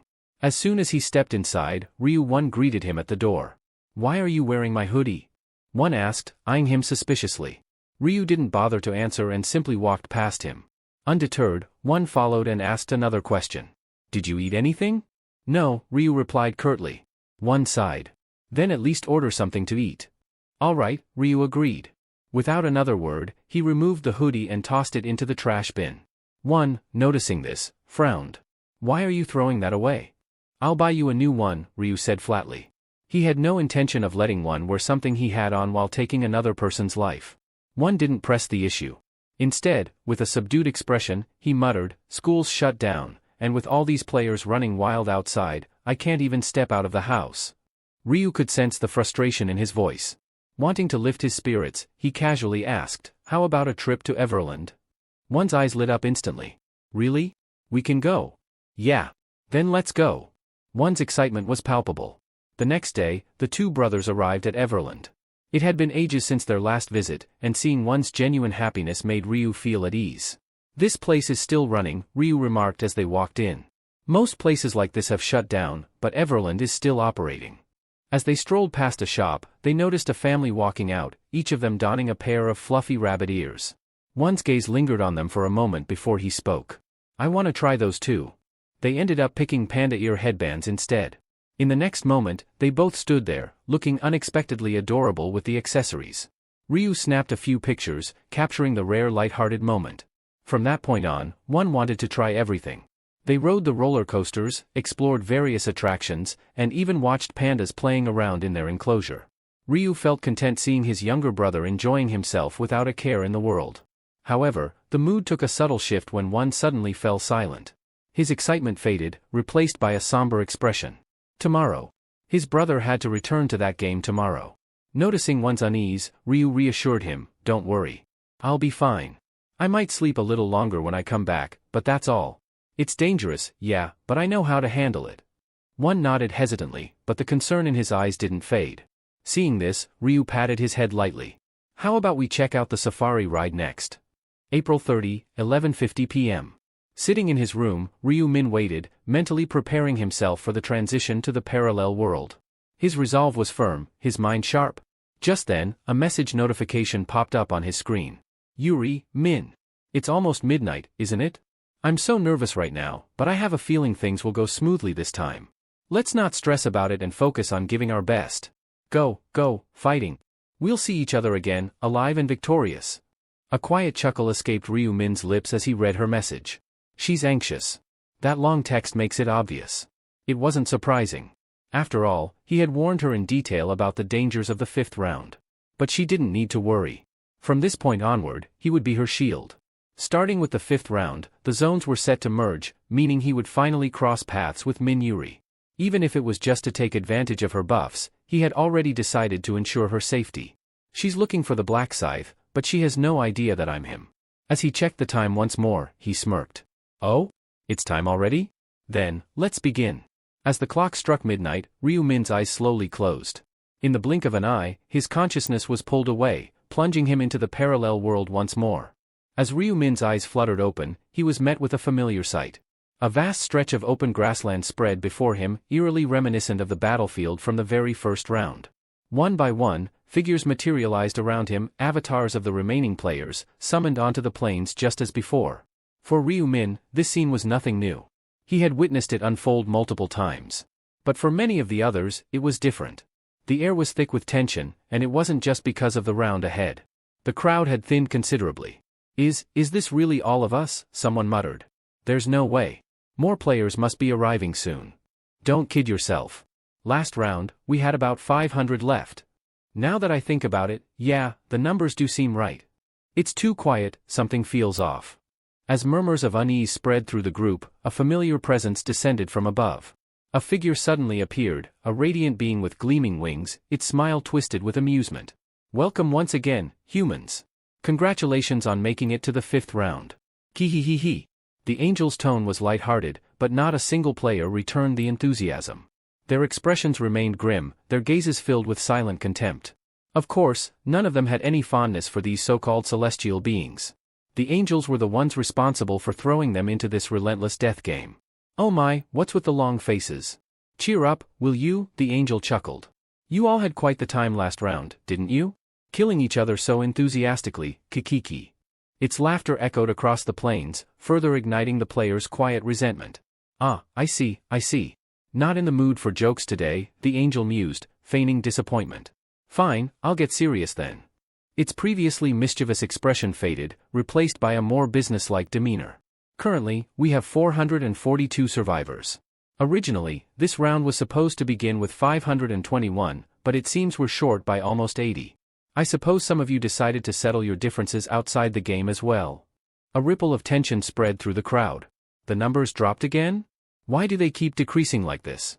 The angel, unfazed by their reactions, continued. Well, whatever happens in your world isn't my concern. However, with only a little over 400 of you left, things might start feeling a bit uneventful. The angel's lips curled into a sinister smile. So, I took the liberty of preparing something special. Are you ready for what comes next? It's time for the zone integration. The moment those words left the angel's lips, murmurs of confusion spread among the players. Many exchanged puzzled glances, struggling to grasp the meaning behind the announcement. Finally, one player stepped forward, raising a cautious hand. Angel, could you clarify what zone integration actually means? The celestial being let out a sigh, as if mildly irritated by the question. You'll understand once I explain. There's no need to overcomplicate things. The player quickly bowed their head. I see. My apologies. To put it simply, zone integration refers to the merging of zones. You may not realize it, but your country alone had hundreds of separate zones. To be precise, 875. Gasps rippled through the crowd. 875? Seriously? We had that many zones? The angel chuckled, as if their astonishment was amusing. Oh, don't act so shocked. Compared to some other nations, this is nothing. Consider this, each zone originally started with around 10,000 participants. Naturally, countries with larger populations had more zones to accommodate their numbers. A few players frowned as the realization dawned on them. Wait a minute. If every zone had its own angel overseeing it, that would mean tens of thousands of angels exist. This was something none of them had truly thought about before. The sheer scale of it all was overwhelming. The angel, clearly entertained by their whispers, smirked. Correct. Each of us is assigned to a specific territory. Took you this long to figure that out? Humans really are slow. Though the angel's words dripped with mockery, no one dared to respond. It was pointless to argue with a being that held absolute authority over them. However, one thought lingered in the minds of the players. One of them hesitantly spoke up. Wait, Angel, you said you were assigned to a territory. Does that mean you didn't create this survival game? For a brief moment, the angel's expression faltered, as if caught off guard. However, the slip was fleeting, quickly masked by a neutral, unreadable gaze. What makes you think that? The angel asked, feigning indifference. One of the players hesitated before responding. It's just difficult to believe that so many angels would willingly cooperate to create a survival game of this scale. There has to be someone pulling the strings. The angel let out a mocking chuckle. Oh? And what if we did come together of our own volition, with no higher power orchestrating things? Would you commend our efforts? Quit overthinking things. Worrying about pointless details will only give you a headache, humans. I apologize. Faced with the angel's sharp retort, the man had no choice but to lower his head in fear. Ryu Min. Unlike the others, Ryu Min wasn't fooled. He had caught the angel's attempt to steer the conversation away, a clear sign that information about the true mastermind was off limits. It was highly unlikely that the angels, known for their arrogance and rivalry, had come together as a unified force to orchestrate this game. And players can kill angels. No, there had to be an unseen hand controlling everything from the shadows. Enough of these foolish questions. Your only concern should be survival, the angel muttered irritably, unwittingly confirming that they weren't the one in charge. Now, let's not waste any more time. We're proceeding with the territory integration as planned. And before any of you start coming up with wild theories, this is happening only because your numbers have dwindled. Don't overthink it. With a mere flick of the angel's wings, the ground beneath them trembled violently. Rumble. What's going on? An earthquake? The sudden shift left the players in shock, but Ryu Min remained unfazed. He knew exactly what was happening. It's not the ground that's shaking, it's space itself. A deafening noise reverberated through the air as the very fabric of reality wavered, twisting and reshaping before their eyes. A deep, resounding hum reverberated through the air as the very fabric of reality distorted. Jagged black fissures emerged, stretching skyward like cracks in a shattered mirror. Then, as if the world itself had been flipped inside out, space twisted and rotated like the shifting faces of a cube. With each seamless turn, new figures materialized, hundreds of unfamiliar players, their bewildered gazes darting around. The heavy sound of merging dimensions echoed across the landscape. The black lines flickered once before vanishing, leaving behind a vastly different scene. The once sparsely populated grassland was now densely packed with people. Is it over? Who are all these people? A tense silence settled over the crowd as they cautiously studied one another, wariness evident in their eyes. Hovering above them, an unfamiliar angel observed the scene with amusement, a smirk tugging at their lips. And with that, the territory integration is complete. The angel gestured grandly. What's with the awkward silence? You're all humans, aren't you? At least greet each other instead of gawking like statues. The players remained stiff, but the same couldn't be said for the celestial beings. A group of 10 angels had gathered in the sky, exchanging stiff pleasantries. Their smiles lacked any real warmth. Olive, how many do you have in your sector? 442. About the same as ours, then. Seems like it. So, who's going to break the news to the humans? Someone needs to explain how things work from here. Ugh, I'll do it. The angel named Olive, the overseer of Ryu Min's territory, lazily raised a hand. Oh? Trying to earn favor with the higher-ups, are we? Another angel teased. Ha, as if. Then why volunteer so quickly? Fine, you do it if it's such a big deal. No thanks, sounds tedious. Well then, Priscilla, you handle it. What? Me? No way, that's too much trouble. Guys, does it even matter? Someone just do it already. Yeah, the boss isn't going to care who explains it. Good point. Alright, Olive, go ahead. Your voice is the nicest among us anyway. Ugh, whatever. The angels, clearly unbothered by the gravity of the moment, treated the responsibility like an unwanted chore. Even for something as straightforward as an announcement, the angels treated it as an inconvenience. With a sigh, Olive flapped her wings and descended to the center of the meadow. Alright, listen up. I assume your respective angels have already informed you? Due to the dwindling number of participants, we've merged multiple territories into one. The crowd responded with silent nods, their expressions tense. At present, 10 territories have been combined, bringing the total number of players here to 4,844. 10 territories merged? Nearly 5,000 people?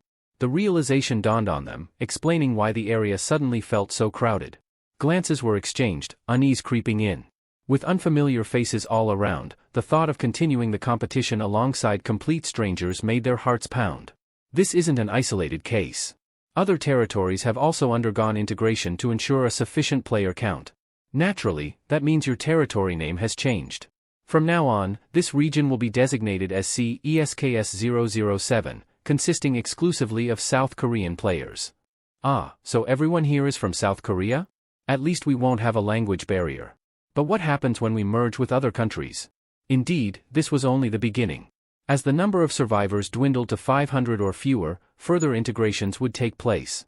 Eventually, South Korean players would find themselves competing against challengers from other nations, a scenario some had already anticipated. It's inevitable, Ryu Min thought. And he knew exactly when that moment would come. By round 11, the second zone integration would take place, forcing players to battle against participants from other regions. But that wasn't the only thing Ryu Min expected. He was well aware that the angels had something extra planned for this round. And sure enough. Before we dive into the main quest, let's mark this occasion with a little side game. A side game? The players murmured amongst themselves, intrigued by the sudden change of pace. Each territory had its own representative, correct? But now that we've merged, that system no longer works. So, what do? Simple, we select a new representative for this integrated territory. A new zone representative? Since only one person could hold the title, it meant a competition was inevitable. The rules are straightforward. The 10 former representatives will step forward and battle each other. The last one standing will be declared the leader of this newly unified region. A death match. To claim leadership, they had to eliminate each other. So they have to fight until only one remains? That's brutal. Yet, despite the harsh nature of the challenge, most players didn't seem concerned. In fact, amusement flickered across their faces. This should be fun to watch. I wonder who'll come out on top? The spectacle was about to begin, and for the onlookers, it was nothing more than entertainment. This calls for some popcorn. Since the battle only involved territory representatives, who had no emotional ties to one another, the onlookers treated it as casual entertainment. Of course, the actual participants didn't share that sentiment. Damn it. So we have to fight to the death just to decide on one leader? I never even wanted to be a territory representative in the first place. Hold on? If we die here, do we get resurrected like before? Is there no way to just forfeit? I don't care about being the representative. Expressions of reluctance and frustration were evident on the faces of the 9 representatives. Only one among them remained composed, Ryu Min. Unlike the others, he knew exactly how valuable this position would become. The angels, noticing their hesitation, chuckled. Come now, representatives. No need for such long faces. It's called a death match, but that doesn't mean you'll actually die. Just like before, anyone eliminated will be resurrected once the match concludes. Oh, so we'll be revived again this time? Of course. Despite the angels' reassurances, the representatives still seemed unenthusiastic. The role of territory representative had felt meaningless up to this point, offering no real advantages. However, the angels weren't finished yet. Judging by your reactions, it seems you think this position holds no real benefits. But are you sure about that? Wait, are you saying there's an actual advantage to becoming the integrated representative? Absolutely. The new representative won't just have command authority anymore. Instead, they'll gain domination authority. Domination? What's that? A significant upgrade. Unlike before, where representatives could only issue commands, domination grants direct control over any player within your territory, so long as their level is lower than yours. Regardless of their job class, you can manipulate them however you see fit. As long as their level is lower? That means I could control anyone beneath me. No matter their class. The representatives, who had initially been indifferent, now looked intrigued. Up until this point, most players had transitioned into their job classes, rendering the old command authority practically useless. But this new ability? It erased that limitation entirely. Of course, there are still some restrictions. Domination can only be used 10 times, and if the representative is killed, their authority transfers to their killer. But tell me, isn't it tempting? The ability to control fellow humans as you wish. There was no need for a verbal answer. The gleam in the representative's eyes spoke volumes. They wanted this power. They were willing to fight for it. And Ryu Min was no exception. Up until now, being a territory representative wasn't worth much. But from this round onward? That changes. I must win this match and claim the title. His decision to eliminate Hwang Yongmin in the previous round had been intentional. He knew this moment was coming. Starting from the 5th round, the representative's authority would evolve into something truly useful. And then there was the hidden subquest. Regardless, Ryu Min's goal was set in stone. With my current level and combat prowess, even a 9-on-1 fight isn't a concern. Before the extra game could commence, the angels gathered in a tight circle, their voices buzzing with animated discussion. Not only did this newly integrated zone require a single representative, but it also needed a new angel to oversee and guide its players. Now that the territories have merged, we need to appoint a guiding angel, one of them pointed out. Right? We can't afford to bicker over it like last time, another added. However, despite recognizing the necessity, not a single angel appeared eager to take on the role. It seemed that whether human or celestial, no one was particularly keen on accepting unwanted responsibilities. So, is there anyone bold enough to volunteer? Elu asked, scanning the group expectantly. Silence. Not a single hand was raised. The lack of response was almost comical. Well, I guess I shouldn't have bothered asking, Elu sighed, shaking his head. All right, back to the real issue, Ellen interjected, steering the conversation back on track. Since no one wants to be the guide, what do we do? Any suggestions? The angels exchanged glances before offering their ideas. What if we leave it to chance and roll a die to pick? A game of luck, huh? It's not the most exciting method, but it's fair. Or we could take turns, rotating the role every now and then. Wouldn't that be unfair? The ones at the end might never get their turn. Besides, these zones will probably merge again soon anyway. As the angels mulled over their options, numerous ideas were thrown into the mix. What should have been a straightforward decision had taken on an air of gravity, their expressions growing more serious with each passing moment. Then, breaking the silence, Priscilla spoke up, her tone laced with amusement. Instead of resorting to a dull game of chance, why don't we tie it to this extra round? She paused, ensuring she had their attention before continuing. The zone representatives are about to battle, right? Let's make it interesting. The angel overseeing the first player to fall will automatically be assigned as the new guide, consider it a penalty for their bad luck. A ripple of intrigue spread through the group. Oh, that sounds exciting. Now that is a fun idea. I like Priscilla's proposal. Anyone else in favor? Count me in. Me too. A smirk played on Priscilla's lips as support for her idea grew. But just as it seemed settled, Olive raised her hand, her expression unwavering. Hold on. Instead of punishing the angel responsible for the first eliminated player, why don't we do the opposite? What do you mean? Someone asked. Simple, Olive said, tilting her head slightly. Rather than forcing the loser's angel to take the role, let's reward the one who oversees the last player standing. The winning angel would be granted a special title, how about Queen? That way, instead of a penalty, it becomes a position of prestige. The decision was made. Rather than selecting an angel at random, the one assigned to the human who emerged victorious from the deathmatch would be crowned queen. Unsurprisingly, it was Olive, the angel responsible for the protagonist's region, who had pitched this bold suggestion. Hearing her idea, the red-haired angel, who had previously proposed the penalty system, visibly scowled, clearly displeased by the shift in direction. Some of the angels looked puzzled at first, uncertain what the title, Queen, truly entailed. But the more astute among them quickly filled in the blanks. Being the queen meant absolute authority. Complete submission. Every angel, without exception, would be bound to obey her commands without question. The revelation sparked a ripple of excitement. The idea that their human's victory could directly elevate them to such a powerful position was too thrilling to ignore. Soon, imaginations ran wild as angels pictured themselves in that seat of supremacy, reigning over their peers. What had begun as a playful wager now carried a competitive edge.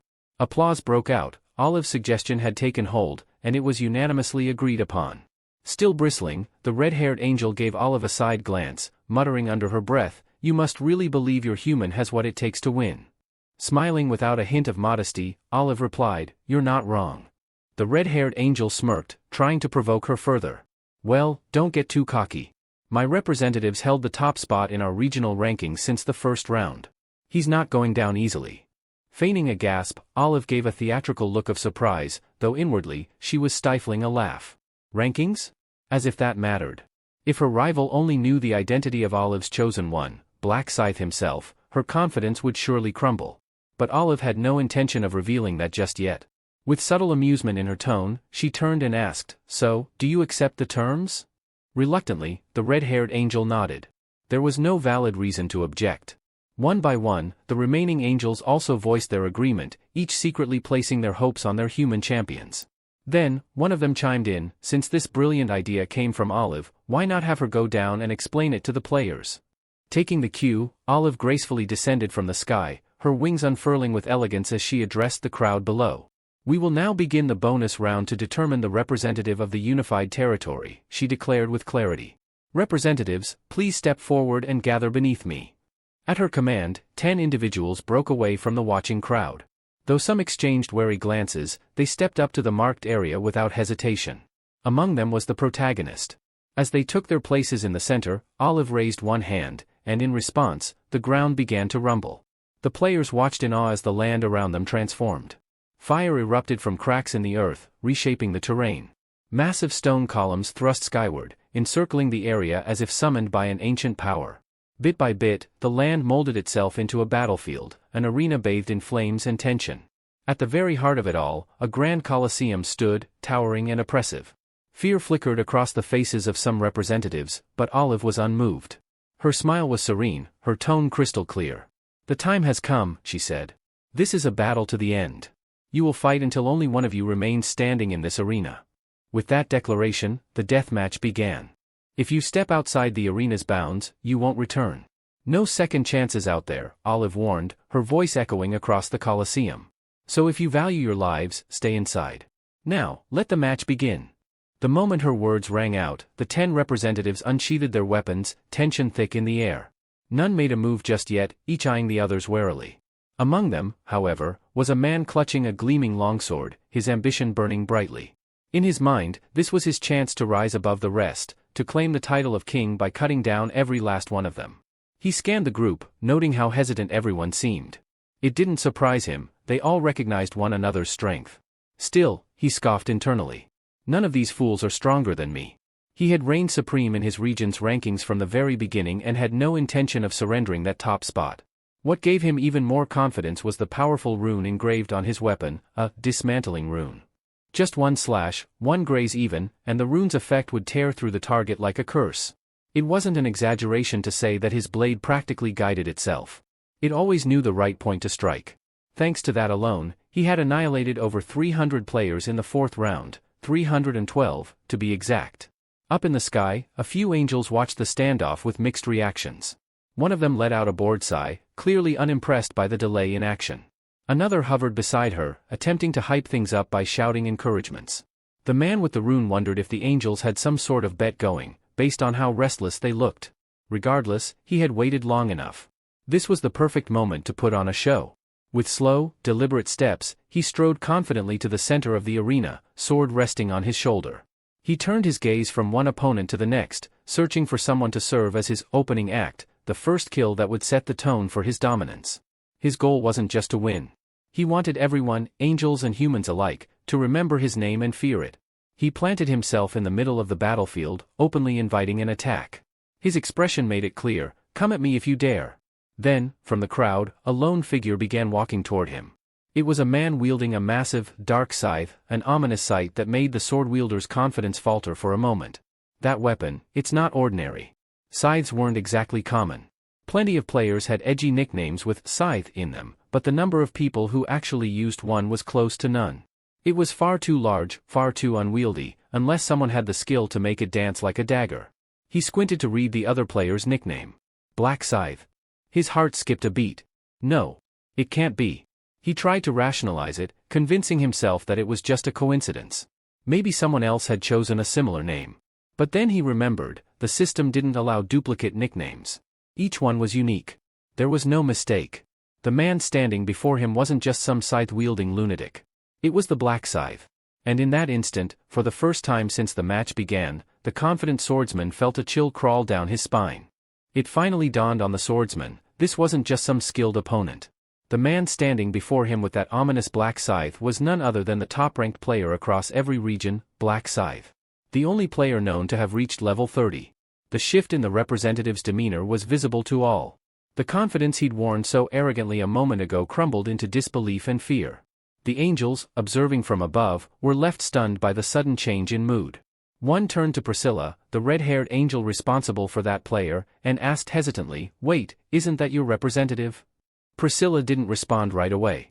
Her eyes were locked on the scene below, and her teeth dug into her nail out of sheer frustration. Her human wasn't moving, he just stood there, frozen, and she couldn't for the life of her figure out why. What the hell was he doing? Then, out of nowhere, Olive burst into laughter, an uncontrollable, almost mocking cackle that echoed through the sky. Priscilla's head snapped toward her. "What's so damn funny, Olive?" she growled. Wiping a tear from her eye, Olive grinned. "Ah, forgive me, really. But it's just too good. Look at your little champion down there, he's trembling while staring at my representative dragging a scythe like he's mowing the lawn." Following her gaze, Priscilla finally took in the sight of the man approaching her representative. The scythe he carried was massive, elegant, and dangerous looking. It made an impression, no doubt. But even so, Priscilla frowned. She couldn't feel any menacing aura coming from him. "So what?" she snapped. "Are you saying my representative is terrified just from looking at yours? Isn't that what it looks like?" Olive replied smoothly, her grin widening. Priscilla's irritation only deepened. "You're talking nonsense. You really think someone who's held the #1 spot in my region since the very first round would be scared of some flashy scythe? Don't make me laugh." Olive tilted her head, almost amused. "In your region, huh? Well, unlike yours, my representative hasn't just been #1 locally, he's never once dropped from the top of the global rankings." A few angels nearby immediately voiced their disbelief. "Come on, you expect us to believe that? Is she making stuff up now?" But Olive didn't flinch. She calmly pointed down at the scythe wielder's name hovering in the air. If you'd been paying attention to the ranking boards, you'd recognize that name in a heartbeat. Their eyes followed her gesture. Black Scythe. Gasps filled the air. It was him, the name that appeared at the top of every leaderboard every single round. The one no one had been able to dethrone. Silence fell over the angels as they processed the realization. Priscilla, meanwhile, shook her head in disbelief. No. This couldn't be real. If he was truly Olive's representative, then her own player didn't stand a chance. And then it happened. Without a word or warning, Black Scythe moved. His scythe cleaved through the air in a single fluid motion, and before the red-haired representative could even react, he fell, defeated in an instant. There was no struggle. No resistance. Just a clean, merciless takedown. Up above, Olive clasped her hands with a radiant smile. "Ah, looks like Priscilla's out." The angels stared, dumbfounded. Their disbelief turned to dread. Down in the arena, the remaining 9 representatives now had a name to associate with the nightmare standing in their midst. "Why is Black Scythe even here?" some of them thought in a panic. It didn't take long for the others to realize something terrifying: they stood no chance. If even the strongest of them had fallen in one strike, what hope did they have? One man, particularly shaken, only level 13, felt his legs go weak. His eyes darted between his sword and the approaching figure. There was no way to fight this. No way to win. Black Scythe didn't stop walking. His expression unreadable, he approached the rest, scythe in hand, completely composed. The closest representative panicked and stepped back, trying a different tactic. Hey there, Black Scythe, he called out with a forced laugh. Wow, it's such an honor to fight beside someone as well known as you. Seriously, I'm touched. I might cry, haha. When he got no response, he quickly shifted his tone. Wait, can we talk for a second? He pleaded, his nervous chuckle fading into desperation. But Black Scythe just kept walking, his silence more intimidating than any threat. Behind Black Scythe, one of the female representatives quietly dismissed the notion of combat. She calmly stowed away her weapons into her inventory, signaling her refusal to fight.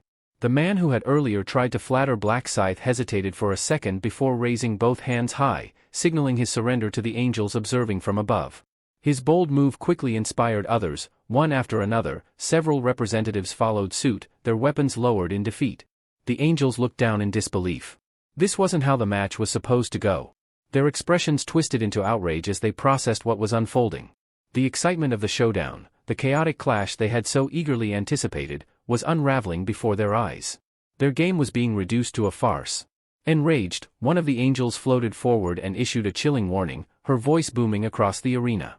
Anyone who surrenders will have their heads burst like overfilled balloons, and don't expect resurrection afterward.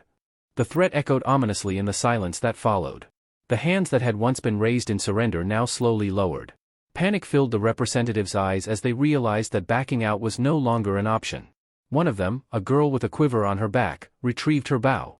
Others followed suit, drawing swords, gripping axes, and preparing for a battle they knew they couldn't win. There were 8 of them left.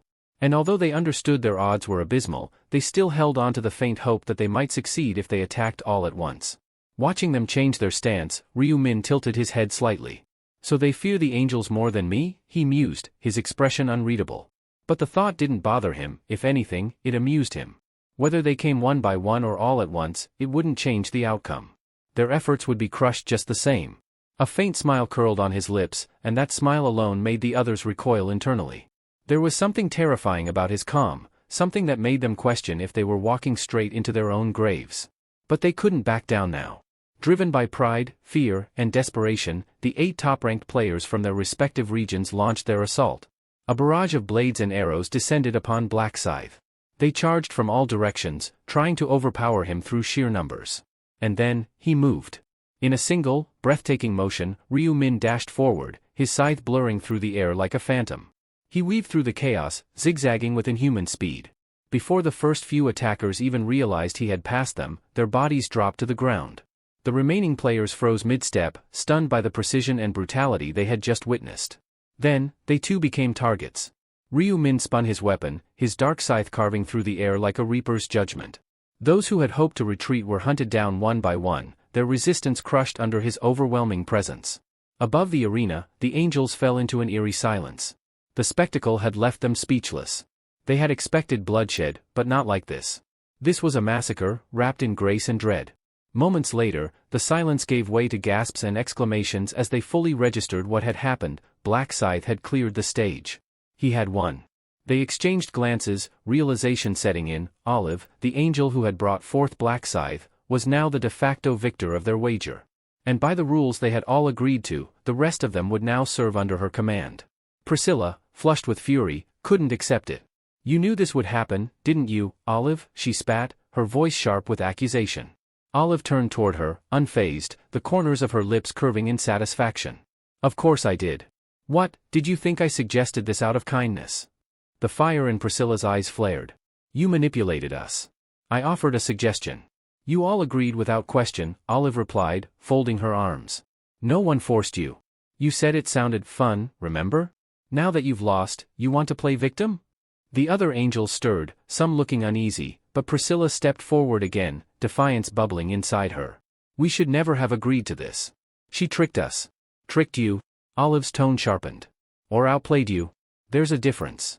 Before the argument could escalate further, Olive narrowed her eyes. Don't do anything stupid, Priscilla. You really want to throw hands in front of the humans? That'd be a new low for us. Priscilla flinched, her fists clenched tightly.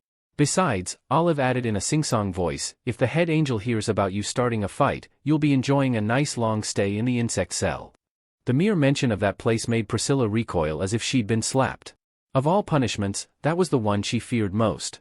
Her anger remained, but the fire in her eyes dimmed. For now, at least, she would stay her hand. But the tension between the angels was far from over. That place, the insect cell, was the one location Priscilla dreaded more than anything. The moment Olive mentioned it, all the fire in her eyes dulled into resignation. Seeing her so subdued, Olive chuckled softly. What's the matter? She said with a smirk. Changed your mind about fighting? Priscilla didn't reply. Her silence was all the answer Olive needed. Well then, Olive said cheerfully, as the winner, I hereby declare myself queen. And as for you, Priscilla, you can be the guide for our lovely new representative. Priscilla clenched her jaw. For how long? She asked through gritted teeth. Olive waved her hand dismissively. Until I'm in a better mood. With that, Olive turned her attention away, fully expecting obedience. When she noticed Priscilla still rooted to the spot, she raised an eyebrow. Well? Get moving. Your job starts now. Swallowing her pride, Priscilla reluctantly stepped forward, moving toward the crowd of human players. Inwardly, she cursed her own foolishness for ever agreeing to the wager that brought her to this point. Clearing her throat, she addressed the players in a clear but curt tone. As you've witnessed, the match has ended, and a new representative has been selected. A system notification had already informed the players of what she said. New zone representative, Black Scythe. With his victory, she continued, Black Scythe has been granted a temporary title, Ruler's Authority. This skill enables him to issue commands to players within certain limits. Though she tried to keep her voice steady, her words carried a trace of bitterness. The gathered players, on the other hand, showed nothing but awe. Many had already heard of Black Scythe's exploits. Now, seeing him wield such power firsthand, they understood why opposing him might be unwise. He was level 30, far beyond them, and that alone gave him the right to command. After formally acknowledging Black Scythe's new status, Priscilla turned her attention to the fallen representatives. With a deep breath, she extended her white wings wide, golden feathers detaching and gently drifting down toward the lifeless bodies. Upon contact, each body began to shimmer with a soft, radiant light, gradually restoring color to their pale skin. One by one, the representatives began to stir. Some opened their eyes in confusion, unaware of what had occurred, while others sat up, visibly shaken, recalling only fragments, a shadowy figure, a sweeping scythe, and the sting of defeat. You were all defeated, Priscilla informed them bluntly, by Black Scythe, who now holds the position of Unified Region's representative. Her words sank in quickly. The expressions on their faces shifted from confusion to realization, then to reluctant acceptance. There was no room for argument. What had happened was undeniable. Priscilla wasted no time stripping away their former privileges. The authority you once held as representatives will now be revoked, she announced. However, this is not the end. Opportunities to regain status may come again. Despite her attempt at reassurance, it did little to lift the atmosphere. Disappointment hung thick in the air. Then, with no fanfare, Priscilla raised her hand, and a translucent window appeared in front of every player, its contents glowing in silver text. Main mission activated. Objective: defeat 300 orcs within the allotted time. Time limit: 10 hours. Secondary objective: acquire 4 equilibrium stones.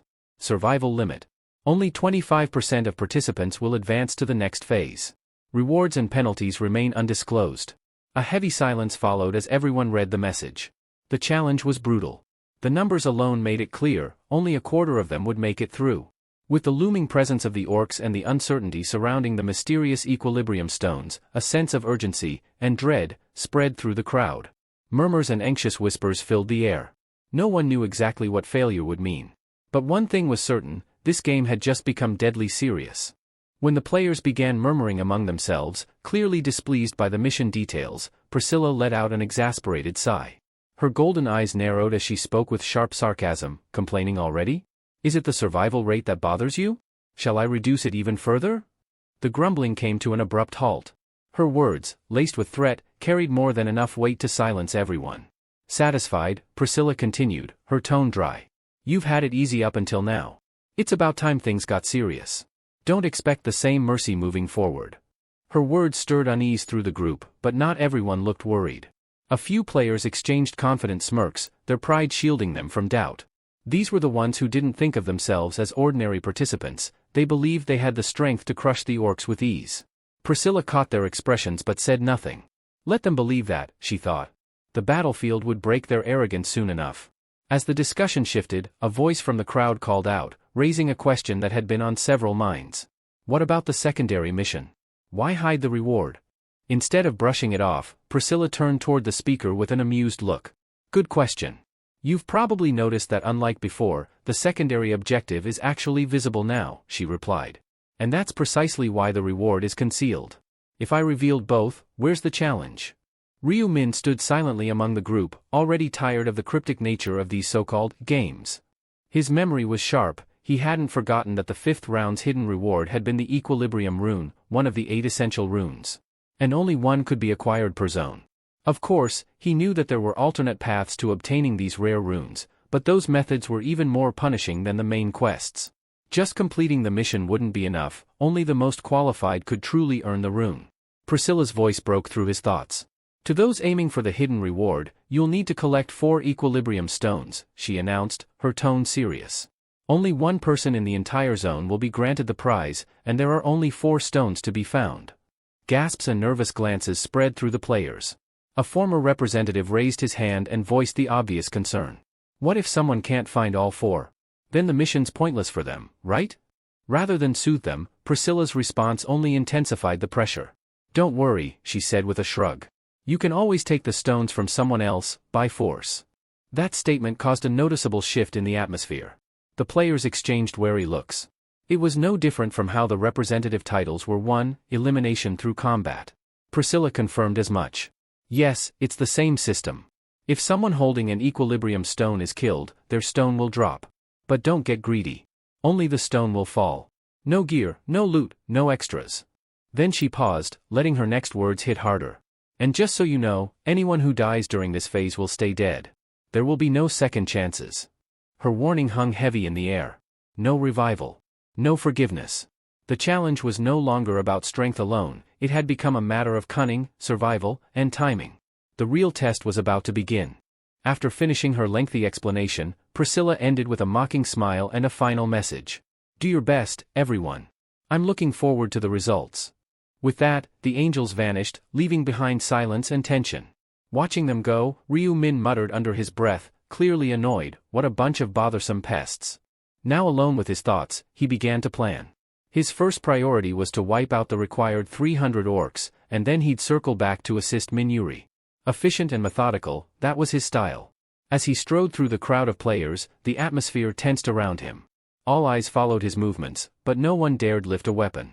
Though some had considered attacking him to steal the title of representative, the moment they met his gaze, or even felt his presence, those thoughts quickly dissolved. His overwhelming aura suffocated even the boldest of hearts. When he walked past, players instinctively breathed a sigh of relief, as though a predator had spared them. Elsewhere, a few former representatives gathered and debated their next move. Confused and aimless, one of them suggested an unorthodox idea. Why don't we follow him? Black Scythe always outpaces us anyway. If we trail him, maybe we can pick off the leftovers. Another man looked at him as though he'd lost his mind. Follow him? Are you insane? If he activates his authority as the representative, we could end up bound to him forever. Still, the first man shrugged. Better than wandering blindly. He always finishes first. If nothing else, we can learn something from him, assuming we don't get caught.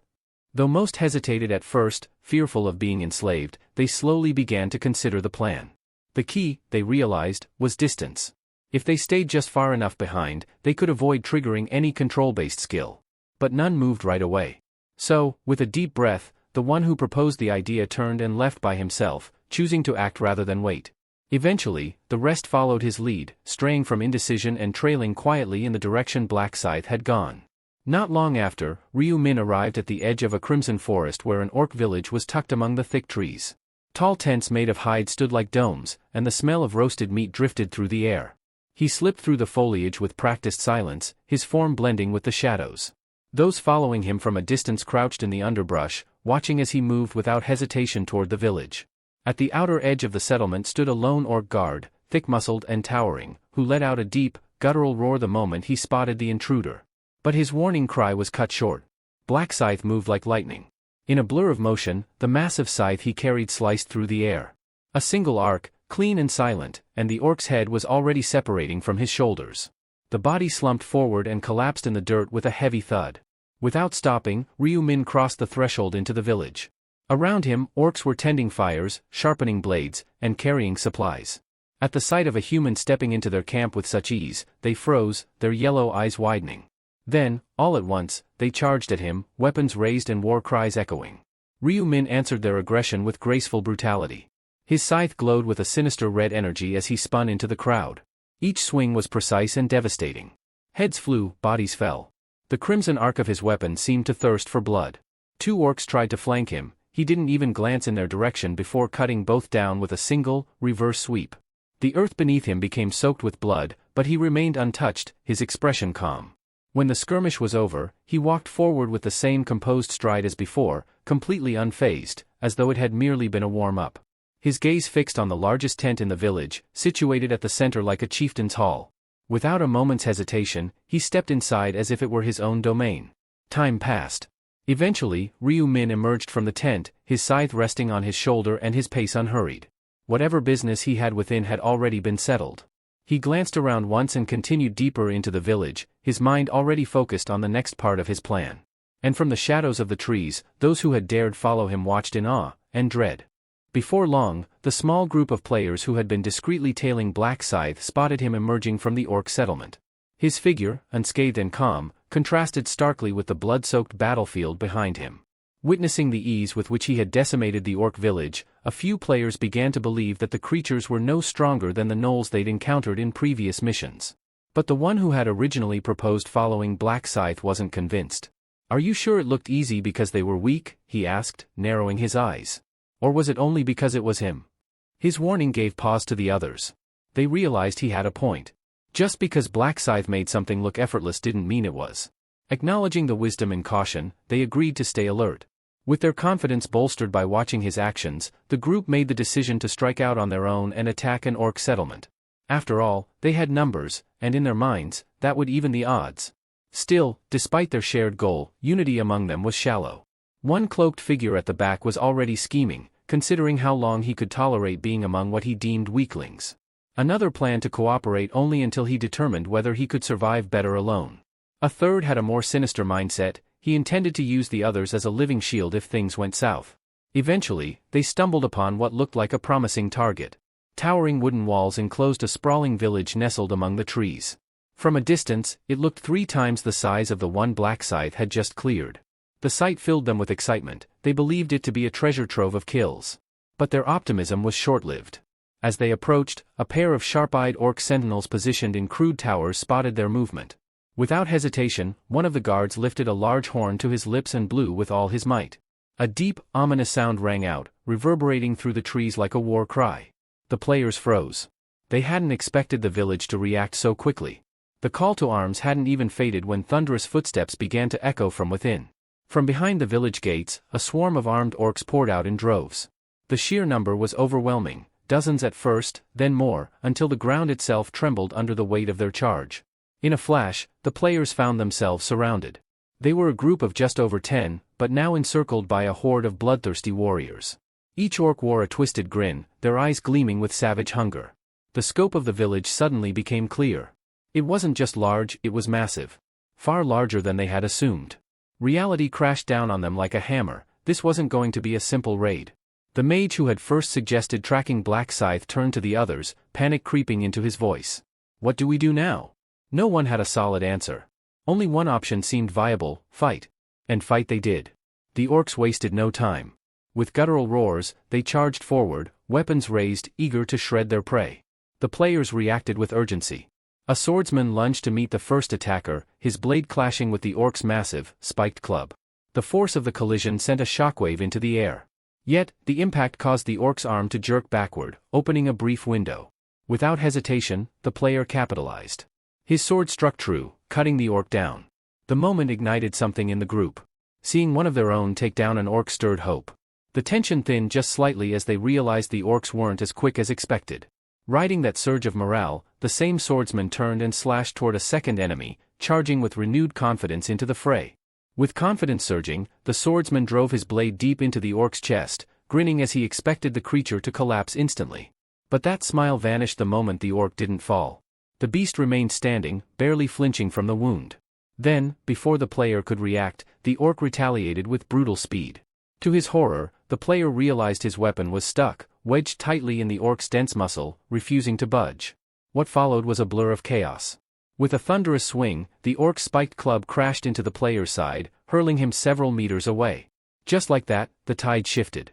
The rest of the orcs, feeding off the momentum, surged forward with terrifying force. Encircled with no room to flee, the human players were overwhelmed. Screams echoed as one player after another was struck down without mercy. No one was spared. Caught beneath the sheer weight of a charging orc, the very man who had proposed following Black Scythe now lay pinned, his body crushed into the dirt. His breath came in short gasps, fear and regret flooding his mind. Is this really how it ends? Trampled like an insect, he wondered. His thoughts were silenced a moment later when the orc above him raised its weapon and brought it down. His scream, once sharp and loud, faded into nothing. Meanwhile, deep in the forest, Ryu Min advanced alone, silent and purposeful. He'd long since noticed the group that had been tailing him earlier. With 20 people moving together, there was no way to go unnoticed. Still, he hadn't paid them much attention. He figured they would be safe, at least as long as they avoided fortified orc settlements. Even for him, villages with sentry towers were trouble. The moment a guard orc sounded the horn, dozens of warriors would swarm the area like a flood. That's why Ryu Min always avoided those high-alert locations. With more than 200 such villages scattered across the map, it was best to choose his targets carefully. Over time, Ryu Min had become intimately familiar with these enemies. Orcs were built differently from humans, their bodies were so tough and tightly wound with muscle that weapons often got stuck if plunged in recklessly. That's why he never relied on stabbing blows. He always aimed for their weakest spot, the head. Even when outnumbered, he struck with surgical precision, his large scythe flashing crimson in the sunlight as he dispatched enemies with clean, efficient sweeps. It didn't matter how many orcs charged at once, if he struck true, none of them stood a chance. After clearing yet another orc village, Ryu Min brought down the final defender, a towering brute who let out a last guttural roar before collapsing beneath the scythe's arc. With the village now silent, Ryu Min checked his quest log. A bright notification greeted him. Quest complete, 300 orcs defeated. He had done it. In just under an hour, Ryu Min had become the first player in the entire region to complete the orc extermination objective. Satisfied, he closed the window and immediately turned his thoughts to Minuri. There was no time to waste. Activating his tracking ability, he focused on her presence and began heading back without delay. Elsewhere, in a different part of the forest, Choi Manji of the Young Explorers Club approached the group's leader, Cho Yang-ho. The man looked worn, his armor scratched and dirty, but he was still standing. "You all right, Yang?" Manji asked. Yang-ho nodded, though his breathing was heavy. "I'm fine. Just tired." Still, despite what they'd seen, he didn't fully believe that the orcs were truly that dangerous. His confidence in human strength hadn't yet been shaken, but that belief was about to be tested soon. Though the orcs walked with clumsy, lumbering steps reminiscent of pigs, the members of the Young Explorers Club weren't foolish enough to let appearances deceive them. They had already witnessed the power these creatures possessed in combat. As they regrouped under the canopy of blood-red trees, their leader, Cho Yang-ho, turned to one of his more reliable members. "Mankey, how many orcs have we taken down so far?" Mankey scratched his head before replying, "About 50, give or take." That number immediately caused Cho Yang-ho to frown. They had a strict goal: eliminate 300 orcs within a 10-hour window. At their current pace, they were far behind. Internally, he knew they wouldn't make it if things continued like this. However, the rest of the team didn't seem too worried. They believed they could make up for the slow start in the latter half of the mission. But Cho Yang-ho wasn't so optimistic. He understood that if they truly wanted to succeed, they would need to take risks, starting with a larger orc settlement. But as soon as he floated the idea, Mankey voiced concern. "Isn't that too dangerous?" he asked, glancing toward another member, who quickly agreed. "We struggled with just 3 orcs. A whole village? That's suicide." Another chimed in, suggesting they'd be better off sticking to smaller camps and picking off stray orcs. With nearly everyone expressing the same doubts, Yang-ho chose not to argue. Instead, he let the silence linger for a few seconds before speaking again. "I get it. But if we keep playing it safe like this, we're just postponing failure. We all know how this ends if we stay on this path. His eyes hardened, and his tone dropped. Even if it's tough, we need to push through. Remember this, there's no future aboard a sinking ship. The gravity of his words sank in, and with no one else objecting, the group pressed forward. Entering deeper into the crimson leaf forest, the outline of a massive orc village came into view. It was the same one they had scouted earlier. From a distance, Mankey was the first to spot a sentry post atop a wooden watchtower. "There's a guard," he said, pointing to a silhouette hunched over the lookout. Cho Young-ho nodded and immediately ordered the team to circle around the perimeter. They followed a narrow trail along the village's edge, hidden beneath thick foliage and trees that masked their movements. Eventually, they reached the side of the village's outer wall, an uneven wooden barrier built from logs and rope. There, tucked between two sections of fencing, was a gap just wide enough for them to squeeze through. Mankey knelt and peered into the village. "Strange? I don't see anyone," he whispered. Cho Young-ho exchanged looks with the others, then gave a subtle nod. With Mankey taking the lead, the group slipped through the gap and began exploring the village silently, sticking close to the walls and shadows.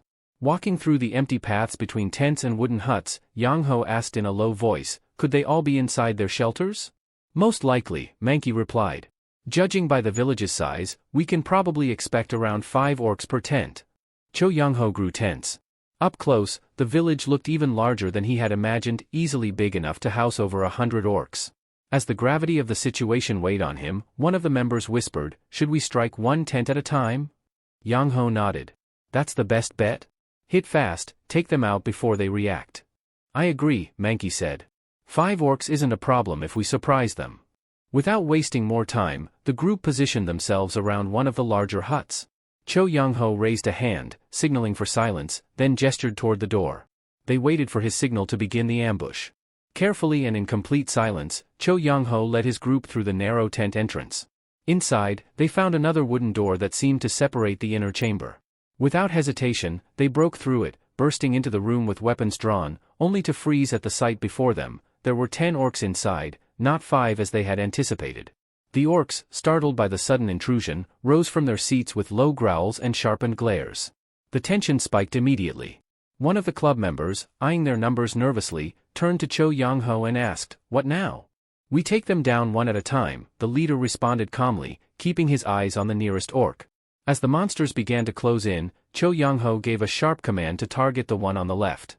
That orc, a hulking brute, lunged forward and swung his club, but it collided with a raised shield.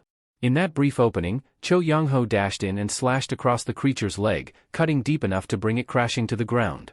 Seizing the moment, Mankey moved in next. With a swift, upward swing, his blade sliced near the orc's shoulder. Their coordination worked perfectly, and within seconds, the first orc was eliminated while the others were still reacting. Suddenly, one of the orcs, a particularly large one with coarse blonde hair, let out an enraged roar.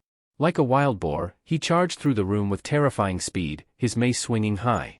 The blow connected with Mankey, sending him to his knees with a pained gasp. The sight ignited something in Cho Young-ho. Without hesitation, he sprinted forward, his blade aimed with precision. Before the orc could land another strike on Mankey, Cho Young-ho pierced its weak spot, felling the second beast. Mankey, though injured, was safe, for now. The remaining 8 orcs were now completely alert. They hadn't attacked yet, but the pressure in the room was suffocating. Mankey clutched his side while the rest of the club took stock of their situation. "We can't win this," one of the members whispered, eyes wide with fear. Cho Young-ho didn't disagree.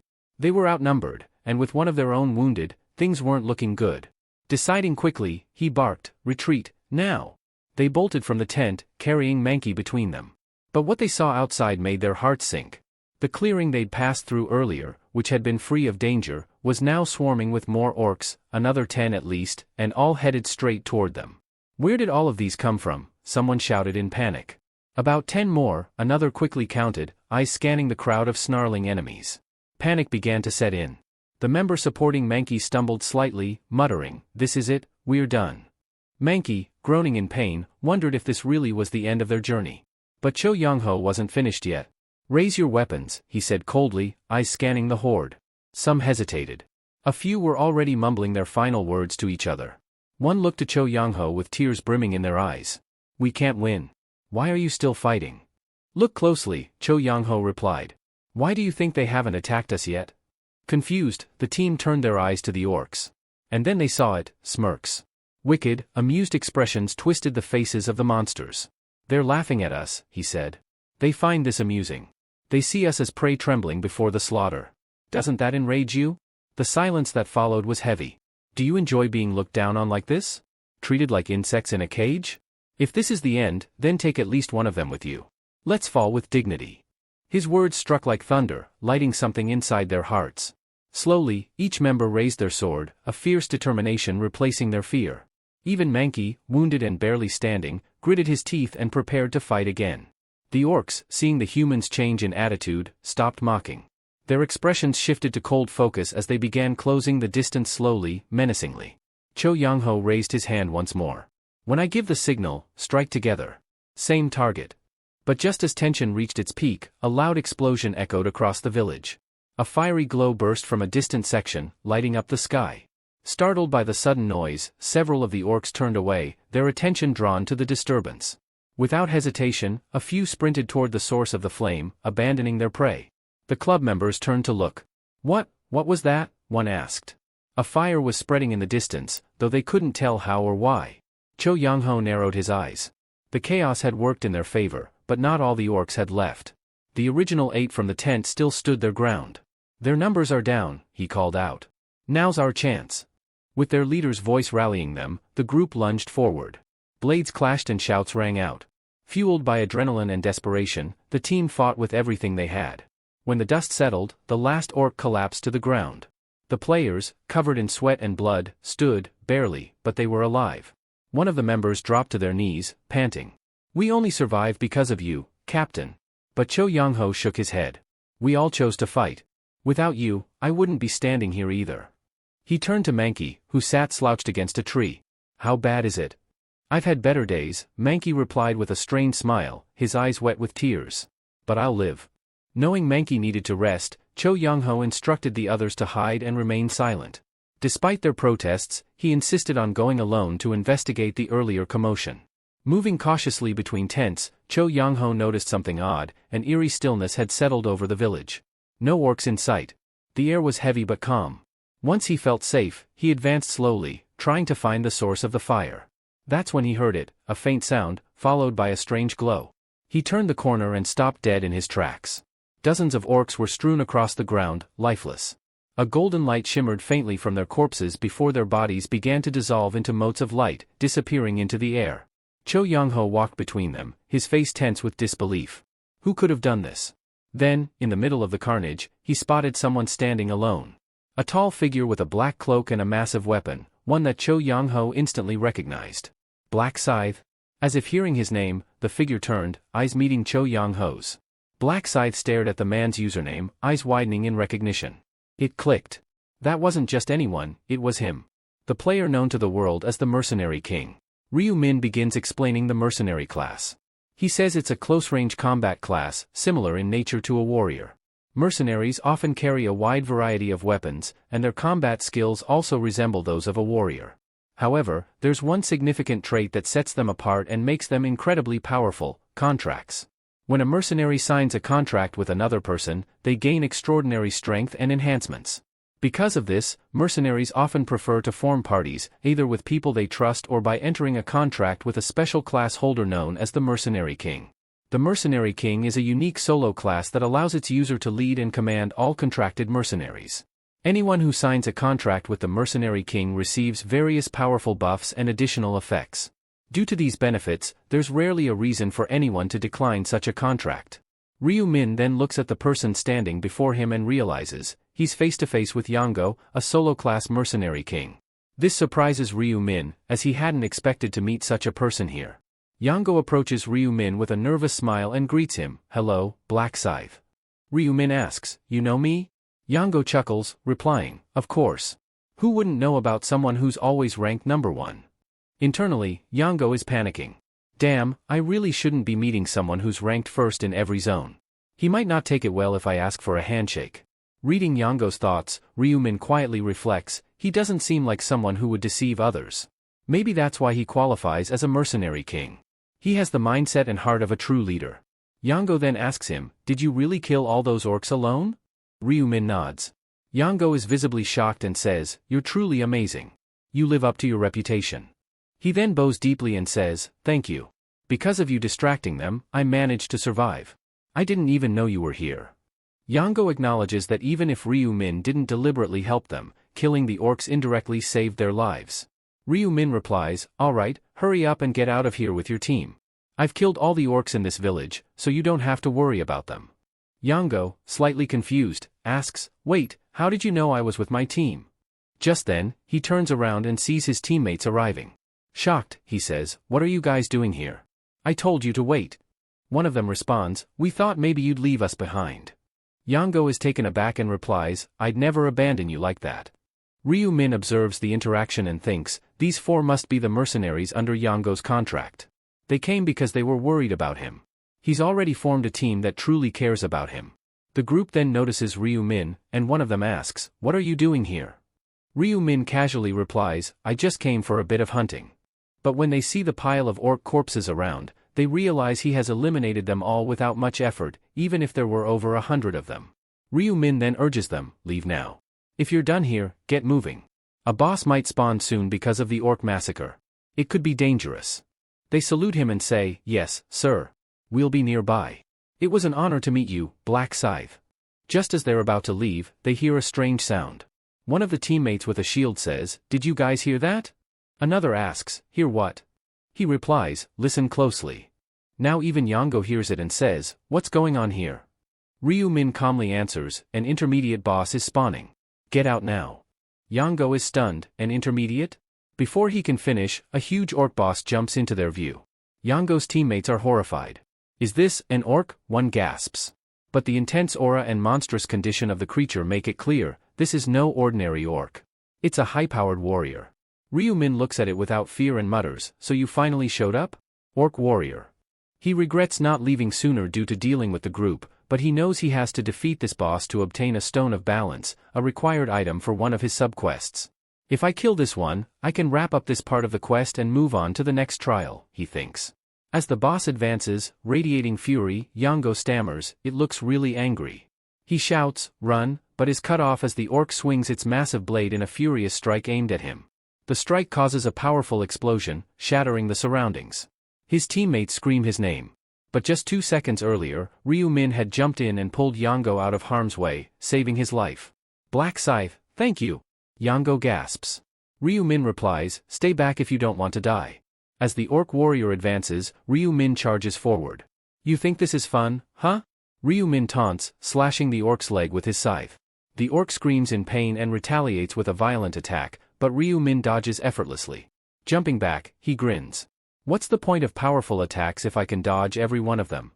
Infuriated, the orc launches a flurry of strikes. Ryu Min weaves through them, nimble and calm. "I've already cut his neck twice and it didn't go through, this guy's too damn thick," he mutters. Determined, Ryu Min leaps again and spins his scythe into the orc's neck, carving deeper this time. Still airborne, he continues to rotate his weapon rapidly around the orc's throat. Finally, the orc's head is severed. It tumbles to the ground, and Ryu Min stands triumphantly atop the corpse. Thanks to this victory, Ryu Min gains 37.73% EXP, 4,000 gold, and a 2,000 gold bonus. As Ryu Min stepped down from the dead orc's core, everyone looked at him in awe. Did he kill that thing? A new message appeared before Ryu Min, listing the items he had earned. "You have obtained Sword Ring Pommel, Orc's Heart, Lesser Azure Mana Stone, Stone of Balance. Subquest Progress, Stones of Balance, 1 out of 4.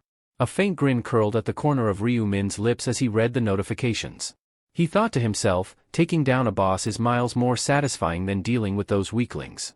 The EXP bar that had barely moved throughout the earlier skirmishes now surged upward, an increase of over 37% in one go. That alone would have been impressive, but there was more. Along with the experience boost, he received 4,000 gold, plus an additional bonus payout. Not bad, he mused, but that's not even the best part. Several rare items had dropped as well. The most eye-catching among them was the sword labeled Ring Pommel Sword. Ring Pommel Sword. Type, Weapon. Rarity, Epic. Attack Power, 100. Effect, with every successful strike, gain plus 5% attack speed. Stacks up to 10 times. Durability, 1000. Requirement, usable by regular grade players or higher. A blade distinguished by a loop-shaped guard. Elegant yet deadly, it was forged for relentless pursuit and momentum. Ryu Min stared at the weapon and muttered to himself, shame it's a sword and not a scythe. If the item had been his weapon of choice, there would have been no hesitation. He considered the numbers.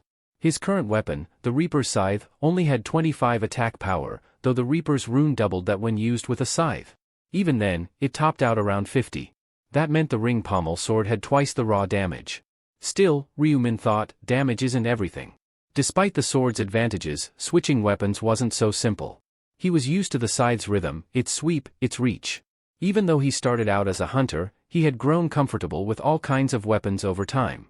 None, however, fit him as naturally as the scythe did. I'll hang on to it for now, he decided. A rare weapon like this will fetch a hefty sum later. He tucked the sword into his inventory, then moved on to the next drop, the Orc's Heart. Orc's Heart. Description: a dense, crimson stone shaped eerily like a heart. Despite its unsettling appearance, it's not biological. Highly valuable for crafting certain unique items. Many discard it out of ignorance, but doing so is a costly mistake. This one's a keeper, he thought. The Orc's Heart was a required material for an upcoming craft he had in mind. Tossing it would be idiotic. He also pocketed a lesser azure mana stone, a decent reagent, and another stone of balance, inching him closer to finishing that particular subquest.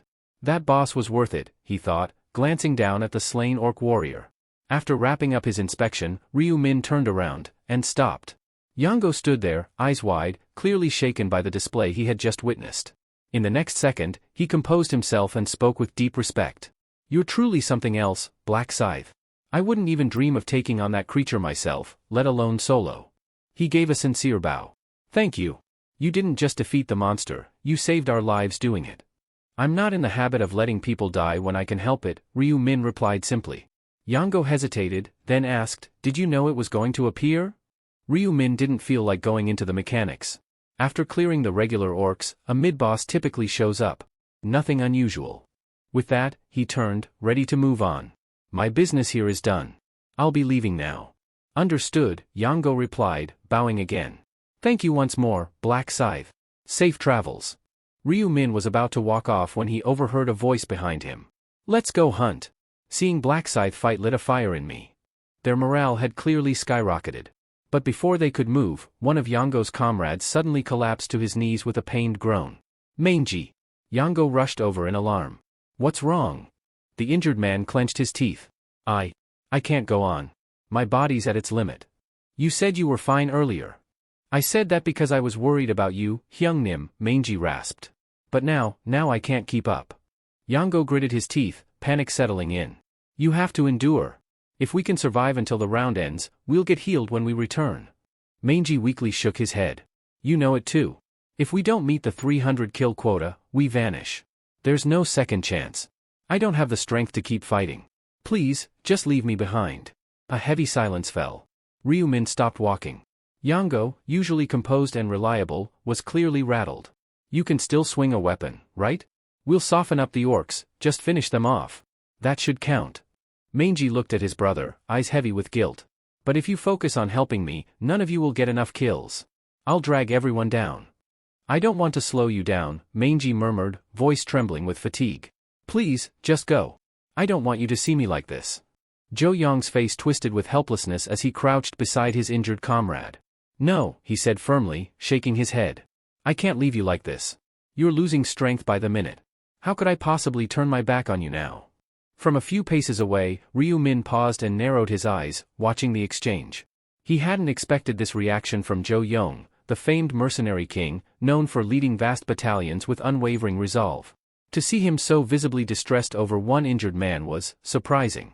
If it were Ryu One lying there like that? Ryu Min thought silently, recalling his own brother. He would have reacted the same. That moment of empathy led him to a decision. Looks like you're in a tough spot, Ryu Min said as he stepped forward, addressing the group. Mind if I take a look? Zhou Yong and the others turned toward him with expressions of confusion and uncertainty. Ryu Min's unexpected offer was met with silence, their hope tempered by skepticism. In their minds, there didn't seem to be any way to save Mangy now. Is there really something you can do? Zhou Yong asked cautiously. Ryu Min didn't answer with words. Instead, he knelt beside Mangy and examined the injuries. These are serious, he said, but not beyond repair. He placed a hand over the worst of the wounds and began to chant softly, words unintelligible to the others. Then, a soft green light radiated from his palm, bathing Mangy's battered form in a calming warmth. The group watched in stunned silence as the bleeding stopped and the wound visibly closed. The astonishment was palpable. Mangy looked down in disbelief, his mouth opening but no words coming out. "It's gone," he finally whispered, pressing a hand over the newly healed skin. "Even the pain, it's just gone." "That's right," Ryu Min replied calmly. What the others didn't know was that the healing he'd just performed had technically exceeded the skill's intended capabilities.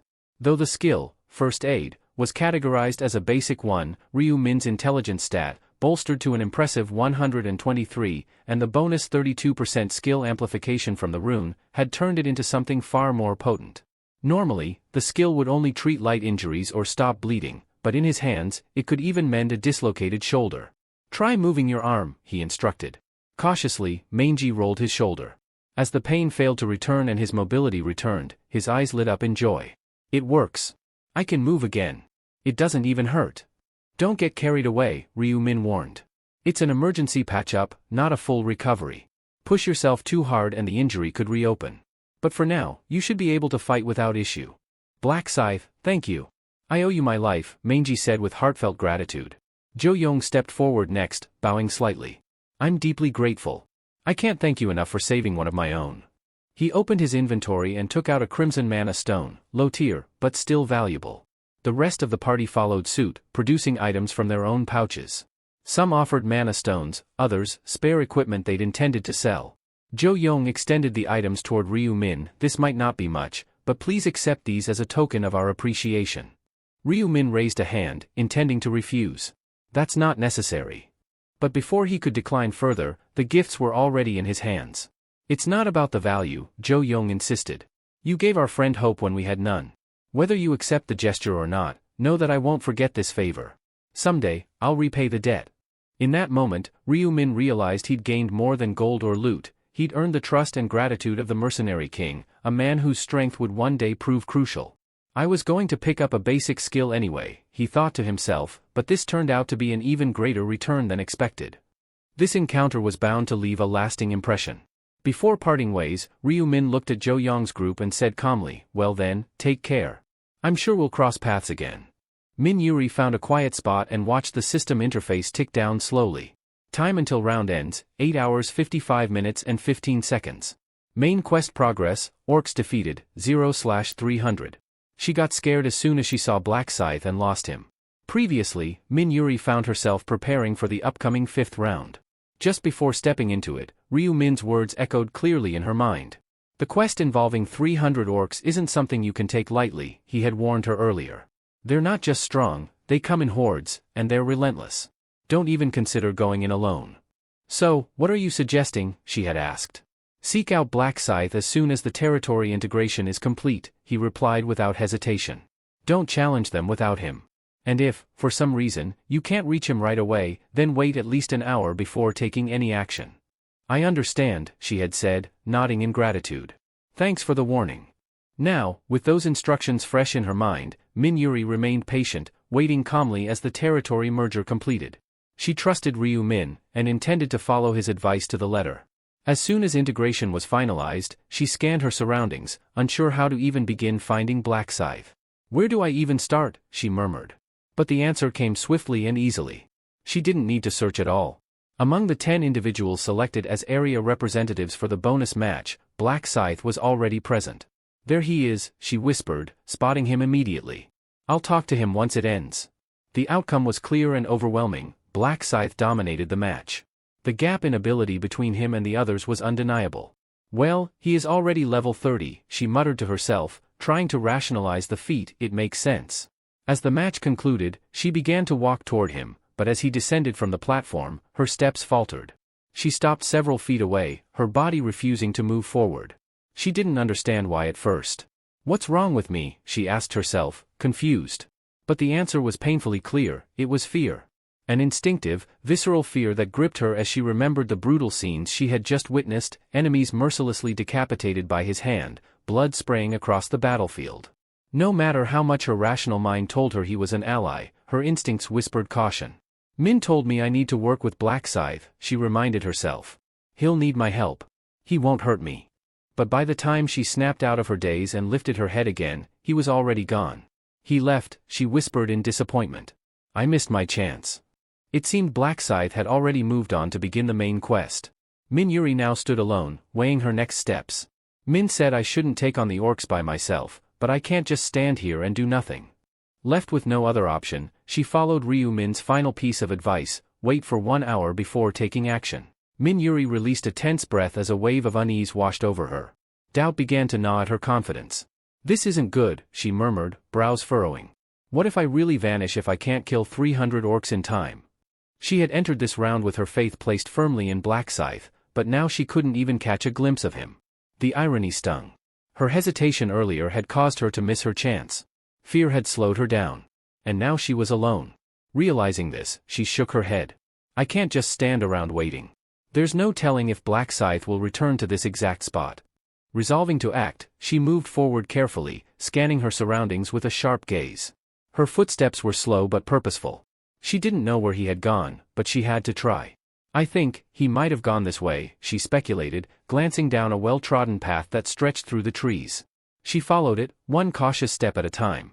Roughly 10 minutes later, she spotted a faint silhouette ahead, structures in the distance, crudely built and worn by time. From their design, it was obvious, an orc village. Spikes, wooden barricades, and crude tents sprawled around the area.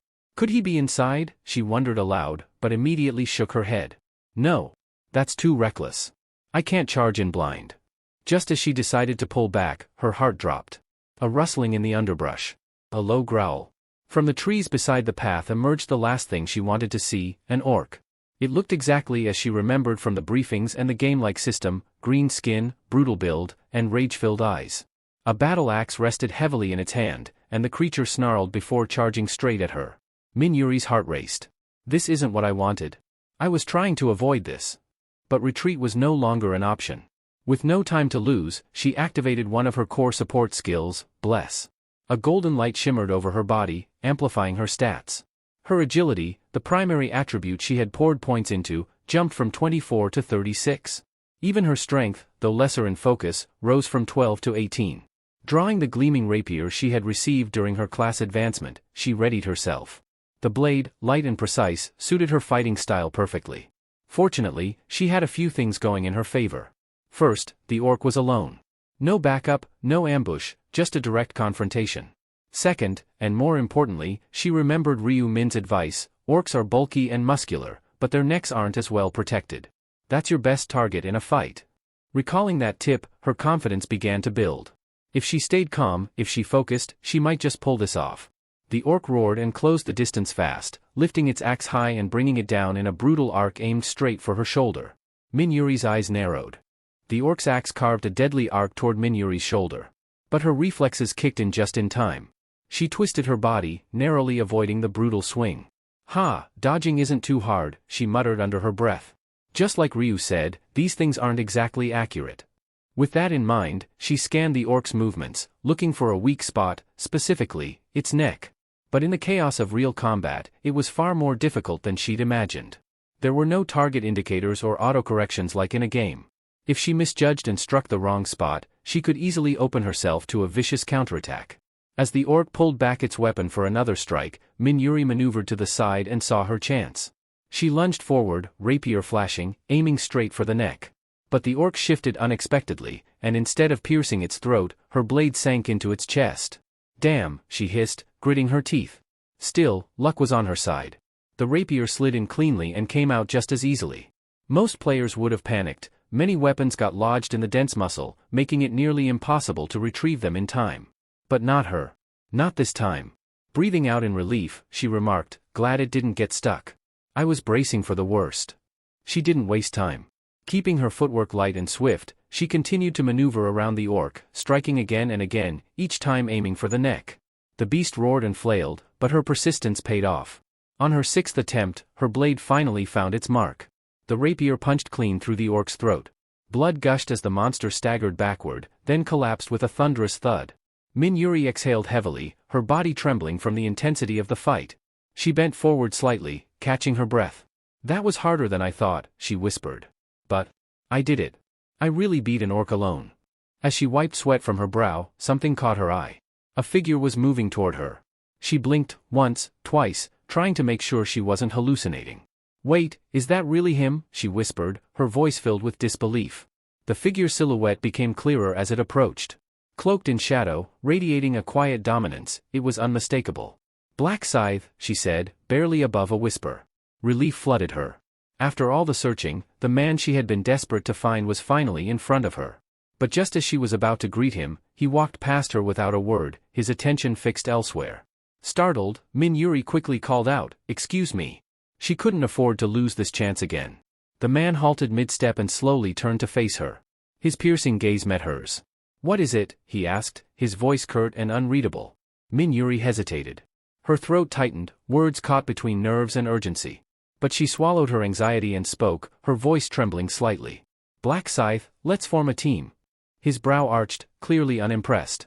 "Why would I do that?" Min-Yuri knew words wouldn't be enough. So instead of replying, she raised her hand. A radiant light bloomed from her palm, "Bless." The warm glow extended outward, enveloping Black Scythe's form. A soft hum filled the air. As the energy soaked into him, he paused. His expression shifted, not from genuine surprise, but from calculated play-acting. After all, he already knew the truth of her abilities. He'd known everything from the beginning. Feigning intrigue, he glanced at the notification window in front of him. "Huh, what's this?" Min-Yuri smiled, regaining some confidence. "It's my buff skill. Bless. It boosts all stats by 50% and lasts 3 hours." With the aura still shimmering between them, she stood tall, her pride evident. And Black Scythe, playing along with the charade, opened the system menu to confirm what he already knew. Ryu-Min gave a small nod, eyes glancing at the buff's effect still lingering on his body. "It checks out," he said calmly. Min-Yuri clasped her hands together, trying to remain composed. "Is that enough of an explanation? My buff skill could be a huge asset in any hunt." Ryu tilted his head slightly, as though weighing the offer. "So you're saying, if I want continued access to this buff, I need to work with you?" She nodded. "To put it simply, yes. I'd like your help with my hunting." Ryu crossed his arms, deliberately drawing out the silence. Then, with a hint of a smirk, he replied coolly, "You do realize I'm the one with the advantage here, right? I could just recruit you as a subordinate." The statement caught Min-Yuri completely off guard. She blinked, clearly not having expected that angle. He narrowed his eyes at her, his voice lowering. "Are you the kind of person who would betray a partner?" "Of course not," she quickly answered. "Good," Ryu said, finally relenting. "Then we'll try this partnership out." His tone softened just slightly as he added, "Since we're going to be cooperating, let's at least introduce ourselves. Black Scythe, level 32. Class, Reaper." Min-Yuri perked up. "Oh. I'm Democracy, just call me Yuri. Level 13. My class is a buffer." Ryu raised an eyebrow. "A buffer, huh? From what I saw earlier, you seem to handle that orc decently. Are you sure you need help?" Yuri scratched the back of her head sheepishly. "That was actually my first real fight, and it was harder than I expected." With an exaggerated look of surprise, Ryu chuckled. "So it took you almost 90 minutes to score your first kill?" Yuri laughed along awkwardly. It wasn't exactly like that. I lost a bit of time waiting around for someone." She couldn't bring herself to say it outright, but she had been circling the area in hopes of finding him again. "Well, either way," Ryu said, glancing at the system clock, "we're short on time." Yuri gave a serious nod. "Yeah. I've only managed to take down one orc so far. I've got 299 to go." "Then let's pick up the pace," Ryu offered. Yuri looked at him curiously. "How do you propose we do that?" "I'll weaken the orcs to the brink," he replied matter-of-factly. "You move in and finish them. As long as you land the final hit, the kill will register as yours." In gaming terms, he was giving her the chance to last hit, an efficient method to rack up numbers quickly. Yuri's eyes lit up with confidence. "I can do that. You've already seen what I'm capable of, I won't mess up the finishing blow." "Then we've got nothing to worry about," Ryu said, turning away. "Let's move." But just as he began walking, Yuri called out, "Wait." He stopped and turned, calm and composed. "Something wrong?" She hesitated, her brows furrowing. "I really appreciate your help, but I can't help but wonder. Will tagging along interfere with your own mission?" Ryu looked at her with an expression bordering on amusement. "Don't worry. I've already finished the main quest." That simple answer brought visible relief to her face. "Then let's do this," Yuri said, her voice steady now. And with that, the two moved forward, one step closer to hunting down the remaining 299 orcs. Yuri wasn't entirely sure whether Black Scythe would accept her proposal to team up, but here they were, moving through the forest together. She still couldn't believe it. The elusive figure she'd been searching for was now walking beside her. Though uncertain how they'd handle the orcs as a team, she knew she'd soon find out. Their walk hadn't lasted long before danger emerged. 3 orcs stomped into view, snarling as they caught scent of the 2 humans. Yuri immediately took a step back and raised her rapier in a defensive stance, her nerves flaring. Just as she prepared to face them, Min calmly extended his arm in front of her. "Hold up," he said coolly. Without waiting for a response, he advanced. His scythe arced low with a fluid motion, the blade slicing through the air with terrifying speed. Thick green legs were severed effortlessly, the orcs crumpling to the ground as their massive upper bodies crashed into the dirt. Then, with a second swing that moved faster than Yuri could follow, Ryu's scythe carved through the air again. This time, it was their arms that were cleaved from their bodies. All 3 orcs, now reduced to head and torso remnants, writhed in pain and let out tortured howls. "Now," Ryu said, his voice emotionless, "finish them." Yuri hesitated. Despite their helpless state, the sight of the mutilated orcs made her pause. It was the first time she had seen such brutality up close. Ryu looked back at her. "Why are you stopping?" I'm sorry," she stammered, pushing past her hesitation. Taking a deep breath, she walked toward the fallen orcs. One by one, she delivered the final blows, her rapier piercing through each creature's exposed throat with swift, calculated thrusts. Moments later, a series of notifications filled her vision. "You have slain an orc. Experience gained, 2.35%. Gold obtained, 40. Yuri's eyes widened, stunned at how fast it had all happened. "That's it," she whispered in disbelief. "I got 3 kills just like that?" It felt surreal. Having faced one orc alone earlier, she knew how physically demanding and dangerous they could be. This, however, felt completely different. There had been no real risk, not when Black Scythe had neutralized them so efficiently. "They're not like goblins at all," she muttered. "They're supposed to be strong, but this wasn't hard." A realization hit her then, she wasn't getting stronger. She was standing behind someone overwhelming. Her eyes drifted toward Min again, this time with growing admiration. The way he moved, how effortlessly he dismantled such fearsome enemies, it was like watching a force of nature. "Let's keep going," Ryu said casually, already walking ahead. Yuri followed, feeling a mix of awe and renewed motivation. She was in the presence of someone truly extraordinary. After Yuri finished off the incapacitated orcs, she couldn't help but look at Min with renewed admiration. Watching him dismantle enemies with such composure and efficiency made her realize how fortunate she was to have crossed paths with him. When he said, "Let's move on," she nodded eagerly, responding with an enthusiastic, "Yes." They continued through the forest, pressing deeper into orc territory. The pattern quickly established itself. Min would dart in first, targeting legs and arms with precise, sweeping strikes that crippled their foes, leaving them helpless on the ground. All Yuri had to do was step forward and deliver the finishing blow. It was like a systemized production line of death. "I had no idea hunting could be this smooth," Yuri commented in disbelief. If an orc had seen this, it might have died from shock before the scythe even touched it. Ryu didn't respond, though a faint smirk threatened to break through his neutral expression. After a while, he asked, "What's our current count?" Yuri puffed her chest out a little with pride. 52, and it's only been 30 minutes. That's pretty amazing, right? To her, it was a feat worth celebrating. But to Min, it was far from impressive. In the past, eliminating over 300 enemies in under an hour was standard procedure for him. By comparison, this pace felt leisurely. Still, he acknowledged that most of their time had been spent wandering between spawns. The real challenge wasn't fighting, it was finding the targets. His eyes scanned the thinning monster population. "These orcs are scattered too widely," he thought. "Taking them down is easy, but locating them is inefficient." Min's mind quickly turned toward a better solution. "If I keep dragging her around like this, we'll just waste more time. I need to accelerate this process. But if I take Yuri in a orc village, it could be dangerous for her. I can't fight and protect her at same time." He remembered the orc shaman. A special type of monster with the ability to summon other orcs. If they could find him, the hunt would become far more productive. It was a shortcut that allowed him to avoid combing the entire field for scattered groups.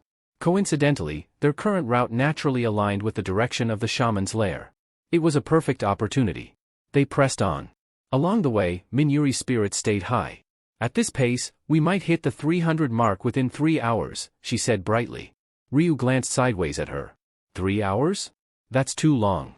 We'll finish it within 1. She blinked in confusion. 1 hour? Did I hear that right? Yes. Under an hour, he confirmed without a shred of doubt. Min-Yuri stared at him, stunned. Wait, seriously? How's that even possible? Ryu finally unveiled a portion of his plan. By using the orc shaman. I won't kill it, just exploit its summoning ability. That way, we don't need to search for orcs. They'll come to us. It was a clever strategy, manipulate the summoner to keep producing enemies, allowing them to rack up kills quickly without wasting time between fights. However, something nagged at Min-Yuri's curiosity. She furrowed her brow and asked, but, how do you even know about the orc shaman? This is your first time here, isn't it? Ryu didn't miss a beat. I came across it once before I ran into you, he replied smoothly. That's how I know its location. It was a complete fabrication, but his delivery was flawless. Min-Yuri accepted it without further question, her thoughts drifting instead to the efficiency of his methods. So that's how he does it, she murmured to herself, eyes gleaming with admiration. And so, the two of them advanced toward their next objective, a single goal in mind, to crush the quota in record time. Min-Yuri found Ryu Min's explanation convincing enough to ease her concerns. Then, with a steady voice, he assured her, I'll make sure nothing puts you in danger. His calm confidence made her heart stir slightly. Her initial surprise faded, replaced by a soft smile.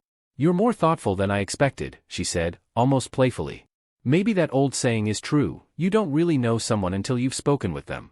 Before long, the pair reached a secluded village nestled in the wilderness. It was a humble place, made up of small wooden huts with straw roofs, barely more than 5 buildings total. Not a single orc patrolled the area. Min-Yuri tilted her head in confusion.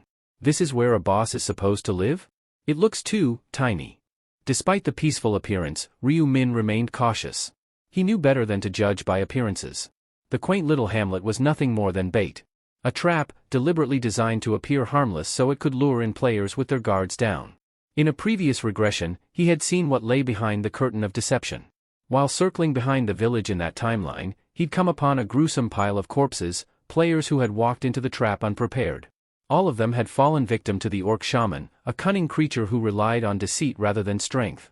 It wasn't bravery that defined the shaman, it was cowardice masked as cleverness. Yes, Ryu Min could end him easily. But that wasn't the plan. The shaman's summoning ability made him far more useful alive, for now. Follow me, Ryu said, motioning for Min-Yuri to stay close. They moved through the village, passing a few small, empty huts. The silence was eerie, too quiet. Min-Yuri looked around with growing unease.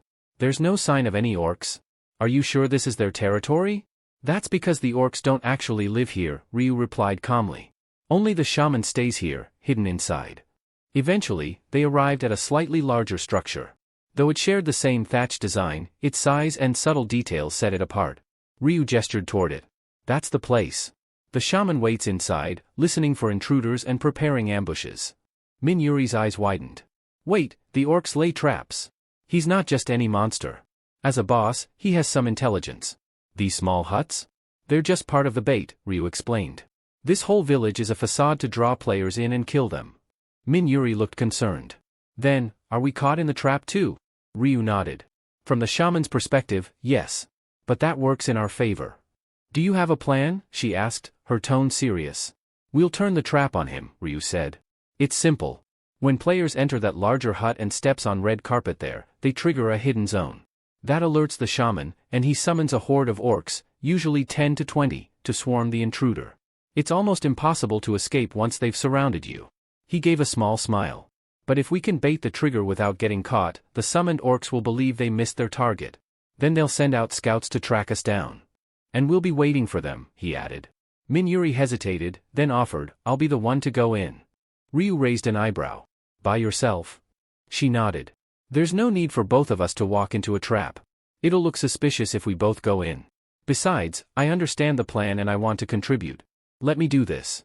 Ryu studied her expression for a moment, then gave a small nod. All right, I'll wait here. With a determined breath, Min-Yuri turned toward the hut and pushed the door open. The hinges groaned as she stepped inside, the musty scent of aged wood meeting her nose. The interior was dimly lit, devoid of movement or noise. Each step she took echoed off the floorboards, magnifying her presence in the silence. She soon arrived at a wide-open space, large enough to accommodate 24 orcs. This must be it, she whispered to herself. The trap point Ryu mentioned. Her thoughts flashed back to his instructions. The orc shaman is inside, listening. He only reacts to sound, doors creaking, footsteps entering. Once you step onto the red carpet, he thinks he has you and summons his minions to trap you inside. The trick is to only go as far as the carpet, make some noise, then leave. Once the summons fail, scouts will be dispatched to re-engage us. That's our real target. Min Yuri's eyes landed on a faded red rug stretched across the center of the room. Heart pounding, she took a careful step onto it, letting the sound of her footfalls carry through the hut. Then, without hesitation, she spun around and walked straight out, never once glancing back. As she stepped into the open air again, she exhaled sharply and muttered, "That wasn't so bad, but it still made me nervous." Ryu Min was standing nearby, arms crossed casually, eyes on the door. "You all right?" he asked. She gave him a small grin. "Yeah, I followed the plan. Reached the carpet and everything." "Good," he replied with a nod. "That's all we needed." Still unsure, she glanced back at the hut. Will the orcs really send scouts? Ryu didn't answer right away. "We'll know soon enough. Just wait." Almost as if on cue, the door creaked open behind them. Just as they waited in silence, the door creaked open. 6 orcs stepped out, their heavy boots thudding against the ground. Their orders were clear: track down the humans who had fled moments earlier and lead them back into the trap.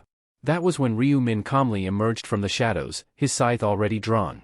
"Looking for someone?" he asked coolly. Before the orcs could even react, the steel edge of his weapon blurred through the air. One orc collapsed instantly, its limbs severed in an instant. The gruesome thud of flesh and bone echoed as the others instinctively reached for their axes. They were too slow. With a flurry of precise, ruthless strikes, Ryu disabled the rest, arms and legs cleaved cleanly before their weapons could even leave their belts. Once the orcs lay helpless, writhing or unconscious, Ryu stepped back without another word. His part was done. Now it was Min Juri's turn. With a flick of her rapier, she elegantly dispatched the downed enemies. Each thrust and slash was clean, efficient, and without hesitation. As the final orc gurgled its last breath, Min Juri let out a sigh, brushing a strand of hair from her cheek. "That's the last of them, for now." Ryu nodded, then said, "Let's draw out the next group." Min Juri looked at him, eyebrows raised. "You think they'll really fall for the same trick again?" "They might have some wit," Ryu replied with a dry chuckle, "but their memory is no better than a goldfish's." Without another word, Min Juri turned on her heel and slipped back into the hut. Again, she triggered the trap. Again, a group of orcs emerged, only to be swiftly dismantled by Ryu and finished off by Min Juri. Their teamwork grew sharper with each repetition, as though they'd trained together for years. Strike after strike, trap after trap, the process repeated. In time, the bodies of summoned orcs were piled beside the huts, a grotesque monument to their growing synergy. Finally, as the last orc fell, Min Juri's voice rang with excitement. "Black Scythe? That makes 300. Ryu Min opened his status window and gave a satisfied nod. "Right on time. 1 hour. Min Juri clapped her hands with a laugh. "Can you believe it? We caught 248 in just 1 hour. That was amazing." Her voice softened as she added, "Really, thank you. I wouldn't have managed this without you." Ryu offered her a small smile, his expression genuine. "Glad to hear it. So, how much did your level go up?" Beaming, she replied, "I'm at level 19 already." "Just 10,000 experience left until level 20, he said, half to himself. Once she ranked up, she'd unlock more powerful abilities, skills that could significantly strengthen their partnership. Then he looked at her and said, "What if I help you get there right now?" Surprised, Min Juri shook her head. "You don't have to go that far." "I do," Ryu said plainly. "I need a buff from you before I take down the High Orc. It's the only way I'll have a shot at setting a new record." The 5th round's High Orc was no ordinary boss. It was an elite enemy, dangerous enough to rival a mid-tier boss, and under stricter kill conditions. Time was critical. If he wanted to beat the record, everything had to be perfect, including having the right support. But before he could explain further, Min Juri lifted a hand gently to stop him. "You've already helped me so much. You don't need to do more." Ryu arched a brow. "So, are we done hunting together?" "What? No," she replied quickly, almost flustered. "After everything you've done? I wouldn't dream of walking away now. This time, I'll be the one helping you." He smiled. "Then help me by reaching level 20. Let me handle the rest until then." She didn't respond immediately. Instead, she stood in thoughtful silence. There was no irritation in her eyes, only quiet contemplation. She glanced at him and murmured inwardly, "I can't believe someone like Black Scythe is looking out for me like this." Finally, she looked up at him with a soft smile, grateful, touched, and more determined than ever. "All right. I'll reach level 20. Let's finish this together." Minjuri gave a sheepish smile, brushing her hair behind her ear. It's a little embarrassing to say, but I'll be relying on you. Ryu Min gave her a casual nod, already turning back toward the village. Let's get back to it, then. But just as they were about to resume their hunt, a low rumble echoed behind them, faint at first but quickly growing louder. They both turned instinctively, gazes sharpening.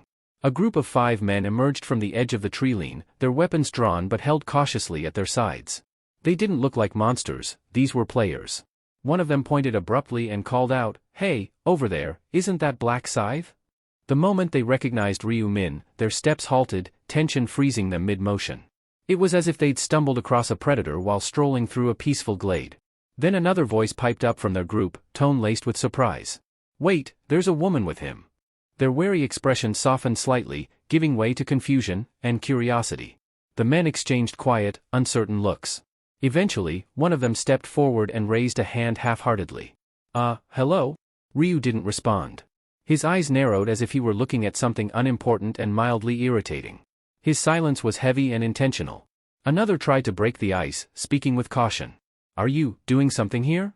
But none of them were really focused on the conversation anymore. Their attention had shifted to the heap of orc corpses stacked beside the huts. "Wait a second," one murmured. "All of those were taken down by them?" A realization began to settle among them. The carnage wasn't caused by random chaos. It was the result of coordinated, efficient slaughter. And the culprits were right before them, Black Scythe and his companion. "Seriously, that many orcs in one tiny village?" one of the men muttered, confused. "This doesn't add up." Another squinted at Minjuri, curiosity quickly turning into speculation. "Who's the girl?"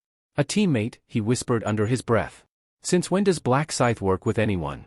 A different man leaned closer and commented with a smirk, "Weird, her face is a mix, but her body's definitely something. Didn't think he was into that kind of thing." While they didn't speak these thoughts aloud, the judgments and crude comments swirled freely in their minds. They thought themselves untouchable, as if they could mock anyone in their heads, even someone as dangerous as Black Scythe. They had no idea how wrong they were. Ryu slammed his scythe on the ground. Ryu Min's eyes sharpened. His voice cut through the tension like a blade. "If you're not here for something important, get lost." The men were taken aback. One blinked rapidly, confused by the sudden hostility. Excuse me?" Ryu turned to face them fully now, his gaze frosty and his voice tinged with irritation. "I said, leave. Don't waste my time." The curt dismissal stunned them. What really stung, however, was his use of casual speech, completely disregarding the usual formality strangers owed each other. One of the men scoffed, offended. "What's with that tone? Who gave you the right to speak down to us?" "Yeah," another added, puffing up slightly. "It's rude to be so informal when you've never met someone before. You may be first-rank player." Minjuri's expression remained unreadable, but internally, she scoffed. "Are they insane? They are arguing against Black Scythe." Black Scythe gave the man a sharp cut on his forehead. "If you value your life, get lost now." A heavy silence settled over the group. No one dared to reply. They had made a mistake, a serious one. After that, the group ran off. Another chimed in with an apologetic nod toward Ryu Min, "Sorry to have bothered you." Without waiting for a response, the group ran off swiftly, retreating down the path they had come from. Ryu Min didn't move a muscle as he watched them leave, his gaze following their every step until they disappeared behind the thickets. He wasn't just watching, he was reading them, tapping into their surface thoughts. "They're not retreating for good," he thought. "They're hiding. Observing. They're curious about my methods, especially the way I've been handling the orcs." He could practically feel their eyes still on him from a distance, their withdrawal a calculated move to avoid confrontation while gathering intel. "Fine. Watch if you must," Ryu Min mused inwardly. "It makes no difference to me. As long as I meet my objective, your curiosity changes nothing." His attention drifted from the treeline back to Minjuri, who had remained silent through the encounter. It was time to resume their task. "I should deal with the boss soon," he muttered to himself. "But first, I'll make sure Minjuri reaches level 20. Turning to her, he said, "Let's get back to it." However, Minjuri didn't move immediately. Instead, she tilted her head and looked at him curiously. Minjuri stared at him for a second longer, then slowly nodded. Ryu offered a small reassurance. "Don't worry about them. Let them waste their time watching. Just stay focused, we'll keep hunting."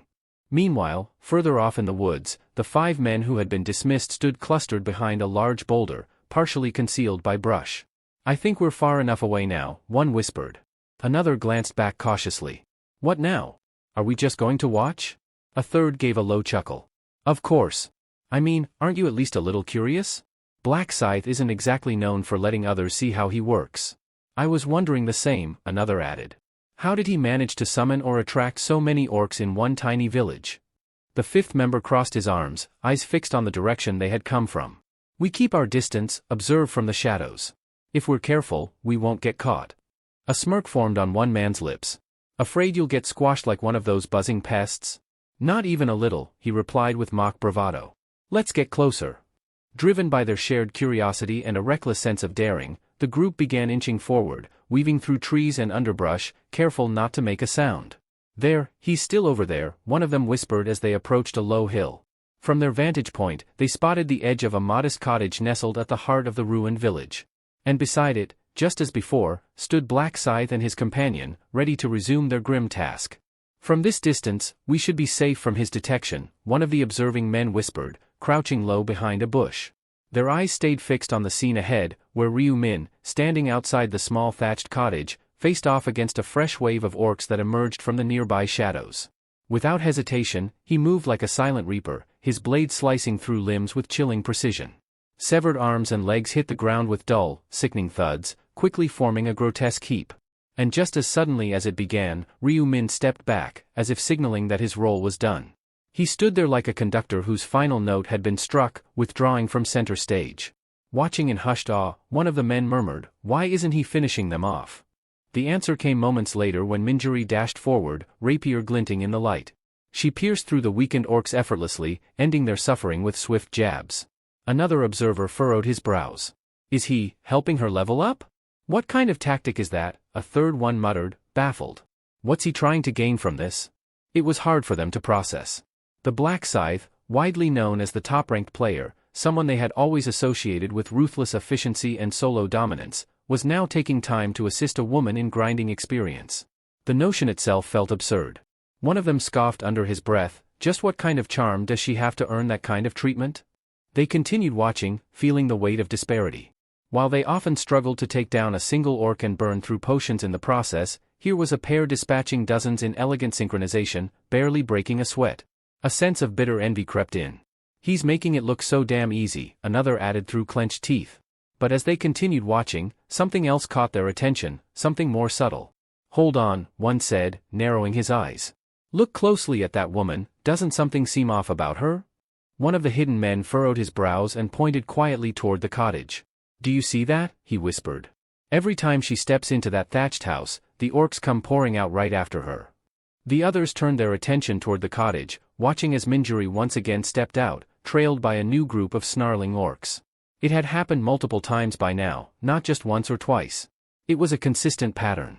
They follow her, he added, tone low and tense. Like moths to a flame. I've been keeping count, at least 30 have emerged so far. Someone else muttered, doesn't that seem suspicious?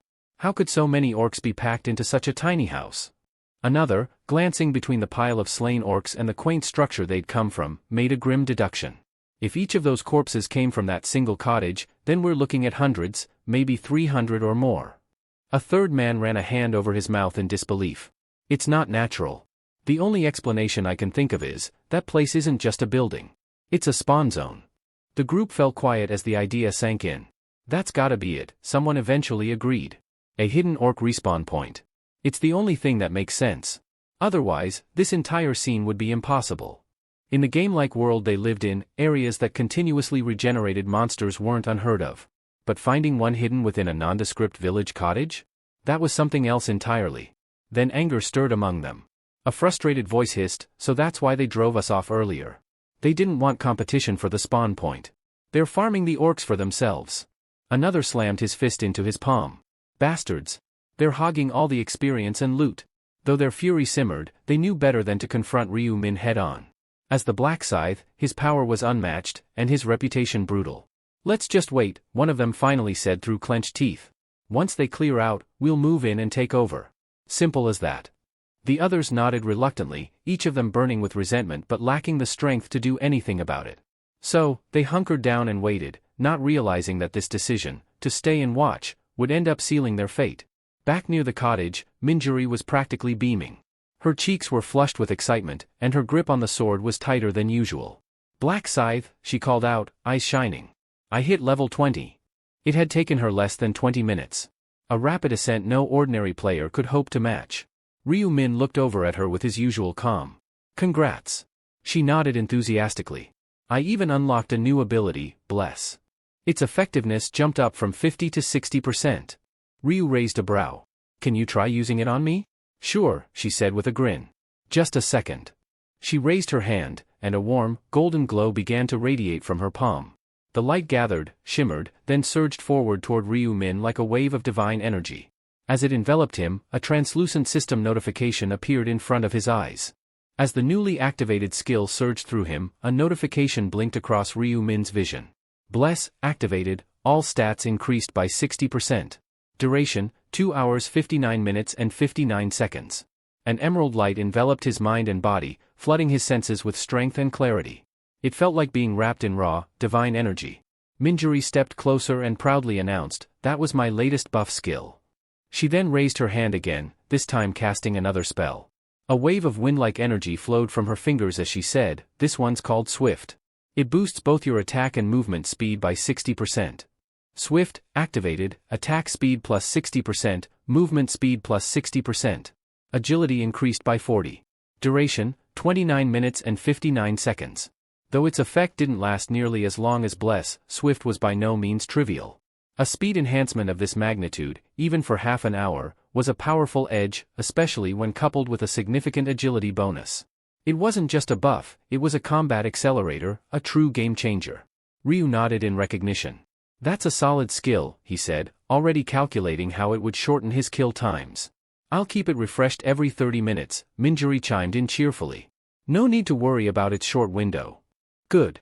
In that case, let's wrap up the grind here and go after the orc shaman next." Minjuri hesitated for a moment. "Isn't it still efficient to farm here? These orcs keep coming." "It is," Ryu admitted, "but we can't camp here forever. There are stronger bosses we need to take down. We move when the job is done." She looked up at him, eager. "Then, is there anything I can do to help when we fight the boss?" His voice grew sharp, more command than suggestion. "Don't get in the way. I'd rather you stay safe than become a burden." Minjuri wasn't offended. Instead, she smiled faintly, sensing the concern buried under his strict tone. "Got it. I'll be careful." Before heading toward the cottage again, Ryu Min took one final glance to the side, toward the 2 o'clock direction, without turning his head too obviously. A faint smirk crossed his lips. "They're still there," he thought. The same 5 men he had previously sent away were now crouching in the distance, thinking they were hidden. But they had no idea he'd sensed them long ago. The rune of inner thoughts allowed him to pick up faint traces of their intent and emotions, like reading whispers in the wind. "So," he mused internally, "they're still bad-mouthing us. Even now." He let out a silent exhale, not of frustration, but of resolve. He had already devised something, an improvised little lesson. A subtle test of character. A way to expose their cowardice and ill intent. With the corner of his mouth lifting ever so slightly in a sly grin, Ryu turned back to the cottage and pushed open the door. Minutes later, the silence shattered, literally. The wooden door exploded outward, cleaved in half by the violent slash of a scythe. Ryu Min stormed out, his cloak whipping behind him, the blade of his weapon trailing energy. Orcs came running after him. Ryu Min burst through the doorway, his movements sharp and deliberate. Minjuri, keeping a wise distance so as not to get caught in the chaos, gasped the moment she laid eyes on him. "Why is he running?" she whispered in disbelief. This was the Black Scythe, the man who had effortlessly torn through waves of orcs like they were nothing more than twigs. To see someone like him fleeing was both shocking and puzzling. What kind of threat could drive him to retreat? Even the 5 men were stunned to see him running. He is Black Scythe, why is he running? Then they realized. Trailing closely behind Ryu was a towering orc, its appearance immediately distinguishable from the rest. It radiated a presence that was darker, more commanding. This one wasn't a grunt. It was the orc shaman. A guttural roar burst from the shaman's mouth, and in a flash, 24 orcs manifested around Ryu as if summoned by dark magic. They encircled him like a trap snapping shut. One of them asked, "What's with the orc in mask?" Other replied, "Maybe it's the boss orc, and he is summoning orcs." Minjuri's heart skipped a beat. "He's completely surrounded," she murmured anxiously. "Should I jump in to help?" She hesitated, her grip tightening around her sword. But then her eyes narrowed with clarity. "No, this is Black Scythe we're talking about." She knew better than anyone that Ryu wasn't someone who allowed himself to be cornered by accident. With the kind of agility and speed he possessed, evading 20 orcs would have been child's play. He wouldn't stay put unless he had something in mind. This has to be part of his strategy, she concluded, eyes sharp. As if to prove her right, Ryu didn't flinch. Instead, he danced through the encirclement, weaving in and out of enemy reach. His scythe struck with swift precision, each move calculated to redirect or disrupt. Minjuri couldn't help but marvel. He's deflecting and dodging them all? It's like watching a masterclass, she thought, filled with admiration. Then the orc shaman summoned more orcs, but Ryu was handling all of them well. Dodging, deflecting, and killing them one by one. 20 orcs, armed with brutal axes, came at him in unison, but Ryu didn't falter. He flowed between them, dodging with a rhythm so precise it looked like he was dancing. Unbelievable, one of the observers gasped. How's he avoiding all that? He's not human. But just as all began to spread among the group, someone barked out urgently, "This isn't the time to stand around." Huh?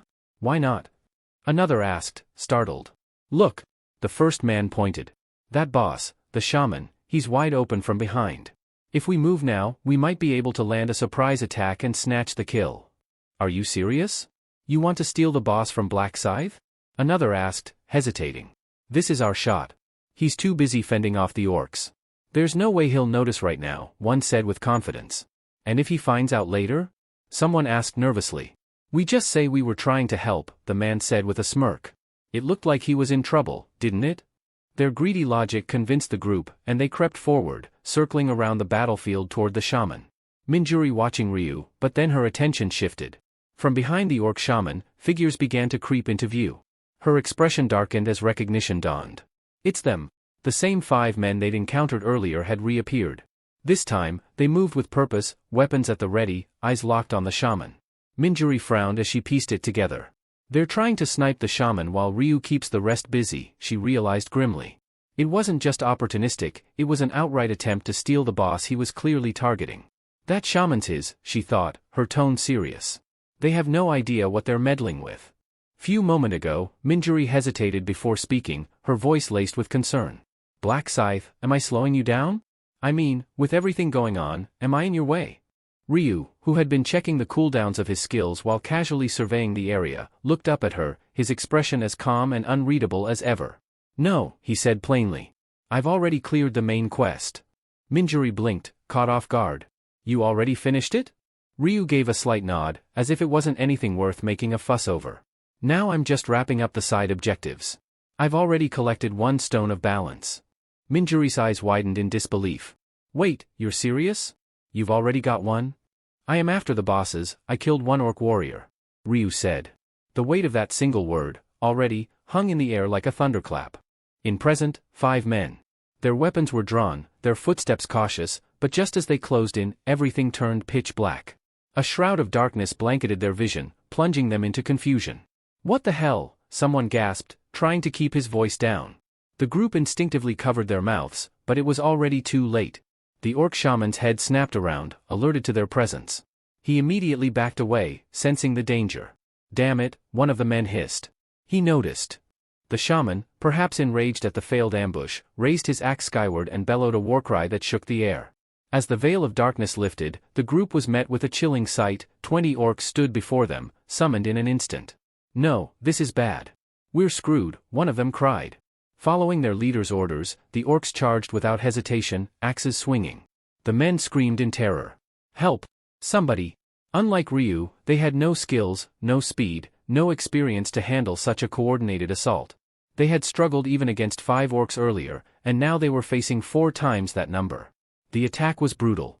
Steel clashed against flesh, and the battlefield filled with the screams of men who had thought themselves clever. From afar, Ryu stood calmly, his expression unreadable. The panic, the bloodshed, it hadn't surprised him in the slightest. So they took the bait, he murmured to himself. He had planned for this. Ryu could have easily dispatched the orcs back in the house. Instead, he faked a retreat, putting on a performance to see if those men would succumb to temptation. It was a test, not of skill, but of character. And they had failed. I knew it, he said quietly. They couldn't resist the opportunity.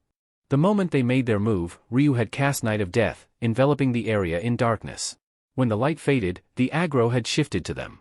The shaman no longer focused on Ryu, he turned his fury toward the backstabbers. The result was clear, all 5 had perished without landing a single blow. Ryu felt no remorse. They tried to use my struggle for their gain. If they had shown restraint, they'd still be breathing. He had even given them a chance to walk away, by asking them to leave earlier. But greed had sealed their fate. Now, with the dead lying behind him, Ryu tightened his grip on his scythe and stepped forward. As the shaman spotted him returning, the massive creature let out a roar and lifted his axe once more. The summoned orcs charged, weapons raised. But this time, Ryu made no move to dodge. As they crossed into his range, his scythe blurred through the air. A flash of motion, then silence. A spray of green blood erupted into the sky as the orcs dropped to the ground, cut down in an instant, unable to even complete their attack. Ryu stood in the center of it all, unfazed, his weapon dripping, his presence radiating cold finality. No matter how many orcs surged toward him, the outcome remained unchanged. Each one was effortlessly cleaved down before they could even raise their weapons. Their bodies fell apart mid-charge, as though they had stepped into a vortex of invisible blades. To anyone watching, it would have looked like they were being fed into a high-speed shredder, an execution so fast it was almost imperceptible. Amidst the carnage, Ryu muttered to himself, "Yeah, the attack speed really has gone up." He felt it clearly. With the effects of the blessing buff and the swift passive stacking together, and an additional 50% speed bonus granted by nightfall, his strikes had become blindingly fast, nearly undetectable by the eye. The orc shaman, wide-eyed in disbelief, watched as his summoned kin were annihilated without resistance. Driven by desperation, he began casting again, gripping his staff tightly to conjure more reinforcements. But before the spell could even take shape, Ryu's silhouette flashed through the darkness like a whisper of death. "Rest in pieces," Ryu said coldly as his scythe cut a perfect arc through the air, severing the shaman's head in a single, clean motion. A system alert immediately appeared before his eyes. System message. You have defeated Orc Shaman. Experience gained, plus 37.73. Gold obtained, 4,000. Level up. Item acquired, Marble of Eternity. Item acquired, Mystic Wooden Totem. Item acquired, Lesser Blue Magic Stone. Subquest progress, Stone of Balance, 2/4. Among the dropped loot, Ryu's eyes were drawn to one item in particular. Item, Marble of Eternity. Classification, Necklace. Rarity, Epic. Description, a necklace set with a cloudy white bead said to trap the souls of fallen enemies. Effect, each monster kill grants 1 stack. Every 100 stacks consumes 1 durability and grants plus 1 stat point. Durability, 1000 by 1000. Restriction, usable only by regular grade or higher. Ryu narrowed his eyes in thought. It was reminiscent of the Flame Dragon's absorption rune, though this one required kills rather than absorption. The principle was straightforward. For every 100 enemies defeated, 1 stat point could be earned, up to a total of 10 points before the necklace would break from wear. Not bad at all, Ryu murmured. It's basically a permanent stat booster. Still, he frowned slightly. The limitation was clear, the item was consumable. Once its durability hit 0, it would vanish. But what if I had a way to restore its durability, he mused with a grin. Then I could raise my stats infinitely. Hell, even 100 points. And he knew such a way existed. Somewhere in the upcoming 8th round, a special rune could be obtained, one capable of restoring item durability. If he could pair that rune with this necklace, the potential gains were limitless. Just then, Minjuri's voice rang out nearby, tinged with confusion and curiosity. "Black Scythe? Where are you?" But Ryu didn't respond. Having activated the power of the Reaper rune earlier, his figure had been cloaked in shadows so dense that even when standing still, he was virtually invisible. With a silent breath, Ryu finally deactivated the Night of Death, a skill. The darkness around him dissipated, and his silhouette gradually reappeared under the faint moonlight, calm, composed, and already thinking several steps ahead. Ryu had erased those 5 men dead bodies using his skill before undoing the Night of Death. Just then, the shifting interplay of shadow and dim light finally led Minjuri's gaze to settle on a familiar silhouette. Her voice, both relieved and mildly exasperated, echoed out. "There you are, Black Scythe. I've been running around looking for you." Ryu turned slightly, gesturing toward the orc shaman's decapitated corpse that still lay warm on the ground. "As you can probably tell, I've been preoccupied." Minjuri, however, didn't seem the least bit surprised by the aftermath. Her expression remained calm, as though this level of devastation was to be expected from him. "So you've managed to eliminate him," she said. "But, didn't you see anyone else nearby? I thought I heard shouting. It seemed like someone might have been trying to steal the shaman's kill." Ryu shook his head lightly. "Can't say I noticed anyone." Her brow furrowed with suspicion. "That's strange. It really sounded like people were screaming. Ryu fell silent. There was no need to elaborate on what had actually happened, on the evidence erased in the blood-soaked soil. Some truths were best left buried. Instead, he changed the subject. Let's move on. We should clear the next boss before time catches up with us. They soon made their way to the third target, the orc archer. Compared to the grueling fight against the shaman, this battle was over in the blink of an eye. Ryu didn't waste time. With rapid, precise cuts, he sliced the archer to pieces in mere moments. Then came the familiar chime of the system alert. System message. You have defeated /orc archer. Experience, plus 37.73%. Gold earned, 4,000. Acquired, agile archer's boots. Acquired, rusted arrowhead. Acquired, lesser green magic stone. Subquest progress / stone of balance, 3/4. Ryu's gaze swept over the loot, though one item drew his attention more than the others, the marble of eternity. This epic-grade necklace had more than proven its worth, steadily accumulating stacks from every monster he had slain. For every 100 kills, a stack could be converted into a permanent stat increase, at the cost of 1 point of durability. Not only that, but the agile archer's boots he had just obtained offered a notable bonus, plus 10 to agility. A significant improvement over his current pair. With that in mind, he quickly decided to attempt a fusion upgrade. Pulling out an old green magic stone from his inventory, he paired it with the newly acquired lesser one. System alert. Item combination successful. Result, agile archer's boots, plus 4 agility bonus. With this enhancement, his agility stat received a further boost. Pleased, Ryu took a moment to reflect. He had now cleared all the mid-tier bosses in this zone. All that remained was the final enemy, the High Orc. Unlike the others, this final boss followed a different rule: the faster the kill, the greater the reward. This one's got to go down fast, Ryu muttered to himself. The quicker I finish, the better the loot. He remembered his previous best time, 43 seconds. A frustrating benchmark he had never managed to beat, not even across 99 regressions. But this time, he had an advantage: Minjuri's buffs. With renewed confidence, Ryu decided to hold off on fighting the High Orc for a bit longer. He wanted to take full advantage of the time he had left to grind levels and stats using the Bead of Eternity while its durability still held. Driven by that plan, he launched into an all-out massacre. Orcs fell before him like wheat under a scythe. He didn't slow down, didn't pause. By the time he stopped, his kill count had reached an astonishing 2,415. System message. Time remaining, 30 minutes 41 seconds. Ryu took a deep breath. Time to switch strategies, he thought. I don't think I'll be able to hit the next level before time's up. He was currently sitting at level 39. Just one more level would grant him access to a new set of skills, but realistically, the clock was against him. Still, he didn't feel disappointed. He had pushed himself hard, hunted relentlessly for nearly 7 straight hours, and wiped out thousands of enemies. That effort hadn't been in vain.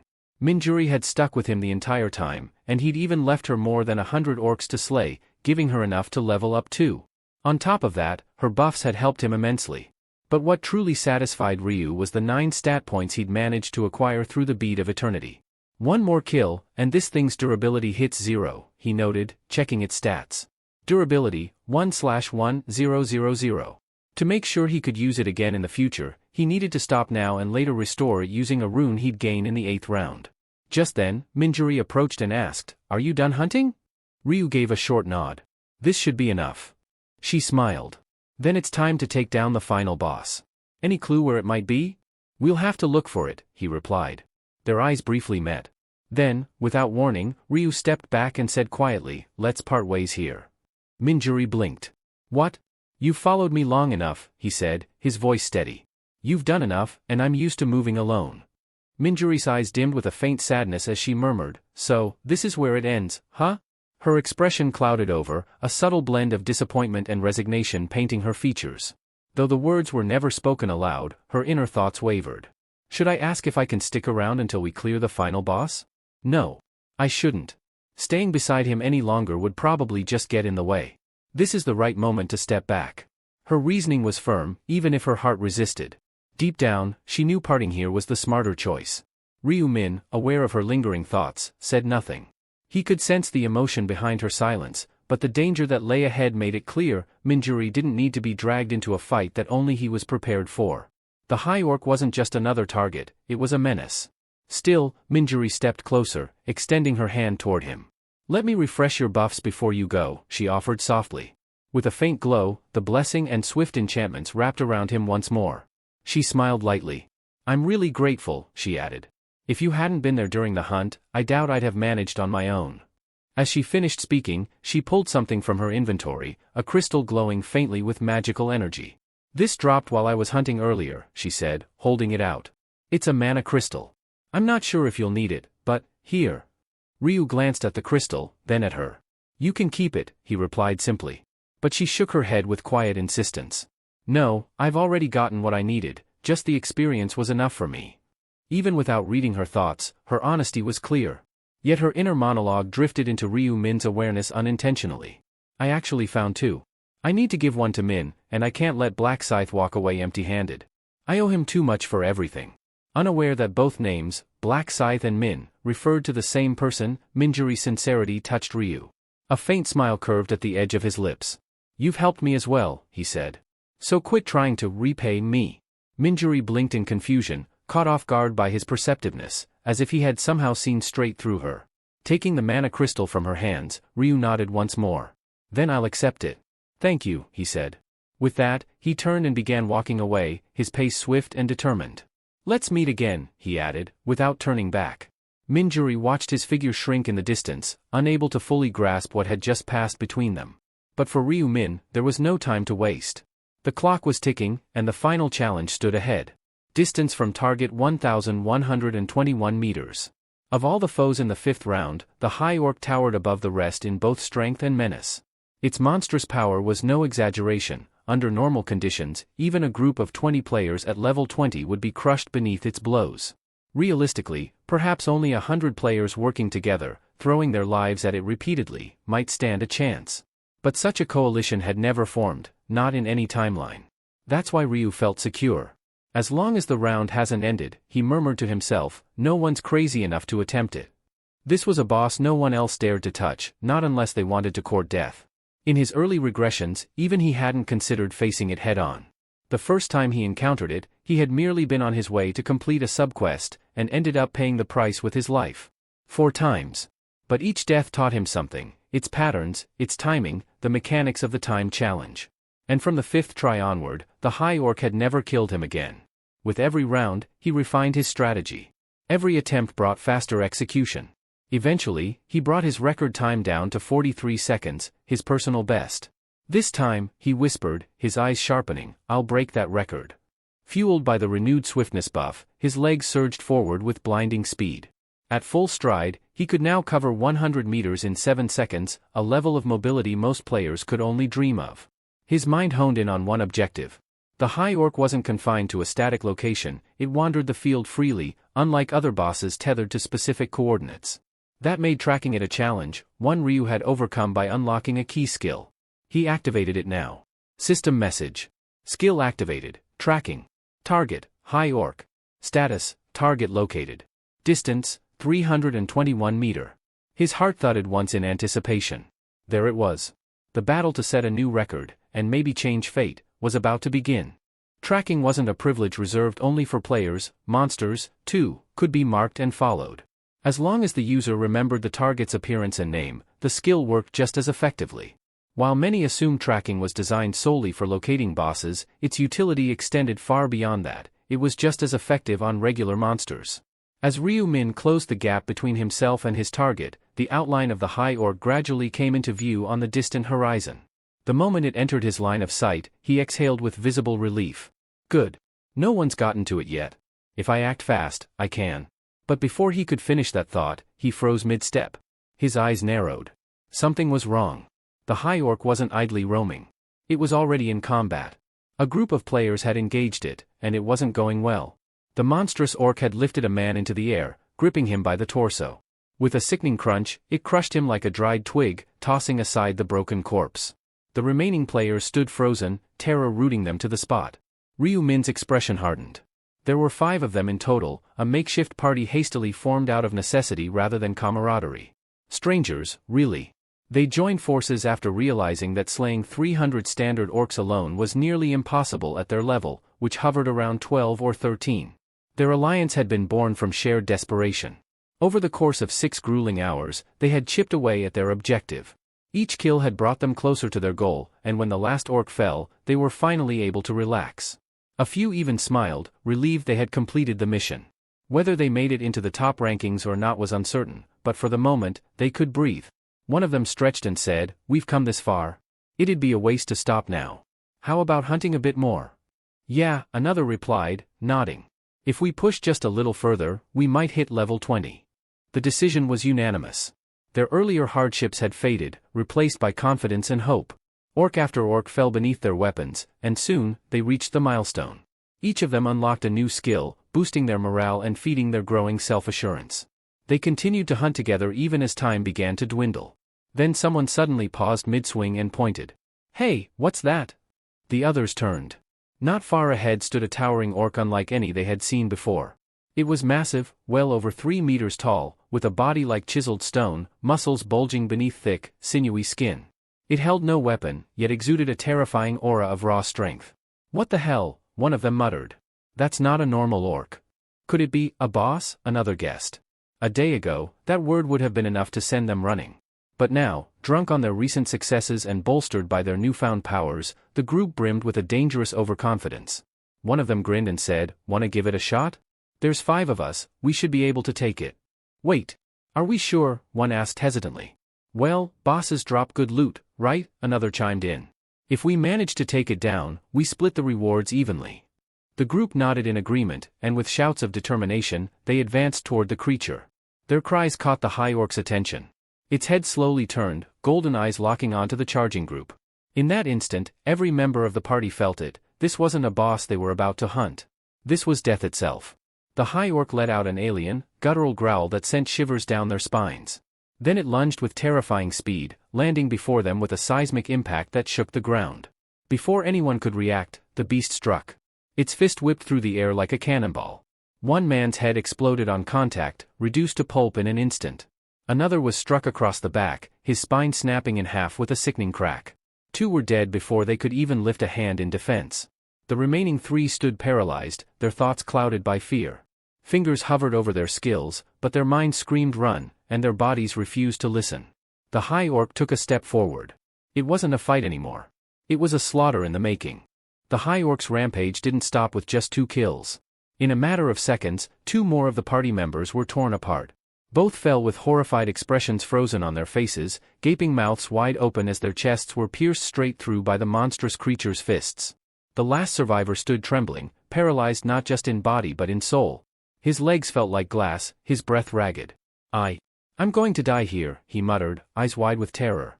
Panic gripped his chest like iron, suffocating any thought of escape or retaliation. The mere presence of the high orc had reduced him to a trembling wreck.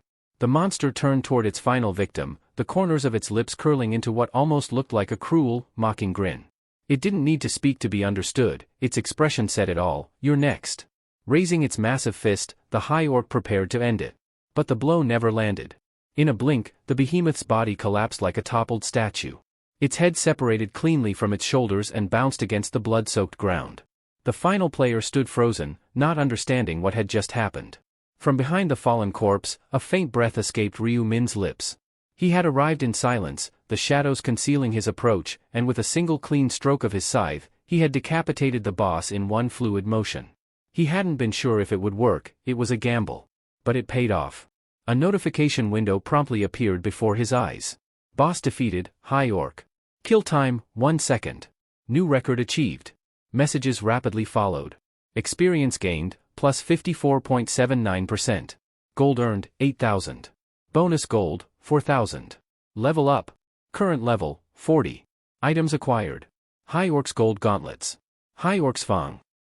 Passive skill enhanced. Seal of death, damage increased from 120% 140%.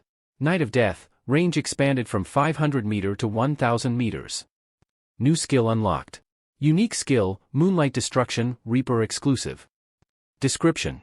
Charge for 1 second to release a devastating crescent-shaped AoE / dealing 1,200% base damage. Type, hybrid, physical and magical. Night bonus, damage x 1.5 under moonlight conditions. Cooldown, 10 minutes. Requirement, must be wielding a scythe. A glint of satisfaction crossed Ryu Min's eyes. "I've finally obtained it," he murmured. The Reaper's ultimate offensive ability. Unlike other classes, the Reaper class was notoriously limited in offensive skills. Most of their toolkit focused on buffs, debuffs, and utility. Having a single attack skill meant it had to be used wisely. There was no room for error. If it missed, there were no backup options. It was all or nothing. However, Moonlight Destruction was built to land. Its wide, sweeping arc practically guaranteed a hit, especially against groups or large enemies. When used right, it could turn the tide of any battle. Another notification followed. Acquired. Low-grade purple mana crystal. Stone of Balance. Subquest progress, Stone of Balance, 4 out of 4. Subquest complete. Reward, Rune of Balance. Now this was the real prize. Ryu Min's gaze sharpened as he reviewed the details. Rune of Balance. Effect: when the difference between your highest and lowest pure attribute is 10 or less, all base stats are doubled. Note: applies only to raw attribute points, gear bonuses or temporary effects are excluded. It sounded simple but was incredibly restrictive. For example, an average level 20 player might have stats like Strength, 30, Agility, 14, Intelligence, 3, Luck, 3, the disparity, 27, rendered the rune useless. But a player with more balanced distribution, say Strength, 20, Agility, 10, Intelligence, 10, and Luck, 10, would meet the criteria and have all stats instantly doubled. Ryu Min had anticipated this. His stat growth had been carefully planned with this very rune in mind. Current pure attributes. Strength, 27. Agility, 26. Intelligence, 18. Luck, 28. He had purposefully kept intelligence the lowest to maintain the required spread. His raw stats were unusually high for his level, partly thanks to the Marble of Eternity, which granted bonus attribute points. "Well then," he said with a grin. "Let's see what I'm working with now." He opened his updated status window, and his eyes widened slightly. Strength, 374. Agility, 518. Intelligence, 614. Luck, 374. All stats over 300, he said under his breath, astonished. He hadn't just grown stronger, he had shattered the limits of what most players at his level could even imagine. The Rune of Balance had worked perfectly. Ryu Min's staggering stats were no coincidence, they were a direct result of the synergy between multiple power sources. The blessings from Minjuri had boosted him by 1.5x, while the Rune of Slaughter doubled his output, and the newly activated Rune of Balance multiplied it again by another factor of 2. All these layers combined made his current numbers unbelievable, especially for someone only at level 40. But the surprises didn't stop there. His player grade had just been upgraded from regular to expert. This new classification unlocked access to features previously unavailable, such as the player trading system. It allowed the transfer of gold between players, assuming both parties had the feature enabled. However, Ryu Min wasn't particularly interested in trading with others, that function was of little value to him. Still, the real reward had just been claimed. You've defeated the 5th round boss, High Orc. Kill time, 1 second. This particular boss operated under a special rule, time attack. The faster one eliminated the boss, the higher the reward. Because you defeated the boss in under 10 seconds, you've earned the maximum bonus, 100,000 gold. Ryu Min narrowed his eyes at the notification and muttered, "This will be more than enough to learn every common skill I've yet to unlock." He was about to move on when something else caught his eye. Another set of messages had appeared, blinking subtly at the edge of his vision. You've established a new time attack world record. Your performance will be immortalized in the Akashic Records. Reward, unique item selection voucher. Ryu Min blinked, startled. "Wait, what's this?" he said aloud. This was his first entry into the fabled Akashic Records, a list that documented legendary feats across all timelines and regressions. He hadn't expected any special bonus for a record kill, but here it was, in his inventory, a glowing voucher labeled Unique Item Selection Voucher. Ryu raised a brow. "So I can actually choose any unique item?" he whispered, half in disbelief. Without wasting time, he tapped on the voucher. A system prompt unfolded before him. Please select a category for your unique item. 1. Weapon. Shield. Helmet. Armor. Gloves. Boots. Necklace. Ring. Huh? They're letting me pick the item type too. He rubbed his chin in thought, narrowing his gaze. As for weapons? I plan to forge my own when I return, so I don't need one now. What I need is utility, something helpful for my current run, not just raw power. His fingers hovered over the interface, debating. Then, a realization clicked into place. A helmet, that might just work, he muttered, before pressing option 3. Meanwhile, a short distance away, the lone surviving member of the five-man party stood rooted in place, eyes locked on the fallen corpse of the high orc. His mind was reeling. Did I just survive that? He thought, breath ragged. Am I really still alive? The sight before him was surreal. That towering beast, the very one that had casually crushed his companions like ants, was now lying motionless in the dirt. And it wasn't by luck. It was defeated. Beheaded. And it had taken only one blow. One. The man's eyes drifted toward the figure responsible, the infamous Black Scythe, now standing quietly where the high orc had once stood. A strange mixture of fear and admiration gripped his heart. Is this how strong Black Scythe really is? Before he could muster the courage to speak, to perhaps thank the man who'd just saved his life, Ryu Min turned and vanished from view, melting into the forest shadows with effortless grace. The player stood there, mouth half open, watching the place where he'd once stood. I didn't even get to say thank you. His voice was little more than a whisper, carried away by the wind. As the countdown for the 5th round expired, the players were automatically summoned to a central gathering point. Just as they began arriving, a radiant, otherworldly presence shimmered into view, an angelic being hovering effortlessly with majestic wings.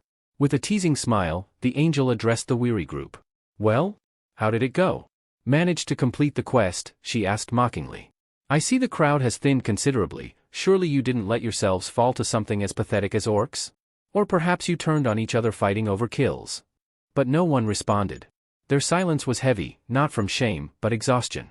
Battle-worn and mentally drained, none had the strength or will to exchange words. Unbothered, the angel, Priscilla, fluttered her wings, and a translucent screen of light unfurled before them. Let's take a look at your results, she announced. All eyes turned toward the glowing panel.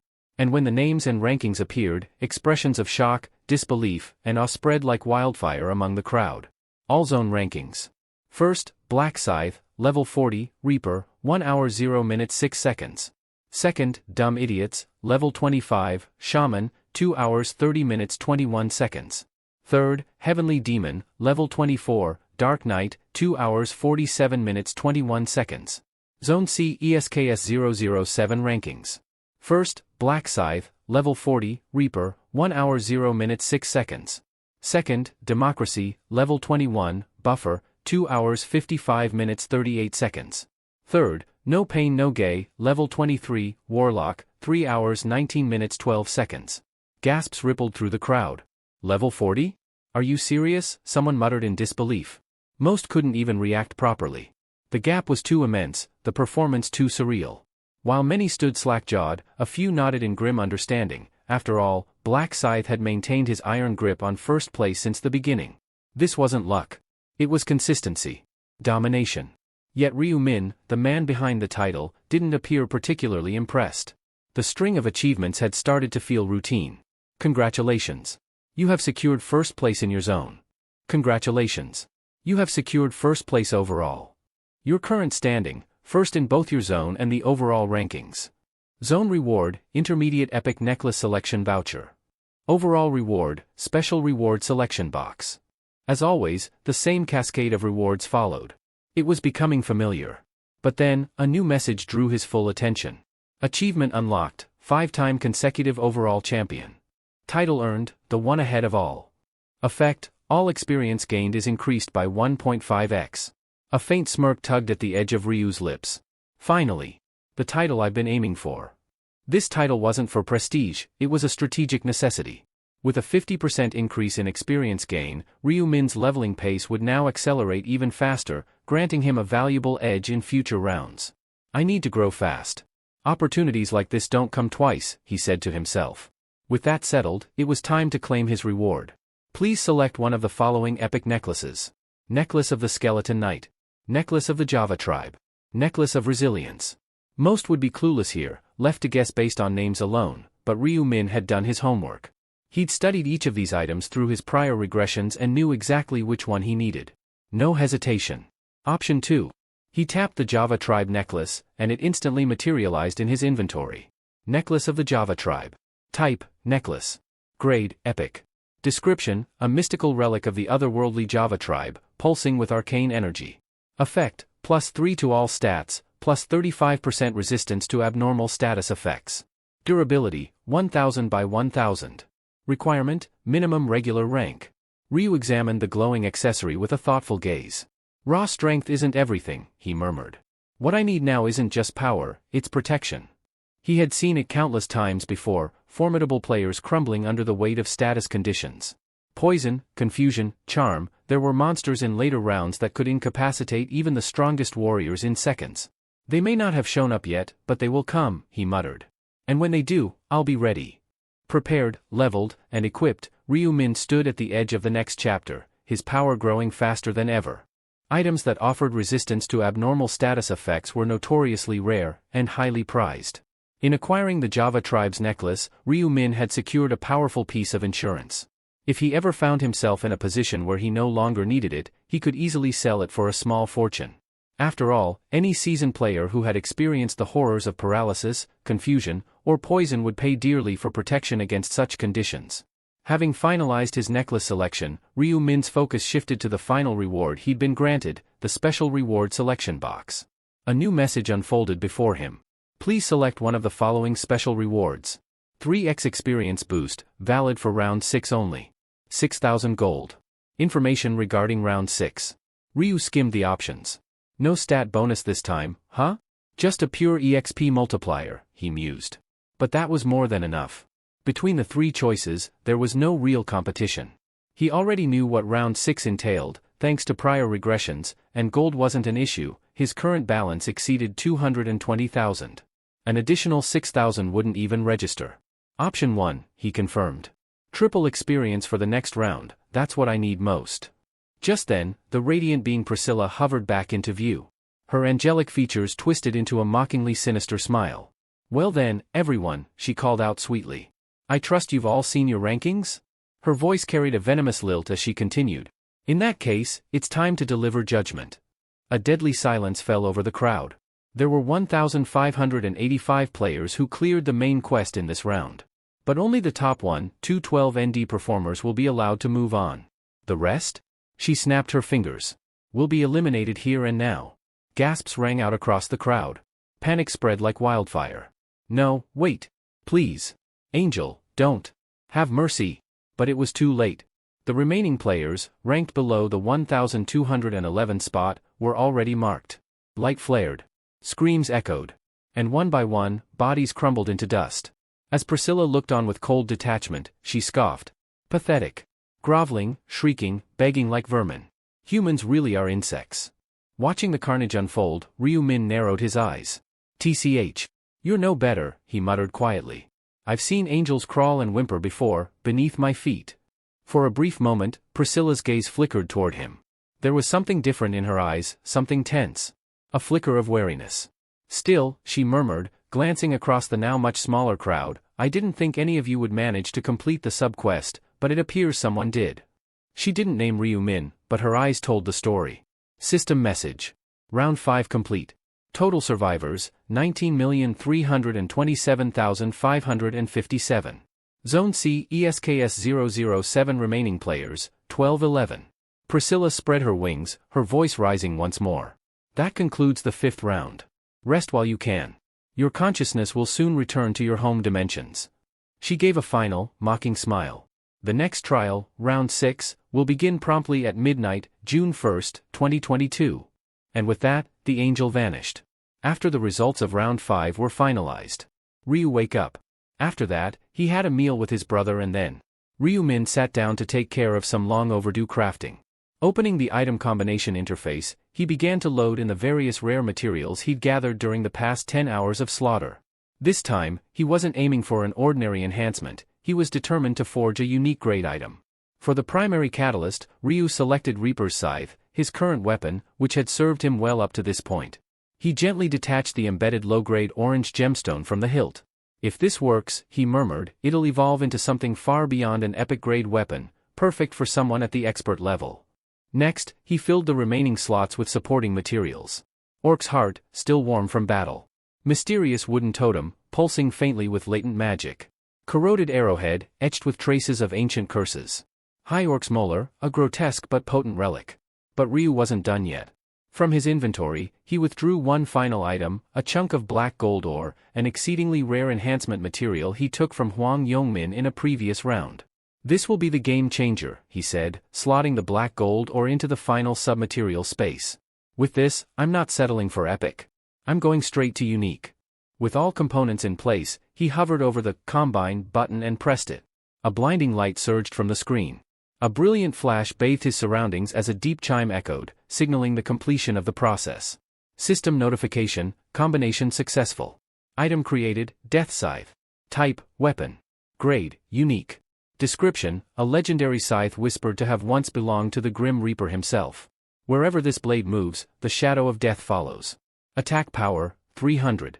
Effects, all stats plus 10, skill damage plus 10%. Durability, 3000/3000. Requirements, expert rank or higher. A proud grin tugged at Ryu Min's lips as he admired his new weapon. Finally, he said to himself, gripping the scythe with both hands, I've moved past that starter junk. This is worthy of the name Black Scythe. But his to-do list wasn't over yet. With the enormous gold reserves he'd amassed, over 220,000 in total, it was time to bolster his arsenal with a few practical abilities. Opening the skill store, he browsed the available common skills. Though they weren't flashy or offensive, they offered vital enhancements no serious player could ignore. Area Scan creates a localized minimap that displays enemies and terrain. Enhanced Vision, sharpened sight and awareness, better than any normal human. Basic Resistance, grants a passive 15% resistance to abnormal status effects. Dexterity, boosts skill execution accuracy by 20%. With more than enough gold on hand, Ryu Min didn't hesitate. Let's not be stingy now. He purchased all four. In silence, he reviewed his purchases and upgraded equipment. The new scythe glowed ominously by his side. The newly learned skills would act as the foundation of his survival moving forward. Slowly, everything was falling into place. After acquiring all four practical common skills from the store, Ryu Min glanced at his gold balance. Still got 14,000 left, he muttered. Despite combing through the shop's inventory one more time, nothing else struck him as worth the investment, at least for now. With better items, especially epic tier gear, expected to appear in the upcoming days, saving his remaining gold felt like the wisest move. Besides, thanks to unlocking the trading function, even unused funds would prove valuable down the line. Alright, he said to himself, let's sort out these mana stones next. Opening his inventory, Ryu Min began merging the lower-grade stones, combining them to form more efficient versions. Once refined, he embedded them into his equipment, boosting his power incrementally. After ensuring every slot was filled and his gear was optimized, he equipped his full loadout and opened his status window to assess the final result. Name, Ryu Min. Alias, Black Scythe. Rank, Expert. Level, 40. Class, Grim Reaper. Titles, Time Regressor, Hidden. First Angel Slayer, Hidden. Challenger of Retribution, Hidden. The One Who Leads, Hidden. Attributes. Strength, 106. Intelligence, 150. Agility, 136. Luck, 106. Common skills. Tracking. Detection. Trace erasure. First aid. Area scan. Enhanced vision. Basic resistance. Dexterity. Exclusive skills. Seal of Death. Night of Death. Moonlight Slaughter. Runes. Rune of Slaughter. Rune of the Reaper. Rune of Illumination. Rune of Inner Thoughts. Rune of the Doppelganger. Rune of Balance. Remaining stat points, 0. All four base stats now stood in the triple digits, even without any temporary buffs. This was purely due to his base growth and the Rune of Balance, which doubled his stats so long as their difference remained within 10 points. And once I add Minjuri's buffs and bless, he thought, my stats will spike even higher. Plus, with Rune of Slaughter active, his raw power would double again. Ryu Min nodded in satisfaction. I've reached the peak of my current potential. Now it's time to move forward with the Mong Rock operation. I'll need Hang Yong for that. His thoughts turned to the player he had subtly manipulated across several rounds. Wonder if that guy's still alive, Ryu mused, and without delay, activated tracking. Tracking activated. Target, Hang Yong Min. Face and name matched. Target is currently alive. A quiet chuckle escaped him. Perfect. Looks like I can still use him one more time. Despite Hang Yong's past bullying, Ryu had been quietly steering him to survive up to this point. But this would be the final round he'd involve him. In real life, that guy would never believe how much of his fate depended on someone he used to treat like dirt. The following day, Minjuri sat at a cozy cafe, seated alone at a corner table. The ticking clock above made her heart race. She was waiting for Ryu Min. Her hands wrapped around the warm cup in front of her, trying to steady her nerves. Why did he want to meet me? What could it be, she wondered, a flicker of hope sneaking into her heart. She quickly shook her head, catching herself spiraling into wishful thinking. Don't get carried away. Keep it cool. Don't let your feelings show. Still, her cheeks flushed lightly, and her heartbeat betrayed her efforts to appear calm. The cafe door creaked open, and there he was. Ryu-min stepped in, scanned the room, then approached with a relaxed smile. You're already here. Hope I didn't keep you waiting, he said casually. Minjuri straightened up in her seat, smiling back, trying not to seem too eager. No. I only just got here myself. In truth, she'd been there early, perhaps too early, but she didn't want him to know that. As they sat in the soft hum of background music, an awkward silence hung in the air. Why does it feel weird all of a sudden, she wondered, avoiding eye contact. Is it because of my silly daydreams earlier? Ugh? Ryu eventually broke the silence with a gentle question. So, how was round 5? Did you run into the Black Scythe? Minjuri, relieved by the change in topic, eagerly leaned into the conversation. Yes, just like you predicted, we ended up hunting together, she said with a bright expression. Honestly, I wasn't sure someone ranked that high would bother teaming up with me. But once he saw what I could do, he agreed. Ryu-min gave a casual smile, keeping up the act. Told you, he said knowingly. Once he saw the quality of your buffs, there's no way he'd turn you down.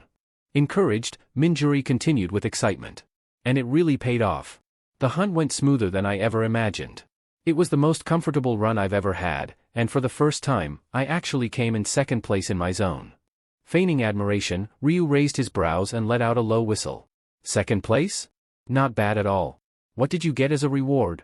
With a proud smile, she brought up her inventory screen and displayed her prize. I got a mid-tier rare necklace that boosts agility. Want to take a look? Ryu leaned in to examine the item and gave a well-practiced expression of interest. Wow. Looks nice. Of course, in a game world teeming with epic-grade gear, a rare-tier necklace barely earned a glance. But Minjuri's happiness was genuine, and that was what mattered. What do you think? She asked, watching him closely. Does it suit me? Ryu gave a polite nod. Yeah. Looks great on you.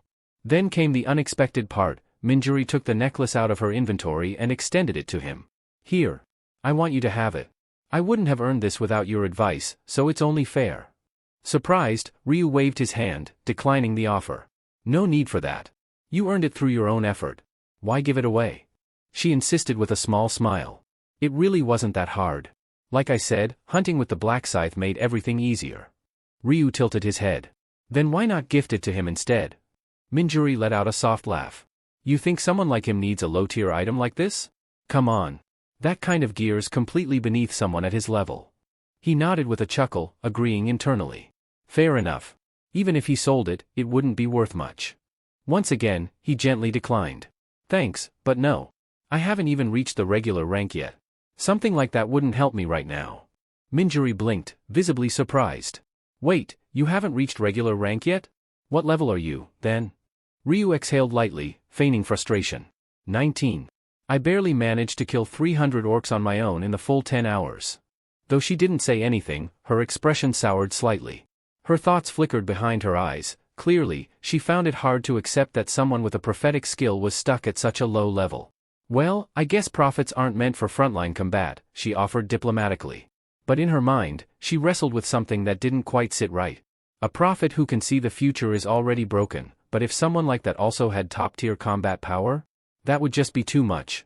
It would break the entire system.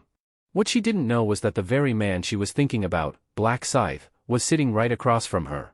Then, without warning, she asked something Ryu-min didn't expect. Minjuri glanced at Ryu-min curiously and asked, by the way, Min, how does a prophet even fight? Ryu gave a sheepish chuckle and scratched the back of his head. Ah, well, I use magic. It's honestly nothing impressive, I'm kind of embarrassed to show it. Minjuri was quiet for a moment, clearly thinking.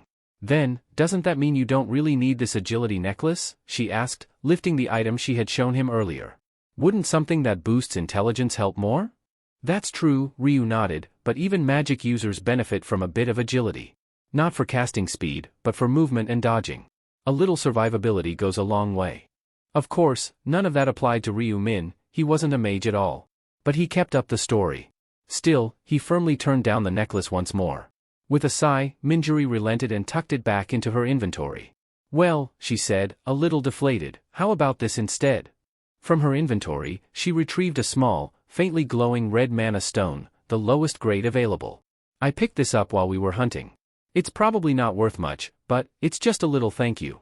Please accept it, she said, holding it out to him. Ryu Min could sense that she had intended this gesture for him long ago, even before now. It warmed him more than he expected. Thanks for thinking of me, he said softly, accepting the stone. The sincerity in his voice clearly caught her off guard. Her cheeks flushed, and she stammered, I didn't do it just for you. I mean, you've been helping me all this time, so I thought I should show some appreciation. Her flustered explanation brought a gentle smile to Ryu Min's lips.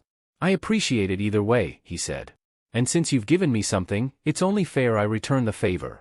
Minjuri blinked. Huh? Really? What kind of favor? Information, he said with a grin. About round 6. For a second, she seemed mildly disappointed. But that passed quickly, and she lit up with enthusiasm. Seriously? I'd love that. As he began explaining the details of the upcoming round, her expression gradually shifted from curiosity to surprise. Her eyes widened especially when he mentioned one particular player. So, you're saying I should try to team up with the Black Scythe again? She asked. Definitely, Ryu confirmed. He already knows what your buffs can do, and since you worked well together in the last round, I doubt he'll say no. Minjuri gave a slight nod, then mumbled, I just didn't think I'd be working with him again so soon. Isn't that a good thing? Ryu teased gently. I guess, she said with a shy smile. He was unexpectedly kind. Not as intimidating as I thought. Sure, a bit arrogant, but I suppose that comes with being at the top. Ryu Min raised a brow, amused at her backhanded compliment of himself. He also seemed really perceptive, she added. Like he could read people better than most. It's hard to explain, but it felt like he understood what I was feeling. Well, I do have the rune of inner thoughts, Ryu thought, amused by how effective it truly was. She saw Black Scythe as confident, empathetic, and strong, qualities that most would aspire to, yet Ryu knew how much effort and failure it had taken to get there. I may seem like I've got it all together, he thought to himself, but I failed over and over, 99 times, to be exact. This round is my final shot. I can't afford to fail again. He turned to look at Minjuri as if to commit the moment to memory. She has to be on my team. Her and the American priest. The rest? I'll figure out. Just then, Minjuri noticed his quiet stare. Min? Are you alright? You're zoning out. Are you nervous about the next round? Yeah, a little, Ryu admitted, snapping out of it. I'm not exactly strong, after all. That statement would have sounded absurd to anyone who knew the truth, but he had to maintain the prophet persona. Minjuri, unaware, gave him a sympathetic look. If only our zones were connected? I'd help you without question, she said earnestly. But I'm sure we'll see each other again soon. Yeah, Ryu smiled. Until then, stay strong. She pumped her fist in determination. You too. Ryu chuckled to himself, wondering how she'd react when she discovered that the Black Scythe she admired was the same man sitting across from her. The next day, Ryu Min was back in his car, cruising toward the corporate building where he had arranged a meeting. Originally, the Heavenly Demon had invited him to lunch at a hotel restaurant, but Ryu had declined. He wanted the meeting to happen on his terms, inside the company's walls. This meeting's not just about business, Ryu thought, his gaze fixed ahead. It's about control. He'd already built credibility as a prophet. That was no longer in question. He was confident that Heavenly Demon, known for placing growth above all else, would be fully on board with whatever venture Ryu proposed. This wasn't just about generating wealth. To Ryu Min, money was simply a means to an end. If I can get this company behind me, he thought, I can acquire any item, anytime. No more waiting. No more grinding. Just steady power growth. And for someone racing against time, that was the only thing that mattered. Expanding the company wasn't just a strategic move for Ryu Min, it was a calculated step to tighten his connection with Heavenly Demon and, more importantly, gain access to the elusive priest. The financial windfall that came along with this plan? Just an added bonus. When Ryu arrived at the corporate headquarters, the bodyguard at the entrance greeted him with notable respect. Please wait here, sir. I'll escort you to the executive office. His tone and body language were professional but unusually polite, clearly acting on direct orders to treat Ryu with the utmost care. After a brief elevator ride, the doors opened to a lavishly decorated office. Heavenly Demon welcomed him with a booming voice and open arms. You're here, major shareholder, he said cheerfully, gesturing to a plush seat in front of his desk. Please, make yourself comfortable. Though the enthusiasm in his tone was exaggerated, Ryu Min didn't mind. It was obvious that Heavenly Demon was trying to stay on his good side. Major shareholder and prophet, the man continued, chuckling awkwardly. Was the trip here too much of a hassle? Not at all, Ryu replied calmly. It was quite comfortable. Have you eaten yet? I was hoping we could have lunch together. Ryu shook his head, his tone firm but polite. There's something more important than sharing a meal right now. Heavenly Demon's expression immediately shifted to interest, his eyes gleaming. Don't tell me. Are you here with news about round 6? Ryu-min almost chuckled. You're so eager, it's written all over your face, he thought. It was clear Heavenly Demon was nervous that the prophet might withhold information this time. Reading the room, Ryu said, of course. I came to share everything I know about the 6th round. The tension eased slightly in Heavenly Demon's shoulders. Have you seen it already? I have, Ryu confirmed. Just then, the bodyguard returned with tea and silently placed a cup in front of him. Though he maintained a neutral expression, Ryu could tell he was carefully listening in on every word. Ryu sipped the tea, then leaned back in his chair. I'll tell you what's coming next, he said. But in return, I'd like us to hold an emergency shareholders meeting. Heavenly Demon blinked in surprise. An emergency meeting? Yes. It's time to discuss the next phase of our partnership. We'll be changing both the company's name and its business focus. The moment Ryu brought up actual business matters, the mood turned serious. Information about future rounds might have been valuable, but long-term financial strategies carried equal weight for someone like Heavenly Demon. What do you need from me? He asked, straightening his posture. I need your vote, Ryu replied. If we bulldoze through the changes without convincing the rest, it could create unnecessary friction. Better to make sure the others are aligned, at least on the surface. Heavenly Demon grinned, clearly enjoying the challenge. Leave it to me. I'll make sure no one causes trouble. But I take it you've already anticipated resistance? I have, Ryu said. Based on what I saw, some of the older shareholders, those in their 30s and up, won't be happy about the shift. Heavenly Demon leaned in, curiosity evident. What kind of industry are we talking about here? Even the bodyguard, standing nearby, visibly perked up. Ryu-min smirked inwardly. The business I'm aiming to launch. Ryu-min's voice carried enough weight to instantly capture the attention of the two men sitting before him. Both instinctively straightened in their seats, their gazes fixed on him with anticipation. We're going to create a specialized open marketplace, exclusively for players. An open marketplace? One of them echoed with a puzzled frown. You mean like auction, F-market, or Kuang? Ryu-min nodded. Exactly that. But instead of conventional goods, this platform will revolve around in-game items. The difference is that only registered players can access and trade on it. Wait, are you saying players will be able to sell their items for real money? They'll have the choice, Ryu clarified. When listing an item, the seller can decide whether to accept cash or offer it in exchange for another item. I can understand the bartering part, Ma Jiangrock said slowly, his brows furrowed, but why would players even need cash? Ryu-min smiled slightly, as if expecting that question. Some do. They just don't have the right channels to convert items into money, yet. Yet? Ma Jiangrock's eyes narrowed. Are you implying that'll change later? A spark of approval lit in Ryu-min's eyes. Sharp, as expected. Yes. I've seen glimpses of what's coming. Eventually, once players surpass level 40, they'll gain access to something crucial, the gold trading function. Instead of relying on cash, they'll begin exchanging gold among themselves. Gold? Ma Jiangrock muttered, startled. Since neither of them had reached level 40, they had no way of knowing such a feature even existed, let alone that gold could be freely traded between players. At level 40, Ryu explained calmly, players unlock a function that allows gold transfers. With the right infrastructure, we can create a secure platform that facilitates these exchanges. We act as the middleman, ensuring safety, and take a cut in either cash or gold. Ma Jiangrock leaned back in his chair, folding his arms as he mulled it over. A marketplace exclusive to players? Not a bad concept at all. There was undeniable appeal in the first-mover advantage. No one had claimed this space yet, which meant they could secure dominance early and set the rules. Still, he kept his expression unreadable, preferring to proceed with caution. But realistically, he said, do you think players will actually use it? Ryu-min nodded with confidence. We're now in the 5th round. Players have gathered a sizable number of items, many of which they don't need. But monster-dropped gear can't be sold to NPC stores, so these players are stuck with excess loot and no outlet. So what you're suggesting, Ma Jiangrock said, tapping the table, is to give them that outlet, a place to exchange items freely when their inventories start overflowing? Exactly, Ryu replied. Plus, most players are now past level 20. They've unlocked the item fusion feature, and naturally they're curious to try different combinations. Now imagine if there was a place where they could instantly search and buy the materials they need. There'd be plenty of interest, Ma Jiangrock admitted, nodding slowly. Especially if the platform was easy to use. Right, Ryu agreed. Which is why now, while we're still in the early phase, is the perfect time to launch this. Ma Jiangrock's skepticism had visibly melted into intrigue. He could already envision the possibilities. He's right.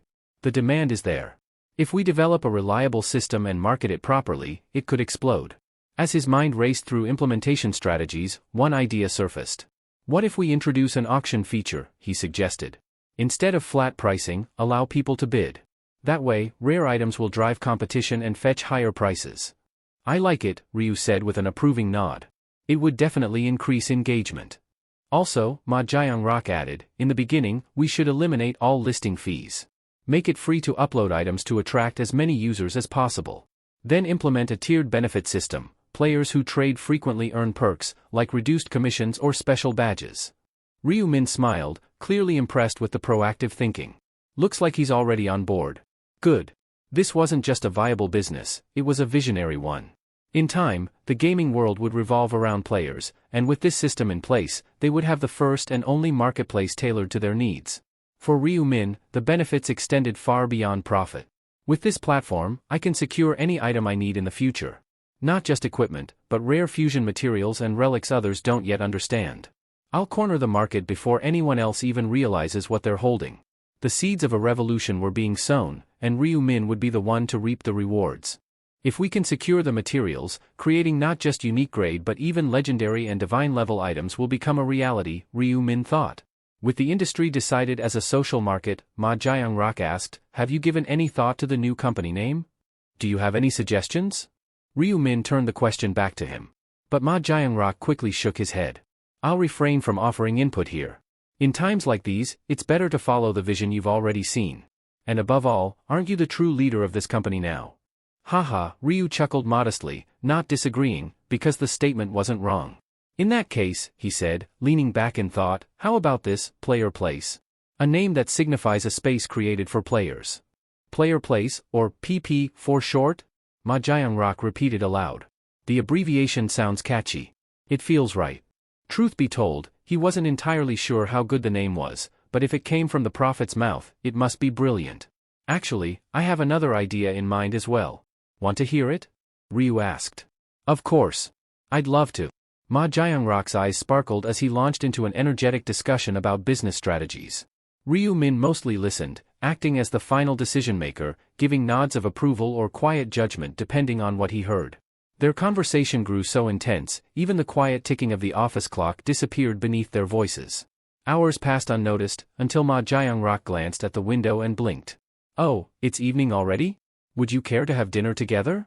I'll have to pass, Ryu Min said with a gentle smile. My brother's waiting at home. Ah, I see. Ma Jiangrock looked visibly disappointed. Clearly, he had been enjoying their discussion. How long do you think it'll take to build and launch the platform? Ryu asked as he stood. At best? A month, Ma Jiangrock replied. We could go live after the 6th round. Ryu Min gave an approving nod. That timeline works for me. By the way, he added, it's time I share the 6th round's details with you. That's music to my ears, Ma Jiangrock grinned. Even on Sangcheol, standing nearby with a stoic expression, leaned in slightly to catch every word, feigning indifference. Ryu Min outlined everything, key elements, vital strategies, and important warnings for the 6th round. Once he was finished, Ma Jiangrock leaned back, brows raised in admiration. So, cooperation will be essential again. That was very informative. Thank you for the insight, Prophet. No need to thank me, Ryu replied. As he politely bowed in appreciation, Ma Jiangrock couldn't help but smile to himself. As expected, securing the Prophet was the best decision I've made. Thanks to him, everything's aligning perfectly, both in the real world and the game. He was oblivious to the fact that Ryu Min could read every single one of those thoughts like an open book, thanks to the rune of inner thoughts.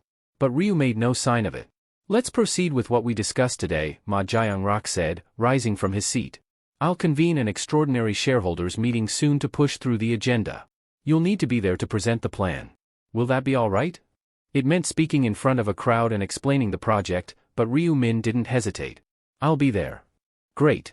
We'll contact you with the meeting date. Director on? Yes, sir. Take the profit home. Also, stop by CO Aaron's house on the way and share the round 6 details with her. A few days later. As midnight struck, Ryu-min opened the store interface with anticipation. Today's featured item. Tattered vagabond garments. Type, armor. Grade, epic. Defense, 1. Effect, attack speed plus 30%, movement speed plus 30%. Durability, 1000 by 1000. Requirement, must be at least regular rank. Description, dirty and ripped clothing that barely functions as armor, but comes with surprising perks. Ryu-min's eyes lit up. Finally, an epic grade item worth looking at. While the armor's defense was laughable, the speed buffs it granted were extraordinary, perfect for an aggressive, high-mobility build. The cost? A steep 20,000 gold. To most players, this would be considered outrageous. 20,000 gold for something with a defense stat of just 1? It's ridiculous. But for Ryu-min, who was sitting on an enormous gold stash, the price barely made a dent. Others may hesitate, but I can afford to be bold. This one's mine. Until the player-exclusive market is established, there's no choice but to depend on whatever the system store offers. Ryu-min knew this well. But he also understood something most didn't, that once the social trading platform was up and running, the era of relying on the store would come to an end. Players would flock to the market instead, buying and selling whatever they needed directly among themselves. At that point, any material needed to craft unique, legendary, or even god-tier items would be right at my fingertips. Stores only stocked up to epic-grade equipment. Anything beyond that, legendary or divine, could only be crafted through a complex synthesis system. But there was a catch: the right combinations were nearly impossible to figure out without guidance. And that's where I have the advantage. Ryu-min had memorized almost every important combination formula, thanks to the design scrolls he had studied over countless regressions. Without those design scrolls, even I wouldn't have known how to craft higher-tier gear so quickly. Designs, simple information items that revealed exact recipes, would become invaluable later on. When players eventually discovered their usefulness, demand skyrocketed. It's not easy figuring out combinations through blind trial and error. There are too many possible materials to test. That's why, once the existence of design items became widely known, nearly 3/4 of players began hunting for them. Some of those design scrolls sell for outrageous prices, millions in real-world currency, just for a single crafting recipe. If someone came across a formula for a god-tier weapon, even the most cautious investor would throw money at it without hesitation. And if they didn't want to use the design themselves, they could always resell it to another desperate player. But for me, those designs are pointless.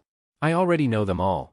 The value of the knowledge Ryu-min carried wasn't something that could be quantified. It wasn't just valuable, it was potentially infinite. At this rate, I should be able to craft my first god-grade item before round 11 even begins. With a quiet, confident smile, Ryu-min lay back on his bed. He needed rest. The extraordinary shareholders meeting was scheduled for 10 a.m. the next morning. As a major shareholder and the de facto executive voice of the company, there's no way I can miss it. With that final thought, Ryu-min closed his eyes. Outside, the world continued to move. But in the dark corners of the city, unseen forces were also beginning to stir. The next morning, extraordinary general meeting. The hum of low conversation filled the building as shareholders streamed in. Each one of them had invested in heavy demon consulting, and each one carried a thick dose of skepticism. "Please take a company info pack and make your way to the front rows," Sang-cheol said, standing at the entrance and handing out slim folders. The brochures included everything from past performance data to updated financials and company strategies. But the shareholders barely gave them a glance. Their attention was fixed entirely on the raised podium ahead. They had all seen the shareholder meeting notice and its agenda. One item stood out more than any other. The shareholders meeting unfolded with expected turbulence, yet it never spiraled out of control. Questions flew in rapid succession, some skeptical, others outright critical, but Ryu-min held his ground with poise. Each inquiry was met with a calm, logical answer. There was no fumbling, no panic in his voice, only clarity. Even as doubts were hurled at him like arrows, Ryu stood unshaken, addressing each one with surgical precision. Gradually, the crowd's fervor waned. The barrage of questions began to thin out. The once rowdy shareholders, who had entered the hall with clenched jaws and raised brows, were now silent. "Any further questions?" Ryu asked, his gaze sweeping the room. No one responded. The air, which had earlier buzzed with tension, was now still. Shareholders exchanged glances as if wordlessly agreeing. What more is there to say? He's already laid it all out. Though most had initially doubted him, especially because of his youth, it became clear to everyone that Ryu Min wasn't someone easily flustered. The most taken aback, however, wasn't the shareholders. It was Ma Jiangrock. He'd observed Ryu closely from the sidelines, astonished by the young man's composure and command over the room. If there are no objections, Ma Jiangrock finally announced, we'll now proceed with the vote on the special resolution. To pass, the motion required a 2/3 majority, at least 67%. But with Ryu Min holding a commanding 31% and Ma Jiangrock, the so-called heavenly demon, possessing 20%, their combined support already ensured success. The remaining shareholders, while officially casting votes, were more for show, there to preserve the image of unity and legitimacy. Is there anyone opposed to changing the company's name and industry? Ma Jiangrock asked, scanning the room. Silence. With no dissenting voices, he smiled broadly. Then I declare that the proposal has passed unanimously with 100% approval. Though the decision had been made, the atmosphere remained tinged with uncertainty. Some shareholders nodded quietly while others exited the hall deep in thought, still trying to process what had just happened. As the crowd began to disperse, Ma Jiangrock made his way over to Ryu Min. Major shareholder, he said with genuine admiration, you handled that flawlessly. Not even a trace of hesitation. Ryu let out a soft laugh. I ran through a few scenarios in my head at home. I guess it helped. In truth, he hadn't rehearsed a single line, but his performance had subtly lowered Ma Jiangrock's guard. We've got the green light now, Ryu continued, his tone more businesslike. All that's left is building the site and setting up the infrastructure. I'm leaving that to you.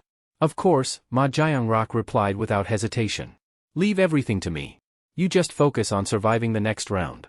There was a flicker of concern in his voice, a trace of unease about Ryu's well-being. The prophetic abilities were too valuable to lose. If Ryu Min fell in the next round, it would be more than a business setback, it would be a disaster. Ryu picked up on this unspoken anxiety instantly, reading it as easily as a book.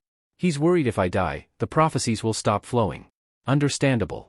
Then, as if brushing away the seriousness of the moment, Ma Jiangrock offered, would you care to join me for lunch at the hotel? Sounds good, Ryu replied with a relaxed smile. Let's eat. With that, another major step had been taken, smoothly and successfully. But as they walked toward the elevator, Ryu Min's mind drifted elsewhere. Now that today's tasks are complete, there's only one question left to solve. A slow, calculating grin crept onto his face. How should I make use of Huang Yongmin next? It was Sunday, the day of the regularly scheduled meeting for PCW, the group Ryu had once infiltrated under the alias Little Kodal, and where he had previously eliminated the imposter claiming to be Black Scythe.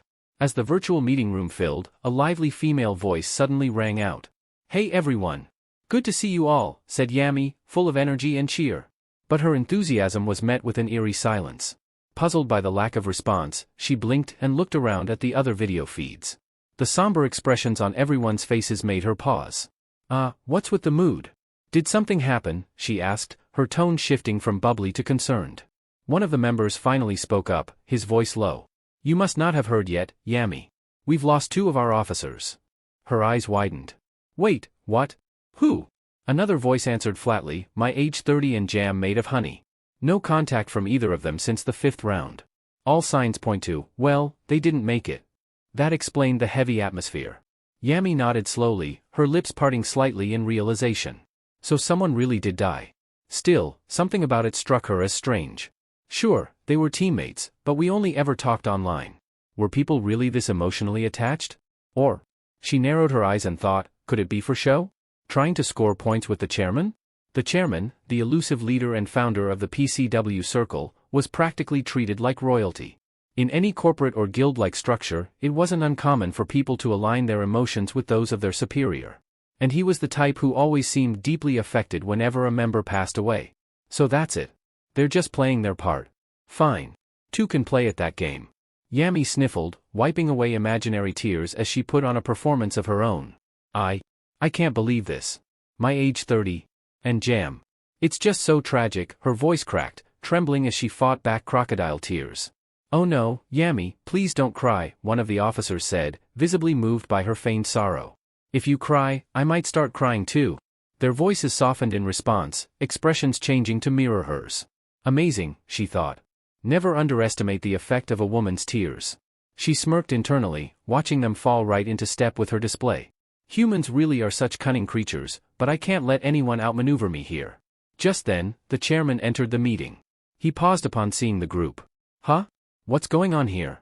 Why is everyone crying? Before anyone else could respond, Lost Yak jumped in, seizing the moment. His tone turned cold, direct. Chairman, it's about my age 30 and jam made of honey. They're gone. The chairman's face changed instantly. He drew in a slow breath, then covered his eyes with one hand. Not again. Why does this keep happening? It was his usual reaction whenever someone died, somber and genuine. Whether out of grief or guilt, no one could say for certain. But he always seemed to take it personally. He finally looked back up and added, "Still, we should be grateful the rest of you made it through." A quiet sigh escaped him. "Our officer counts down to 6 now," he muttered. "We're bleeding members every round." Someone cautiously spoke up, "Chairman, shouldn't we consider bringing in replacements?" "I'd like to," he replied, "but we're short on qualified candidates." "The ones who applied last time? Haven't heard a word from them since." He was, of course, referring to the trio of officer hopefuls, including the fake Black Scythe who had already been taken care of by Ryu Min. Lost Yak furrowed his brows. "You mean those 3 still haven't contacted you?" The chairman shook his head. "I've tried reaching out to them multiple times. Still nothing." "Could it be they didn't survive round 5 either?" another asked. "Well, I can't speak for the others," the chairman said, "but I know one of them made it through, Black Scythe. He came in first." This revelation stirred curiosity. Then why the silence? Why apply for officer rank and then vanish? "Beats me," the chairman admitted. "Maybe he changed his mind. Or maybe..." Someone interrupted, suspicion rising in their voice. "Maybe the person who applied wasn't the real Black Scythe to begin with." The possibility hung in the air like a dark cloud. "And if that's the case," the voice continued, "he might have died during the 5th round, and we just assumed he was the real deal." The room fell silent once more, this time tinged with unease and uncertainty. The chairman sat in silence for a moment, mulling over the conversation, before nodding slightly. "A scammer pretending to be Black Scythe? That does make a certain kind of sense." But just as the mood began to settle, one of the officers blurted out without thinking. "Still, I doubt someone like Black Scythe would ever lower himself to join a group like this." The words hung in the air like a slap. Realizing his mistake, the man's eyes widened, and he quickly clamped his mouth shut. But it was too late. The chairman turned to him slowly, his once calm expression now frosted with disapproval. "A group like this? What exactly do you mean by that?" The room tensed.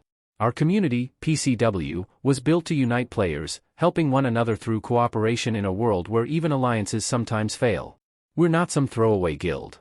We're pioneers of this era." The officer stammered, "I didn't mean it like that, Chairman. I was just..." But the chairman wasn't listening. His voice turned icy. "You're no longer an officer as of this moment. In fact, you're expelled. Permanently." The man looked stunned. "What?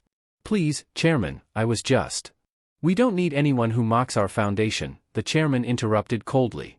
"In times like these, people who plant discord are as dangerous as monsters." As the dismissed officer's protests echoed in the background, the chairman raised a hand, signaling it was over. "Blacklist him. If a new age dawns and we rise with it, he won't be part of it." Just like that, one more officer was gone. Only 5 remained. "Now," the chairman continued, as if nothing had happened, "shall we resume the meeting?" Everyone present sat a little straighter, their expressions tense. If it wasn't clear before, it was now. The chairman's word was absolute. One wrong sentence could cost you your seat. Suddenly, Lost Yak made a startled noise. The chairman turned toward him. "What is it?" Lost Yak looked slightly flustered. "A new application just came in. Someone wants to join the PCW. Now?" the chairman asked. "Yes, and the applicant's nickname is Black Scythe." The entire room stirred with interest. "Black Scythe?" the chairman echoed. "He applied again?"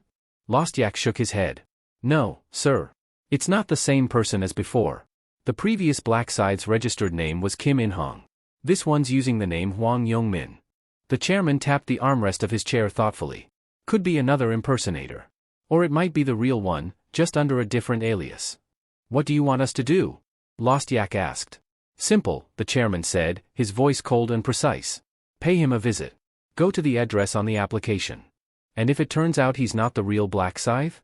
The chairman's reply came like a knife. "Then he'll answer for his deception. No one makes a fool out of us and walks away unscathed." Meanwhile, far from the tension of the PCW conference room, Ryu Min sat in the glow of a monitor inside a quiet local internet cafe. The rows of gaming PCs buzzed faintly behind him. But Ryu had his focus fixed on one goal. He had submitted an application to PCW, under the name Hwang Yong-min. This time, there'd be no slip-ups. No real name verification. PCW didn't require identity confirmation, making it a haven for fake aliases and shadow moves. Exactly the kind of place he needed. Ryu smirked to himself. I'm not doing this out of vanity. It's strategy. Someone had been impersonating Black Scythe within PCW, and that deception had already cost lives and trust. But Ryu Min didn't intend to set the record straight. No, he had a better idea. This wasn't just a gamble, it was a calculated opening move. By submitting Hwang Yong-min's real home address during the application process, complete with precise villa unit and lot number, Ryu Min ensured that the PCW's leadership would come knocking. An interview, a home visit, a confrontation, whatever they planned to do to verify the identity of Black Scythe, it would lead them straight to the door Ryu had opened for them. Smirking to himself, Ryu muttered, "No matter where they run, I'll know. I can track anyone, this is my domain." Such was one of the benefits of being a seasoned player in this transformed world. While others relied on brute force or information brokers, Ryu wielded tracking skills that made secrets meaningless. Every step they took, every move they made, he could see it all. He understood why the PCW leadership behaved the way they did. They thirsted for dominance, craving control in a world spinning into chaos. But their methods, coercion, violence, and manipulation, were a different matter entirely. They pressured players into killing others, enslaved non-players, and erected walls between those with power and ordinary civilians. That divide wasn't just reckless, it was dangerous. It was a crack in the foundation of society, one that could tear civilization apart if left unchecked. And that was exactly why Ryu couldn't stand idle. They needed to be stopped, no, reshaped. He didn't want to destroy PCW. It was already too significant to throw away. Despite being in its early stages, it had quickly grown into the most powerful player organization in the country. In future, over 30% of all players will join it, and with that came scale, reach, and influence. Sure, some of their actions bordered on terrorism, but in terms of raw power and potential? No other group came close. So why burn it down, when I can turn it into something useful? That thought had seeded the plan currently in motion. Trying to build his own organization from the ground up would eat up time he didn't have. What he needed was an existing structure. A throne already built, just waiting for a new king to claim it. And that throne? It belonged to the chairman of the PCW. Ryu Min's eyes gleamed as the thought solidified. The man in that seat isn't important. What matters is the seat itself, the authority, the infrastructure, the influence. By taking over the chairman's role, Ryu could turn the most dominant player organization into a tool for his own goals. It was the perfect shortcut. And Hwang Yong-min? He was nothing more than a lure, a false trail to provoke action from the current executives. Once they took the bait, the real game would begin. Ryu grinned, his pace steady and confident as he moved toward Hwang Yong-min's residence. The web had been spun. Now, all he had to do was wait for the spider to arrive. The sharp jingle of the bell above the door pierced the quiet as Hwang Yong-min stepped into a modest lottery shop tucked between a row of aging storefronts. Behind the counter, the middle-aged shopkeeper barely glanced up, too absorbed in his newspaper to notice the brewing tension. It wasn't until Yong-min slammed a worn-out backpack onto the counter that the man's head snapped up in surprise. Yong-min's voice was low, firm, and cold as steel. "Empty the register. Now. Put all the cash in the bag unless you want this to get ugly." The owner blinked, unsure if he'd heard correctly. His expression was a mix of confusion and concern. Yong-min didn't wait for a reaction. With a sharp motion, he swung his fist into the nearby wall. The thud echoed through the small space, louder and heavier than any normal punch should have sounded. It left a dent in the plaster, a harsh reminder that this wasn't just an angry man. This was a player. "You think I'm joking? Move it." Realization dawned in the owner's eyes as he backed away from the counter. A player? That kind of power isn't normal. It's impossible to fight back, especially in a country where guns are practically non-existent. Flustered, the owner stammered, "All right. Please, just don't hurt me." He began pulling cash from the register, stuffing bills into the open backpack with trembling hands. But Yong-min wasn't satisfied. "That's it? Don't play dumb. I know you've got a safe. You think I came here not knowing how this works?" Terrified, the owner hesitated. It's been a rough month. Lottery ticket sales were paused, and I mostly sell snacks and drinks." Yong-min slammed his hand down again, this time on the counter. "Did I ask for an essay? Get the money from the safe. Now." Without another word, the shopkeeper scurried to the back and returned moments later with a second bundle of cash. It was significantly more, about 10 million won. Young-min inspected it quickly, then zipped up the bag. "This'll do," he muttered. But just as he turned toward the door, he stopped and looked back, his voice low and venomous. "If you even think about calling the cops, remember this, I'll break out, and I'll come back for you. Understand?" The shopkeeper nodded silently, beads of sweat rolling down his forehead. Young-min slipped into a nearby alley and kept to the shadows, navigating his way through narrow backstreets. When he finally paused, he leaned against a wall, exhaled, and let a crooked grin spread across his face. "Not bad. Should be enough to get me by for a month," he whispered to himself. In the real world, maybe he could scrape by like this, living off stolen cash and staying low. But in the other world, the world of trials and death, things were different. And the 6th round was fast approaching. That grin faded quickly. Damn it. If only I didn't have that damn penalty. The stat reduction that came with his failure had crippled him more than he liked to admit. It wasn't just his power that had been sapped, it was his drive, too. "I took down over 300 orcs," he muttered bitterly. "And I still feel like I might not survive next time." The weight of the future pressed heavily on his shoulders. He clenched his fists and cursed under his breath. This is all because of him. A cold flame burned in his eyes as he spat out the name that haunted his thoughts. Black Scythe? You bastard. He could still see the faces of the friends he'd lost, still feel the sting of defeat, the shame, the humiliation. Ever since that encounter, everything had spiraled out of control. Now reduced to a petty criminal, he stood in a dirty alley with nothing but a bag of stolen cash and a heart full of resentment. It's all his fault. Young-min screamed into the empty alley, his voice raw with rage before disappearing into the city once again. As Hwang Young-min let out a furious scream in the alleyway, it startled a stray cat nearby, which darted away in fright.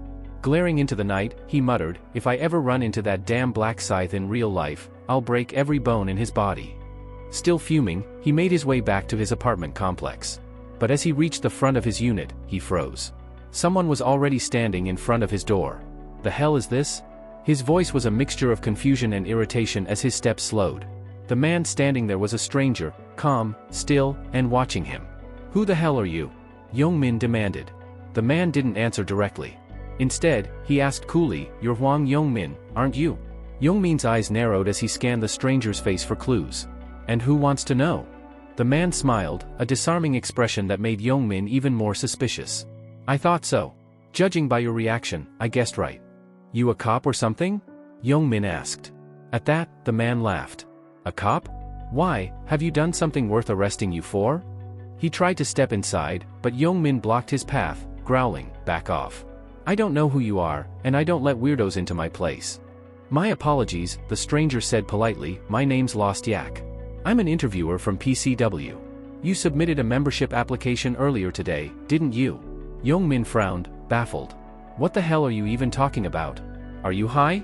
Lost Yak's expression turned more serious. "Then let me ask you directly, are you the player known as Black Scythe?" Young-min stared at him like he'd lost his mind. "Black Scythe? Me?"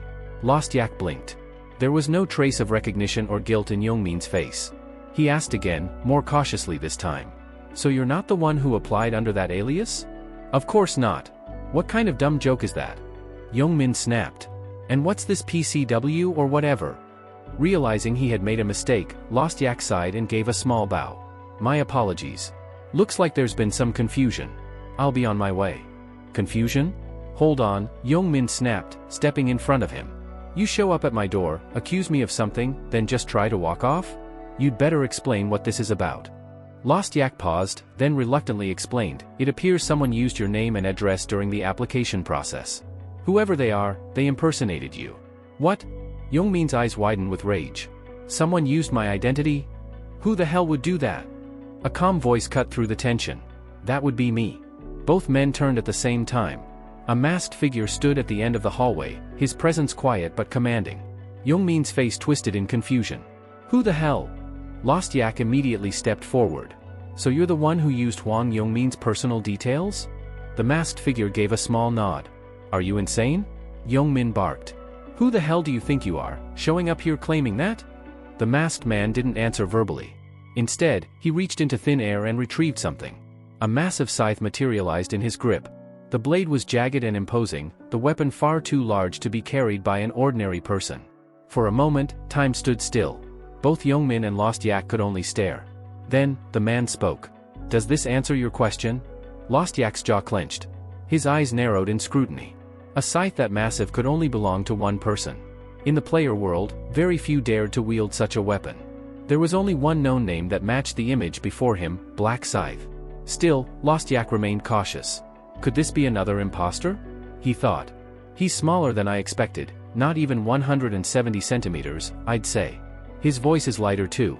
The real Black Scythe should be stronger, more intimidating, right? His eyes scanned the masked man's build, posture, and voice. It all felt off. But across from him, Hwang Yongmin's expression had gone pale. Unlike Lost Yak, Yongmin had met the real Black Scythe, and he remembered him vividly. That chilling aura. That stillness like a blade about to be drawn. And most of all, the eyes. Those calculating, icy eyes behind the mask. Yongmin backed up a step and muttered to himself, no doubt about it, it's him. It's really him. Though the body was smaller and the tone softer, none of that mattered. You could change your voice, your clothes, even your build, but that atmosphere? That intensity? It was unforgettable. It was Black Scythe. It's him, it's really him. The words barely escaped Hwang Yongmin's lips, his voice trembling. As he stood before the masked figure wielding that infamous, massive scythe, his body began to react instinctively. His skin prickled with goosebumps, and his hands twitched, opening and closing involuntarily. It was the uncontrollable reaction of prey encountering a natural predator. Just moments ago, Yongmin had been grumbling about how he'd cut Black Scythe in half if they ever met face to face. But now that the man himself stood in front of him, the truth hit like a ton of bricks. Let's be honest, that was all talk, he admitted inwardly. The level gap alone makes the idea ridiculous. There's no way I could fight him, let alone win. Yet what puzzled him more than the fear was the confusion. Why? Why did he come here? What could he possibly want with me? Why use my name? There's no reason for someone like him to be involved with someone like me, right? In an effort to suppress his nerves, Yongmin kept flexing and curling his fingers, a repetitive motion that only made him look more anxious. Lost Yak noticed his fidgeting, but his focus shifted back to the masked man in front of them. His earlier skepticism had begun to waver. I wasn't convinced at first, Yak thought, scrutinizing the scythe wielder. But if this guy really is the Black Scythe, then someone like me, barely level 20, doesn't stand a chance. My only option would be a sneak attack. But before he could even entertain the idea further, the masked man spoke. You didn't come alone, Ryu Min said calmly. I can sense others nearby. You might as well tell them to step out. Lost Yak stiffened in shock. He knew? Even that? His respect for the stranger skyrocketed. Just moments ago, he had been uncertain about this man's identity. But now, Lost Yak was sure of one thing, whether he was truly the Black Scythe or not, this man wasn't someone to be taken lightly. And as if confirming his suspicion, two men emerged from the shadows. Well, we've been made, one said with a sheepish grin. How'd you spot us? They were clearly surprised, having thought they'd stayed hidden. What they didn't know was that Ryu Min didn't even need detection skills. His awareness went beyond what they could grasp. But before they could get too close, Ryu's tone turned cold. Stop right there, he warned, his voice sharp like a blade. Take another step, and I'll cut you down. Big words, one of them scoffed. You think you can threaten us alone? Another narrowed his eyes and asked, Are you really the Black Scythe? Ryu lightly twirled his scythe, the glint of the blade catching in the light. Doesn't this weapon answer that question for you? We've heard of Black Scythe and that he uses a weapon like that, but how can we be sure? Anyone can carry a scythe, one muttered. Ryu let out a quiet sigh, clearly growing tired of the runaround. Then why ask, if you weren't going to believe the answer? Despite that, they continued pressing. We want to hear it straight from your mouth. Fine, Ryu said, eyes unblinking beneath the mask. I'm Black Scythe. Satisfied? Just as the words were spoken, one of the executives, who had a truth rune equipped, suddenly received a system notification. The target is telling the truth. His expression immediately shifted. He turned to the man beside him. It's confirmed. The system says he's telling the truth. At those words, a hush fell over the group. Every pair of eyes turned toward the masked figure, their previous doubt replaced by a silent, uneasy realization. So it's true. He really is the Black Scythe. What followed was a strange quiet, filled with awkward stares and tight gulps. Even the man who had previously spoken with such bravado now seemed to shrink under Ryu's gaze, his earlier cockiness dissolving into an awkward silence. This wasn't just some random player pretending to be famous. This was the real deal. Just moments ago, the man who had taunted Ryu stood frozen, his expression twisted as if he'd bitten into something rotten. Regret clawed at him as realization dawned. Crap, what the hell did I just say? He cursed silently. He couldn't believe he'd opened his mouth so recklessly, especially in front of someone like him. Was that stupid comment loud enough for Black Scythe to hear? No, maybe not. He's just standing there silently. Nervously, he stepped forward, forcing a polite smile. Hello there. It's an honor to finally meet you, Black Scythe. But instead of returning the greeting, Ryu pointed his massive scythe directly at the man's throat. This isn't the time for pleasantries, he said coldly. Didn't you want proof that I'm the real one? Then let's settle it right here, with our skills. The color drained from the man's face. What? You want to fight? Here? It was insane. Challenging someone nearly twice his level wasn't bravery, it was suicide. He swallowed hard, immediately realizing Ryu hadn't forgotten the earlier insult. This wasn't just about proving identity, it was about payback, served cold and in public. He's trying to humiliate me, the man thought. I need to apologize before it's too late. He dropped to a slight bow and said quickly, I sincerely apologize for what I said earlier. I didn't mean any disrespect, truly. Oh? Ryu said with a tilt of his head. Then how does that prove anything? You wanted to confirm my identity, right? One of the other executives tried to step in. There's no need for a duel. We already confirmed it, he's telling the truth. Ryu turned his gaze toward the man with the truth rune. How exactly did you confirm it? I have a rune that detects lies, it verified that you were telling the truth earlier, he explained nervously. I see, Ryu murmured. Still, I can't let that insult slide. He raised his scythe slightly. Let's do this. If you manage to block my attack, I'll consider your rudeness forgiven. Wait, please, there's no need to go that far, the man stammered. But before he could say another word, a terrifying sound echoed through the hallway. The next moment, his head hit the floor and rolled to a stop at his colleague's feet. The remaining executives froze, stunned into silence. Lost Yak instinctively wanted to yell, what the hell is he doing? But clamped his mouth shut. One wrong word, and he might be next. The rune user stared at the corpse in disbelief. I didn't even see him move. Just what kind of gap is this? You asked me what I was doing? Ryu replied coldly to the man who dared speak. I'm simply proving who I am, with my skills. No one spoke. The weight of the moment suffocated them. They hadn't just lost a fellow officer. They had lost a valuable executive in the real world, someone they couldn't easily replace. And now, the man who caused it stood calmly before them, his white mask hiding the madness in his gaze. They looked at each other, silently reaching a mutual conclusion. This man, this monster, we can't let him join us. Not someone this dangerous. Even though they originally approached him to offer an executive position, everything had changed.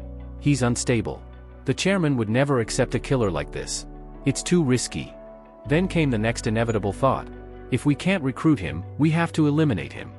Their eyes locked in agreement. One of them gave the slightest nod. We'll act like we're surrendering. Lower his guard. Then we strike. But before they could even carry out the plan, a dark chuckle echoed from Ryu's mask. You're planning an ambush, aren't you? He asked, his voice mocking. They stiffened. What are you talking about? One bluffed. I saw it all in your eyes earlier, Ryu said, his tone like ice. You're trying to act weak, then strike while I'm distracted. Classic move. Then he asked, do you know why I used Huang Yongmin's name to apply to your cafe? No one answered. I'll tell you, he said, lips curling behind the mask. I did it to draw you out. The executives.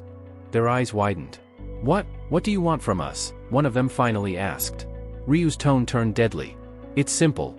I want you dead. No one laughed. It wasn't a joke. He had already shown what he was capable of. One of the men, usually calm and logical, tried to step forward and reason. Look, maybe we can talk this out. There's no need for further violence. We didn't mean. But before he could finish, his body crumpled to the floor, headless.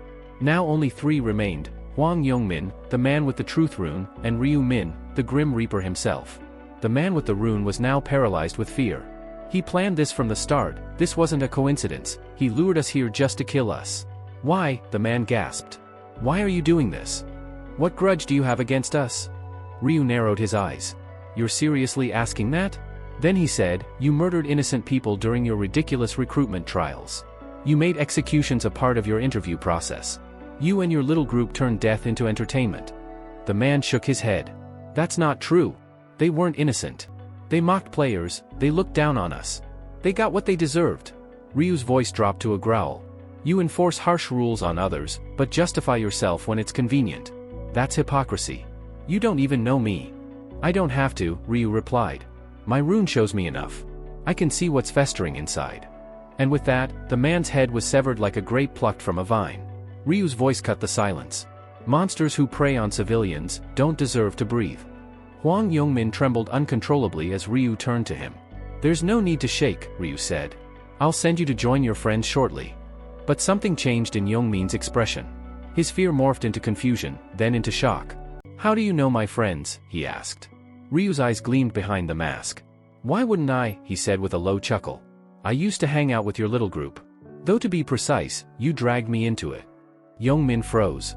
That voice, that tone? Ryu reached up and pulled the mask from his face. I'm Ryu Min, he said softly. The guy you used to bully.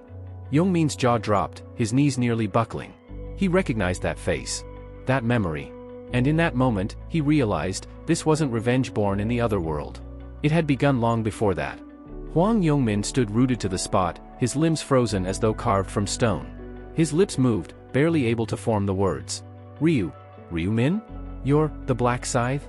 As he muttered the name in disbelief, fragmented memories from his past began rushing back, images of a timid, hunched boy who once flinched at every raised voice.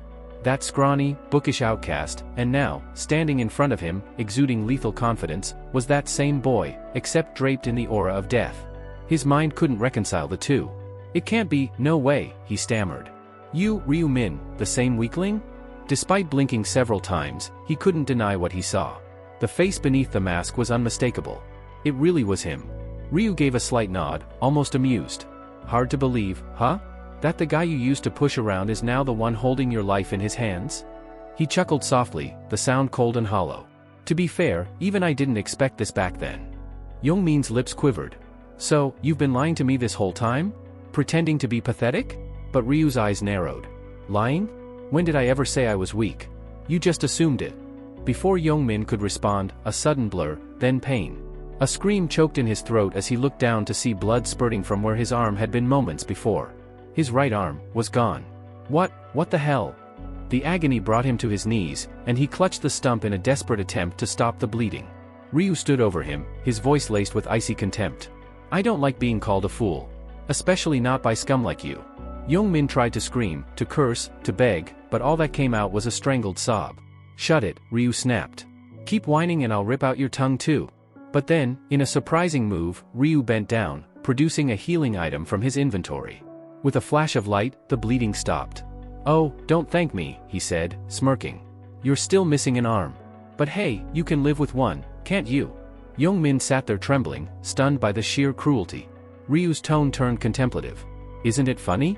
You used to mock me like it was nothing. And now look at you.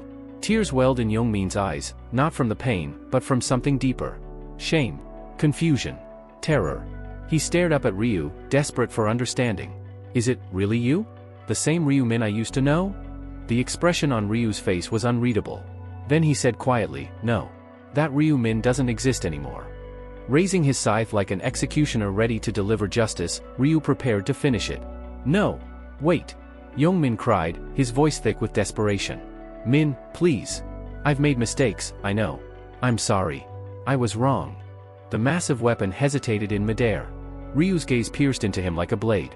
Are you really sorry? Or are you just scared? Both. Yongmin blurted. But more than that, I want to make it right. Oh? Ryu tilted his head, curious. And how exactly would you do that? I can be useful, Yongmin said quickly. Let me be your personal assistant. I'll follow your orders without question, scouting, baiting enemies, handling errands, you name it. Just don't kill me. Ryu appeared to ponder the offer, stroking his chin as if weighing the idea. Yongmin held his breath, praying that he'd won a second chance. But then Ryu shook his head slowly. No, it won't work. Yongmin's stomach dropped. Why? I can do anything you want. I swear. You're a snake, Ryu replied coldly. I can see it in your eyes, you're already looking for a chance to strike me from behind. Yongmin's pupils dilated. How does he know? You think I'd let a mutt who tries to bite its master stay by my side? Ryu asked, raising his scythe once again. Please, just one more. Your value ends here, Ryu said. With one clean arc, the scythe tore through the air, and Yongmin's head hit the floor, his eyes still wide with disbelief. So ended a life woven with betrayal, arrogance, and cowardice. Ryu stood silently over the corpse, voice cold and unshaken. In past timelines, I let you live, stupidly thought you could change. He exhaled, almost in amusement. Back then, without the rune of inner thoughts, I fell for your cheap apologies. And what did I get? A knife in the back. He looked down at the lifeless body. Never again. His eyes glowed briefly as he activated a skill, and the bodies, including Yongmin's, dissolved into nothing, as if they'd never existed. Not a soul had witnessed the execution. As the area returned to silence, Ryu resealed his scythe, slipped his mask back on, and adjusted his cloak. His job was done. Yongmin and the PCW executives wiped clean. The path toward the chairman's throne was clearing. Though it wasn't just one step closer, it was several major leaps forward. Ryu gave a faint smile. Now, maybe I should drop by his house. Would be rude not to. With that, his figure vanished into the night, like a shadow that had never been there. The next morning, the virtual meeting room of PCW was abuzz with activity as members trickled in one by one. Among them, Yami arrived with her usual bright demeanor and greeted warmly, "Good morning, Chairman." But the chairman didn't return the smile. His expression remained cold and his response was curt. "Come in, Yami." The tension in the atmosphere was palpable. Yami casually glanced around and frowned. Something was off. "Wait," she asked, puzzled, "where are the other executives?" She was referring to several high-ranking officers who were never known to be tardy. Yet today, their seats remained conspicuously vacant. The chairman let out a long, tired breath before answering. "That's exactly why this emergency meeting was called." He paused for a moment, then delivered the news with a grim tone. "They've been killed." Yami's eyes widened in disbelief. "What? They're dead?" She quickly scanned the room again, as if hoping they'd suddenly appear and this was all just a misunderstanding. But the empty chairs told the truth. "Have you tried reaching them?" she asked. "Maybe they're just unreachable for now?" "We've already attempted direct contact," the chairman said with a shake of his head. No response. "We suspect they were ambushed during a field interview assignment." Yami's mind raced, and a name surfaced almost instinctively.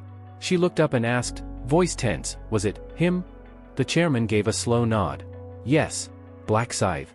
That name alone was enough to silence the room. "He's targeting us now. Specifically, our upper ranks," the chairman clarified. "Though the victims were all executive level, it makes no difference to him. They were part of PCW."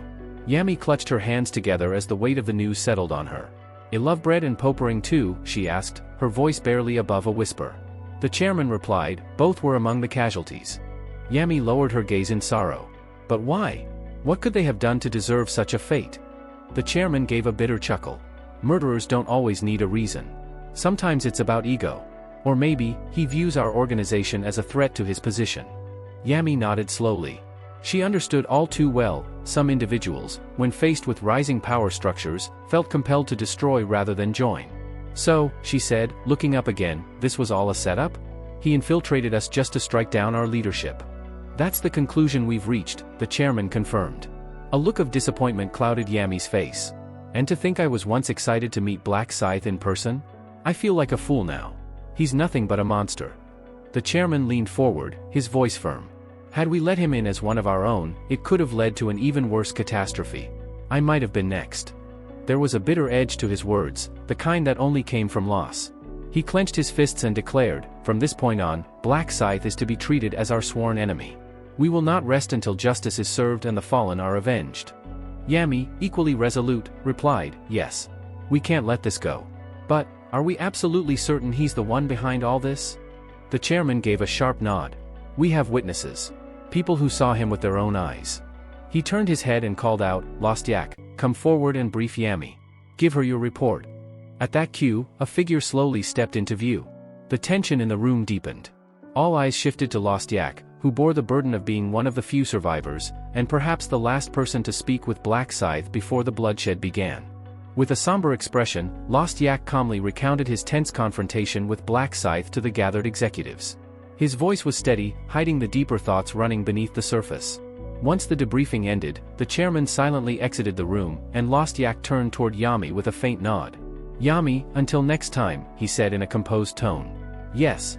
Please rest, you've had a long day," she replied gently. Once everyone had left and silence settled in the room, Lost Yak let out a quiet breath. Now alone, he murmured under his breath, "Luckily, they didn't suspect a thing." Without hesitation, he pulled up his equipment interface and tapped a button.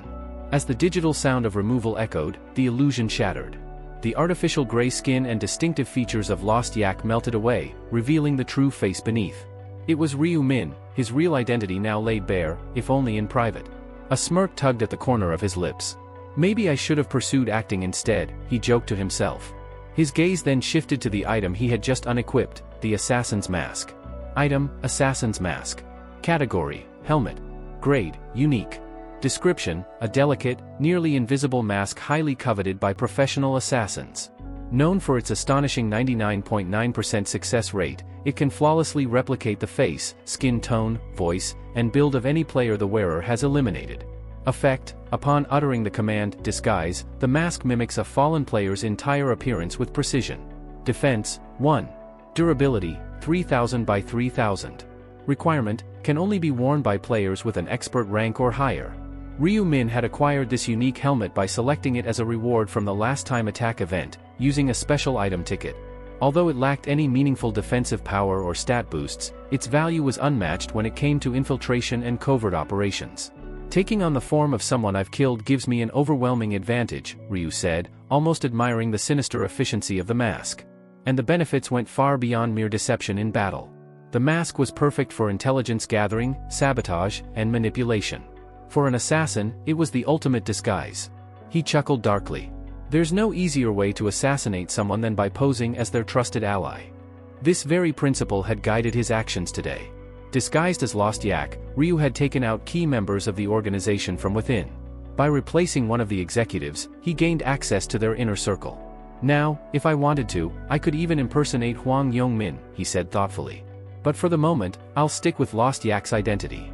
He paused and added with a sardonic grin, if the choice was mine, I'd eliminate the chairman himself, wear his face, and control the entire organization from the shadows. Unfortunately, that plan was doomed from the start. The assassin's mask could only replicate the appearance of other players, not NPCs.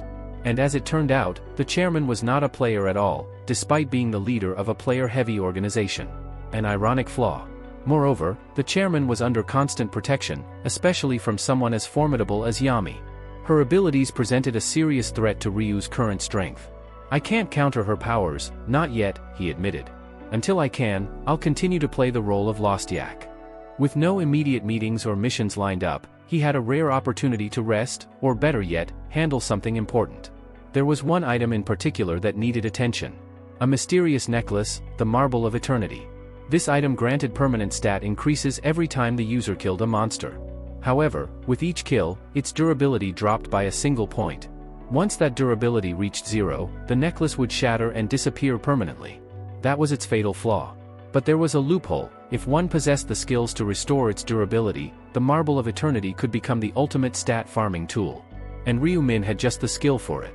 As a blacksmith with a high-level repair ability, he could restore its durability endlessly. Theoretically, that meant he could keep gaining stat boosts forever. It's practically designed for someone like me, he said with satisfaction. With this, I can push my stats far beyond the limits. And so, while the world believed Lost Yak was simply resting, Ryu Min was preparing for his next step, one that would make him even more terrifying. With his objective clear, Ryu Min wasted no time and swiftly began preparing for his journey overseas. Scene transition, Cotswolds, England. Far removed from the bustling cities and modern distractions, nestled deep within a forested corner of the Cotswolds, lived Russell Daniel, a young man who had left behind traditional education 6 years ago. While others pursued degrees and careers, Russell had chosen a far more rugged path. He had secluded himself in a humble, weather-worn cabin, dedicating himself entirely to the ancient art of blacksmithing. The rhythmic clanging of metal against metal rang out through the still woods, the unmistakable song of steel being forged. At that moment, Russell was meticulously crafting a long dagger, nearly 15 caddies in weight. With each hammer strike, the red-hot iron gradually took form under his skilled hands. Once satisfied with its shape, he took a whetstone and honed the blade with practiced precision, only to then reheat the edge in his blazing forge. When the metal glowed the perfect shade of orange, he plunged it into a water trough with a sharp hiss, locking in its deadly sharpness. "Done," he murmured, gazing at his creation with a faint, nostalgic smile tugging at the corners of his lips. "Would be nice if I could sell at least one a day." But the smile faded as quickly as it had come. The truth was bleak. Business had completely dried up ever since the mysterious appearance of the angel. Customers had vanished like smoke, and his beautifully forged weapons remained untouched, collecting dust. Still, Russell wasn't entirely shocked. I had a feeling this would happen eventually, he muttered under his breath. Blacksmithing had always been a difficult trade, and making a living off it was never guaranteed. The cost of raw materials alone was enough to eat away at what little profit he managed. Until now, he had held on through sheer persistence, but he was reaching a breaking point. His savings were nearly gone, and the thought of leaning on his parents for support filled him with guilt. Maybe it's time to rethink this path, he admitted to himself. Becoming a blacksmith had been his lifelong dream, his identity, even. But the grim reality gnawed at him. Was it even viable anymore? He pondered, his thoughts drifting to the game's 20th round. If he could clear that final stage, he'd earn one wish as a reward. That single wish could change everything. I can't give up now, he told himself firmly. A man has to stick to something. His eyes steeled with renewed resolve. He would reach the 20th round and claim that reward, no matter what it took. Fate had even given him a sign, the blacksmith class in the game. It couldn't be a coincidence. Though the class offered no direct combat advantage, one of its passive skills allowed him to increase any weapon's damage by 150%. That alone gave him hope. But that hope didn't fix his most immediate problem: he was broke. No matter how determined I am, it won't pay for food or firewood, he sighed. Reality hit him like cold iron. He needed money, and fast. Blacksmithing could wait, for now. With a heavy heart, he decided to take on other work temporarily. He'd head down from the mountain and look for any job that would get him through this rough patch. Once he earned enough to survive, he would return to the forge. Because deep down, he knew, no matter how long it took, the fire in his heart for smithing would never go out. As Russell wiped the sweat from his brow and prepared to return to his cabin, he heard the sound of footsteps approaching through the underbrush. His instincts sharpened. He turned quickly, expecting to see a wild animal, but instead, he found a person. Not just any person. A young man, clearly of Asian descent, was calmly walking toward him through the trees. It was a strange sight. This deep into the Cotswolds, visitors were rare, let alone ones who looked like they had nothing to do with the countryside. Russell narrowed his eyes. A traveler? Out here, he muttered to himself. That's unusual. He considered ignoring the man, but curiosity won out. Stepping forward slightly, Russell called out, "Hey, are you lost or something?" To his surprise, the stranger answered in fluent English. "You're Russell Daniel, aren't you?" the man asked with a knowing smile. The skilled blacksmith everyone's forgotten about. Russell's expression darkened. "Who wants to know?" he asked sharply, defensive now. "Who are you?" The young man gave a disarming grin. "I take it your reaction means I've found the right person." Russell frowned. "I don't serve many customers these days, and none from Asia. So how exactly did you hear about me?" The man shook his head. "I didn't hear about you. I saw you." That threw Russell off. "You saw me? What, like in a dream?" The stranger gave a chuckle. "Close. I'm what you might call a prophet. I can see fragments of the future." Russell blinked. The conversation had taken a bizarre turn. "A prophet? You're joking, right?" He would have dismissed the claim entirely if the man hadn't continued. "Russell Daniel. Level 21. Class, Blacksmith. Designated Zone, CEUKE 008. Correct?" Russell went stiff. That information, his zone, his level, even the class he had never spoken aloud to anyone. That's impossible, he thought, eyes wide. He hadn't told anyone those details. Not even in casual conversation. Could he actually be telling the truth? He looked at the stranger again, this time with a mixture of wariness and wonder. "You can really see the future?" "I can," the man replied confidently. "I've never heard of a class like that." "That's because it's not a common one," the prophet said calmly.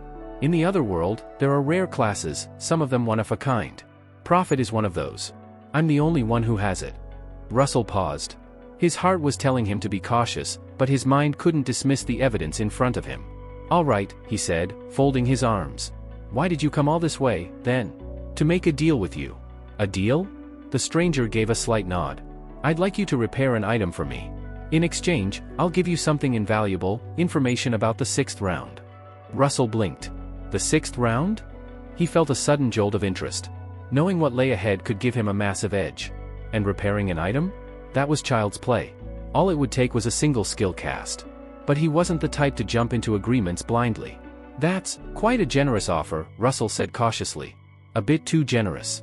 Why go through all this trouble just for a simple repair? What's the real catch?"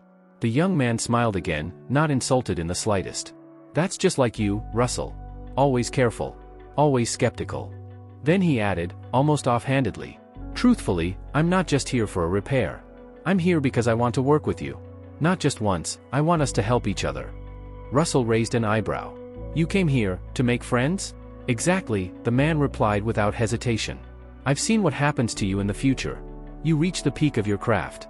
You become the greatest blacksmith the game has ever known. Russell's lips parted, but no words came out. Me?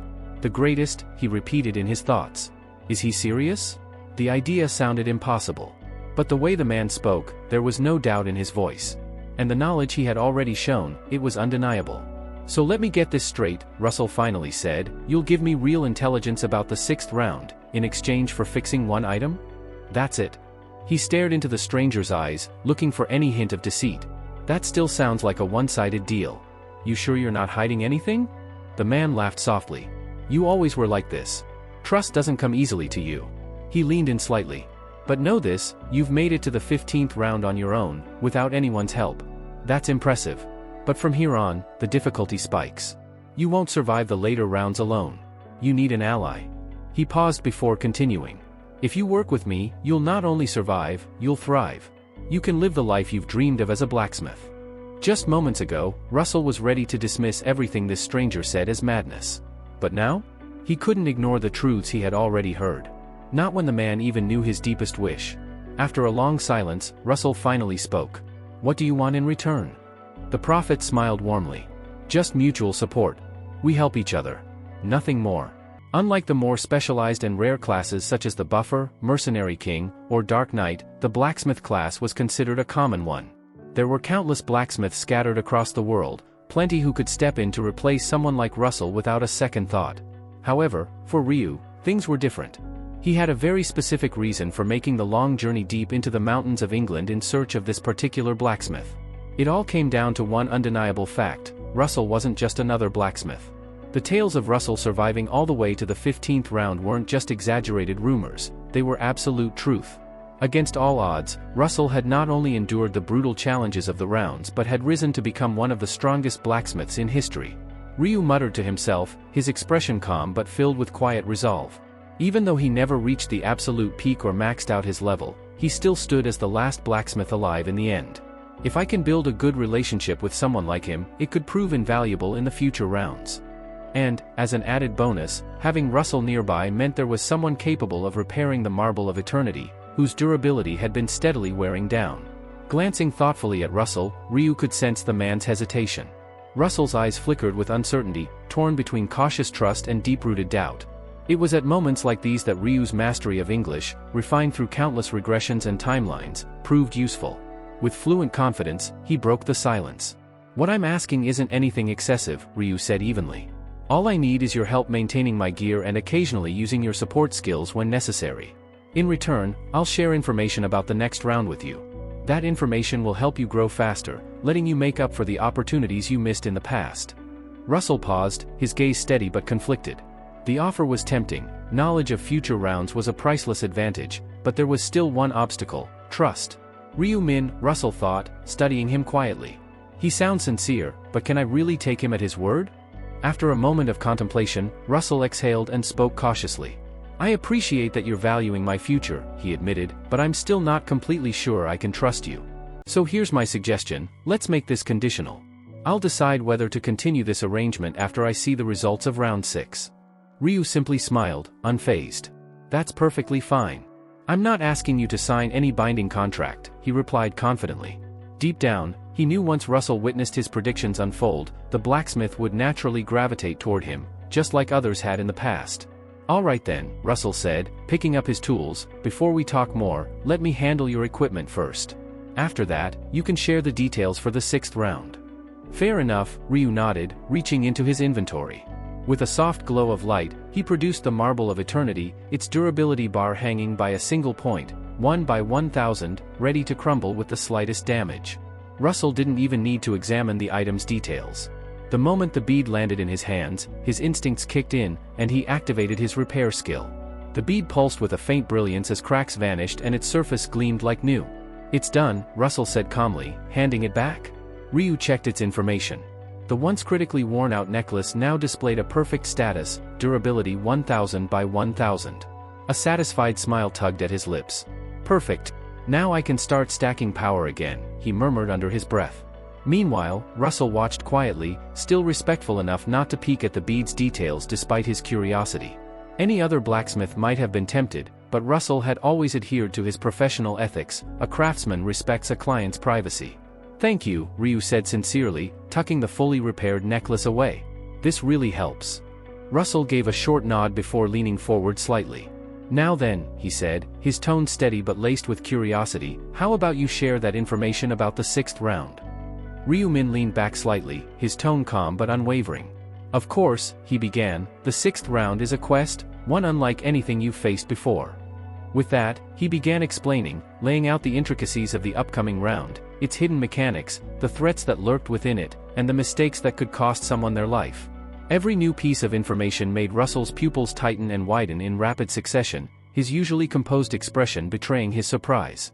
If what you're saying is accurate, Russell muttered, almost to himself, then I need to recruit as many strong allies as possible. That would be wise, Ryu agreed with a slight nod. The monsters in that round are unlike anything you've seen. Their strength is overwhelming. Russell gave a reluctant nod, but deep down, skepticism still gnawed at him. As much as the information sounded convincing, the notion of someone predicting the future felt too fantastical to fully believe.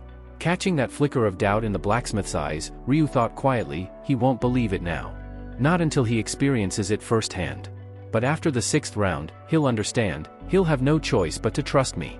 Breaking the momentary silence, Russell crossed his arms. So, does that mean our deal is done? Yes, Ryu said with a calm smile. Then, almost as an afterthought, he added, although, if you don't mind, I'd like to purchase a few materials from you. Russell blinked. Materials? Yes, Ryu replied casually. Do you, by any chance, have black steel powder? Russell stiffened in shock. What the? He thought, his eyes narrowing slightly. How could he know about that? The blacksmith had been cautious throughout their exchange, but this time, his composure cracked. He hadn't told anyone about the rare materials stored in his inventory. For someone to know, to pinpoint, that specific item was beyond comprehension. You, Russell muttered in disbelief. You even knew I had that? Did you see inside my inventory? To Russell, it was impossible, unthinkable, that anyone could know the contents of someone else's storage. But before he could question it further, Ryu calmly continued, sell it to me. I know you're struggling financially, looking for work, right? I'll pay you generously for it. Russell froze again, stunned speechless. He knows that, too? In reality, Ryu wasn't prophesying, he was simply reading Russell's surface thoughts with his ability. But to Russell, the distinction hardly mattered. Russell rubbed the back of his neck, his face heating slightly. I can't believe I doubted you earlier. I thought maybe you were just trying to trick me. I'm sorry for that. Truly. No need to apologize, Ryu said with a shrug. Whether you believe me or not doesn't change what I see. The future is the future. Russell's gaze hardened slightly. If he's been this accurate so far, then he won't be wrong about the 6th round either, he thought, finally accepting the reality before him. After a moment of silent contemplation, he exhaled and looked up. You need black steel powder, right? Then take it. I'll give it to you. Ryu tilted his head, a trace of surprise flickering in his eyes. You're giving it to me? Just like that? Russell offered a small, almost sheepish smile. I've already gotten more from you than I've given. I'm not the kind of man to take advantage of someone's goodwill. So yes, take it. With a quiet sigh, he reached into his inventory and materialized the shimmering, coal-black powder, holding it out. Here. No need to hesitate. Accepting the item, Ryu glanced at its information window. Black steel powder. Category, material. Description, a fine black metallic dust faintly infused with magical energy. A spark of satisfaction crossed his expression. He's just giving away a god-tier crafting material. Ryu thought. Strictly speaking, this is compensation for the information I gave him, but he has no idea how valuable this really is. After round 11, sure, it'll be easier to find, but right now? This is a rare treasure. Are you absolutely sure about this? Ryu asked, one brow raised. This material is worth more than you realize. Russell shrugged nonchalantly. I'm fine with it. Honestly, I don't even know what it's used for. Only you, he gave a faint smile, the so-called prophet, would know its real value. And besides, I'd rather not pry. Asking for more after what you've already done for me would just make me greedy. That simple, genuine statement made Ryu smile. Russell's unspoken principle, to know when to stop, and not overstep, was a rare strength in people. Reaching into his coat, Ryu pulled out a black leather bag and handed it over. Then take this. Russell blinked in confusion but accepted it. Opening the bag, his jaw nearly dropped. Inside was a neat stack of bills, 20,000 pounds, clean and crisp. That's payment for the repair job, Ryu explained casually. I figure that should cover the cost, right? Russell stammered, quickly regaining his composure. And more than enough, he muttered, almost under his breath. Then, as the realization sank in, a flood of relief washed over him. With this much, I won't need to find another job.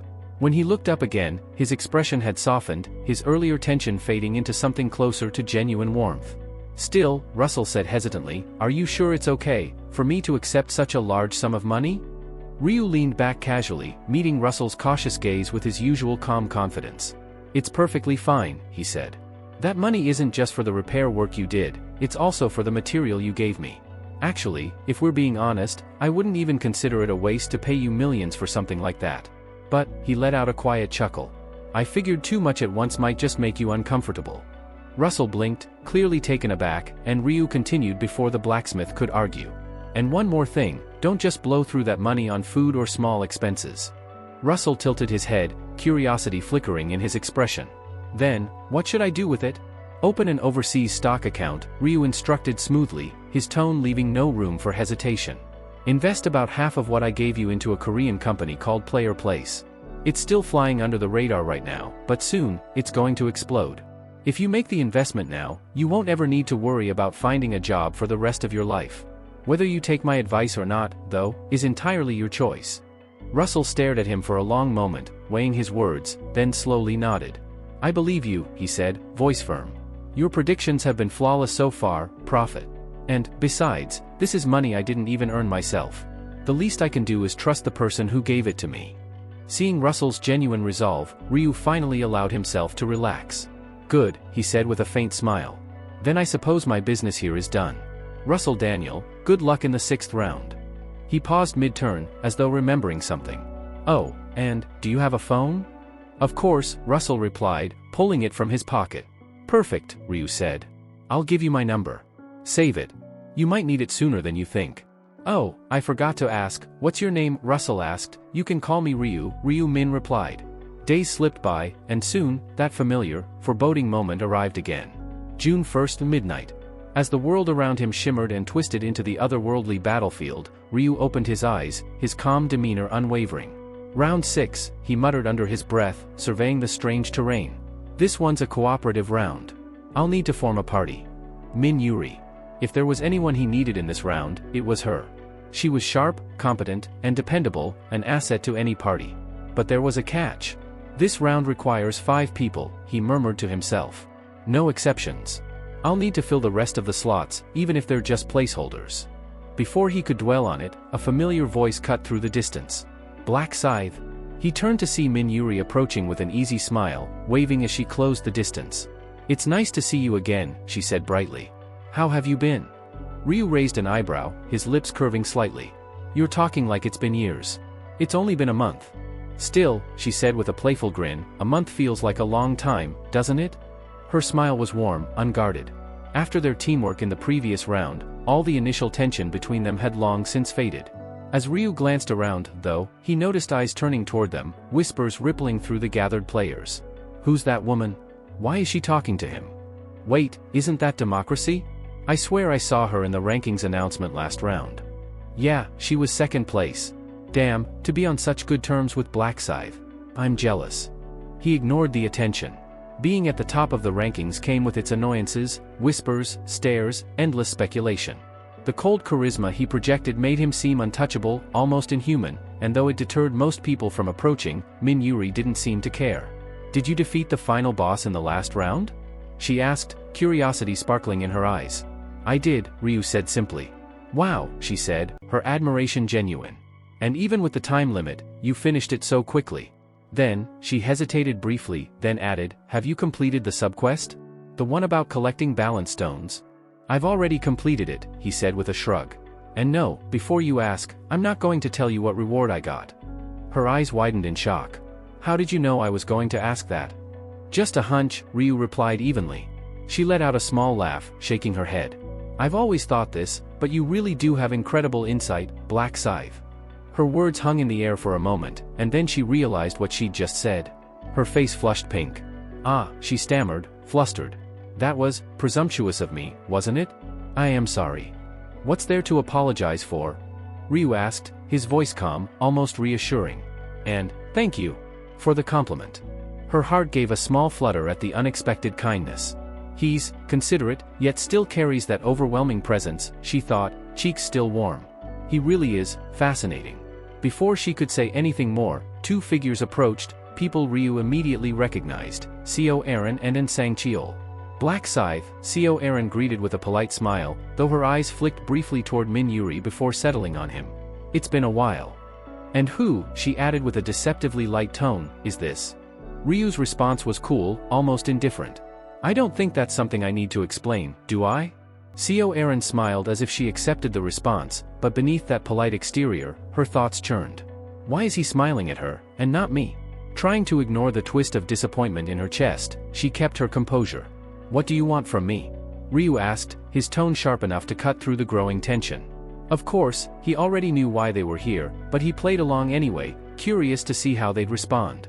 Seo Aaron and Nsang Cheol exchanged a quick glance, silently debating how much they could reveal. The prophecy had made it clear, their success in this round hinged on forming a party with Black Scythe. But admitting that openly would raise too many questions. Finally, Nsang Cheol stepped forward, his expression earnest. Black Scythe, he said, voice steady, we'd like to form a party with you. Ryu arched a brow. A party? With me? Yes, Nsang Cheol said quickly. We know we're not strong enough to keep up with you, but we'll do everything we can to stay out of your way. We promise not to cause you any trouble. Their sincerity was obvious. The prophecy had told them this was the only way to secure their survival, and they weren't about to miss their chance. Ryu tilted his head, pretending to think it over, though his decision was already made. In truth, whether they joined or not didn't matter much, there were plenty of other players eager to team up. But having them around could be useful, especially with Nsang Cheol likely to report this development to the Heavenly Demon. Building a positive image won't hurt, he thought. Outwardly, however, he maintained an air of hesitation, letting the silence stretch just long enough to make the two players sweat. Finally, Nsang Cheol broke, blurting out a desperate offer. We're not asking to join for free. I have information about round 6. If you accept us, I'll share it with you. Ryu's lips curved into the faintest smirk. Information I gave you myself, he mused silently. I don't need it, he said flatly. Nsang Cheol froze, clearly stunned. What? Why not? Wouldn't it help to know how to clear this round ahead of time? Ryu's gaze was cold but steady. I'll handle my strategy on my own, he said. I don't rely on information I can't verify. Watching Nsang Cheol's flustered reaction, Ryu couldn't resist. Tell me, he said with a faint, teasing smile, where exactly did you get that information? Nsang Cheol hesitated for a moment, his words stumbling out awkwardly. Wait. Ryu leaned back slightly, his tone calm but sharp. The intel about round 6. The one you just mentioned. Where did it come from? That question instantly put the bodyguard on edge. Revealing the prophet's existence wasn't something he could do lightly. The Heavenly Demon's wrath was nothing to joke about, and exposing the source could endanger everyone involved. So, Nsang Cheol froze, struggling to come up with an answer. Noticing his hesitation, Ryu's eyes glinted as he spoke again, his voice smooth but laced with intent. Can't say it, huh? I'll make you a deal. Tell me where the information came from, and I'll let you join my party. For a moment, it almost sounded tempting. But the bodyguard clenched his fists, lowering his head with a bitter expression. I'm sorry. I can't. It wasn't easy for him to refuse. Joining the Black Scythe's party was a rare chance, maybe even a dream for someone like him. Yet the secret he held wasn't his alone to tell. Ryu, however, only smirked faintly as if he had expected that answer. Inwardly, he thought, as I figured, he won't say a thing about the prophet. He's too afraid of what the Heavenly Demon might do if the secret spreads. Still, Ryu wasn't bothered. Not in the slightest. On the other hand, Nsang Cheol was frowning deeply, his shoulders slumped. Damn it. I blew it, he muttered to himself. Now what am I supposed to tell Ma Jiangrock? The whole plan was to get into Black Scythe's party, and I messed it up. But before he could spiral any further, Ryu spoke up, his voice calm but decisive. Fine. You can join the party. The bodyguard blinked in shock. Huh? Seriously? You're letting me in? But why? Simple, Ryu replied. You didn't sell out your source, even when offered a benefit. That makes you trustworthy enough. I don't work with rats who squeal on their allies for a reward. It dawned on Sangcheol then, if he had exposed the prophet, things could have gone very badly. Realizing this, he let out a silent sigh of relief. Thank you, Black Scythe, Sangcheol said, bowing his head with genuine gratitude. His companion also expressed thanks, clearly pleased with the unexpected turn of events. Their attention, however, soon shifted toward Min Yuri, standing quietly near Ryu. The two seemed curious, glancing at her repeatedly as if wondering what connection she had to the infamous Black Scythe. Ryu caught on immediately. She's a buffer, he explained casually. Our relationship is strictly contractual. A contract relationship? A buffer? They exchanged puzzled looks. How had she even met someone like Black Scythe? What kind of contract was this? Their curiosity piled up like an overflowing stack of questions, but in the end, they decided to ask about the contract first. Yes, Ryu confirmed simply when they inquired. Such contracts exist. The short response killed any chance of prying further. His tone made it clear he wouldn't elaborate no matter how much they asked. At that point, Co Aaron shifted her gaze toward Min Yuri, offering a friendly smile. Hello. I'm Co Aaron. It's nice to meet you. Min Yuri blinked in surprise. Oh. Democracy here.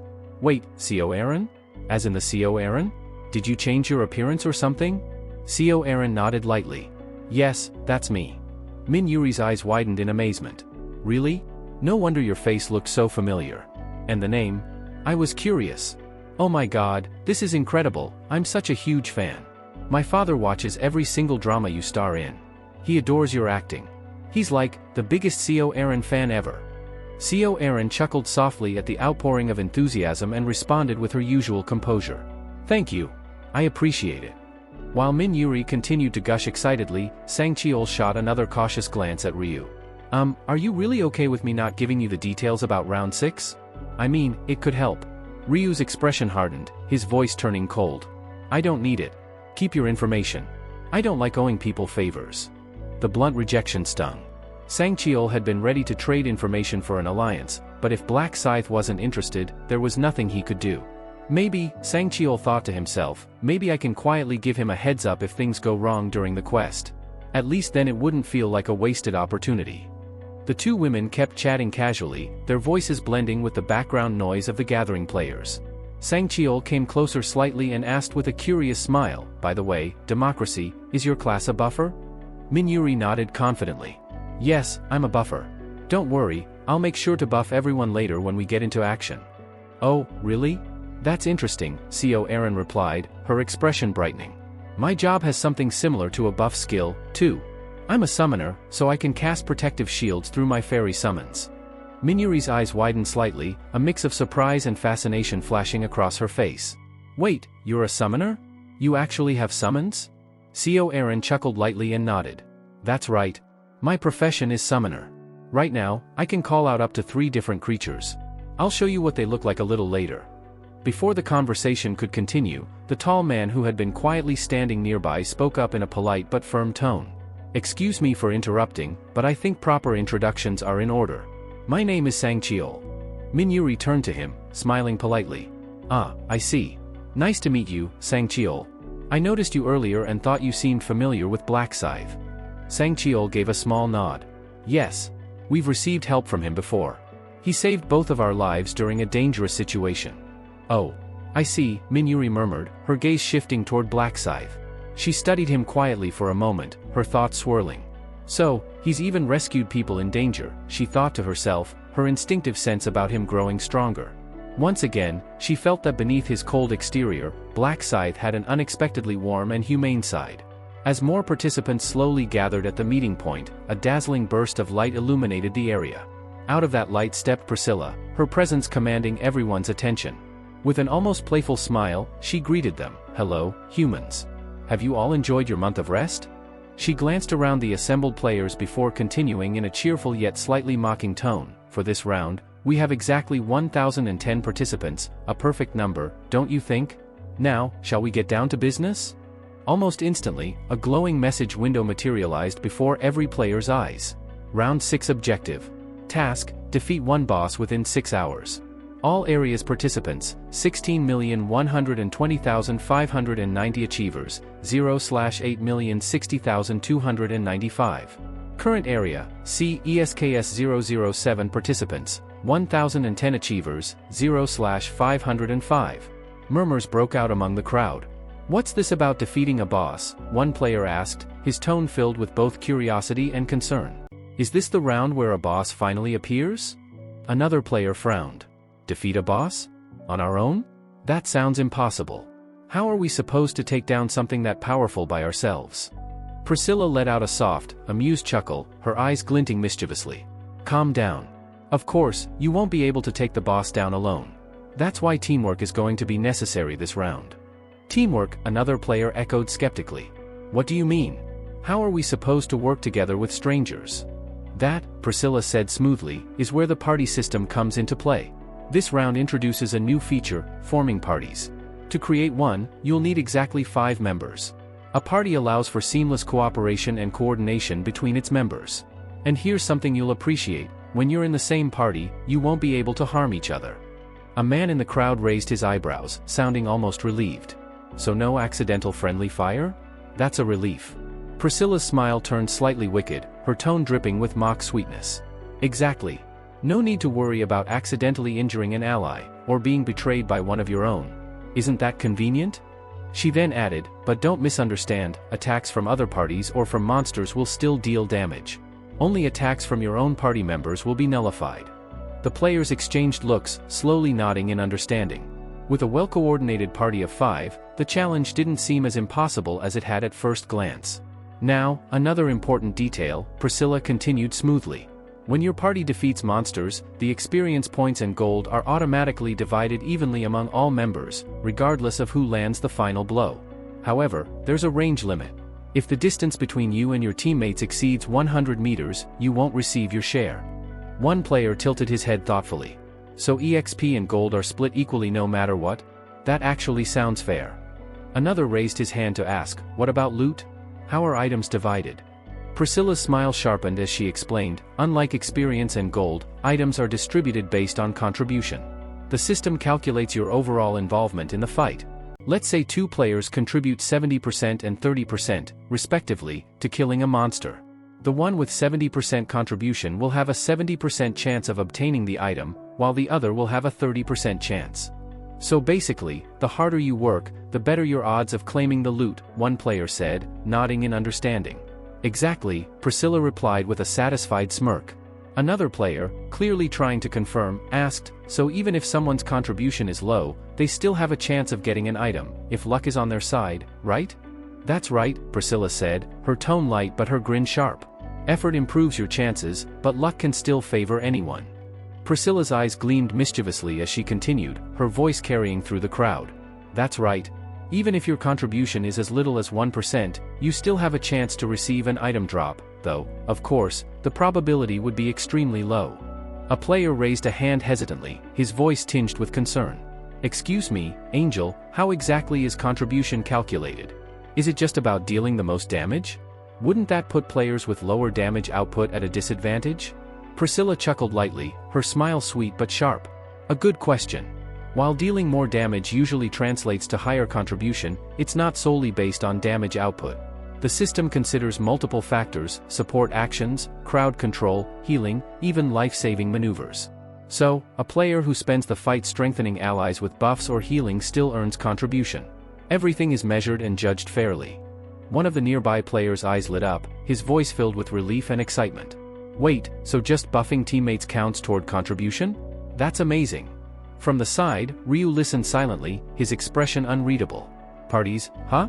He thought to himself. A nuisance, but one I can't avoid this time. As if reading his thoughts, Priscilla clapped her hands lightly to draw everyone's attention. Oh, and one more thing. If you don't form a party, no matter how many monsters you kill, the kills won't count. The system strictly enforces party formation this round. So yes, solo players, your options are limited.